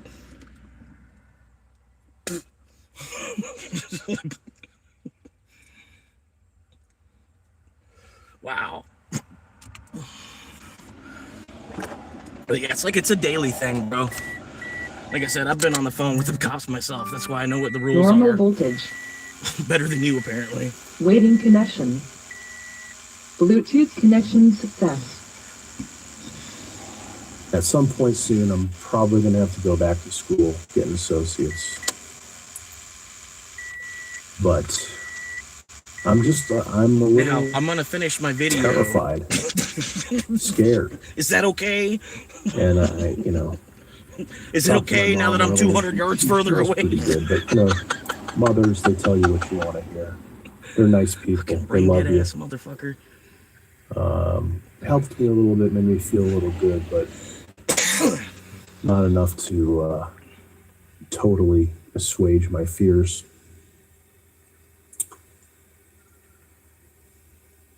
So then I was like, well, the job market's terrible. I wouldn't even be making that much money anyway. I'd be 40 years old when I start really in earnest. Just do the YouTube thing. Hey, what's up, Jerry? What's up, Fred? Sorry, guys. But then all those things. Yeah, it's in the video. YouTube is not. It's like pretty much like the last 20 minutes if you want to put it on like double speed and watch through it. Not much happened. Just stupid people that they think they own the paved road in front of their house too, you know, type of shit, you know.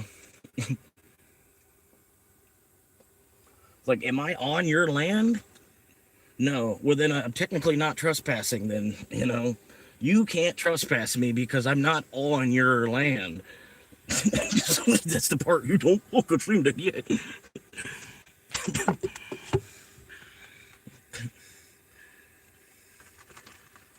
Fuck, it's really not your land anyway, you know? I want to be a Seminole when I grow up.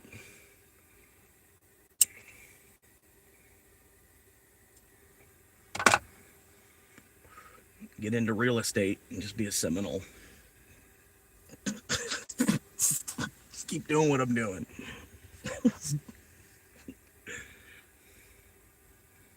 But damn, yeah.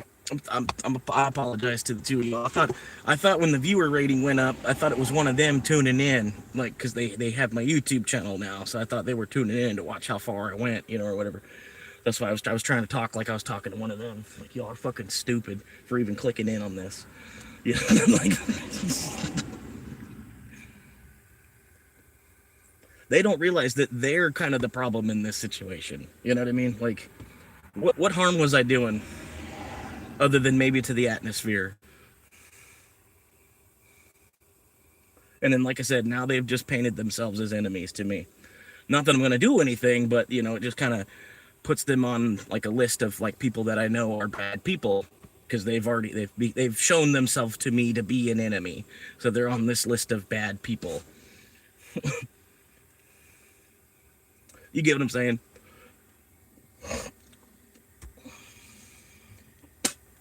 But that list is not like another list. I've got another list, you know, if if I don't actually end up retiring, there's another list of, you know, with some names on it.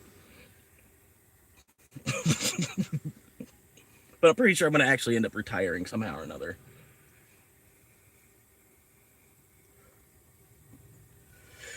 Yeah. I was watching his video right here. It was basically saying, like, I need to watch my mouth a little bit more. Because, like, say, if I do get to the point where I'm looking at monetization from YouTube, I still have to have the ad partners, the partners that are going to pay for that ad revenue or whatever. They have, if, you know, like Huggies diapers aren't going to be an ad that's going to be on one of my videos. You know what I mean? Like, these advertisers, the content that I'm producing, I don't even think that they're going to want to sponsor in the first place. So I'll probably only be making money off of the views somehow, or like the super chat. I don't know how it's going to actually work if I do make anything off of this. The way I see it, it's like using a software program to make some money, and I can basically create a whole brand out of this. I was talking earlier about, like, you know, making like a Swamp Monkey hard lemonade, you know, and I could do anything with the name Swamp Monkey, you know, like, there's all kinds of things I could be making musical instruments, you know, I could Swamp Monkey's garage, you know, like I rethought the Uber app basically already today in this live stream. I was like, you know, like they just need to, if I were to recreate the app basically after me being a driver for Uber and DoorDash, I see some of the mistakes that they've made, and I feel like if I were working with a group of people that could actually build an app, I could express these ideas to them, and we could actually create an app that's actually better than both Uber and DoorDash, with a better name maybe even too. DoorDash is going to be kind of tough to beat. They kind of hit the nail on the head with that one. It's like perfect. But I feel like you could beat the name Uber. You could make a food delivery service app that pays your drivers double these other two platinums pay. Right? Because say you have a CEO that helped, you know, whoever, the people that helped design the app, they're not really interested in making like buku dollars off of it. So you could just pass that back to the people that drive, you know, pay your employee for working for you, rather than them relying on the customer to pay them. And then you're screwing the customer twice, you know. They already had to pay $6 for the service to the app. You know what I mean? Like, I don't think you can, it'd have to be $6 still, but at least you could pay the driver $3 or $4. You know what I mean? And if you could pay the driver $4, you're going to have all the, it's going to, you know, it's be the talk of the town. Like, hey, this app actually pays double, you know? But yeah. Yeah, it's not to be in the system to be able to do that, because, you know, that's the thing, is I'm challenging companies that already exist with no actual capital.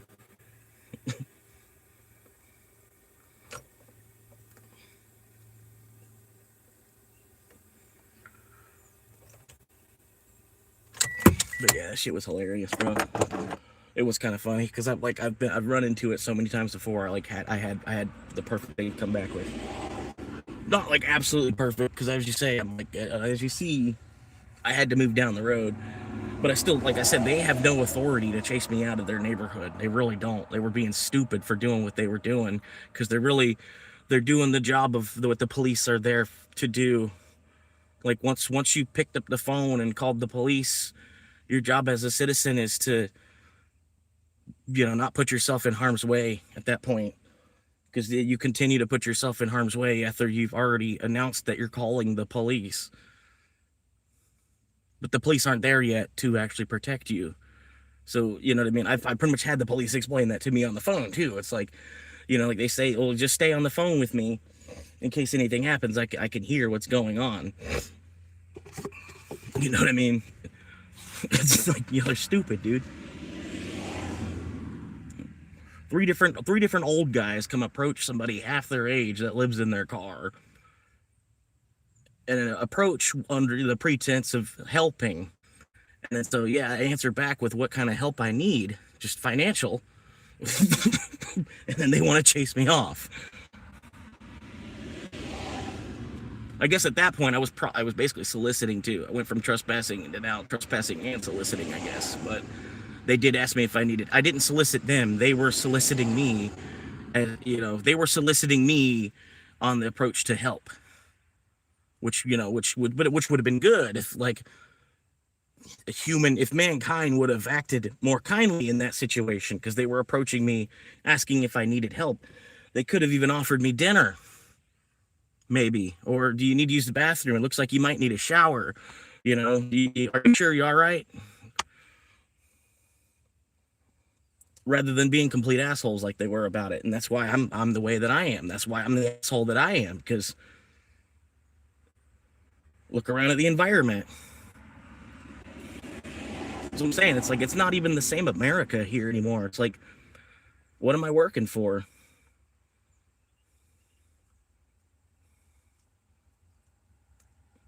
Y'all just want to whip us some more.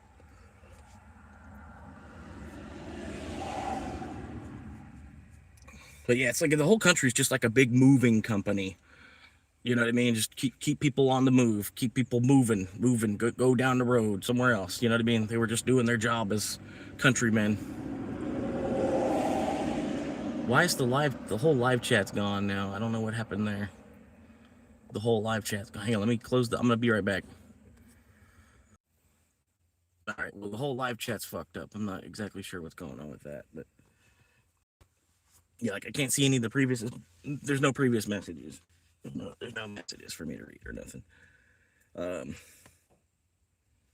But yeah, that's just like I said. I know from being on the phone with police too, and like they said they had no authority.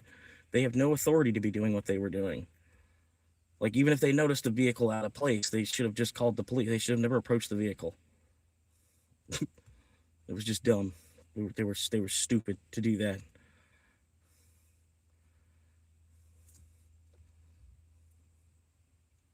Because had it been, like a soulless person, they would probably be now too.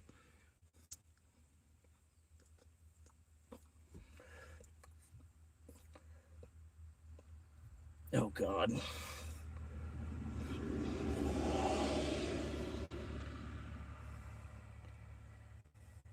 Yeah. But okay, so wow. I should report this comment actually. Report. Violent, hateful, or abusive, harmful, or dangerous acts. It's kind of all three of these, really. Promotes terrorism, too, kind of, sort of. Suicide, self-harm, kind of, too, really. Like, this was a terrible, I don't even know what to mark it as. Harmful or dangerous act, yeah, I guess.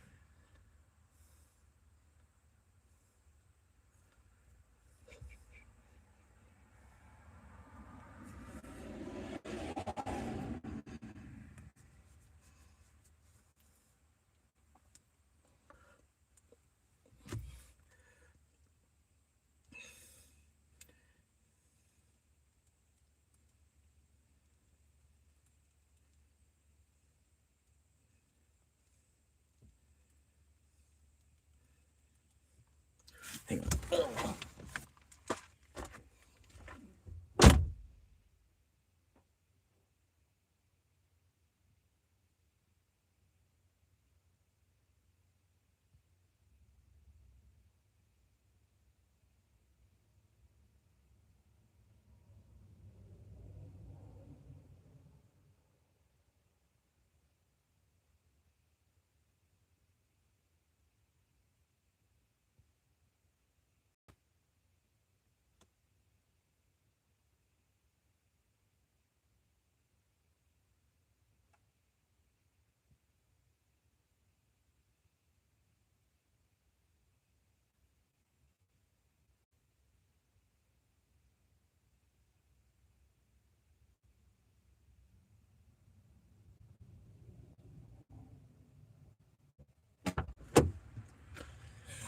Oh.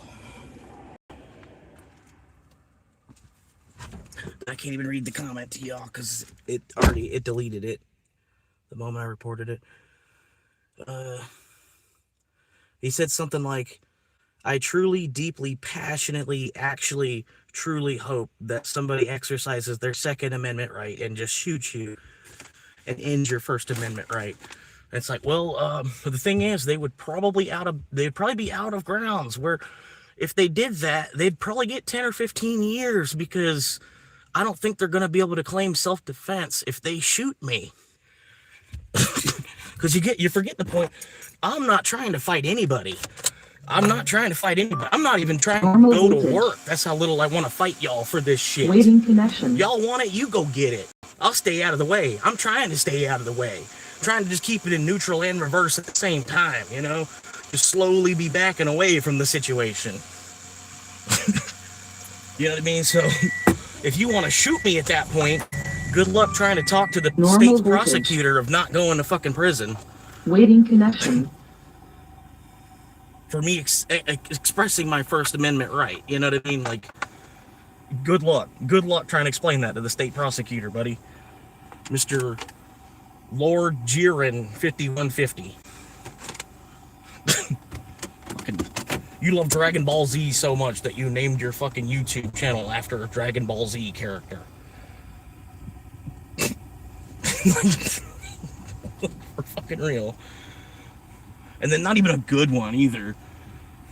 Fucking, you know, you're not like Black Vegeta or some shit. Like fucking stupid motherfuckers all the time, dude. All the time. That's just part of being a YouTube guy, though. Just the hate from everybody around you.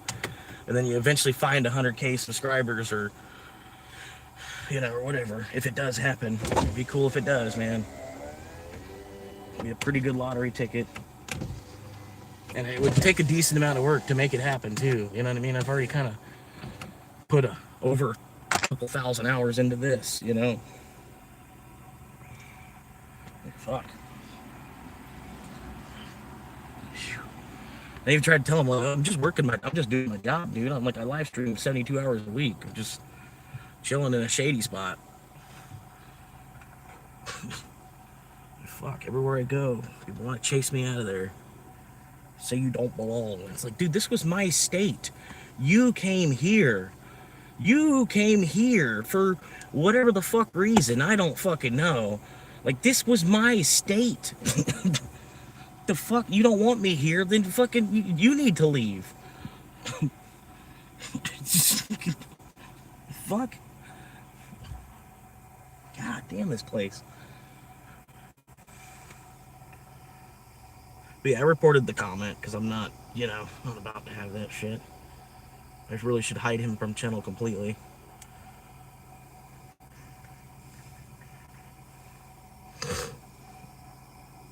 Hide user from channel. No, I want him to read the, he says, sidewalk auditors are the bottom of the barrel, which I can kind of agree. I mean, like when I first saw it, I was like, what the fuck is this? But there's a lot of people that follow First Amendment auditors, a lot of people that do support the First Amendment and us trying to uphold it as far as we can go with it, you know, like take it the extra mile. You know what I mean? There's a lot of people that will support you on this. But I don't really know why he's bashing me for upholding our constitutional right, you know, like our right as man or female here in this country. And then he's like, what's the point beyond rage baiting confrontations for clicks? I'm like, does there need to be any other point, you know, other than the First Amendment, you know, and the upholding the first pillar of the whole Constitution, the whole Bill of Rights after that, you know? And so here we go. Don't you realize that private businesses and citizens cannot violate your First Amendment right? They can't? Wait, what? Okay, whatever. They cannot be held accountable. They cannot be sued. I'm like, okay, what does this even matter? You know what I mean? You do not have to be transparent. They do not have to respect your rights, beliefs, or opinions. They do, actually. They do have to respect your rights. Maybe really not your beliefs and opinions, but I think they do have to respect your beliefs, too, nowadays, because as soon as you disrespect somebody's beliefs, all backlash, you know. You don't even have to disrespect their belief. You could just uphold your own belief. And by you upholding your own belief, you're disrespecting their belief nowadays. He's like, so what's the point? I think this is another, that's an Orin account. That's what that is. That's exactly what that is. I could tell by the caps now, where the caps are. Silly me. You're exploiting the Constitution for profit, right? Yeah, because I'm the first person to do that, right? And then he comes out with a bunch of English words to describe me some more. Here we go. Because people haven't used 100,000 English words to describe me by now, or labeled me with, right? We got lame, pathetic, ridiculous, stupid, moronic, repugnant, repugnant, repetitive. Okay, so you missed a bunch of letters there. You jumped from L to P to R, S, then up to M, then back down to R some more, 3 times, and then go down to U, and then go back up to S. You could have put this in like alphabetical order. You know what I mean? It would have made. You could have even, the way that he did it, right? He could have like been spelling something with the first letter of each word, right? He could have done that way more intelligent. Like, because honestly, I would have looked at it that way too at the end. I would be like, damn, and he called me a duddle at the end, you know? Because, but he's honestly not that intelligent to do things like that. But I'm scripted. I'm unimaginative and scripted.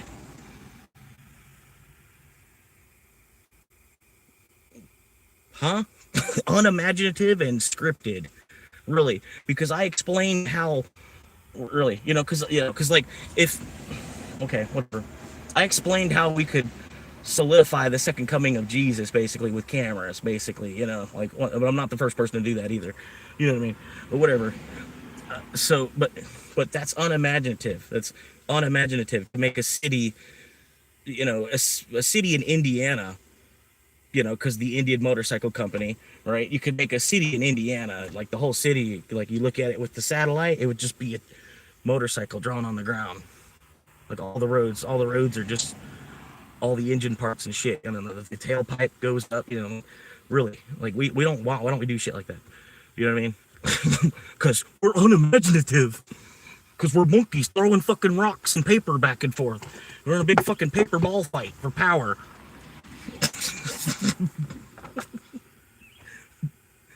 And then he calls me ludicrous, but he spelled it the wrong way.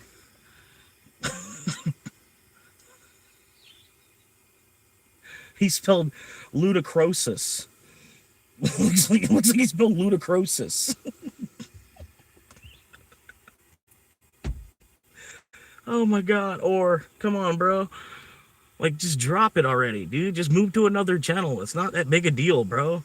Like, why do you have to stay here to, like, keep constantly ridiculing somebody that's homeless, and then yet still, through all your ridicule, is, like, still building a way out of it? Like, because it's not gonna not happen. Unless I just stop waking up, which I don't really think he's planning that. People are fucking retarded.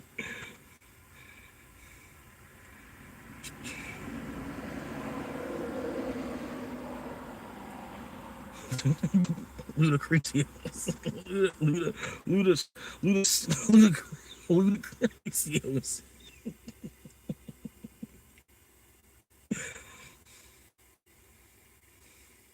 And it wasn't like ludocracy or something. It was like ludicrousy or something. Ludicrousy.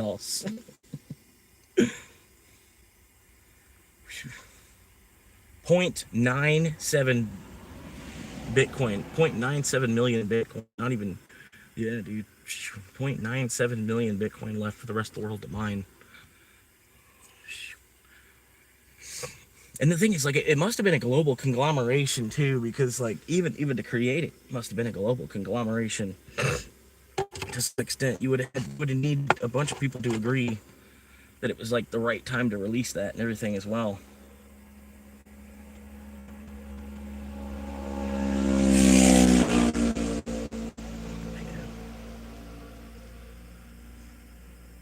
Really, it's like I'm just all day long, just fighting people stupider than me.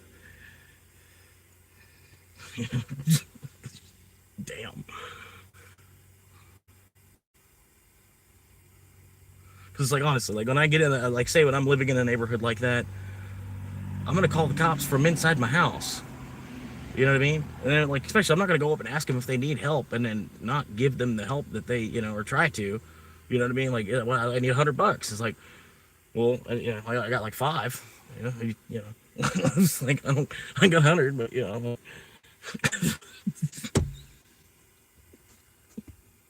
Which I'm saying, I don't even know if that's soliciting at that point, because they came up to me asking if I needed help. I told them, well, yeah, well, I need help financially. If you really want to help, you see the YouTube channel right there, right? You don't even have to. It doesn't even cost $1. Just go and click the button. Just go right to that website and click on a button that says subscribe. If you really want to help, watch at least 3 minutes and then drop a like at the end of the 3 minutes. That'll really help. What? Oh, right, yeah, dude, exactly. That's the thing, is the mining, it's going to get so more and more scarce, basically. As time goes on, it's more and more of a decimal that you're going to get from mining.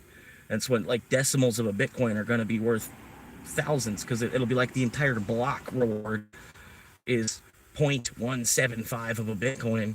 And it'll be divided between all the millions of computers that are on that bank, that, you know, that the particular... I was backed up as far as I can get. Probably back up a little bit further. But yeah, you join a pool of other miners, and you put your computing power in with other computers. You add your power together, and this pool, say there's like 1 million computers under that pool. When that pool hits, you divide it, and you get 1/1,000,000th of that block reward, minus fees, you know, transaction and all that, you know, for it to come to you. So yeah, I mean, yeah, there's a lot of people. You're getting in the game really late. You get in the game really late. You got to be. If you're getting in the game now, you're looking for, you know, like a 20-year time horizon. Whereas the people that got involved in 2010, or say you got involved in 2011, you were only looking at a 10-year time horizon. And I've seen like in seminars and stuff like that too, and they were advertising it to people, and they were saying like, right now we're like on a roller coaster. You know, it's just like a crazy roller coaster ride, and when you get to the other side, it's just gonna be picnic. Just, you know, beautiful scene and just picnic the rest of your life, pretty much. But yeah, I was thinking that too. Like I should just be getting into day trading, because I only need a couple $100 a week. You know what I mean? If I time the market just right, I could make one trade a week, and then get that out of the amount that I already have. You know what I mean? If I follow the trends and then sell Bitcoin, yeah, exactly.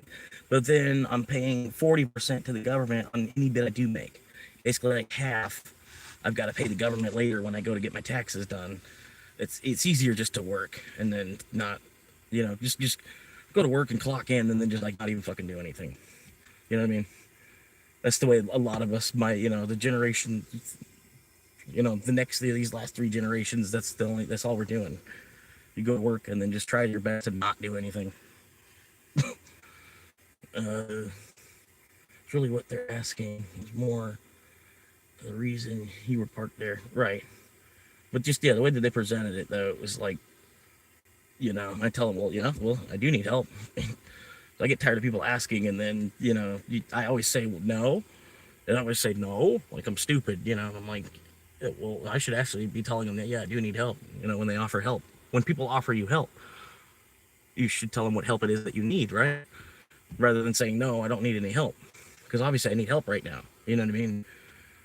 So that's what I thought. That's what I thought. I thought it up. I'm like, yeah, when people do that now, I'm going to do that. I'm going to do that right back. If you wait too long, you may not have value when you need it. Never pay for more Bitcoin beyond what you can afford. Yeah, exactly. If bought BTC be set for life, exactly. That's what they were saying. Like people, they were trying to talk people into in 2013 or whatever. They said basically just hang on for the next 10 years, and then you'll be done, because there'll be that much exponential growth in that time. That's what I'm saying. The people that are now were like 2nd generation Bitcoiners, maybe even 3rd generation Bitcoiners already. You know, so really I got like a 20-year time horizon I could be looking at still. But it's just as easy. If you're gonna try to grow a stock from $1 to $10, it's just as easy for Bitcoin to go from 100,000 to 1,000,000. It sounds a little weird, but basically, because like the thing is, with Bitcoin is the currency itself, and they're trying their hardest to keep the dollar as the world's strongest currency. Like the world's number one currency is the dollar, but already in just 17 years' time, Bitcoin is in the top 10 with it in terms of like, you know what I mean? And then you also divide that by there's only 21 million. It's a company that sells currency, and there's only 21 million pieces of it. You know what I mean? They don't sell any product. The product is a piece of the company. It's like a whole new company. It's a whole new system of government, basically. Kind of, sort of. You know what I mean? Because we can only do so much because of the structure that we're under already. Like, but the beauty of the free enterprise system is somebody could create a currency that's better than your currency, and it could take over.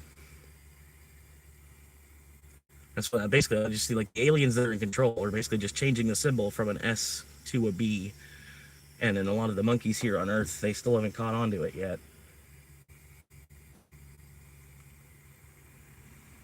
That's all that's happening.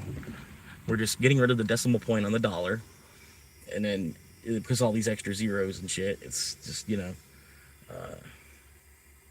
day trading is same as gambling, right?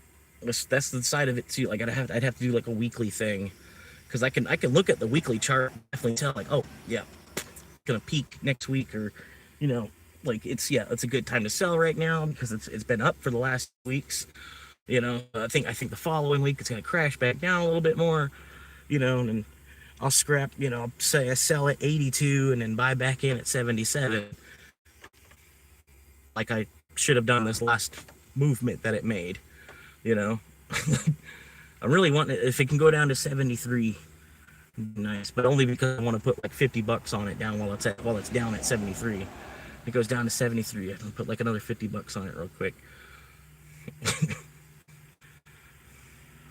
But it's I knew when it went to like 82 or 83, I'm like, it'll come back down under 80 again.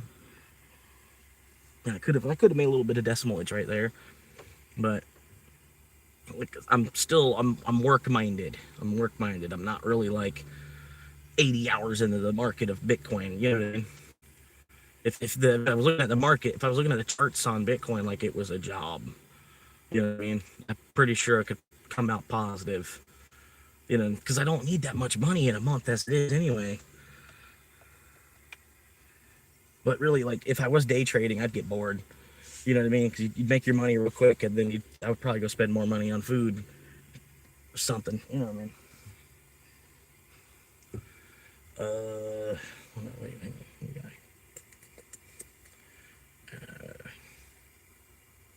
Yeah, exactly. Keeping your nose to the digital grind. Exactly.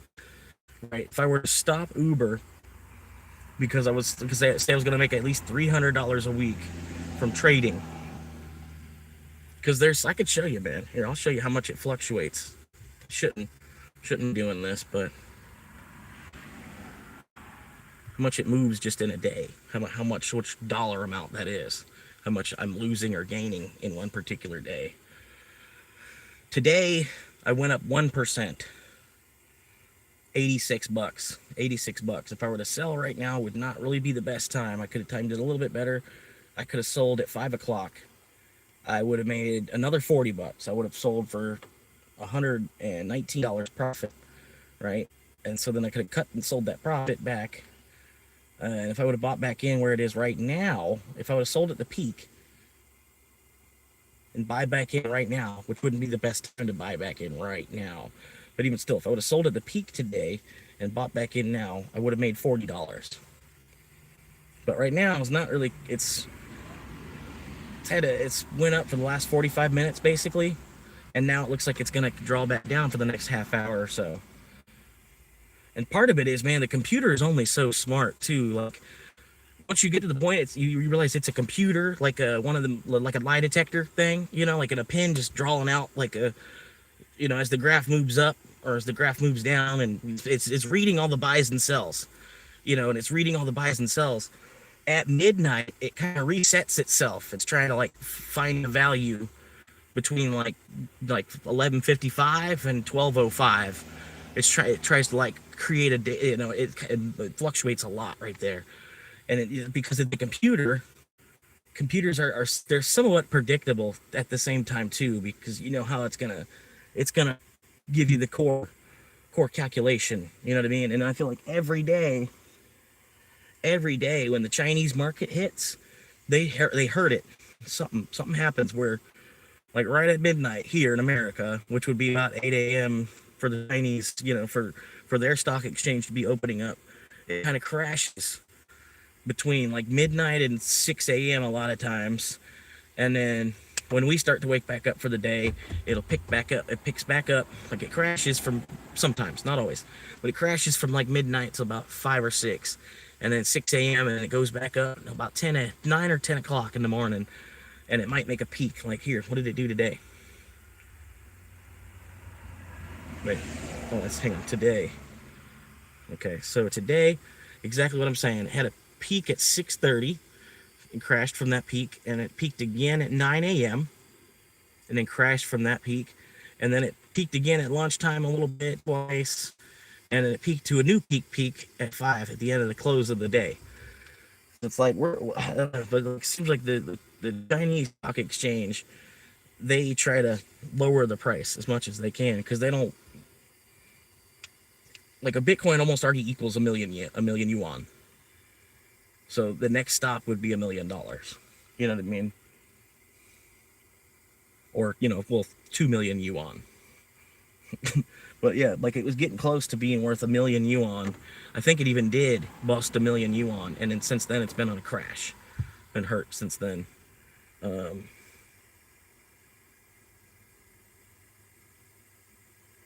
It's not trading. He had some big takes, but equal amount of losses. Yeah. Yeah, I mean, it takes work. You know what I mean? You gotta, if you pull 500 out of the stock market, it's because you put $500 worth of like research into finding that. You know what I mean? Yeah.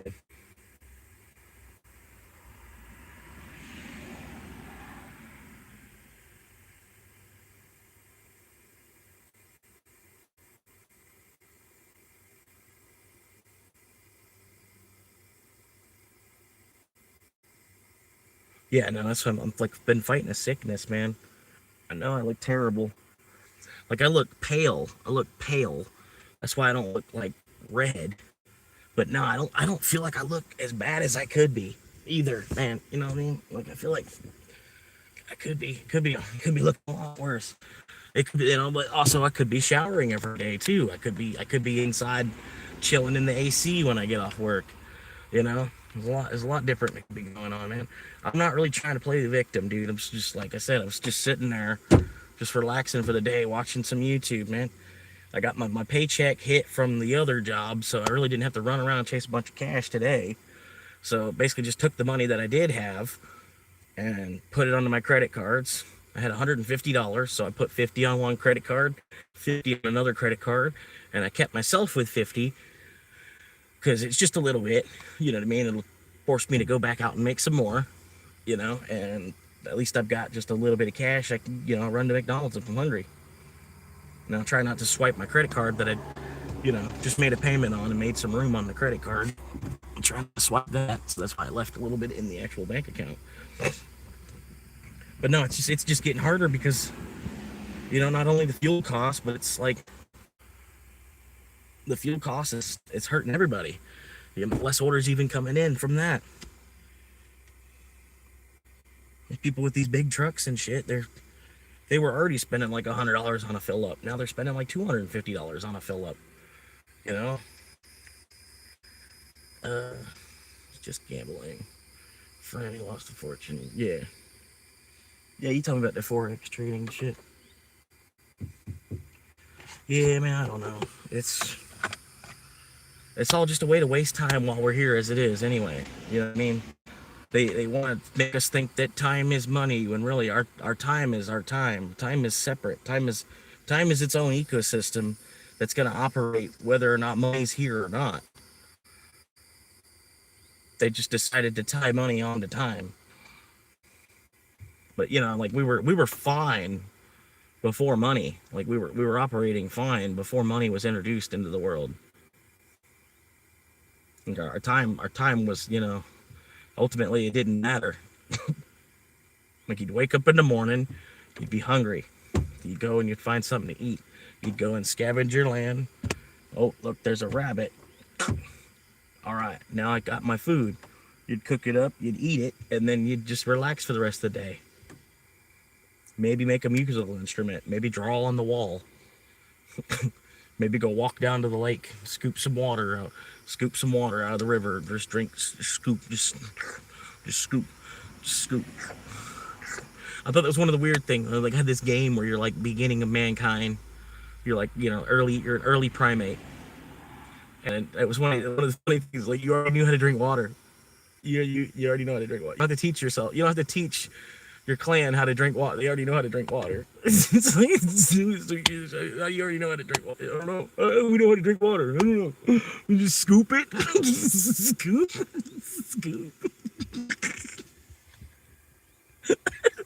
It's like I told my buddy at work too. I was like, if you can think of an invention, like if you can invent something that can replace a cup, you'd be a trillionaire. And like think about it. If you could invent something that'll replace a cup, you could almost be a trillionaire. I mean, because honestly, like, yeah, well, no, I don't think. Remember the Yeti cups, and the thermos containers, and the bubble cups, bubble keg cups, and the women have their turvises, and you know, but just keep reinventing a cup.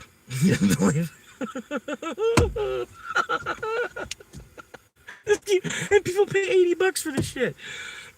It's a cup. This is the most amazing thing I've ever seen.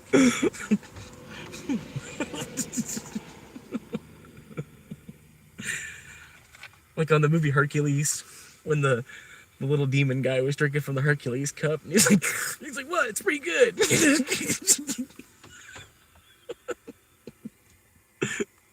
I forget what he says. I've also seen that movie. Let me see if it's free on YouTube. Probably not, because it's a Disney movie. It's on Disney Plus.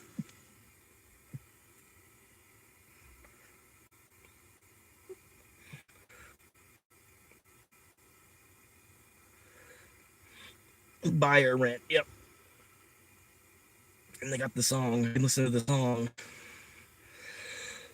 Here's the full movie, but it's in 38 videos. 38 videos. The movie is in 38 videos.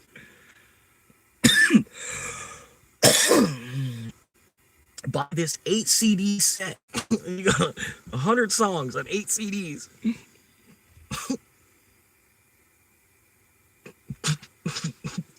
Some of the songs, man, they'd have some good music on them. It's like, damn, I want to buy it.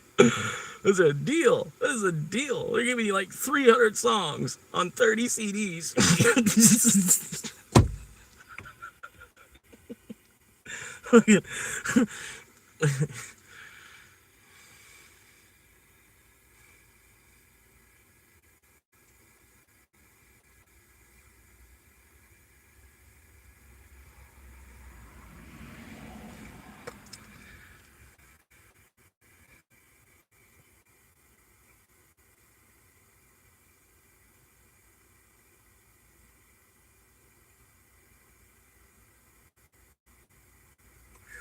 We got any new chats? Friend Fortune Forex thing, yeah. Yeah, so you gotta be careful, man. If you don't like really have like an insider tip, if you don't really have an insider tip, you're probably just wasting your money. I had a buddy of mine tell me, he's like, oh, you should look up Exla Technologies. He was saying something about Nancy Pelosi just moved a bunch of money. Nancy Pelosi just moved a bunch of money over into Exla Technologies. And she said, I don't know exactly what they're doing, but it looks like they're working some kind of like biomechanical engineering type of company. And Nancy Pelosi just put a bunch of money into it. You should put some money on it too. I listened to him, but I'm glad I didn't like listen to him, go all out, take the risk. But I put $50 on it. It didn't do anything. It went the other fucking direction. $50 turned into like $4 real quick. You know what I mean? And that was supposed to be an inside tip. You know what I mean? It was supposed to be like from, I don't know. It's like, wow, that's cool. The inside tips want to steal your money. And then I started wising up to the market too. Like, they'll put the narrative out like it's going to go down when it's going up. And they'll put the narrative out like it's going to go down when they'll put the narrative out like it's going to go up when they plan on milking it. That's what they were saying. Like, October, they're like, oh yeah, we're looking at 150, $250,000 by the end of the year. We're looking at 200K by the end of the year. They knew it was going to go the other way. And then like they were saying when it was at 60, like, oh, don't worry, it's going to go down to 40. Don't worry, I wouldn't buy it now. It's going to go back under 40 or 30. I knew it wouldn't. I'm like, no. They're like, if they're saying going down more, it's going to go back up. They pretty much just try to do the opposite of what the actual, like, the mass narrative for Bitcoin is. Like, do the opposite of that. It seems to be, at least at this point, it seems to be what actually happens. But I know, like, in the long run, it's just poised to go up anyway, because they can't delete it. Fucking. And the people with their gold, they're like, I'm not, I don't care how much Bitcoin you got. I'm not going to give you my gold for Bitcoin. It's like, you won't have to. They're two separate entities. Your gold will be priced in Bitcoin either way. Whether you want to sell it to me or not, it'll still have a value in Bitcoin, just like it has a value in dollar. But whatever.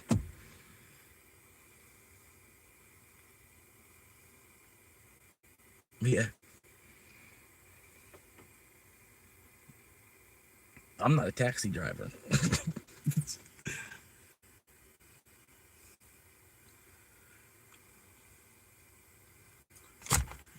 7:14. We made it. Made it through another day. I paid some on my credit cards too today, man. Fucking successful day. Made another enemy too, so doing good.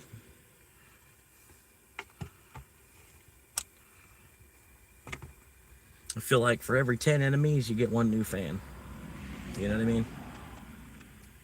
So I'll just keep throwing enemy. I'll take them, because that's just keeps me motivated, gives me drive. Just keep going, just keep move. Just keep do it. This is just I wish YouTube was taking money from me, because that's the motivation I have to keep producing videos. You know what I mean? Like, I wish it was costing me money to post these videos, basically. You know what I mean? Wish it was you go negative when you're trying to make money for YouTube first, because you have to pay to put these videos on the platform. Like, put $1 into a claw machine or something and hoping you get a prize. You need to pay $1 to upload a video. So I'm actually negative on YouTube. I'm not saying it like the other guy did. It just keeps me going. It's like, I love it. I wish it was negative. See how I'm making $8 a day on YouTube with 10,000 subscribers? So I wish it was negative $8. I'll just keep going. I'll just keep moving. Keep stacking it up.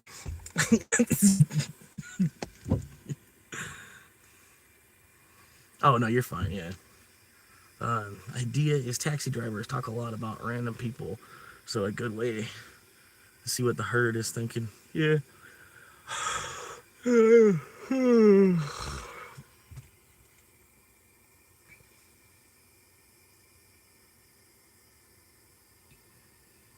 yeah, I'm gonna try to sleep good tonight. Yeah. Gotta run up and get a shower. What today's Wednesday, tomorrow Thursday. Thursday, May 21st.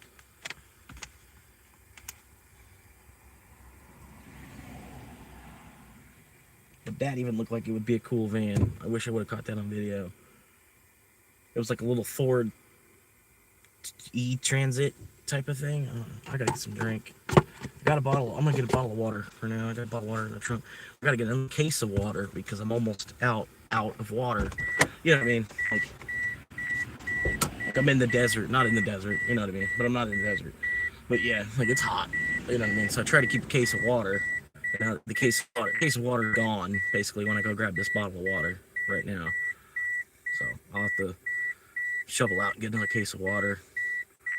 Which, you know, if you're ever in Florida, the best water to drink is Zephyr Hills. I'm telling you. Ask anybody here in Florida, they'll tell you the best water is Zephyr Hills. But yeah. I mean, unless you're like, say you drink Voss, or you drink Evian, or you drink Smart Water, you might not want Zephyr Hills. You know what I mean? But if you're just gonna grab some kind of spring water, yeah, Zephyr Hills water it's the best. Better than your mom's water.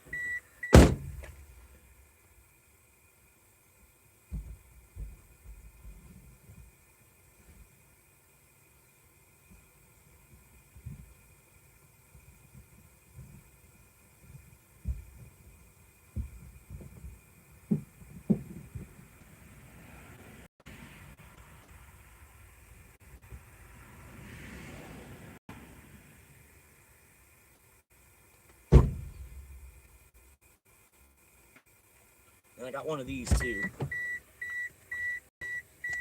Like in an extreme emergency, I can scoop water, you know, put it in, fill this bag up, and then it gravity feeds through this filter. And then you just filter, you know, you have filtered water. This, you can just like scoop this right out of the river, and then it'll just gravity feed, and you screw a bottle of water. I think somehow or another it couples. Whatever. You get the idea. I got this just in case too. I'm just a survivor. Survivor IRL, basically. I don't have to eat bugs to get my reward challenge or nothing. There just isn't a reward challenge. But yeah, it's Survivor Man. Have you ever watched Survivor Man or Man vs. Wild? It's the Florida version. The broke Florida version. It's getting harder and harder, man. It's all these fucking millionaires and shit. Like, got everybody running faster than the Russians do, man. Like, fuck. So usually, I don't know what I've seen of Russia. Usually people are like walking real slow. They're like, you know, looking at the ground, depressed looking. It's like, because it's communism. This way they try to they try to depict it as like, they're all sad, you know, communists. We're hungry and cold, communists. You know, we live in a communism. It's always cold and we're always hungry. You know, that's the way that they kind of like without that accent. You know, it's like, that's the way they depict people. People in Russia still have an English accent. It's like their navy was that strong.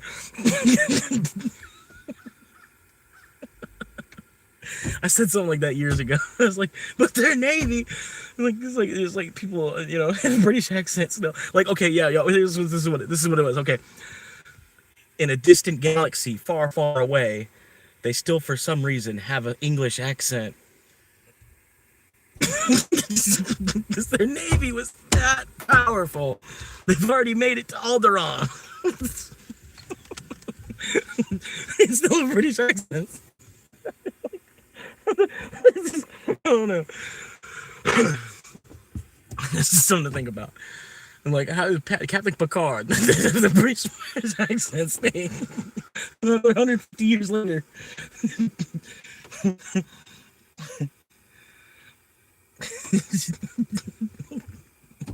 Distant galaxy far, far away. They still have British accents. Yeah. I forget what I was talking about before that.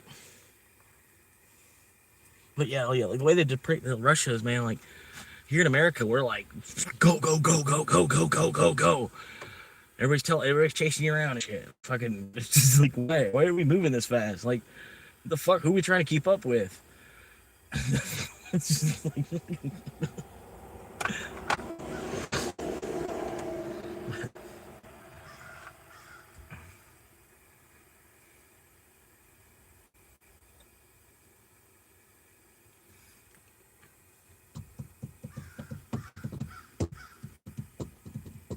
Yeah, it's like 98 degrees right now. It's down to 95. Back down to 95. It was 98 degrees. I'm sitting in the shade. Normal voltage. Sitting in the shade with no shirt on and still sweating. Like I feel like I'm sweating from head to toe.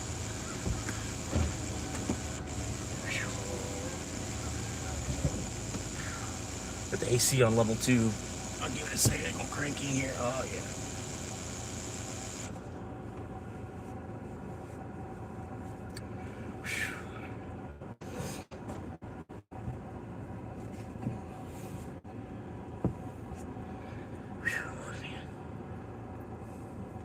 But no, I'm not really trying to play the victim. I'm trying to like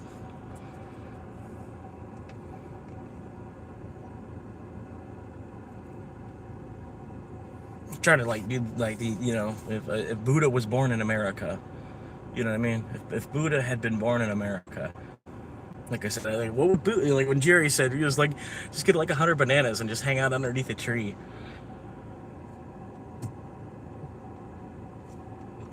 Yeah, I think that's pretty close to what Buddha would do if he was here. He's like, I don't know what y'all are doing, but I understand. I get it. I get what y'all are doing. It's not working. I'm just gonna get a couple of bananas and then just get back out of the way. I'm just here to grab a couple of bananas. Just here for some sugar water and a few bananas. Get out of your way.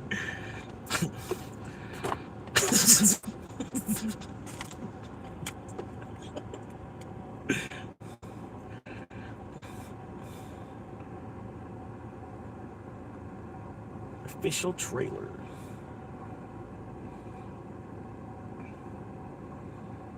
Hulk Hogan versus Sting.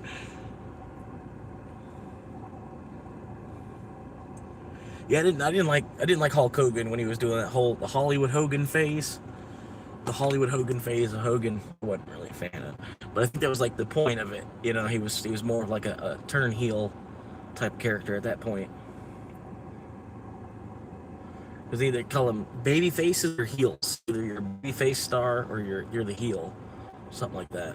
If you're not baby face, you baby face and then turn heel. Like Stone Cold turned heel so hard that, you know, people started to like it. They're like, yeah, this dude's a badass.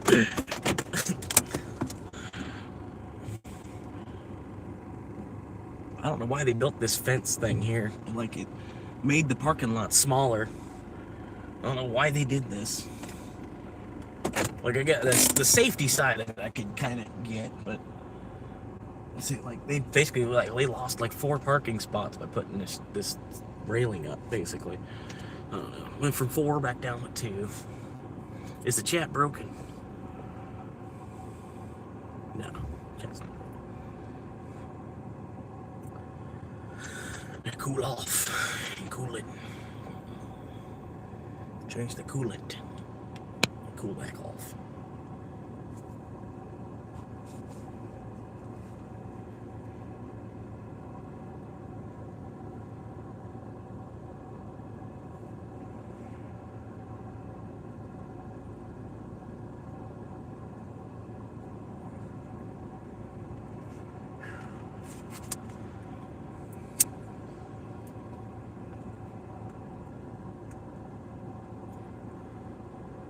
But yeah, I know when I do the Appalachian Trail, I know from like this experience, you know what I mean?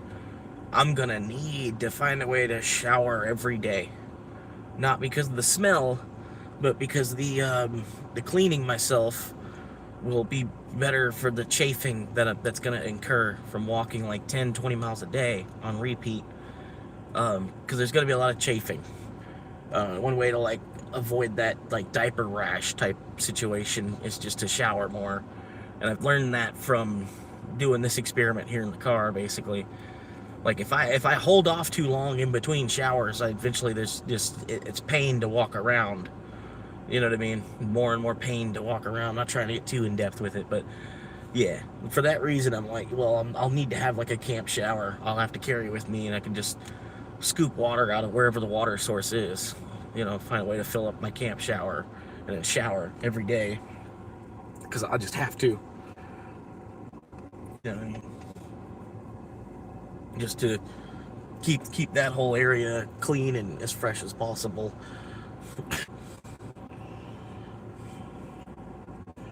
Sorry, there's not like 8 people in here right now, you know what I mean? But whatever.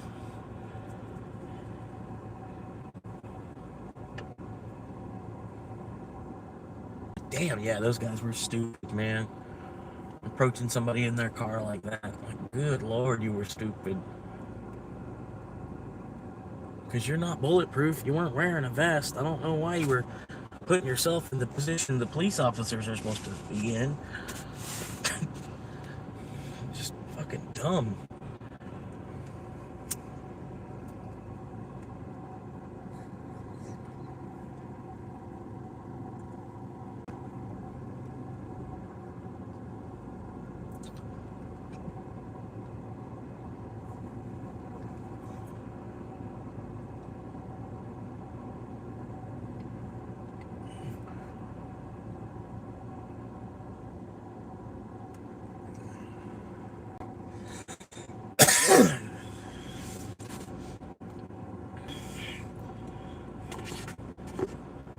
But yeah, I don't know, like, honestly, man, and if evolution is true, that means women are gonna get hotter.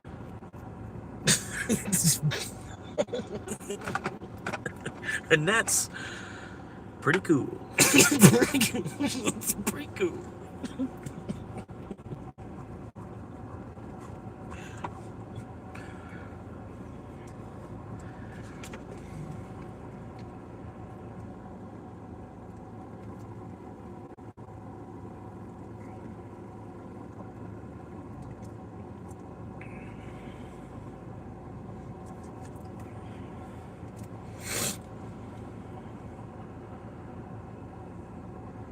Yeah, just I don't know. To be honest with you, the live streaming like this is taking more energy out of me than it necessarily looks like.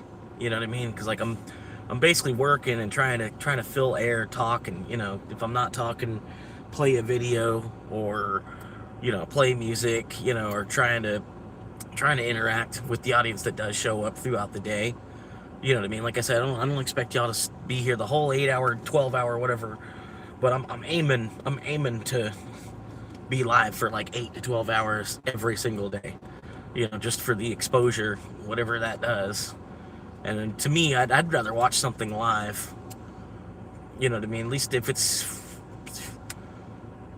like if it's on my schedule and stuff too. You know what I mean? Like Ian was live, but Ian, he's a couple hours back, I think. You know what I mean? So when he went live, I went to bed early last night, and it's like I didn't even get to pop into Ian's live. He was catfishing like early in the morning or late night catfishing, just a live stream him out there fishing. And I would have loved to have been part of the audience to see if he would have read one of my messages, because he like my name stands out a little bit. You know what I mean? Just so if I say the right thing, Ian will read it. And be like, "Well, hey, Florida, how you doing, man?" But yeah, like that's where I'm like, it's a good long opportunity, a wide open window, where if I'm just live half the day, 12-hour period, where anywhere in the world, well, not anywhere, because some of the countries, they're not going to broadcast me just flat out. You know what I mean? Just flat out. I don't think I'm being broadcast to anybody in China. Maybe, but I don't know. It's even weird that I've got Honda's in Malaysia. He's in Southeast Malaysia. Somehow he's seeing my videos. You know what I mean? And I've got Keb is way on the other coast in Canada. Like he's almost, not in Alaska, not like way over there, but I got people from all over the world already watching me. I probably got there's one guy in UK. I think there's some Indian people that watch me, because every now and then I'll see my numbers go down when I say certain things. You know what I mean? I'm like, oh well, yeah, they just tuned out for the day. They might still be a fan. They might not. They might forget to unsubscribe. Who knows? But yeah, I'm just happy I'm at 650, man. 650 is awesome, dude, for me just being at 395 like about a month ago.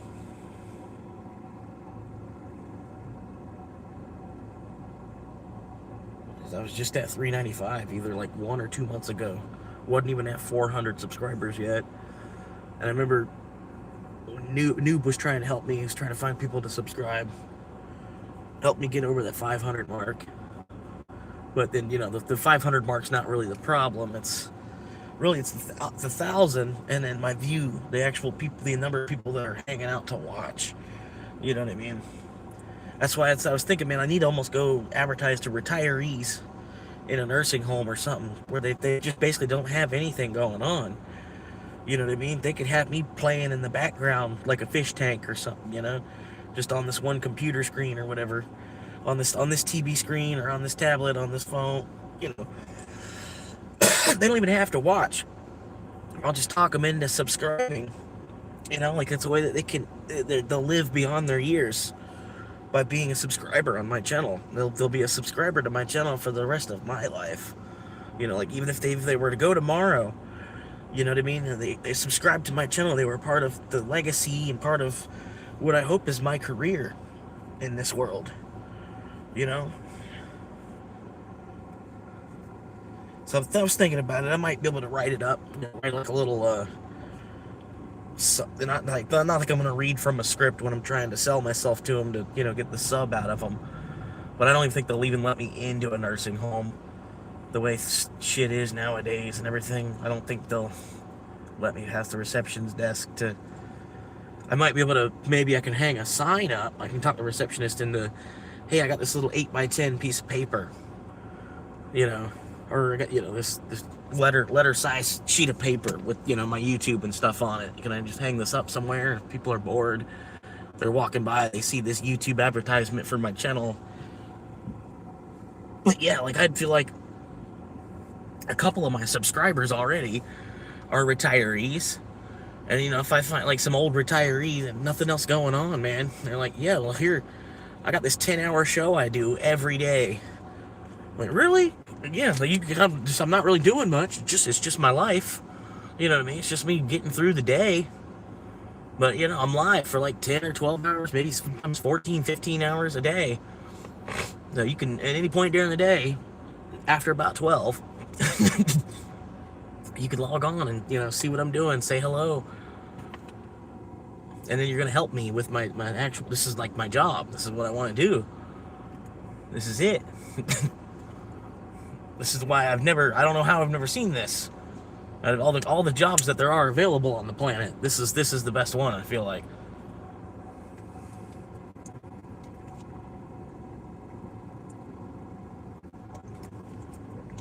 Like my stepdad said, he showed me like the eye on the pyramid, you know, the eye over the pyramid thing on the back of the $1 bill. And he's like, it's a communist democracy. He's like, basically, we all just want to be rock stars. He's pointing at the eye. He's like, and the rock stars, they just basically, they're like on top of us, and they just get to have all the women. Like, you know, it's like, it's a communist democracy where we all just want to be musicians. And I was like, huh, you know, but I didn't really understand what he was saying. You know what I mean? I was like, yeah, communist democracy, okay, cool. He's like, yeah. It's like, it's one of them things. It's like, you know, he told me, he's like, well, you're 12 years old now. You want me to tell you what my dad told me when I turned 12? And I was like, yeah.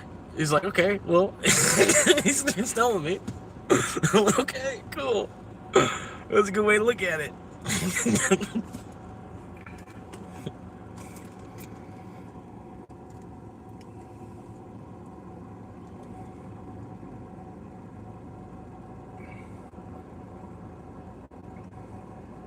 And basically, it's a communist democracy.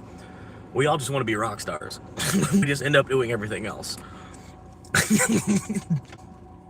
And that was before YouTube was a thing, though, too. You know what I mean?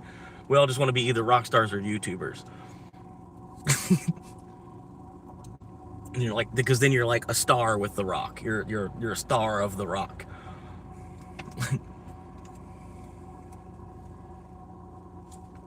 And then, like you say, you just get to have all the women.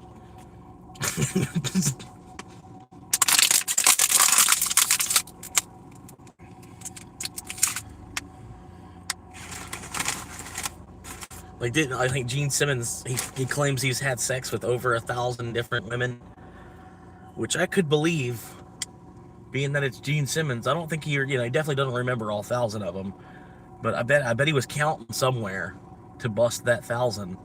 He probably started at 500 maybe. He was like, you know what? It's been a lot. It's been a lot. So I'm just gonna go ahead and start off at 5, and I'm gonna count the next 500. You know, just like,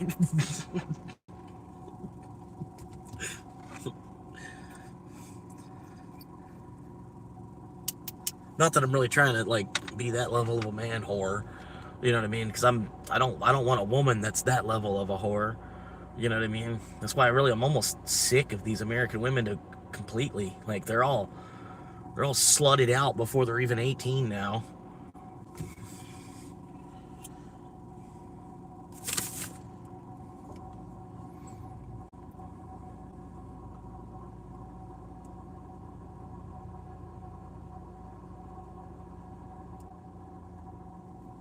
I mean, like when I was younger, they were already starting to have sex in middle school and shit. And I'm like, really? I thought that was something we were gonna wait for high school to do. You know, like I thought that was kind of you're supposed to wait till high school. You make sure you lose your virginity before you leave high school, kind of thing. You know, that's the way they had it. You know, that's the way they had it depicted. You know, like well, this is what you're supposed to do if you're trying to stay on time and on cue with the curve of the world, the way the world works, and you know our bodies, our biological clock, and all that. I'm like, you gotta lose your virginity before you get out of high school. Whatever you do, like me telling myself, like you lose your virginity before you get out of high school. And really, I should have done the other way around. I should have just held on to my virginity.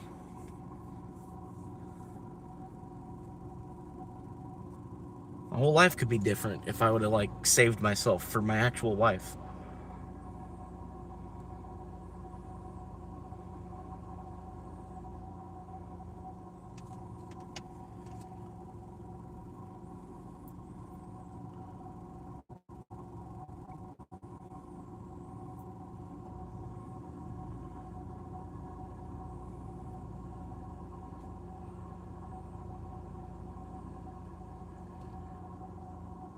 Oh yeah, definitely MB. Well, because they're like all over the country and stuff too, and they'd be clubbing on shit, clubbing at the night before they're at a club and shit, and then all the drugs from all the money, you have an increase in income, so you have an increase in your spending as well, and you know what I mean. And then you've made it to even just make it into the NBA, even if you're like some bullshit guy, you know. Just the fact that you play on a team, you sit on the bench on this team, like yeah, like they already know you make X amount of money. You don't even have to be one of the guys that play.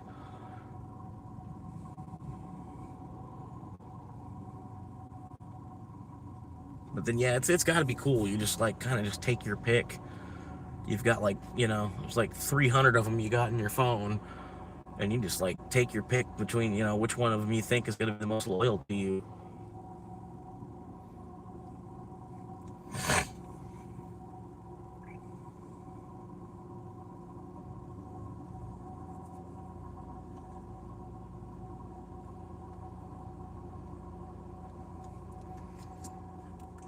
Yeah, man. I like my $10 a day spending limit to eat with, man. I like that. Because, like, especially I looked up here. What is the average income of a person that lives in India?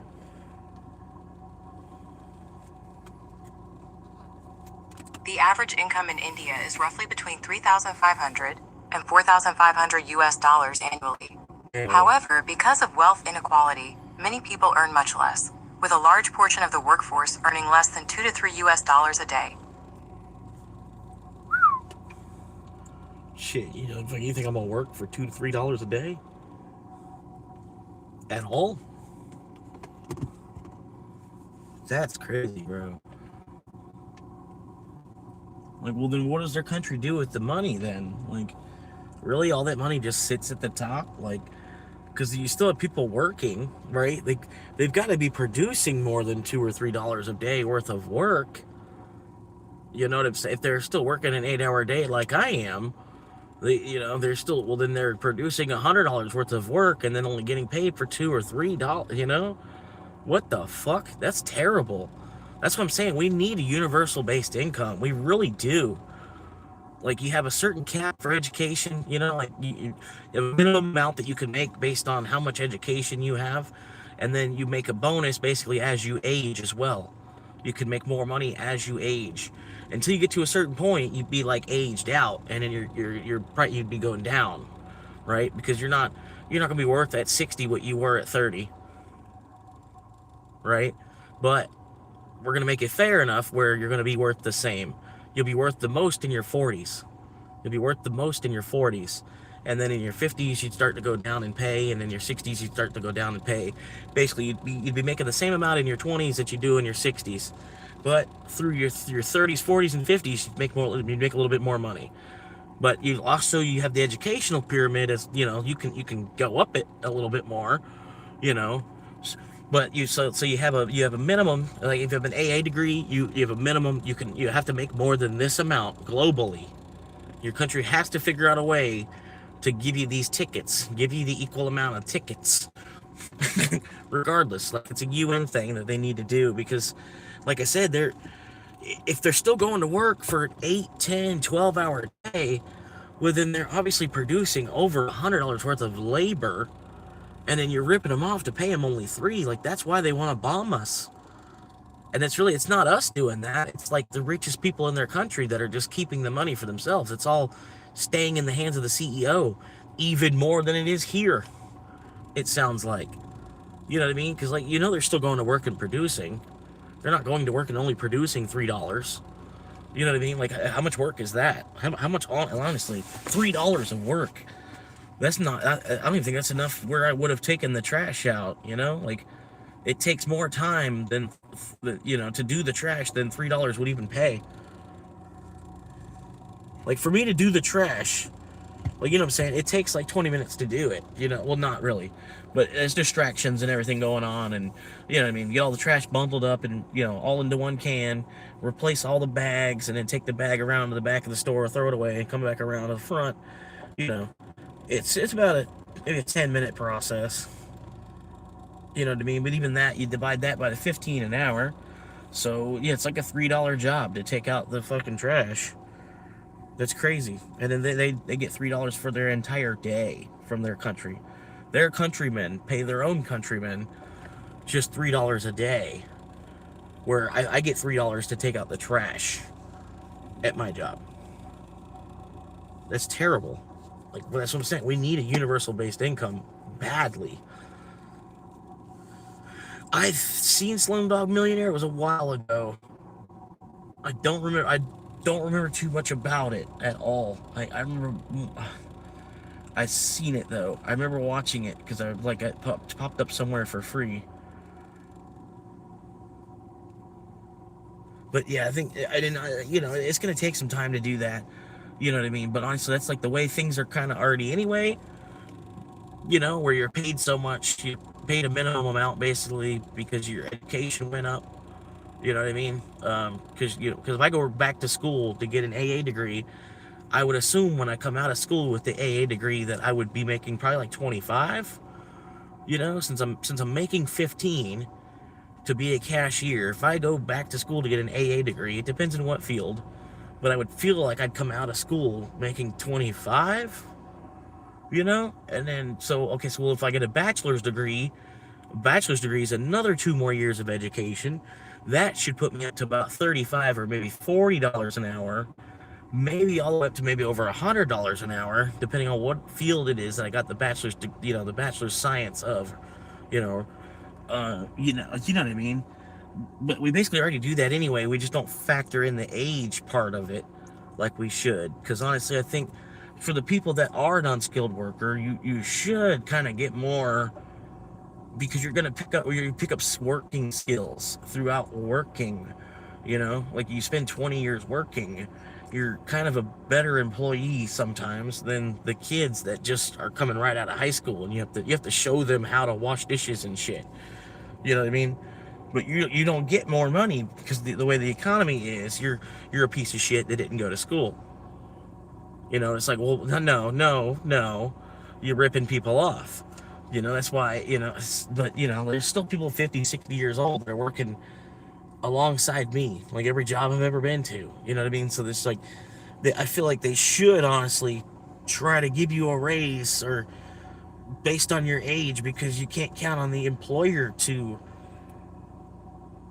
you know what I mean? And as you age, you kind of need a little bit more money too. Like, you need more money in your 40s than you did in your 20s. You know what I mean? And if you do it right, hopefully you needed more in your 40s than you did in your, you know, hopefully when you're 50, you need a little bit less than you do in your 40s. You know what I mean? Be responsible of a little bit less in your 50s. You're like really cranking in your 30s and 40s. Because your 20s, you're like trying to figure out what it is you're even supposed to do, which direction you're supposed to go, which way is up. I can't find north, you know, things like that. That's what's going on in your 20s, you know. And in your 30s and 40s is when you're like really, you're doing your thing. You know, and then hopefully when you're 50, you can kind of cool off a little bit. You don't have to run like you're 40 still in your 50s. And then in your 60s, you kind of shift down again a gear, shift down another gear. You know what I mean? Make sure you last. If you're still working at 60 even, you know what I mean? So I'm saying, you gotta, I don't know, man. Fucking this whole country, just, they're still slave driving the shit out of us. Like, even this other guy he's just wanting to play the victim. It's like, no, fuck you, bro. Been alive 30 days straight. Like, basically, I'm still doing my job. Just not making the fucking bullshit change on the side.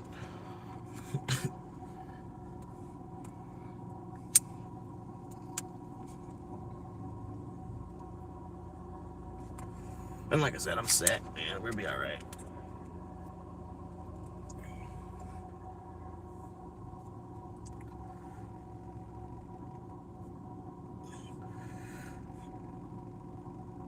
Yeah, double check the bank account. I think I'm all right.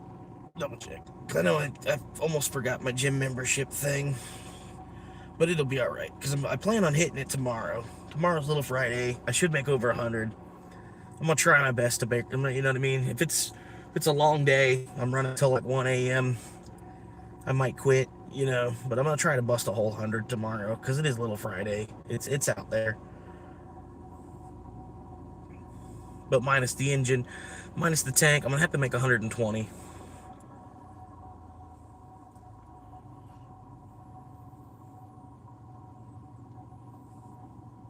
But everything's paid for the month already too, man, because I took today's check and paid on both credit cards.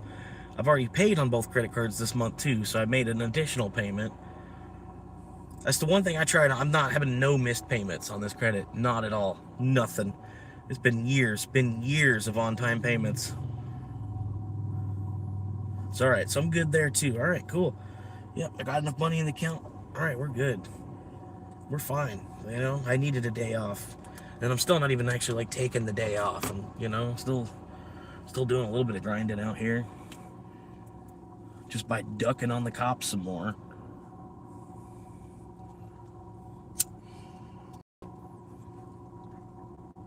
But it's just weird, man. It was like this stoner kid with long hair on this shirtless stoner kid with long hair just riding around on his e-scooter.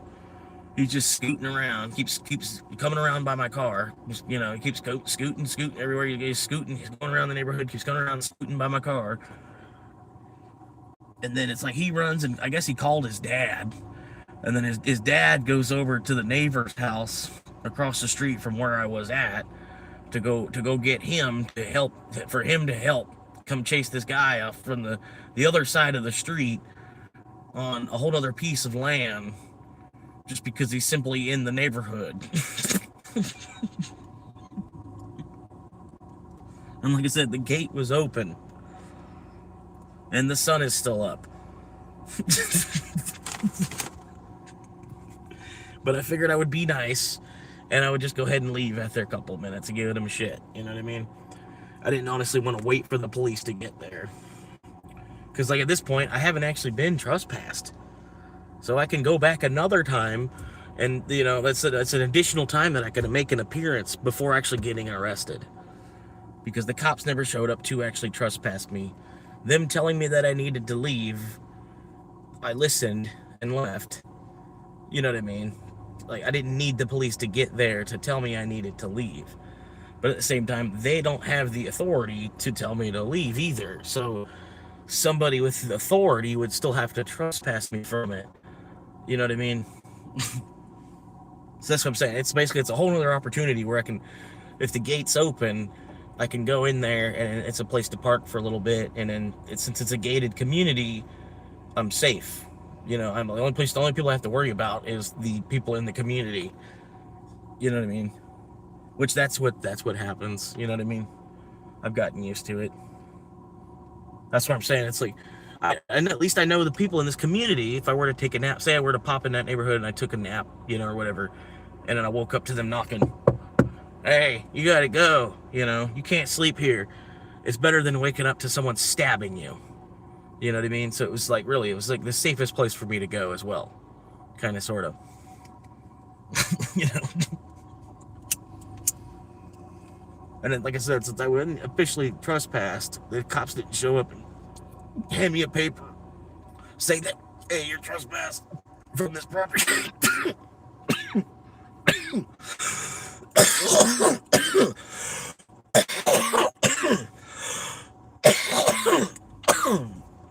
I'm just a car driving on a semi-private road because the gate was open.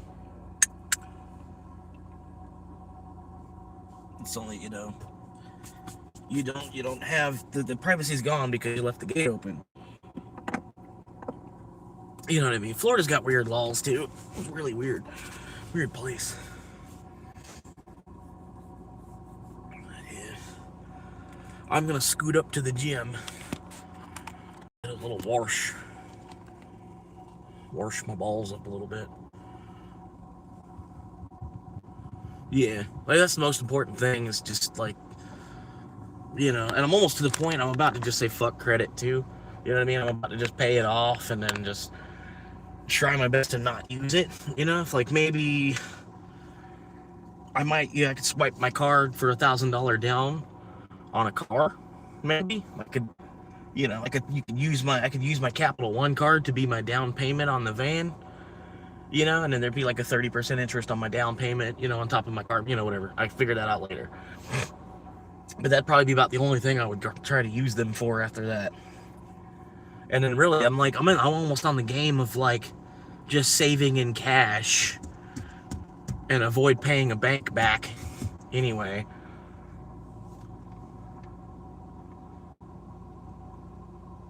For whatever it is I end up buying. I don't want to fuck with credit anymore at all. This shit's so stupid.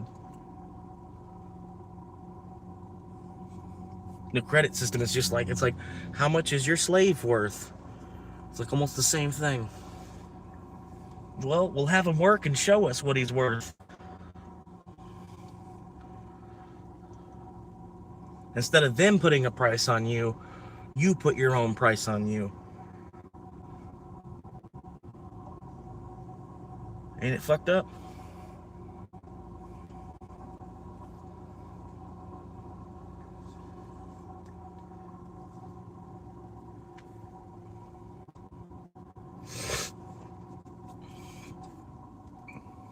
Yeah, park right next to me. Yeah, sure. Scoop.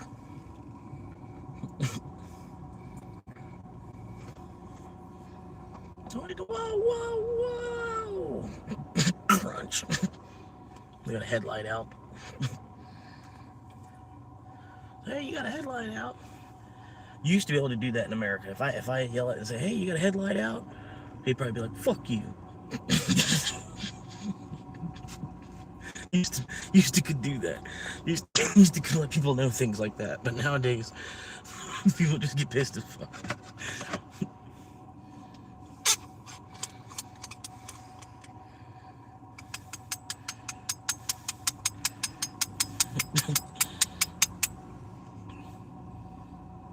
They forget you're trying to let them know so that they don't get a ticket, you know, like you're warning them before the cop gives them the warning, you know, it's really what you're doing. But they probably heard it 5 or 6 times that their headlights out too. They're probably tired of hearing it. They just don't have the $30 for another bulb.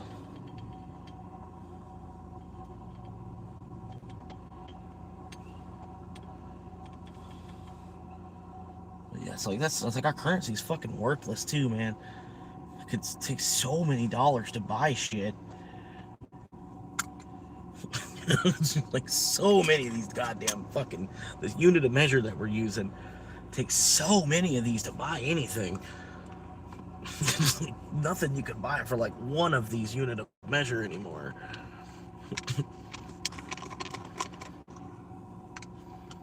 But I feel like, yeah, the dollar is not going to go anywhere. It's like as long as the U.S. government exists, the dollar's going to be here because they'll just continue to print it for themselves. You know what I mean? Whenever they need more money, they'll just print more. But as long as the U.S. government's here, there's going to be the dollar. You know what I mean? Like some form or another. But yeah, I still feel like, man, it's just. I forgot where I was going with that. Like, yeah, the dollar's not going to just step aside. It's going to be in the way. Basically, we're going to be like stuck in a sandbox where, you know, it's like working for a mine. You know, and like the mine pays you in script instead of actual currency. Almost the same thing. You know, they just do it on a nationwide kind of. I don't know where I was going with that. Had a couple viewers, so I got nervous and was trying to pick the right wording, thinking that they were going to stay and keep watching for a minute, but now it's all right.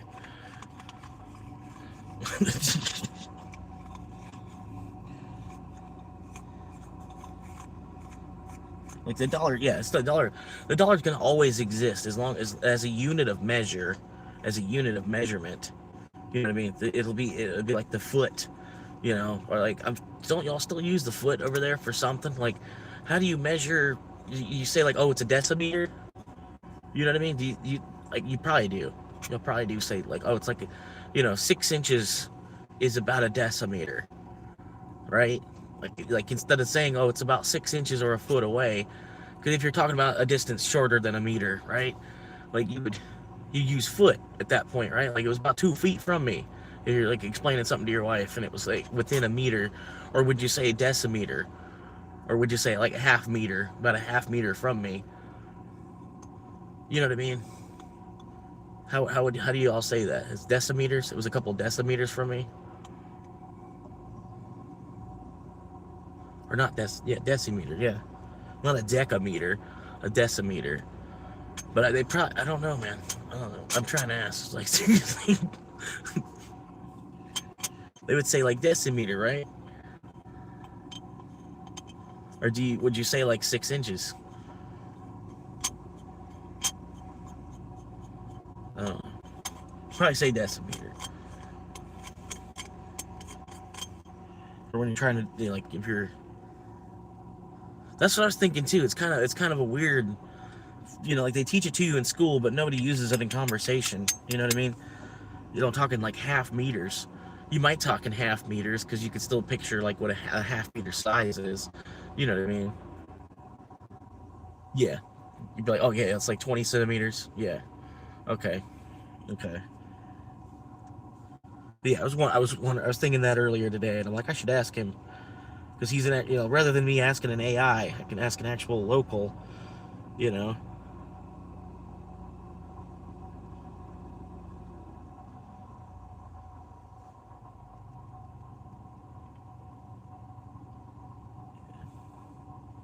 But I was wondering that, like, what do they say? If something's like half a foot, like half a foot. Do they still say foot? You know, like a half a foot away from me.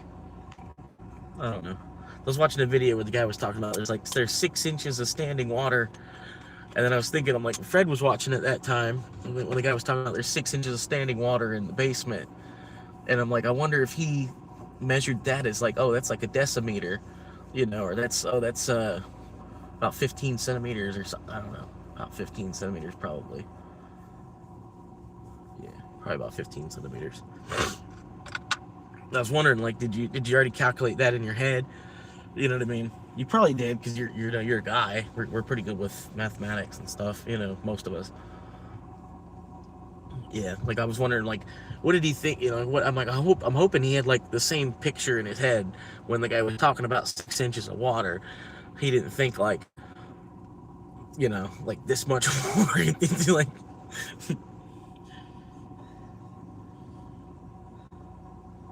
yeah. But yeah, that's all. That's all. Like, I just was thinking about that earlier.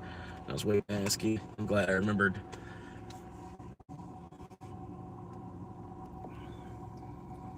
Look at this guy's car. He bought a Honda Civic.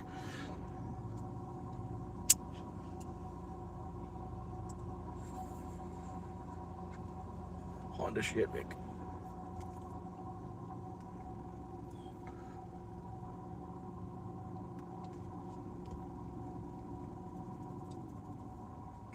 Decimeter.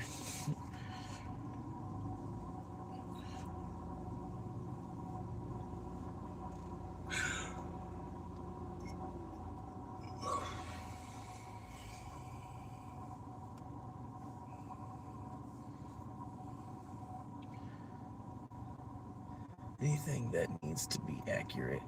Oh, definitely. Yeah, like I wish we used the meter a little bit more here too, because it's already built in scientific notation. You know what I mean? You can't really put a yard in scientific notation. You know what I mean? Like fucking a yard to the power of 10. You know? Like, fuck, what? I don't have no yard to the power of 10. A 10 yard stick. 10 yard stick. Look out.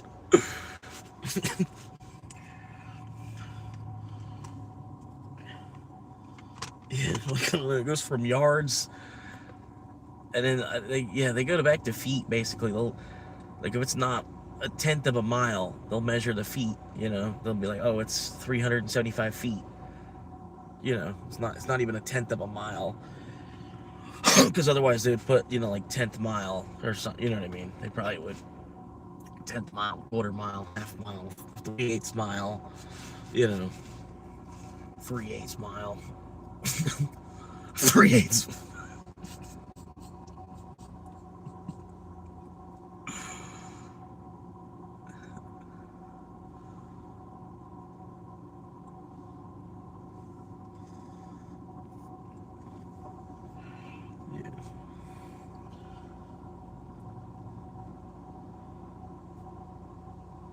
But yeah, I don't know where they pulled acres out of. I don't know if acres is like our equivalent of the hectare. I don't think it exactly is, and it sort of is, but it's not quite exactly. I don't know how we pulled an acre. Like an acre, maybe it's a certain decimalage of a square mile. An acre is a, you know what I mean? So it's like, what we decided to call it an acre instead of calling it, you know, 1/10 of a square mile or something. I don't know, 1/20th of a square mile, or I don't even know. It seems huge. A 20th of a square mile is still bigger than an acre, I would say.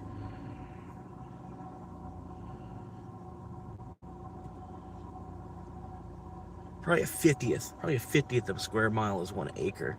Maybe a hundredth of a square mile. Like, hang on, yes.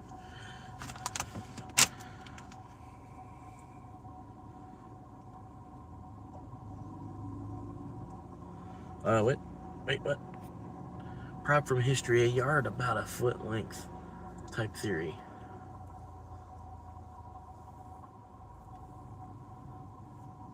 Yeah, no, like they'll measure the frontage, like say off of the street, your house, the frontage of your yard, the part of your yard that connects to the street, they call that the frontage, like the street frontage or whatever, and they measure that feet. Like, you know, say you have 140 feet of road frontage. You know what I mean? They don't say you have 36 yards or whatever. You know what I mean? They still say it in feet. They don't use yard. They don't say square yards. When you're buying a house or something, you're buying by the square foot in house. You don't buy by the square yard. But you almost should, though, because the yard is supposed to be our answer to the meter. You know, and you buy a house by the square meter. I don't know why we don't buy a house by the square yard. We still use the foot. You know, and even with like yard sizes and stuff, with the size of the land, the lot, they'll measure the lot in footage rather than in yardage. When they, like, I've noticed it on Zillow, it'll tell me, oh, this property is 75 feet by 150 feet. rather than saying it's 25 yards by 75 yards, right? Or, you know what I mean? 25 yards by 50 yards, yeah. Instead of saying it's 20, yeah, instead of saying it's a 20 by 50 yard, you know, I don't know. The yard, it's 20 yards by 50 yards.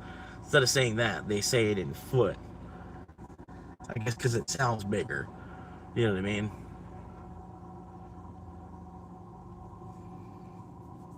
I don't know. What was oh, yeah, let me ask. An acre is what decimal of a mile? Oh, it's just a square mile. An acre is exactly 0.0015625 of a square mile. Okay, so it's between 1,000th and 1 or 2. It's like, yeah, between 1. Yeah, that's. I don't know how to accurately do. An acre is 43,000 square feet. An acre is 43,000 square feet. And okay, 43,000 square feet to square meters. 43,000 square feet is equal to 3,994.831 square meters. So 4,000 square meters. It's like 4,000 square meter yard is an acre. So it's what we call an acre here. And if you have an acre of land nowadays, you're doing good. Used to be like 5 or 10 acres. When I was a kid, if you had 10 acres of land, you were wealthy. You're wealthy, at least in the asset of land. If you had 10 acres of land. Nowadays, if you got a whole acre, you don't have a 0.9. You got, so you got like a 1.1. You got a whole acre. You got a lot of land nowadays. It's weird. Just in that much time, like 10 acres used to be a lot of land. Now 1 acre is kind of a lot of land. Like 10 acres is still a lot of land, but now 10 acres is like a lot of land. You know what I mean? Because like one acre is all that'd be too much for me, honestly. And it's 4,000 square meters. 4,000 square meters is 1 acre. But yeah, it'd be fine with just like a half, man. Half, like a whole acre would be cool, but I would try to position my house like where it's like on one side of it, so that way I could have like the other half of the lot I could cut and then sell. You know what I mean? You could have a nice big side yard for a couple years, and then be able to just, when I go to move, sell the other lot separately, basically. Sell the other lot for its own chunk of change, and then put my house on the market.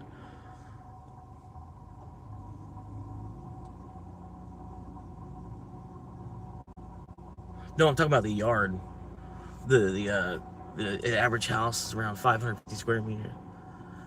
500 square meters to square feet. 500 square meters is equal to 5,381.955 square feet. No way. The average house is 5,000 square foot? No way.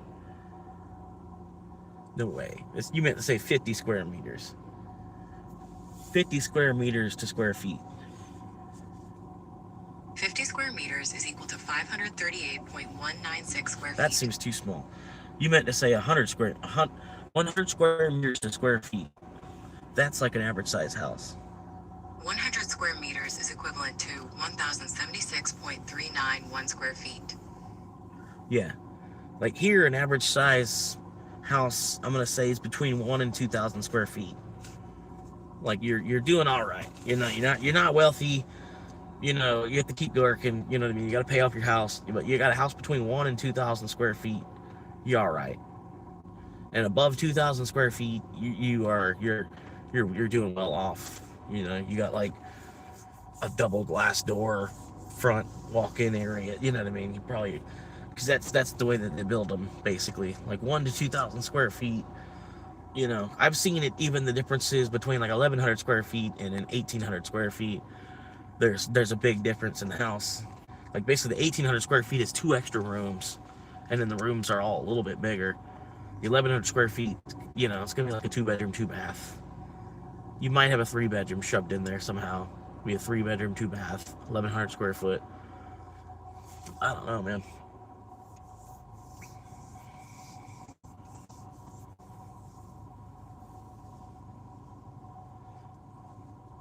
$559. Yeah, that's the wait.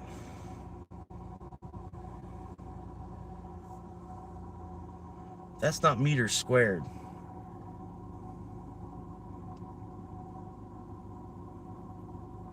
That's really like, I'm saying like 115 meters to square feet would be, this is more of an average house here in the US.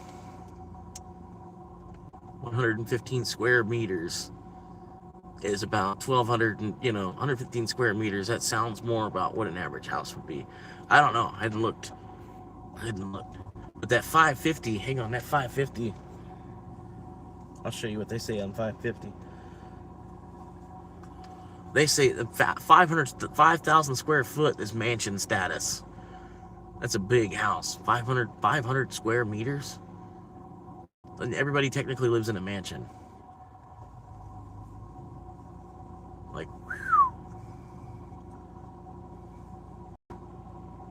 that's 5 houses.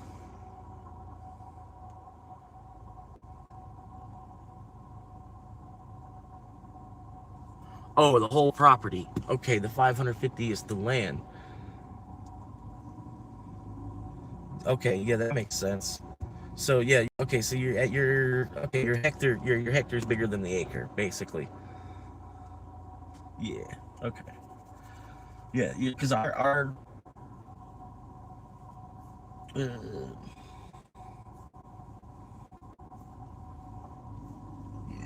don't know, man. It's not that important, man. They're just trying to sell us dirt anyway. You know what I mean? They're just trying to sell us dirt while we're here. That's all. Just a fucking big old dirt factory moving company type of, that's all it is, man. Just keep people moving. Either the right direction or the wrong direction, as long as you're moving.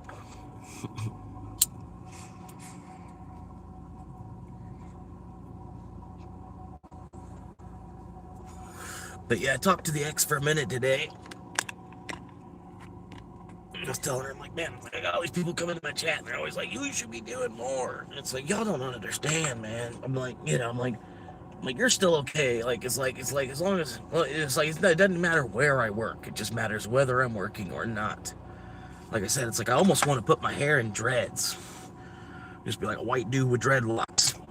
You know what I mean? It doesn't matter where I'm working. It just matters that I'm actually working somewhere. You know what I mean? He's a white dude with dreads. It's like, well, at least he's got a job. At least he's working somewhere. He's not just washing dishes somewhere. You know?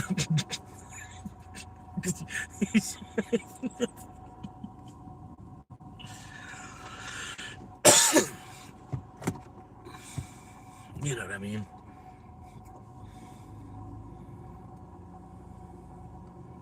Hell yeah. Any one of them jobs I can just hold a shovel. Like hold up a shovel. I see them doing that all the time. There's always some guy working for the electric company or something. It's just like he's holding a shovel. This subdivision where they're building houses. There's just always somebody just leaning on a shovel.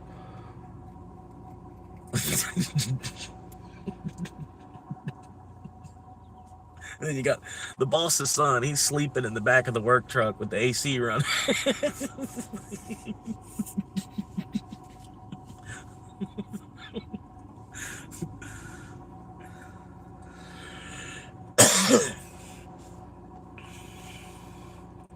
But yeah, I've got no experience in HVAC either. I think you gotta get like a certification to do HVAC. I don't really, and even to do that, like they'd have to work with my schedule preferences too, which I don't think they're gonna tell me to just walk back out the door. You can't be here at 8 a.m.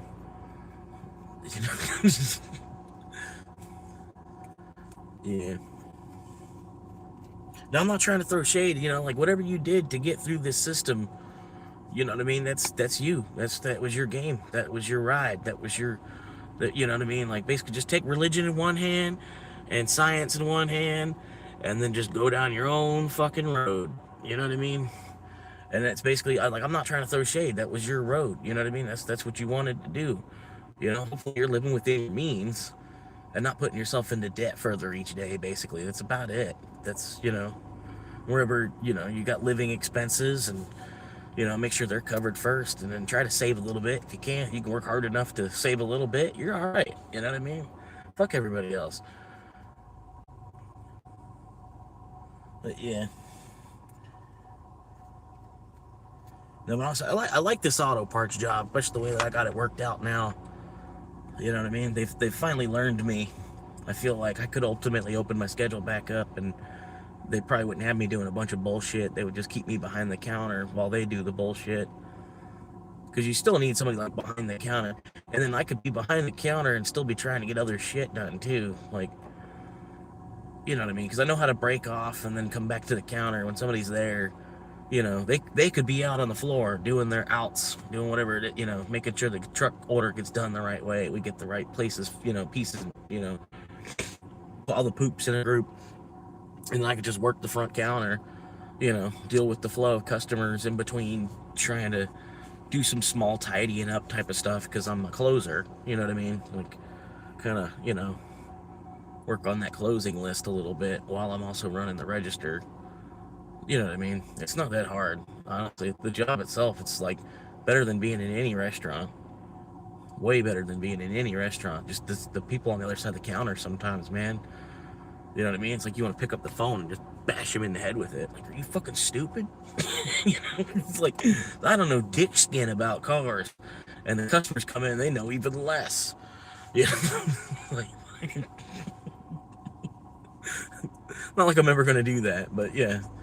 You get the feeling. It's just like, I just don't even like dealing with the people. I want to get paid without having to deal with people as much, you know? I don't know. Damn, text keeps changing. Always need workers. Yeah, it pays well. Yeah, I'm trying to stay on the path of enlightenment too, not trying to switch over to the path of greed. Like, I'm trying to make, if it's something I want to do, it's because it's something I really, really want to do. You know, like really, really, really, really, really, truly am passionate about doing it. You know what I mean? Something I'm already doing like 60, 70 hour weeks of. Something that I'm willing to put that much time into. You know, I'd say it's probably your calling. You know? And there'll be more of an audience. And like in time, I just need to be a little bit less abrasive, a little bit less negative, but a part of it is just being on this side of the hill kind of thing. Like, you know, and I get up to the peak of the hill, then back down where it's, you know, the slide. I just kind of tuck my legs in and roll down the rest of the hill. It's not going to be so negative at that point. You know what I mean? Just facing a lot of fire day to day. You know what I mean? Like between the heat and all the assholes around me that they think every square inch of Florida, it's already owned by somebody, you know, so, you know what I mean? All of Florida's already been bought, you know. Oh yeah, oh, that's right, because we paid $500,000 for we paid Spain $500,000 of our dollars.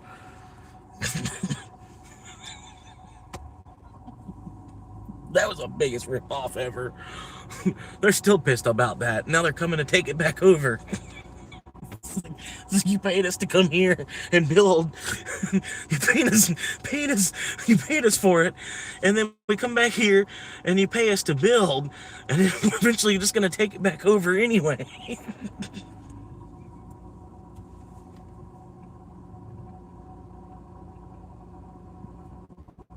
Okay.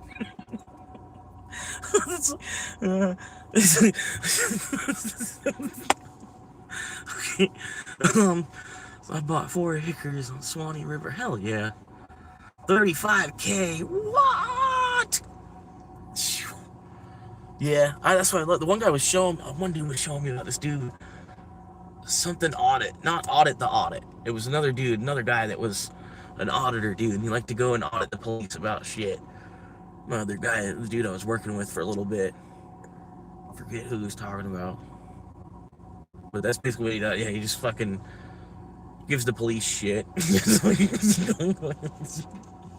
But I had some dude come in my shit and say, he's like, I really hope somebody exercises their Second Amendment right and ends your First Amendment right. And I'm like, yeah, good luck, because good luck talking the state's attorney out of 15 years after doing that, because I'm sure you're not going to be able to claim self-defense.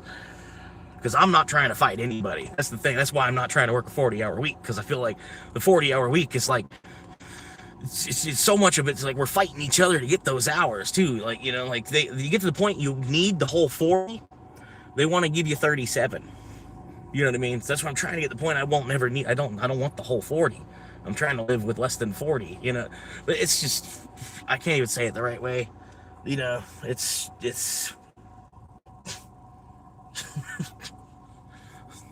That's what I'm like. I'm basically what I'm trying to do is the 40-hour cake that they keep trying to bash my face into, that cake with 40 hours on it. Basically, all I'm trying to do is job creation by cutting it in half. And then since there's another guy that wants to work, I can take half of that 40-hour cake and I can give it to them. And they can work 20, right? I only need 20. I really only need 20. So what I'm trying to do is find a job that's okay with giving another man some more work, because they might need to work more than I do, because they might have 5 kids, you know? Yeah, we paid them for the land, and then now we're paying them to work here, and then now they're eventually gonna basically chase the rest of us out. You know what I mean? Kind of, sort of. That's what it feels like. I feel like I need to go to Georgia. You know what I mean? The Florida's not the same. That, you know what I mean? It's like, fuck, I missed the orange grove just like any other Floridian. You know what I mean? Like, what happened to the fucking orange groves everywhere? Like, you couldn't have left a few of them somewhere? Like, I don't see any orange grove as I drive around this whole state and shit. I don't even see patches of orange groves anymore. I'm sure they're out there. You know what I mean? There's probably still, you know, Tropicana's got to have some kind of orange here somewhere. Because I had a friend just a few years back. She was picking oranges, making like $5 for a 5-gallon bucket to pick oranges. You know, I thought about it. I was like, that doesn't sound that bad, man. I could probably do that. You know, my dad's like, well, it's a lot of going up and down a ladder, beating up your knees. And I'm like, oh, okay. All right, that's cool. Won't do that then. Like, I was thinking, like, well, then you're not paid by time. You're paid by productivity, not by time. You know, a job like that does sound pretty cool. I can be paid based on what I'm actually producing, not by the amount of time, you know, just because I'm paid a flat rate per hour, you know. You can get whatever kind of productivity you think you're going to get out of me for that flat rate per hour. You know, you're a flat rate employee, you know, you don't just, you come in and do 200%, you know, it doesn't fucking matter. But yeah, like, we were thinking that too, like FedEx and fucking Amazon and shit. It'd be cool if, like, you were an unload, if they would pay you based on the truck. Like, you finished a truck, like you and a guy split a truck unloading it. It's a full truck. What, you know, at least they'd percentage it out, right? Like, because they have all that on the computer. They know how full the truck is. It's a 66% full truck, so you're gonna get 66%. Like, we have a flat rate per truck that we pay, you know, and then you split that with another worker. Basically, you kind of create a buddy, you know, or even they just assign random people because it's a job, you know, you're just getting paid to do your job.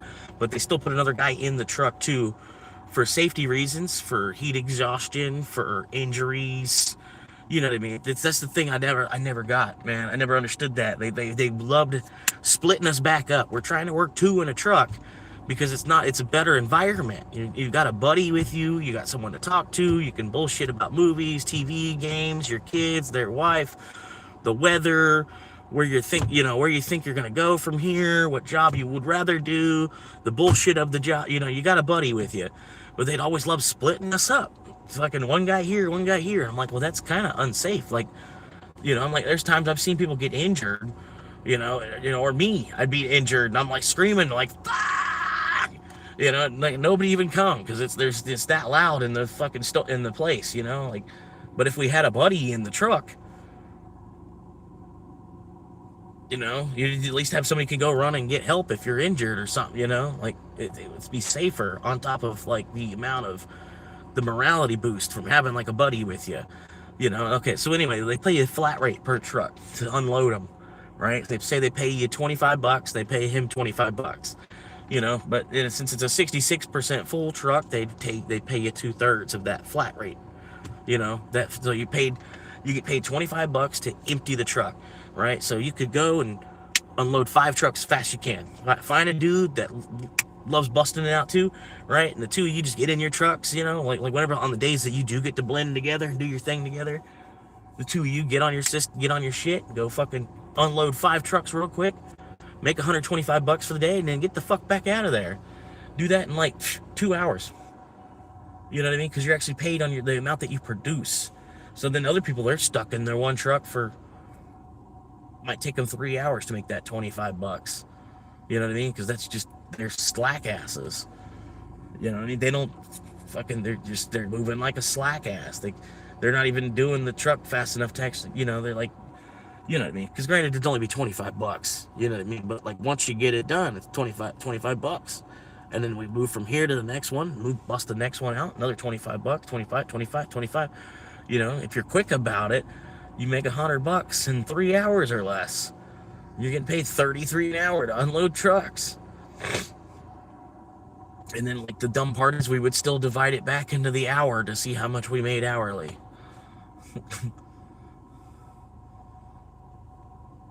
But yeah, it would have been cool though, like because we would have been unloading them faster. You know, like, oh shit, they giving us $50 to finish this. Let's get it busted out, dude. Come on, you're slowing me down. Let's go. You know, it's like, I'm slowing you down. What do you mean? You're doing like half the boxes I'm doing. You know, it's like I'm just playing. You know.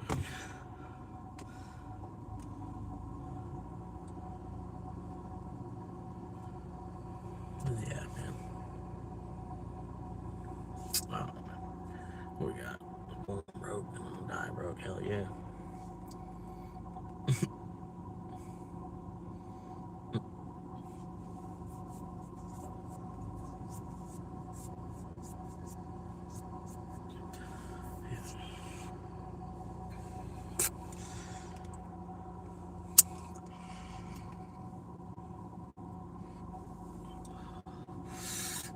What are we at? 10-hour mark?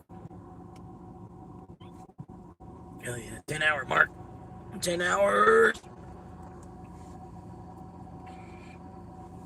Nudity. All right, probably gotta run into town, man.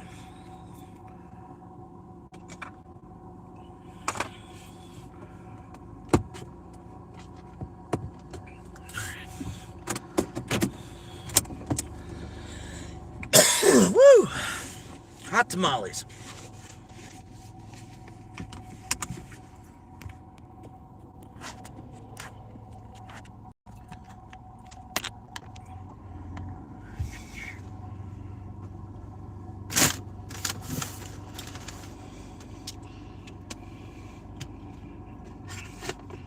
It's like, not that you're ever actually gonna bash somebody in the head with the telephone, but like, fuck, so many customers come in, it's like, fuck.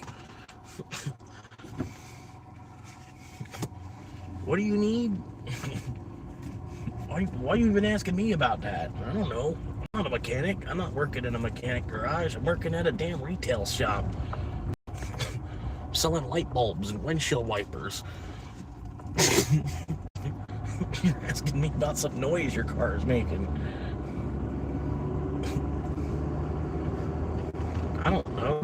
I don't drive it.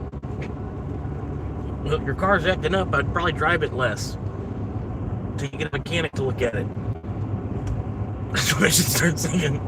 Well, if you feel like it's acting up, you should probably drive it a little bit less till you get a mechanic to look at it. I'm gonna be honest with you.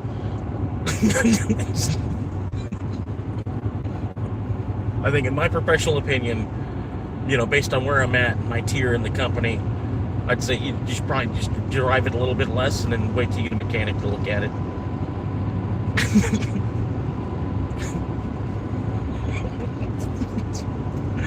I should totally start doing it. I should put that kind of like, that sarcastic customer service type of shit. It's like, like, what do you mean? My customer service skills are really good.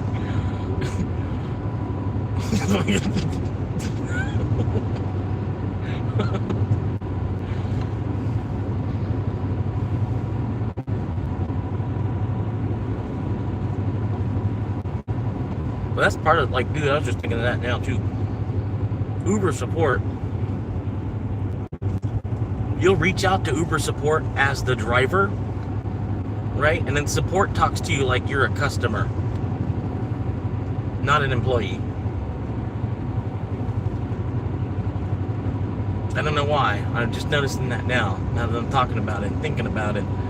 But every time I've reached out to Uber support, like they talk to me like they're doing their customer service job, not like trying to talk to their employee.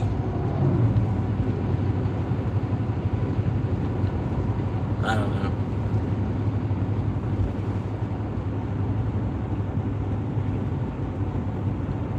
It's one of the things that I've noticed now that I'm looking back in and thinking back into it. But I don't know, they talk to you like you're a customer, not like you're their employee trying to, like, hey, I got a problem, I need help, boss. And then they talk to you like you're a customer. You know, it's like, what? You know, it's like, I don't know. It's a little off-putting in a way. Now that I'm looking at it and seeing it that way. Thank you, sir. Yep, thank you, sir. Okay. Well, have a great day. I'll talk to you later. Bye-bye. Like that sarcastic tone that they throw on sometimes. And you're trying to express an actual problem that's going on with the company.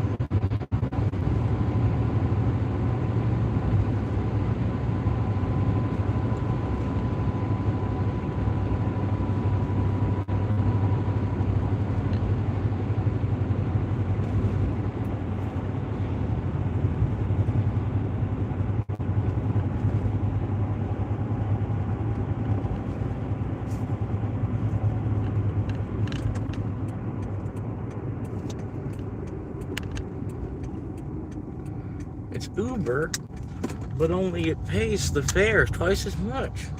What? There's an app. It moves more user-friendly than Uber and DoorDash.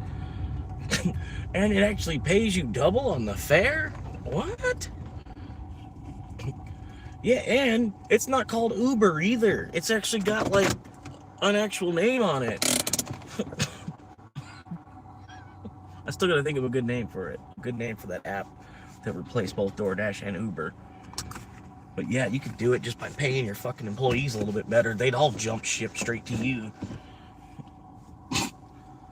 Like, hey, look, come over here. I made the same app. It just moves better. And then it pays you more too. I made an actual improvement. I found the problem. I created this product that can fix the problem, and now I'm selling that product. Anybody want to work for me? It's literally the same job. You're just gonna get double the fare that you're currently making. Fuck, we couldn't fucking do that shit, dude. I'll talk to Adrian about that shit tomorrow, dude. Like, for real. Dude, we could probably totally do that. We just need a good name for it. You just need a name that's better than DoorDash and Uber. That's all you need.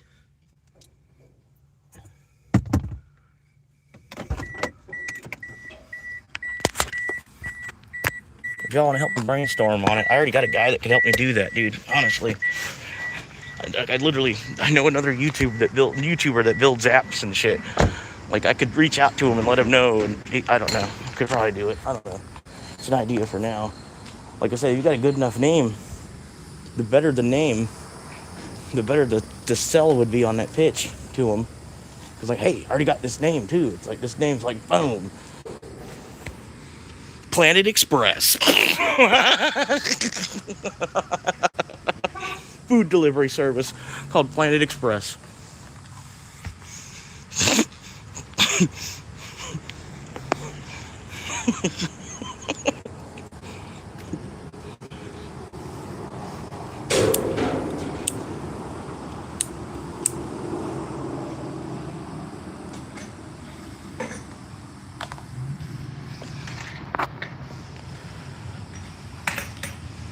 Right, but at the same time, where are they at?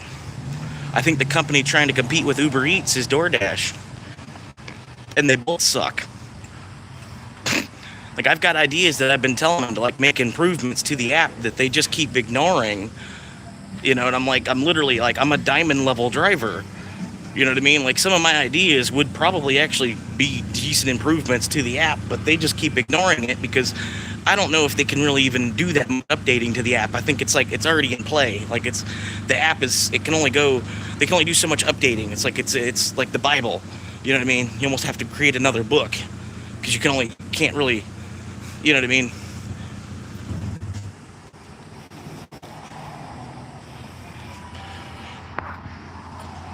Because that's all stories from before 1611. It basically doesn't even pertain to today.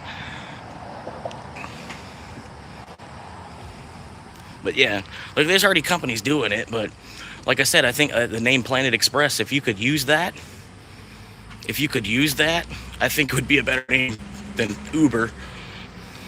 And then you pay your drivers twice as much. All the drivers are going to want to work for you. It's just a matter of, do the people order on that app?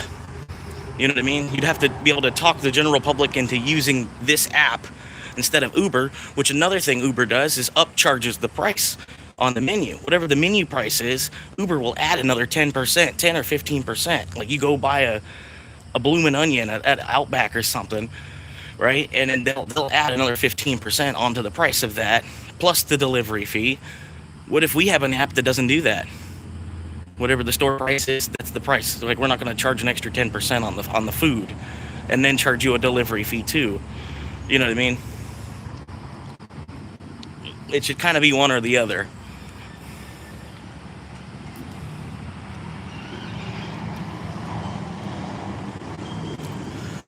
Well, true. Yes, only changes that would make them more money would interest them, right? That's why I'm saying, if I reach out to this other guy that I already know that builds computer software and apps and stuff like that, and if I got a strong enough name to pitch it to him and everything with, we could probably at least create the app on a small scale. There might not be a lot of traffic to it for years, because you're still competing with, like, Coke and Pepsi, you know, Uber Eats and DoorDash, you know. You'd be like RC Cola if you can, you know what I mean? But you pay your drivers twice as much, so you're gonna get all the drivers to come to you. Like, the company would actually pay their employees rather than employees relying on the tips from the customer. Like, it's a good idea. I wish I would have been recording, like, because there's been beautiful ideas I've given them, like, oh yeah, y'all should do this. They need to make the ping location for the restaurant bigger, so that way you don't have to drive through this little tiny dot, because sometimes there's more than one entrance to the restaurant, and you don't even drive through that dot, and then it wants to call you late to the restaurant. And it's like, because there's this little tiny pin location, it's like they don't put a bubble, like an area, like 50-foot area around the restaurant, so as long as you come into that little bubble, you made it to the restaurant, especially when they want to say you're late or not over you driving through this little pinpoint on the map. You know what I mean? That's one. You should be able to draw your own delivery zone. You should be able to draw your own market, because you're the driver. I should be able to tell them, like, hey, I want to deliver in this area only. Only send me orders in this area. And then you can put little toggles on it and stuff too, you know, like, I don't want orders under $5. You could set minimum, like, I don't want orders less than $5. Don't even send them to me. You know what I mean? Like, because you're not trying to make pennies while doing it. Those are 3 ideas for, like, honest improvements they could have made to the app.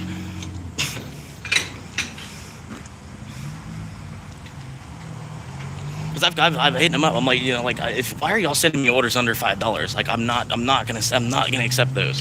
And then it's bullshit. You want to attack my acceptance rate with all these orders.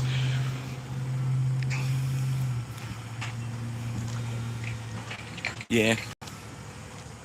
Like I said, I'll talk to him about it, man. Because that's what he already does, is like a job and stuff anyway. But I don't think he's ever Uber drove. He's never driven for. He might have driven for Uber. Because he's a hustler, you know what I mean? But I don't know. Like I said, he goes live tomorrow at noon. I'll just pop into his video, whatever. I'll say something about it, and then I'll see what kind of reaction he gives back. It's just a stupid idea for now. Like I said, I'm really trying to go to school to be a realtor. I just want to get out of the credit card debt before I start like actually doing some deep diving into the research of all that. Because I might not even have to do any research. I could probably just go to the class, you know, and they teach you what you need in the class. The class might not, it might even be available online. I could just be watching videos.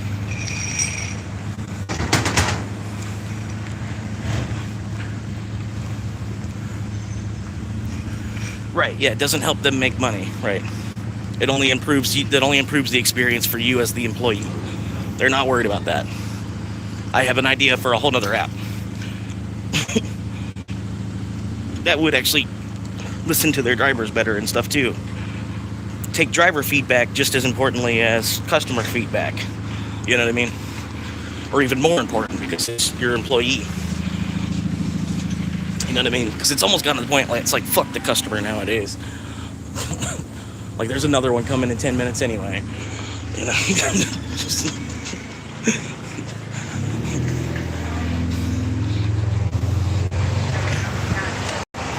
Alright, he's hurt now. Go get your back.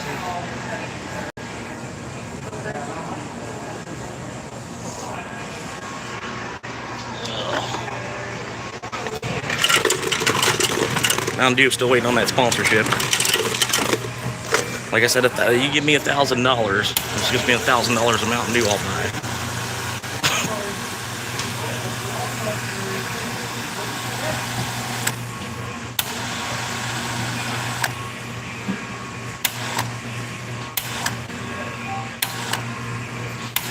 Planet Express. And Planet Express is a way better name than Uber too, because you could be doing anything.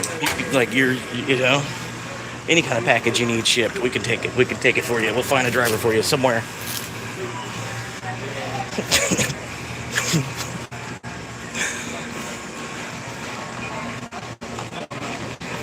Because Uber kind of did that a little bit. They expanded off of food to like package delivery a little bit, but it's not really too big a thing.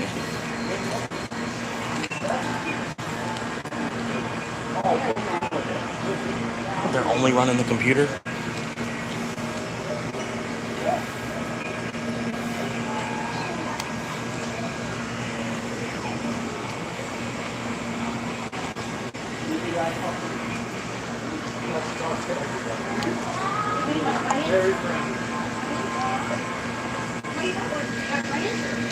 Get them into YouTube.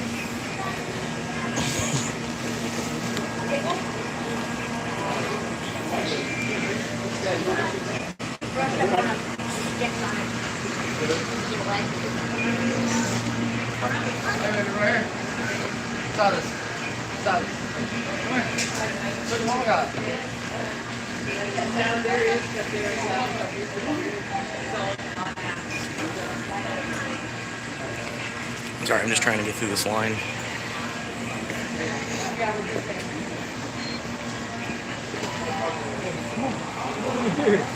You're being weird, dude.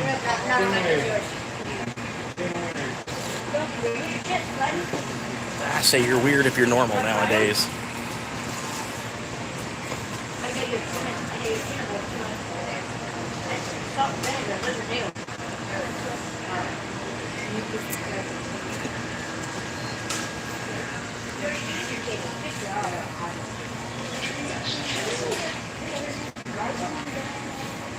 Can I carry you out?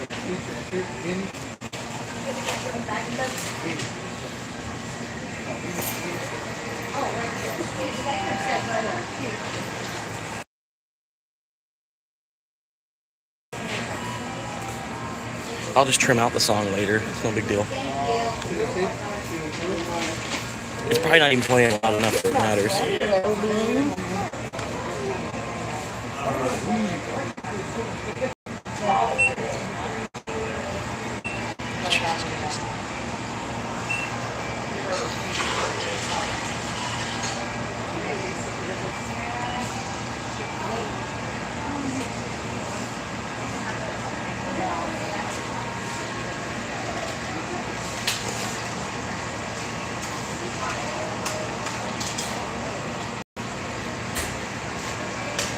I appreciate those of y'all that stayed tuned. You have a great day. Transaction complete. Please take your items. Hello. Hi.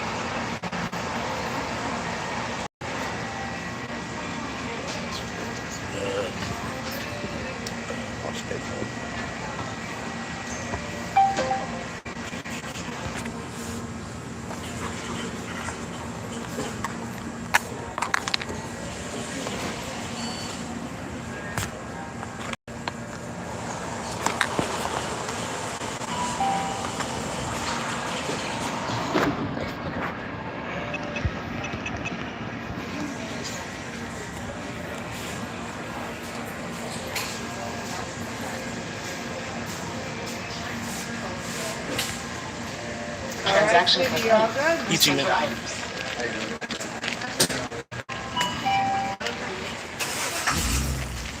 The dude was like trying to get the pin off my card or some shit. Like, fucking, the dude's like, wow, like insanely close to me while I'm trying to fucking pay for my shit.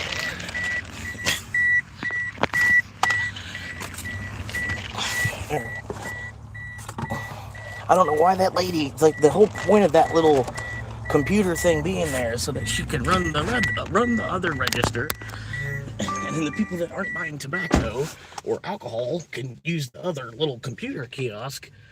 But she's using the computer kiosk as if it's like her register. So there was like only one register open. It took me like 2 minutes to get a fucking drink. And then I got this guy trying to fucking catch my pen and shit while I'm typing it in. At least that's what it felt like. Maybe he wasn't trying to do that, but it was like, dude, it's like back up. I'm trying to type my information here. It's like he's trying to get my fucking phone number, and then he's trying to get my fucking pen. Because you have to, they do this stupid shit. You have to type in your phone number to save 20 cents on the drink. I don't know why the fuck you have to do that. You know, like let me just take one of these most personal lines of my information, you know, and just fucking type it in the computer every time I want 20 cents off a drink. Stupid. And then, yeah, you always got to worry about the people behind you getting your fucking, you know, fucking for real. I don't need you getting my phone number. Oh my god, I'm gonna get out of here. Alright, go back up into the spot.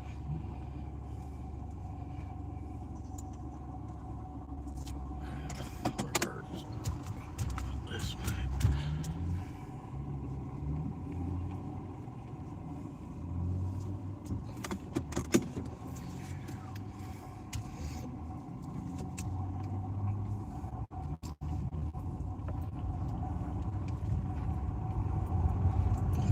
Scoot up into town.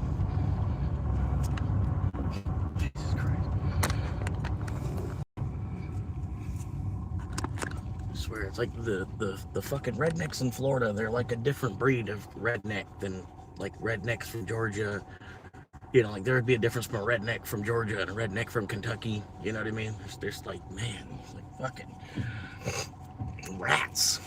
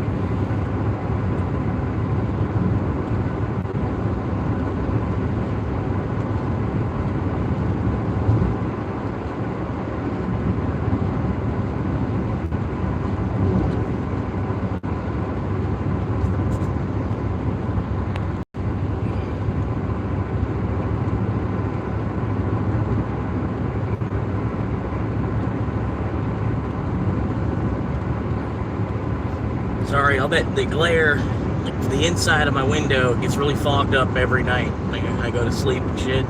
The inside of my window gets really fogged up from the glare. So it's like there's always a glare because the window's like it like resets with fog and then re-dries in the morning. There's always different like streaks in the window. Need to get like some way glass cleaner. Like once I really get the channel going, maybe I'll like make sure to clean the front window of the car inside and out before I go live. But for now, like, you know, I can't spend even a little bit on some Windex. It only shows up at night, you know, like because the cars with their lights shining into my car. It only really shows up at night. During the day, it's not really a problem. The window looks clean, clear. During the day, it's more the stream that looks fuzzy. With that, I mean, I can only fix so much. I can get a Starlink and everything, but that'll be like later on. You know, I could just be traveling around with my own Starlink mobile hotspot thing. You know what I mean? But even still, that's only gonna look so good because the Starlink, you know what I mean? It's still kind of like it's a mobile internet creator. You know what I mean? It's only going to be so good. It'll be better than, because I won't be switching from tower to tower, so it won't be flopping out, you know. But there'll be areas where the signal's better, and there'll be areas where the signal's not as good. Pretty much depends on tree cover. But here in Florida, we're sea level too, so we're kind of a little bit further from the satellites and shit. So, I don't know.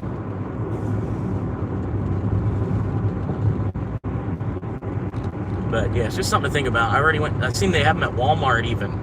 You can go into Walmart and just get a Starlink unit, buy all the equipment right there at Walmart, and I guess you got to call the 1-800 number to get it all hooked up after that point. You know what I mean? Pay your monthly subscription fee, but at least you can get all the equipment they sell at Walmart. It's on the shelf at Walmart. I can just walk into a Walmart and grab it. I don't have to wait like a week. You know, pay for the equipment, wait a week to get it. And then, you know, then I'm out like $400 and I'm waiting for this equipment to get here so I can even activate it. You know what I mean? Like, just speeds the whole process up because it's on the shelf at Walmart. But that'll be probably more like at the 10K mark. I don't know, you know, at 1,000 that I can really make that kind of an upgrade. Just this phone is like, it's another $90 a month to have this extra phone to be able to do this live streaming stuff better with. But this phone, it is an upgrade picture wise. I've been looking at it a little bit myself. The sound quality I feel like is a little bit better too, maybe.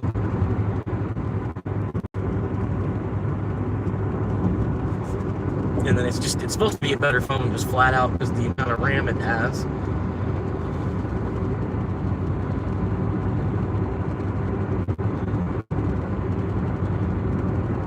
It just overheats a lot being in Florida.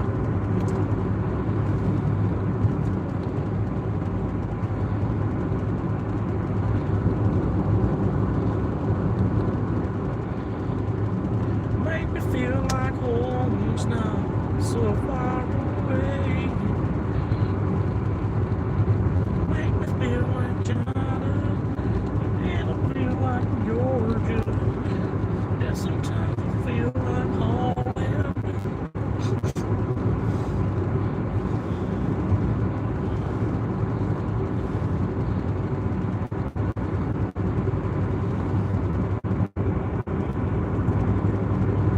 Yeah, it was cool. It was cool hiking the Hulk Hogan Trail. It was cool, man. I wish I would fucking had some kind of video of it still.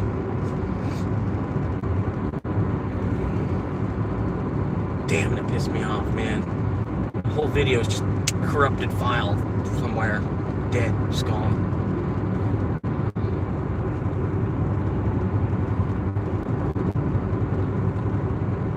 But man, it was like the perfect way to do it too, man. You go hike the Hulk Hogan Trail over. Fucking, I did something I didn't even expect. I wasn't even thinking about it. Wasn't even thinking about doing it that way. Use the Hulk Hogan trail, hike over this bridge, hike up and over this bridge, go over here, and just use the crosswalk. But just keep walking around on the crosswalks.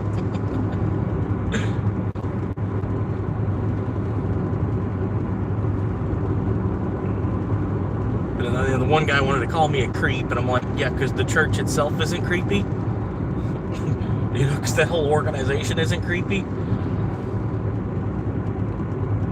And really, you know, like, whatever, man.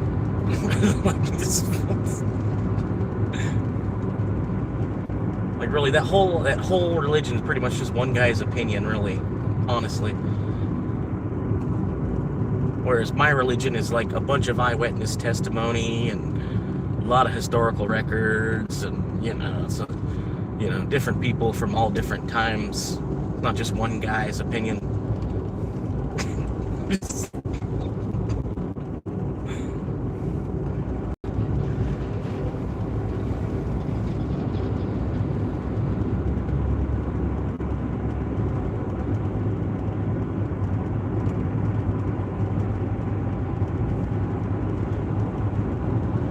Gas is usually cheaper in this. Oh, yep. As soon as you get to the city, here we go. Zoom, zoom, zoom. Go get them. Go get them. And they're driving a Camry. They're driving a Camry. They made it look like it's a rice burner or something. Who's closing tonight?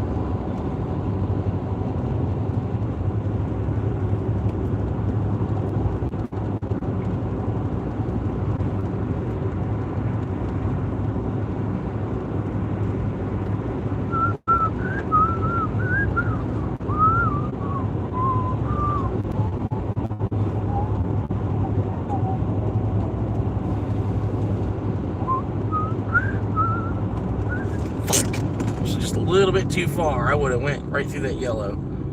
I was just a little bit too far from it. Damn it.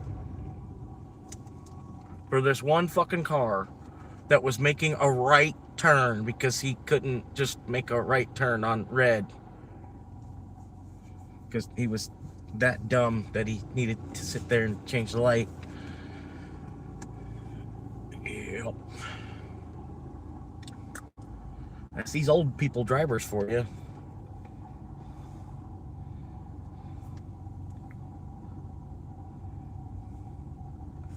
Yeah.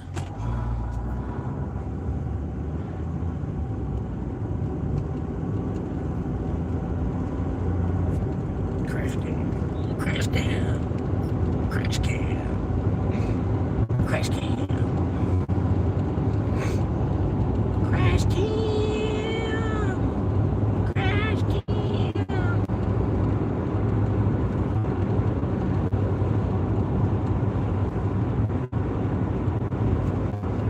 Yeah, and then that one Oren account, that fucking Lord Jiren, right? Lord Jiren, his account name being Lord Jiren, basically just shows me that Oren is not some 60-year-old retiree, like he's trying to claim. Like he tried to say that at least at one point somewhere. He was like, oh, I'm a retired guy, you know. I was like, yeah, sure. But now this account that he's got named Lord Jiren. It's definitely, that's like a kid's cartoon and shit. There's no way this dude's 60 years old and watching that cartoon. There's no way he's that big of a fucking loser at 60 years old.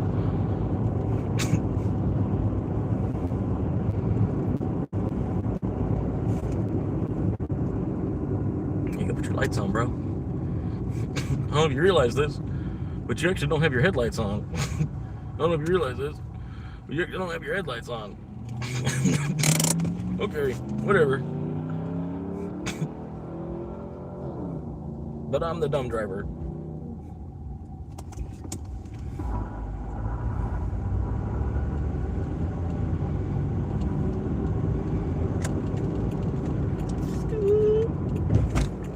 Scoot.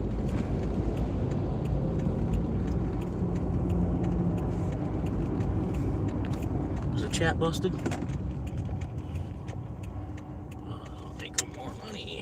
None of those ideas are gonna make us more money, though. We're not interested in doing things for the betterment of mankind. We're trying to do things for money. You're forgetting the idea here. really not trying to make things better on mankind. We're just trying to make money.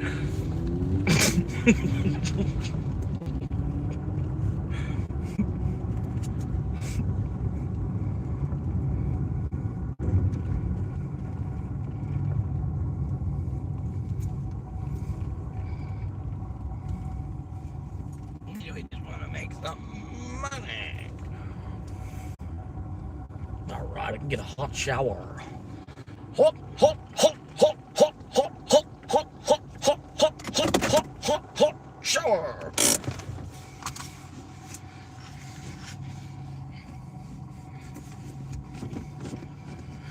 All right. So I'm going to let you know. I'm going to have to let you know. I was at the gym. I'm at the gym right now. I was thinking about getting a shower here shortly. But I'm going to hang out for another couple minutes. If you're willing to hang out, I'll hang out with you. If you want to leave, you can go ahead and leave, you know. Not really worried about it. But I'm at about 11 hours live right now. And I'm going to keep going for a little bit longer. So as far as it goes. What goes up must come down.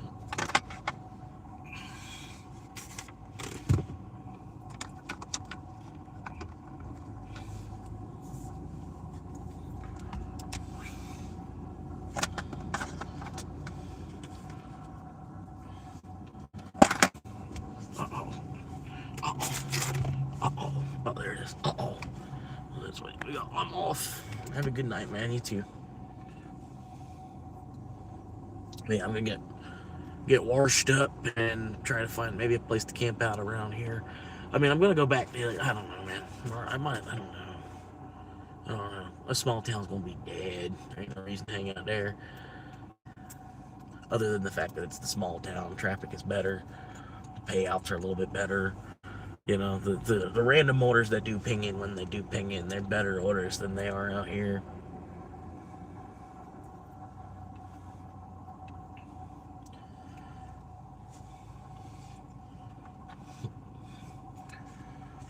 Yep. I'm gonna shut the car down. 83 degrees still after 9 o'clock at night. Yeah, if I got a couple viewers, I'll keep going for another like 20 minutes or so. Keep hanging out. Shut the engine on. I'll probably go down. No, man, I don't know if I should do that. I can find another church. I'll go to another church parking lot. That's what I'm gonna do. If I sleep around here, that's the idea. That's the best idea, is just go to a church parking lot.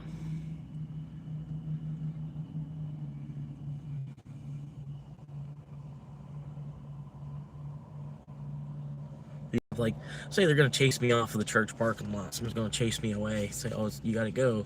Time to go. They're at least gonna do it a little bit friendlier than the way that those guys did earlier.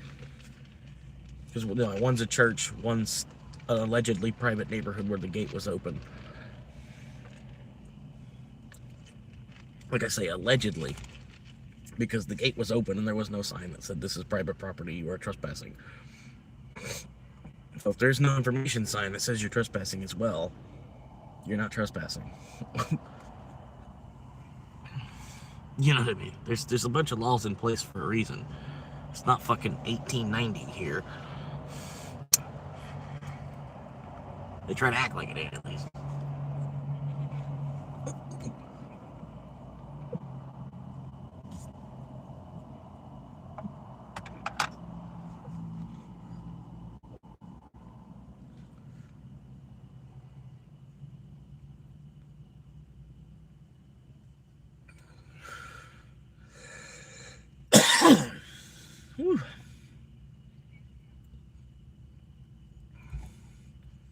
I feel like it's not even 2026. It's actually 1826, and then they've dressed it up to make it look like it's the new millennium. But I feel like it's like 1826. We've only recently celebrated our independence from England and became a country. But they tried to dress it up as if it was like 200 years of history somehow.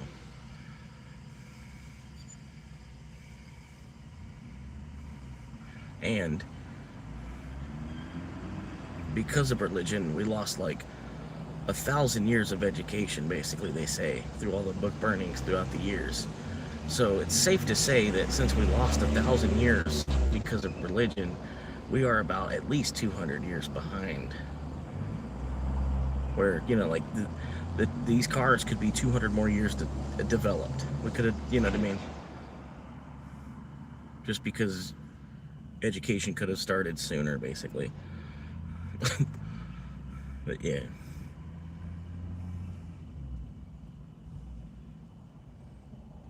Who are you?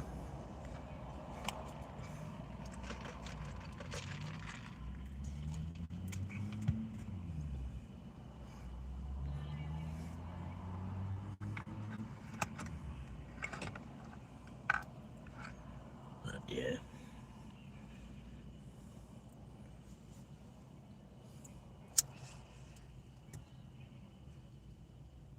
Cause like you do realize you're on the wrong account now. You're trying to reply, like you're on the wrong account. You're applying to something I said about another account, and then you got another account to reply back. I don't know how you made it to 49 without getting hit by a bus, bro. That's just fucking dumb. But anyway, there's another one gone.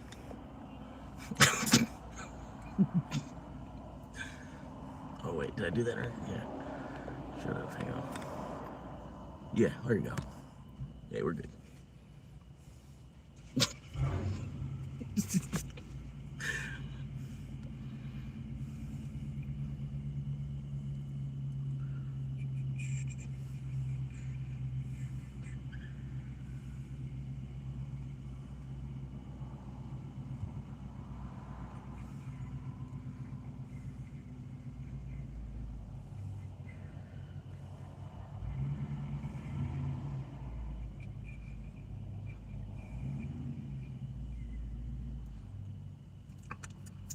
Alright, and now you'll have to make another account because neither of those ones can talk. Hurry, I just violated your First Amendment right.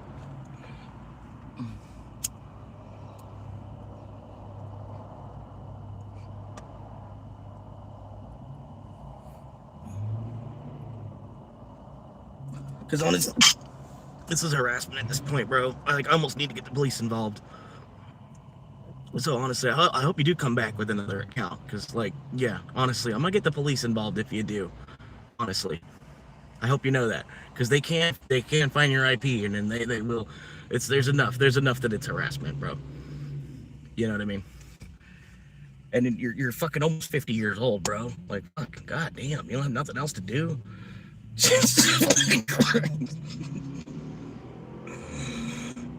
Shit, when I'm 50, I'm gonna be wrapped up in VR so tight, man. I ain't even gonna be coming out except to grab the fucking DoorDash at the door.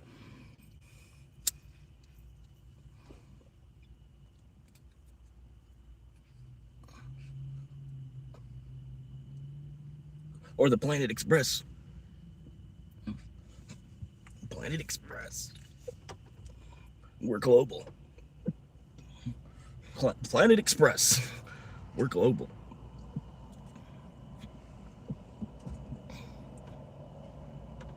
We'll ship anything.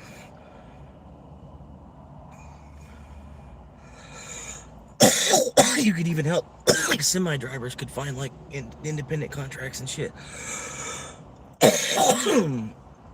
Help, you know, fuck, I can help semi-drivers, like, line up, create a logistics network, even with it, for them. Now create a way where you actually give them more for these hauls and stuff too. You make more miles, more mileage, a higher mileage rate.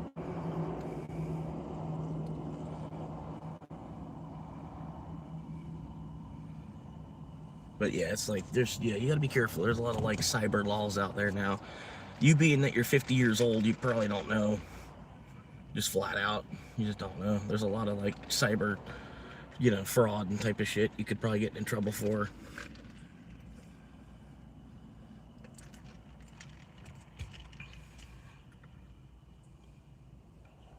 Bitcoin's back over 78 because you didn't know that was going to happen, right?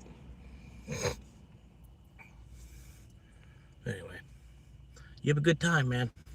Like I said, move the fuck on, bro. And you got out of here real quick right after I shut your fucking mouth. Slapped you in the fucking mouth one more time.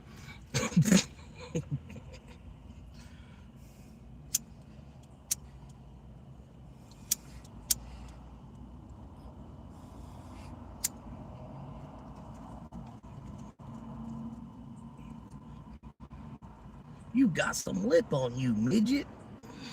Yeah, these are the same lips that was on your wife's pussy last night.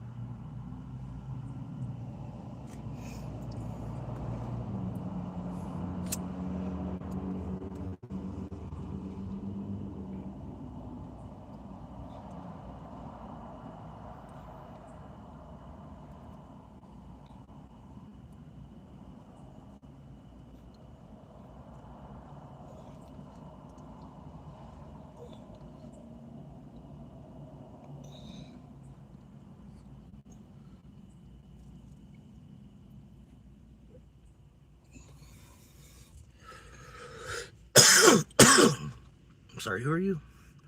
Police, interstate, what? You're asking so I would love a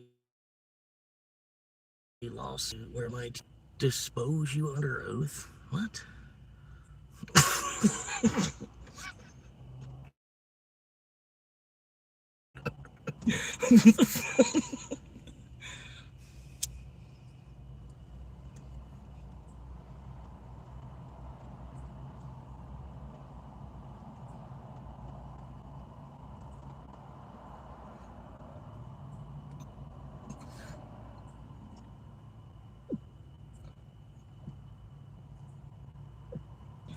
Look, don't get mad at me for producing fucking Planet Express, bro. Come on now. I'm sorry. I'm the one that created Planet Express. My bad. Like, goddamn, move about your day, bro. I ain't oppressing you. Like, you're almost retired. You'd think you'd have something more to do, man. Go tinker on your dirt bike or something, bro. Yeah, I got 150 new subscribers in the last 28 days. How's your channel doing?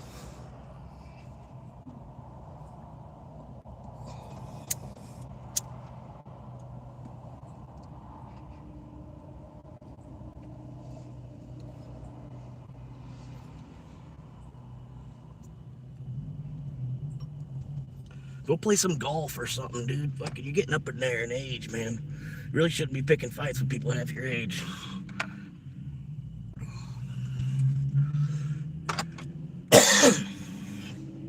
It's just a dumb move. Like, really. Like, honestly, come on now. It's a common sense thing. Like, you know, like, Mike Tyson versus Jake Paul is a different situation. You know, like, honestly. You know, but you really shouldn't be fighting someone half your age.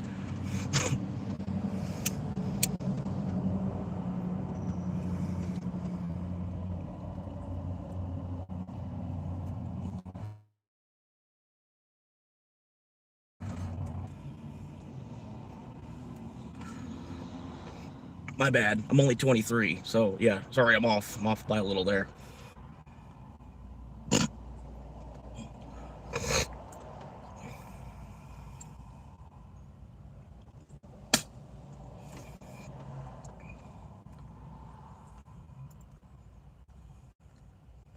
I know, just dude.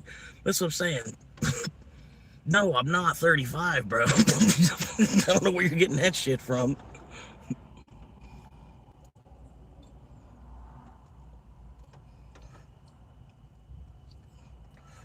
I don't know what this dude's problem is.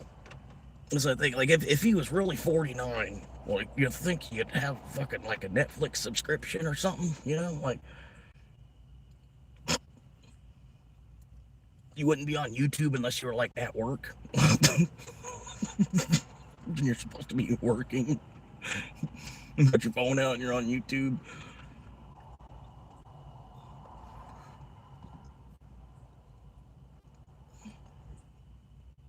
Oh, yeah, what you got next? What's next? What's next? Come on, what's next? Come on. Come on, they're supposed to be quick. You know, that's why they call them a quickum. That's why they're a comeback, because they're supposed to be quick. Come on now, come on, let's go. Let's throw it out there, let's go. Come on, we need the content. Let's go. Waiting, come on. You can't be that brain dead, come on now. Like I said, how have you managed to not get hit by a bus and you're 49, bro?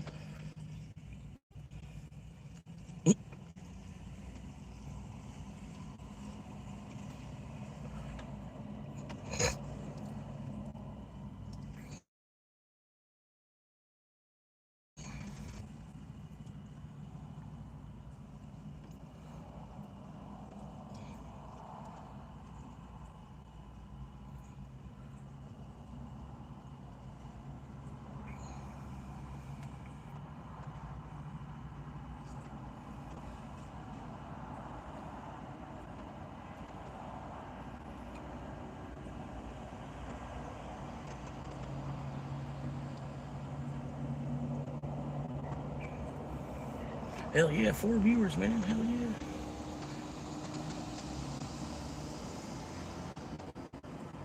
Appreciate you stopping there, man.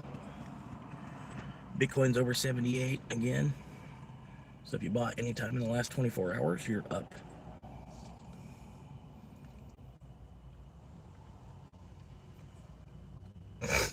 Wonder what Doge is at. We got that Doge swinging. Big Doge swinging. Big Doge swinging. Swing it in your face. Big motherfucking Doge.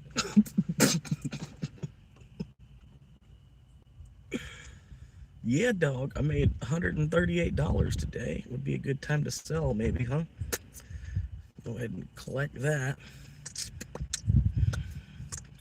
And then we'll buy back in when it comes back down that 1%, which it should totally 1% tomorrow. Come on now. It's gonna move at least 1%.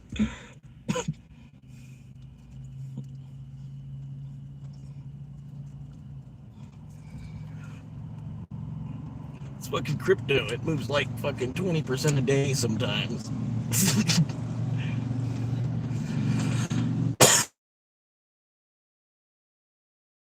They're still so new. They can't settle in on a price because the damn shit's so fucking new. The world doesn't know what to do with it yet. You can't even use it anywhere yet.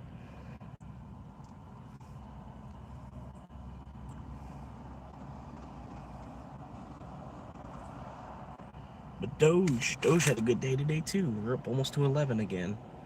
It's pretty good. I should probably buy some more. But I didn't do any Uber today. Damn it. Damn it. I want to buy some more of my crypto crack.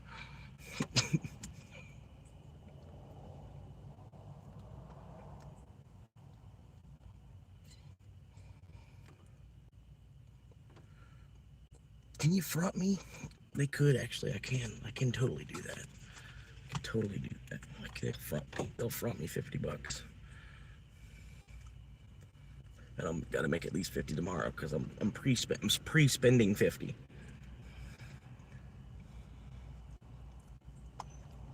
I'm gonna lock in right now, buy another $40 at the high point today to help the price increase more tomorrow. And even still, me buying at this high point is cheaper than the 11 cents per coin I just paid.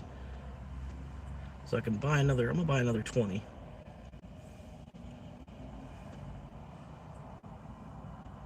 No, let's buy 25. Yeah, buy 25. Then I gotta make at least $25 tomorrow.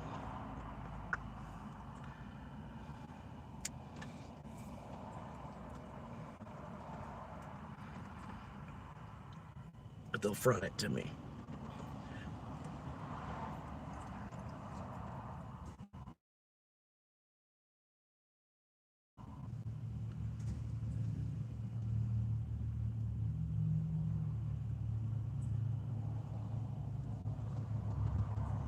Boom.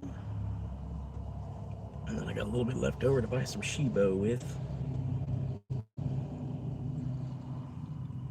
And Shiba's still under the quintuple 06, so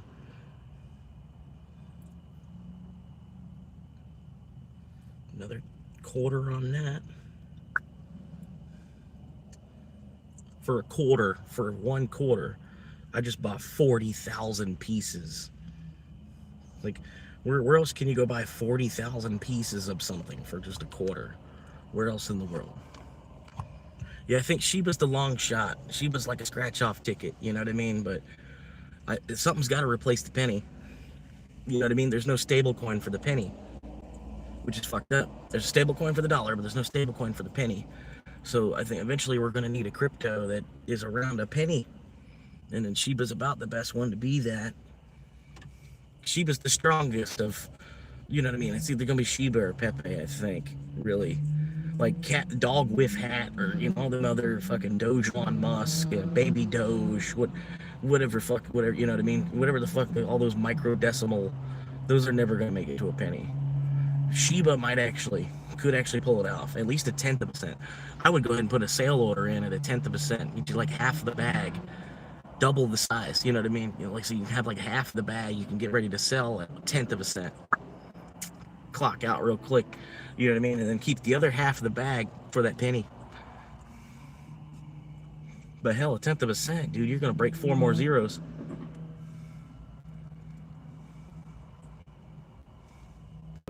It probably never actually will make it. A penny might be that psychological barrier that it'll never actually cross. But it's not inflationary. Like, there's only 595 trillion Shiba that'll ever exist. Like, there's already double as many dollars. There's twice as many dollars today in the global market, everything on the planet, every little bit of acreage on any country, you know, plus all the inventions, everybody's car, everybody's house on top of that land, you know, every warehouse, everything in it. It's like 1.2 quadrillion dollars or something like that. Like everything on the planet has a total value of 1.2 quadrillion dollars. So of that, there's half as many Shiba. There's half as many Shiba as there is a dollar denominator currently. Think about that one. Shiba is twice as rare as the dollar, ultimately. Already. And then they plan on 8xing the dollar to match it to the yuan. Like, the yuan's gonna probably come up in value a little bit, but the dollar's gonna have to like 6x on the negative side, you know. Gonna have to divide by the power of 6. So it'll look like more money. It'll look like more money because the dollar just got divided by the power of 6. So now there's 6 quadrillion dollars. It's the same Earth, you know what I mean? Like, it's not, you know what I mean? There's a certain level of technology that'll change in that time, but it's still only one fucking piece of Earth.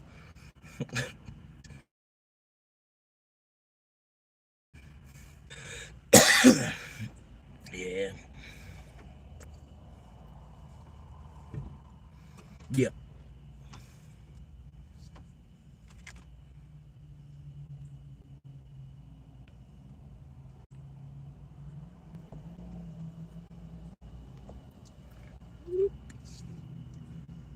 See you on the next one.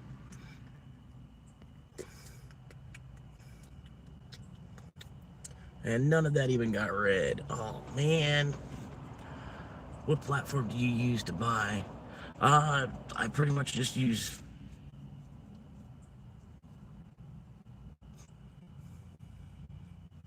I don't even know if it's safe to say, man. To be honest with you, I don't know if it's safe to say. But you can buy it through wallets and stuff, man. You don't need to use a platform.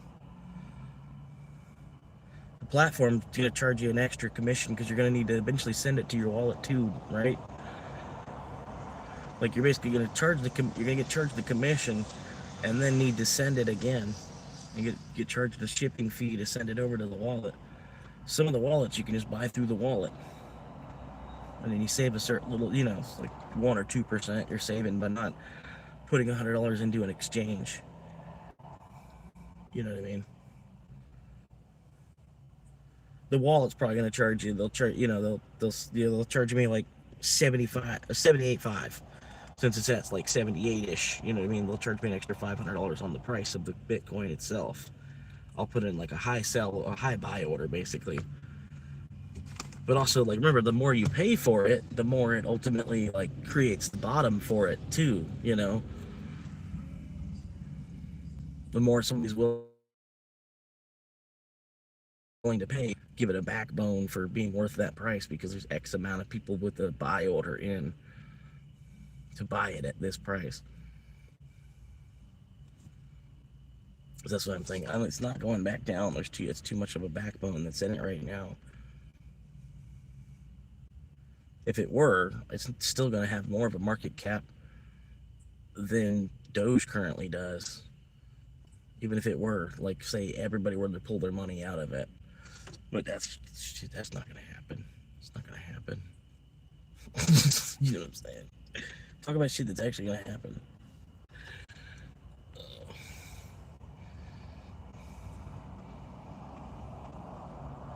But yeah, this real estate license thing, I'm really thinking about doing it, dude. It'd be just as easy as doing anything else. And then how hard is it to really fucking be a realtor, honestly?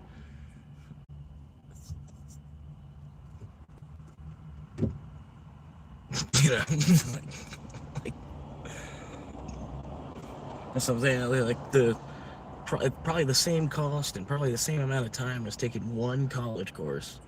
I could just go to school for only real estate.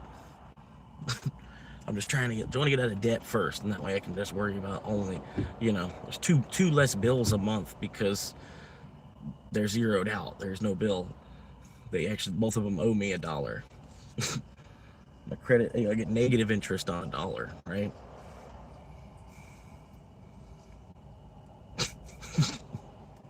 If only it worked that way.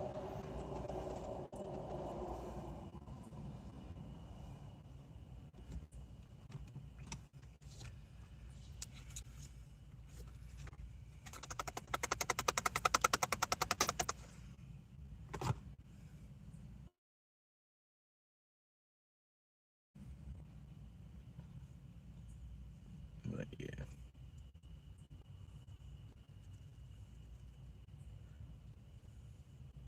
Like, are you a Scientologist or something, bro? Is that what it is? That's why you keep coming back around?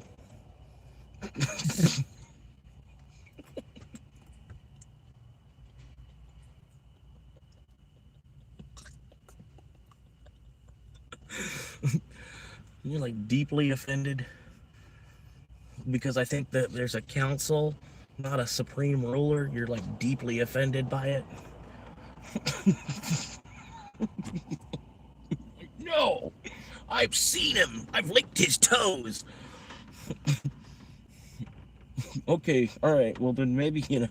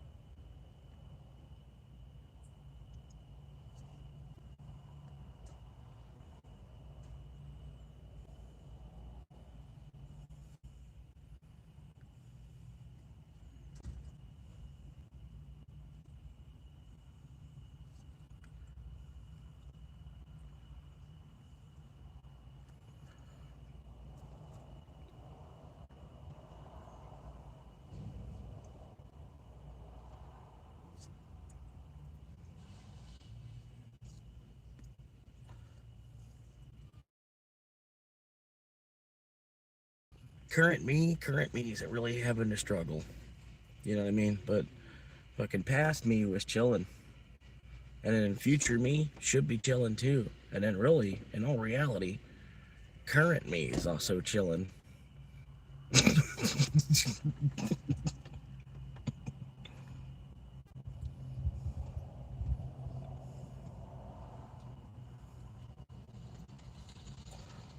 I was even thinking it's cool. I got that one song called Hey Future Self.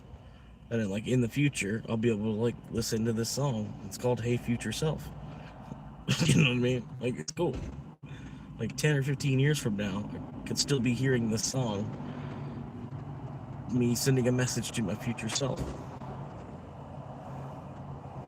You know what I mean? That's cool. Y'all couldn't do that in your generation.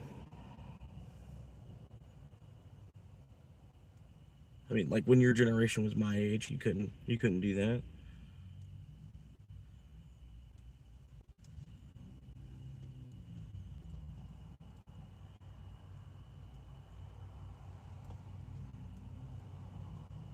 So it's way down here, yeah. Hey future self. Hey future self.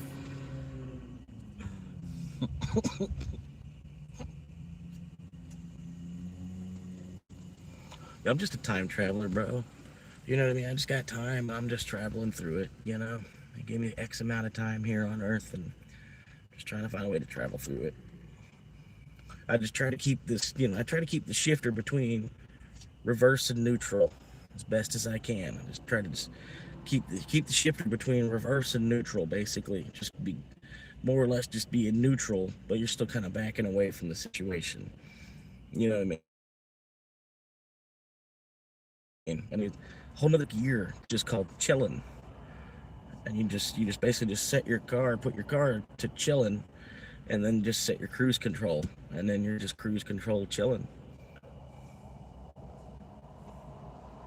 It's like chillin', but only like you're in cruise control and chillin'.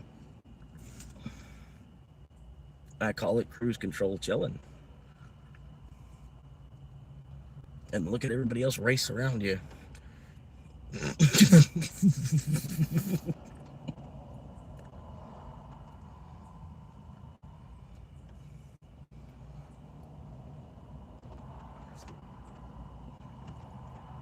Yeah, man, everybody's way too worried, man. The future's gonna come either way. We can't do nothing about it.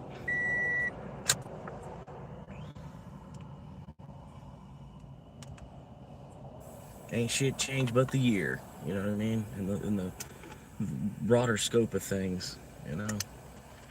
Ain't shit really changes but the year. Build some more bullshit. Like it's fine if we're spending resources to build another restaurant, because we need more restaurants.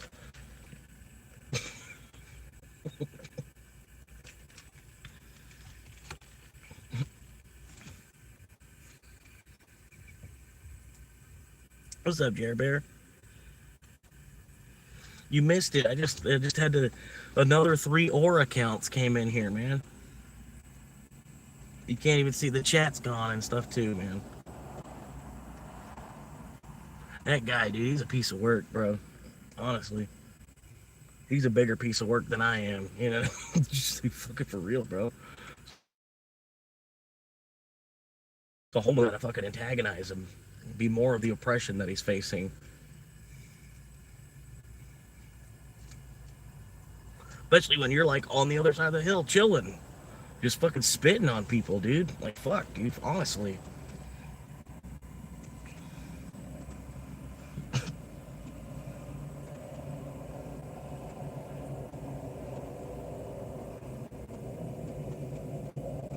Shit, you know what I mean? Like when I'm on the other side of the hill, I'm gonna be Bluetooth connection success. I'm gonna be tipping everybody for like everything. You know what I mean? I'm gonna be dropping, oh, you got a Doge wallet? Here, let me send you some Doge real quick. Be like, really? Really? Well, yeah, here, like, let me send you 25 Doge real quick or whatever.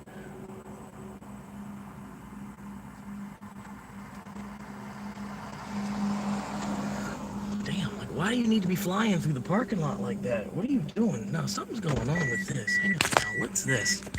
What is going on here? Why are you flying through the parking lot like that? This happens like every time I come to the gym or something. Like every other time I come to the gym, some random car will fly in the parking lot, go up to the door of that building and pull something out of the door, and then fly out of the parking lot just as fast as they came in. Hang on.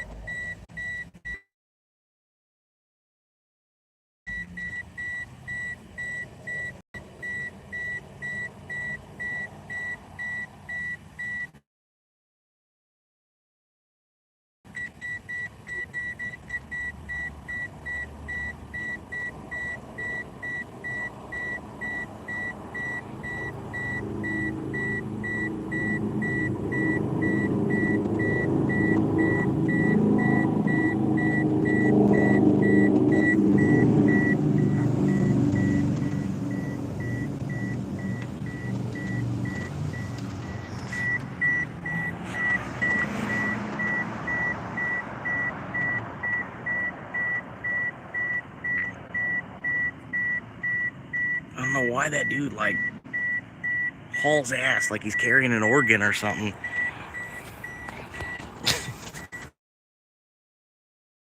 It looked drug related, man. This late at night like this late at night. Well, it's not that at night better. It's not like 2 a.m. Looks a little less suspicious to be on the road between 9 and 10 o'clock.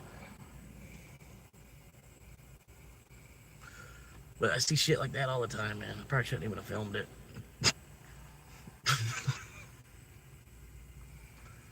I love this country so much, man. There's nothing but sex trafficking and fucking drug trafficking.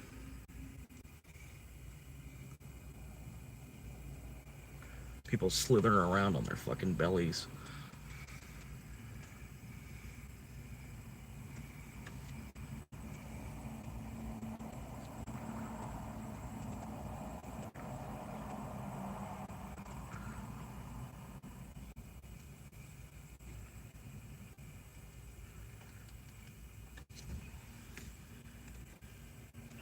We got the music popping. Here's Hey Future Self. For the 16th time. Number 12 on the top charts today. Hey Future Self.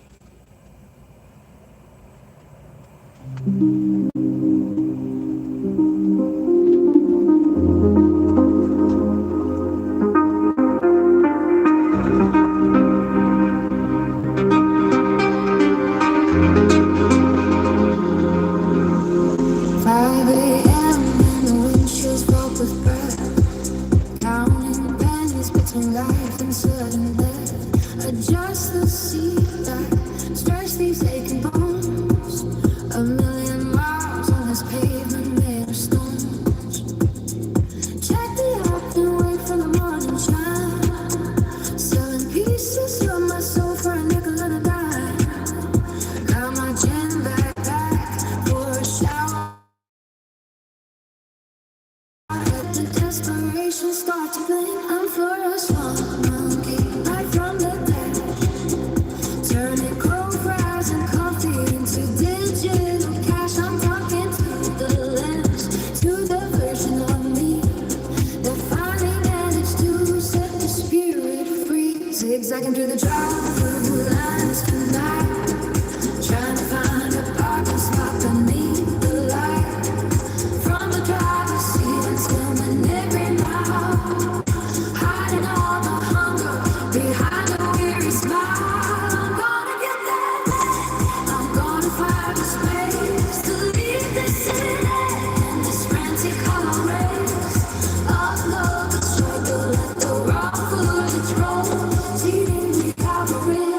To save my heavy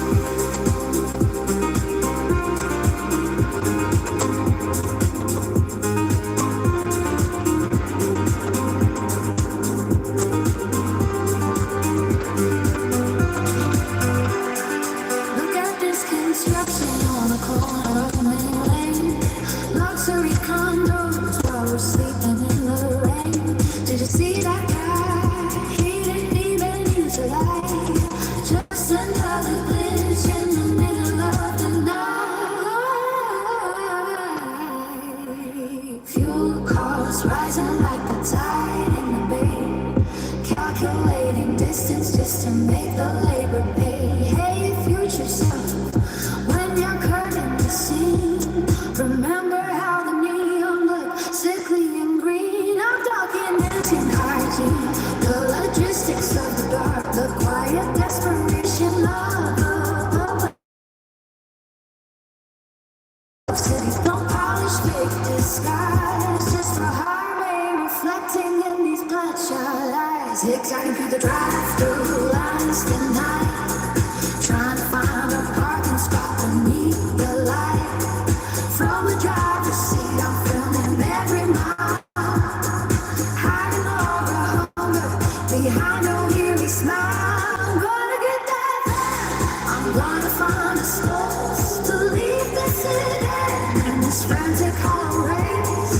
Upload the struggle, let the raw footage roll. To save my heavy soul. One more delivery, I hit the upload key, waiting for the world to finally look at me. Floral wall monkey signing off for the night, searching for a van and a sliver of the light.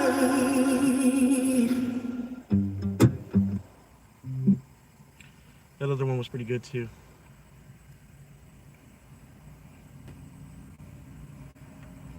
This is the crowd favorite here. Everybody loves this one.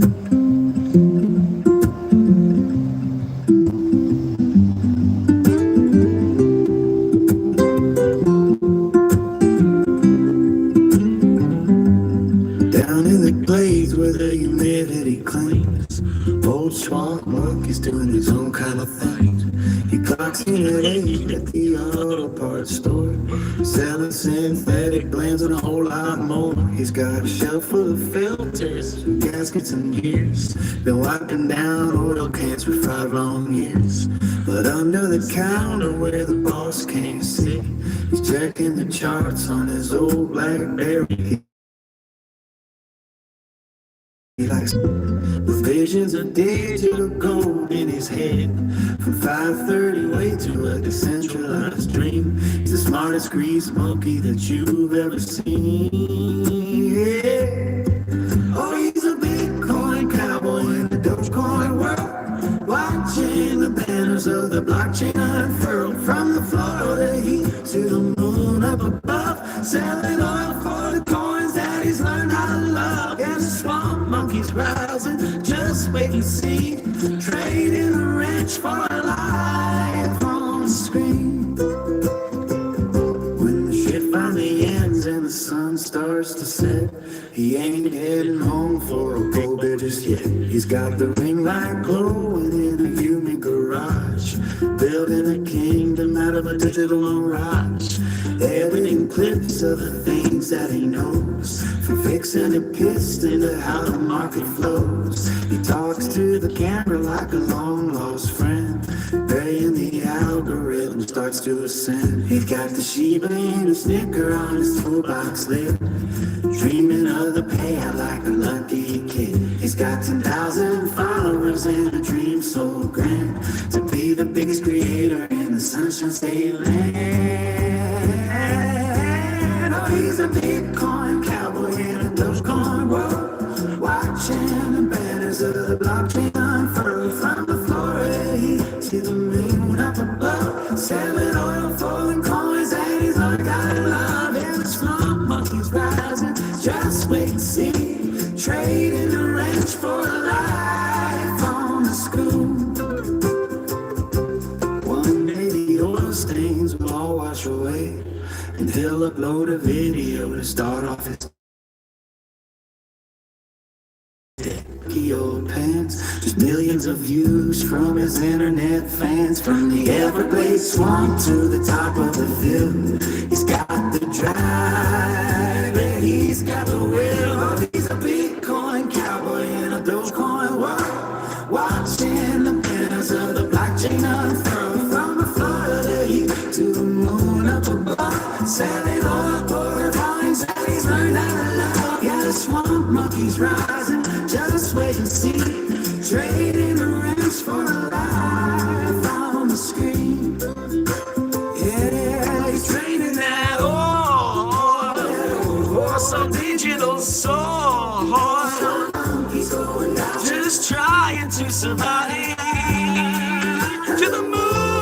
somebody to the moon. Woo! And then I'm gonna close it. We're gonna close it pretty hard though. You ready? Closing it down hard.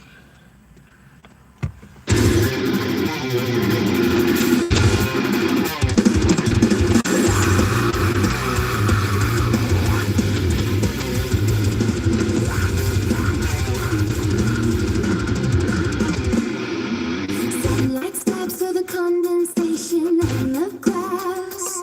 Another morning waking up in the backseat of my past. Florida from Monday, that's the name I chose to keep. While the rest of the world is buried in sleep.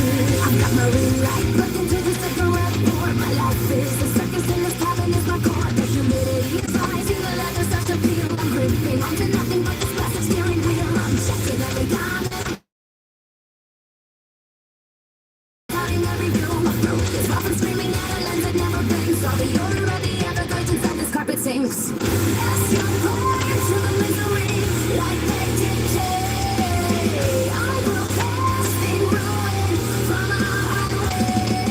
For that swamp monkey, the king of the dust. My dreams are all covered in engine rust. Share the destruction, smash the metal. Unleash dreaming, straight from this Toyota hell. This Toyota hell. I spent my last $10 on a tripod and some gas, watching all the happy people through the tinted glass. They don't see the vision, they don't see the joy, they don't know what it takes to stay digitally alive. I'm eating cold beans while I edit in the dark, parked behind a dumpster in a flooded trailer park. My battery's dying and the signal's getting weak, but I'll find the public Wi-Fi for the truth I need to speak. I'll do the viral challenges, I'll jump into the blog, I'll lose my bloody mind for a mention in a blog. My skin is turning sour, but my eyes are turning red. I'm more famous in my fantasies than I am inside my head. Not fall to misery like that decay. I'm broadcasting ruin some highway. Florida swamp monkey, the king of the dust. My dreams are all covered in engine rust. Share the destruction, splash the metal. Unleash dreaming, straight from this Toyota hell. Pablo Pente, my soul is on the line, but burning forever. The monkey, watch me as I suffocate. Watch me out along through the filth and the static and the broken dreams.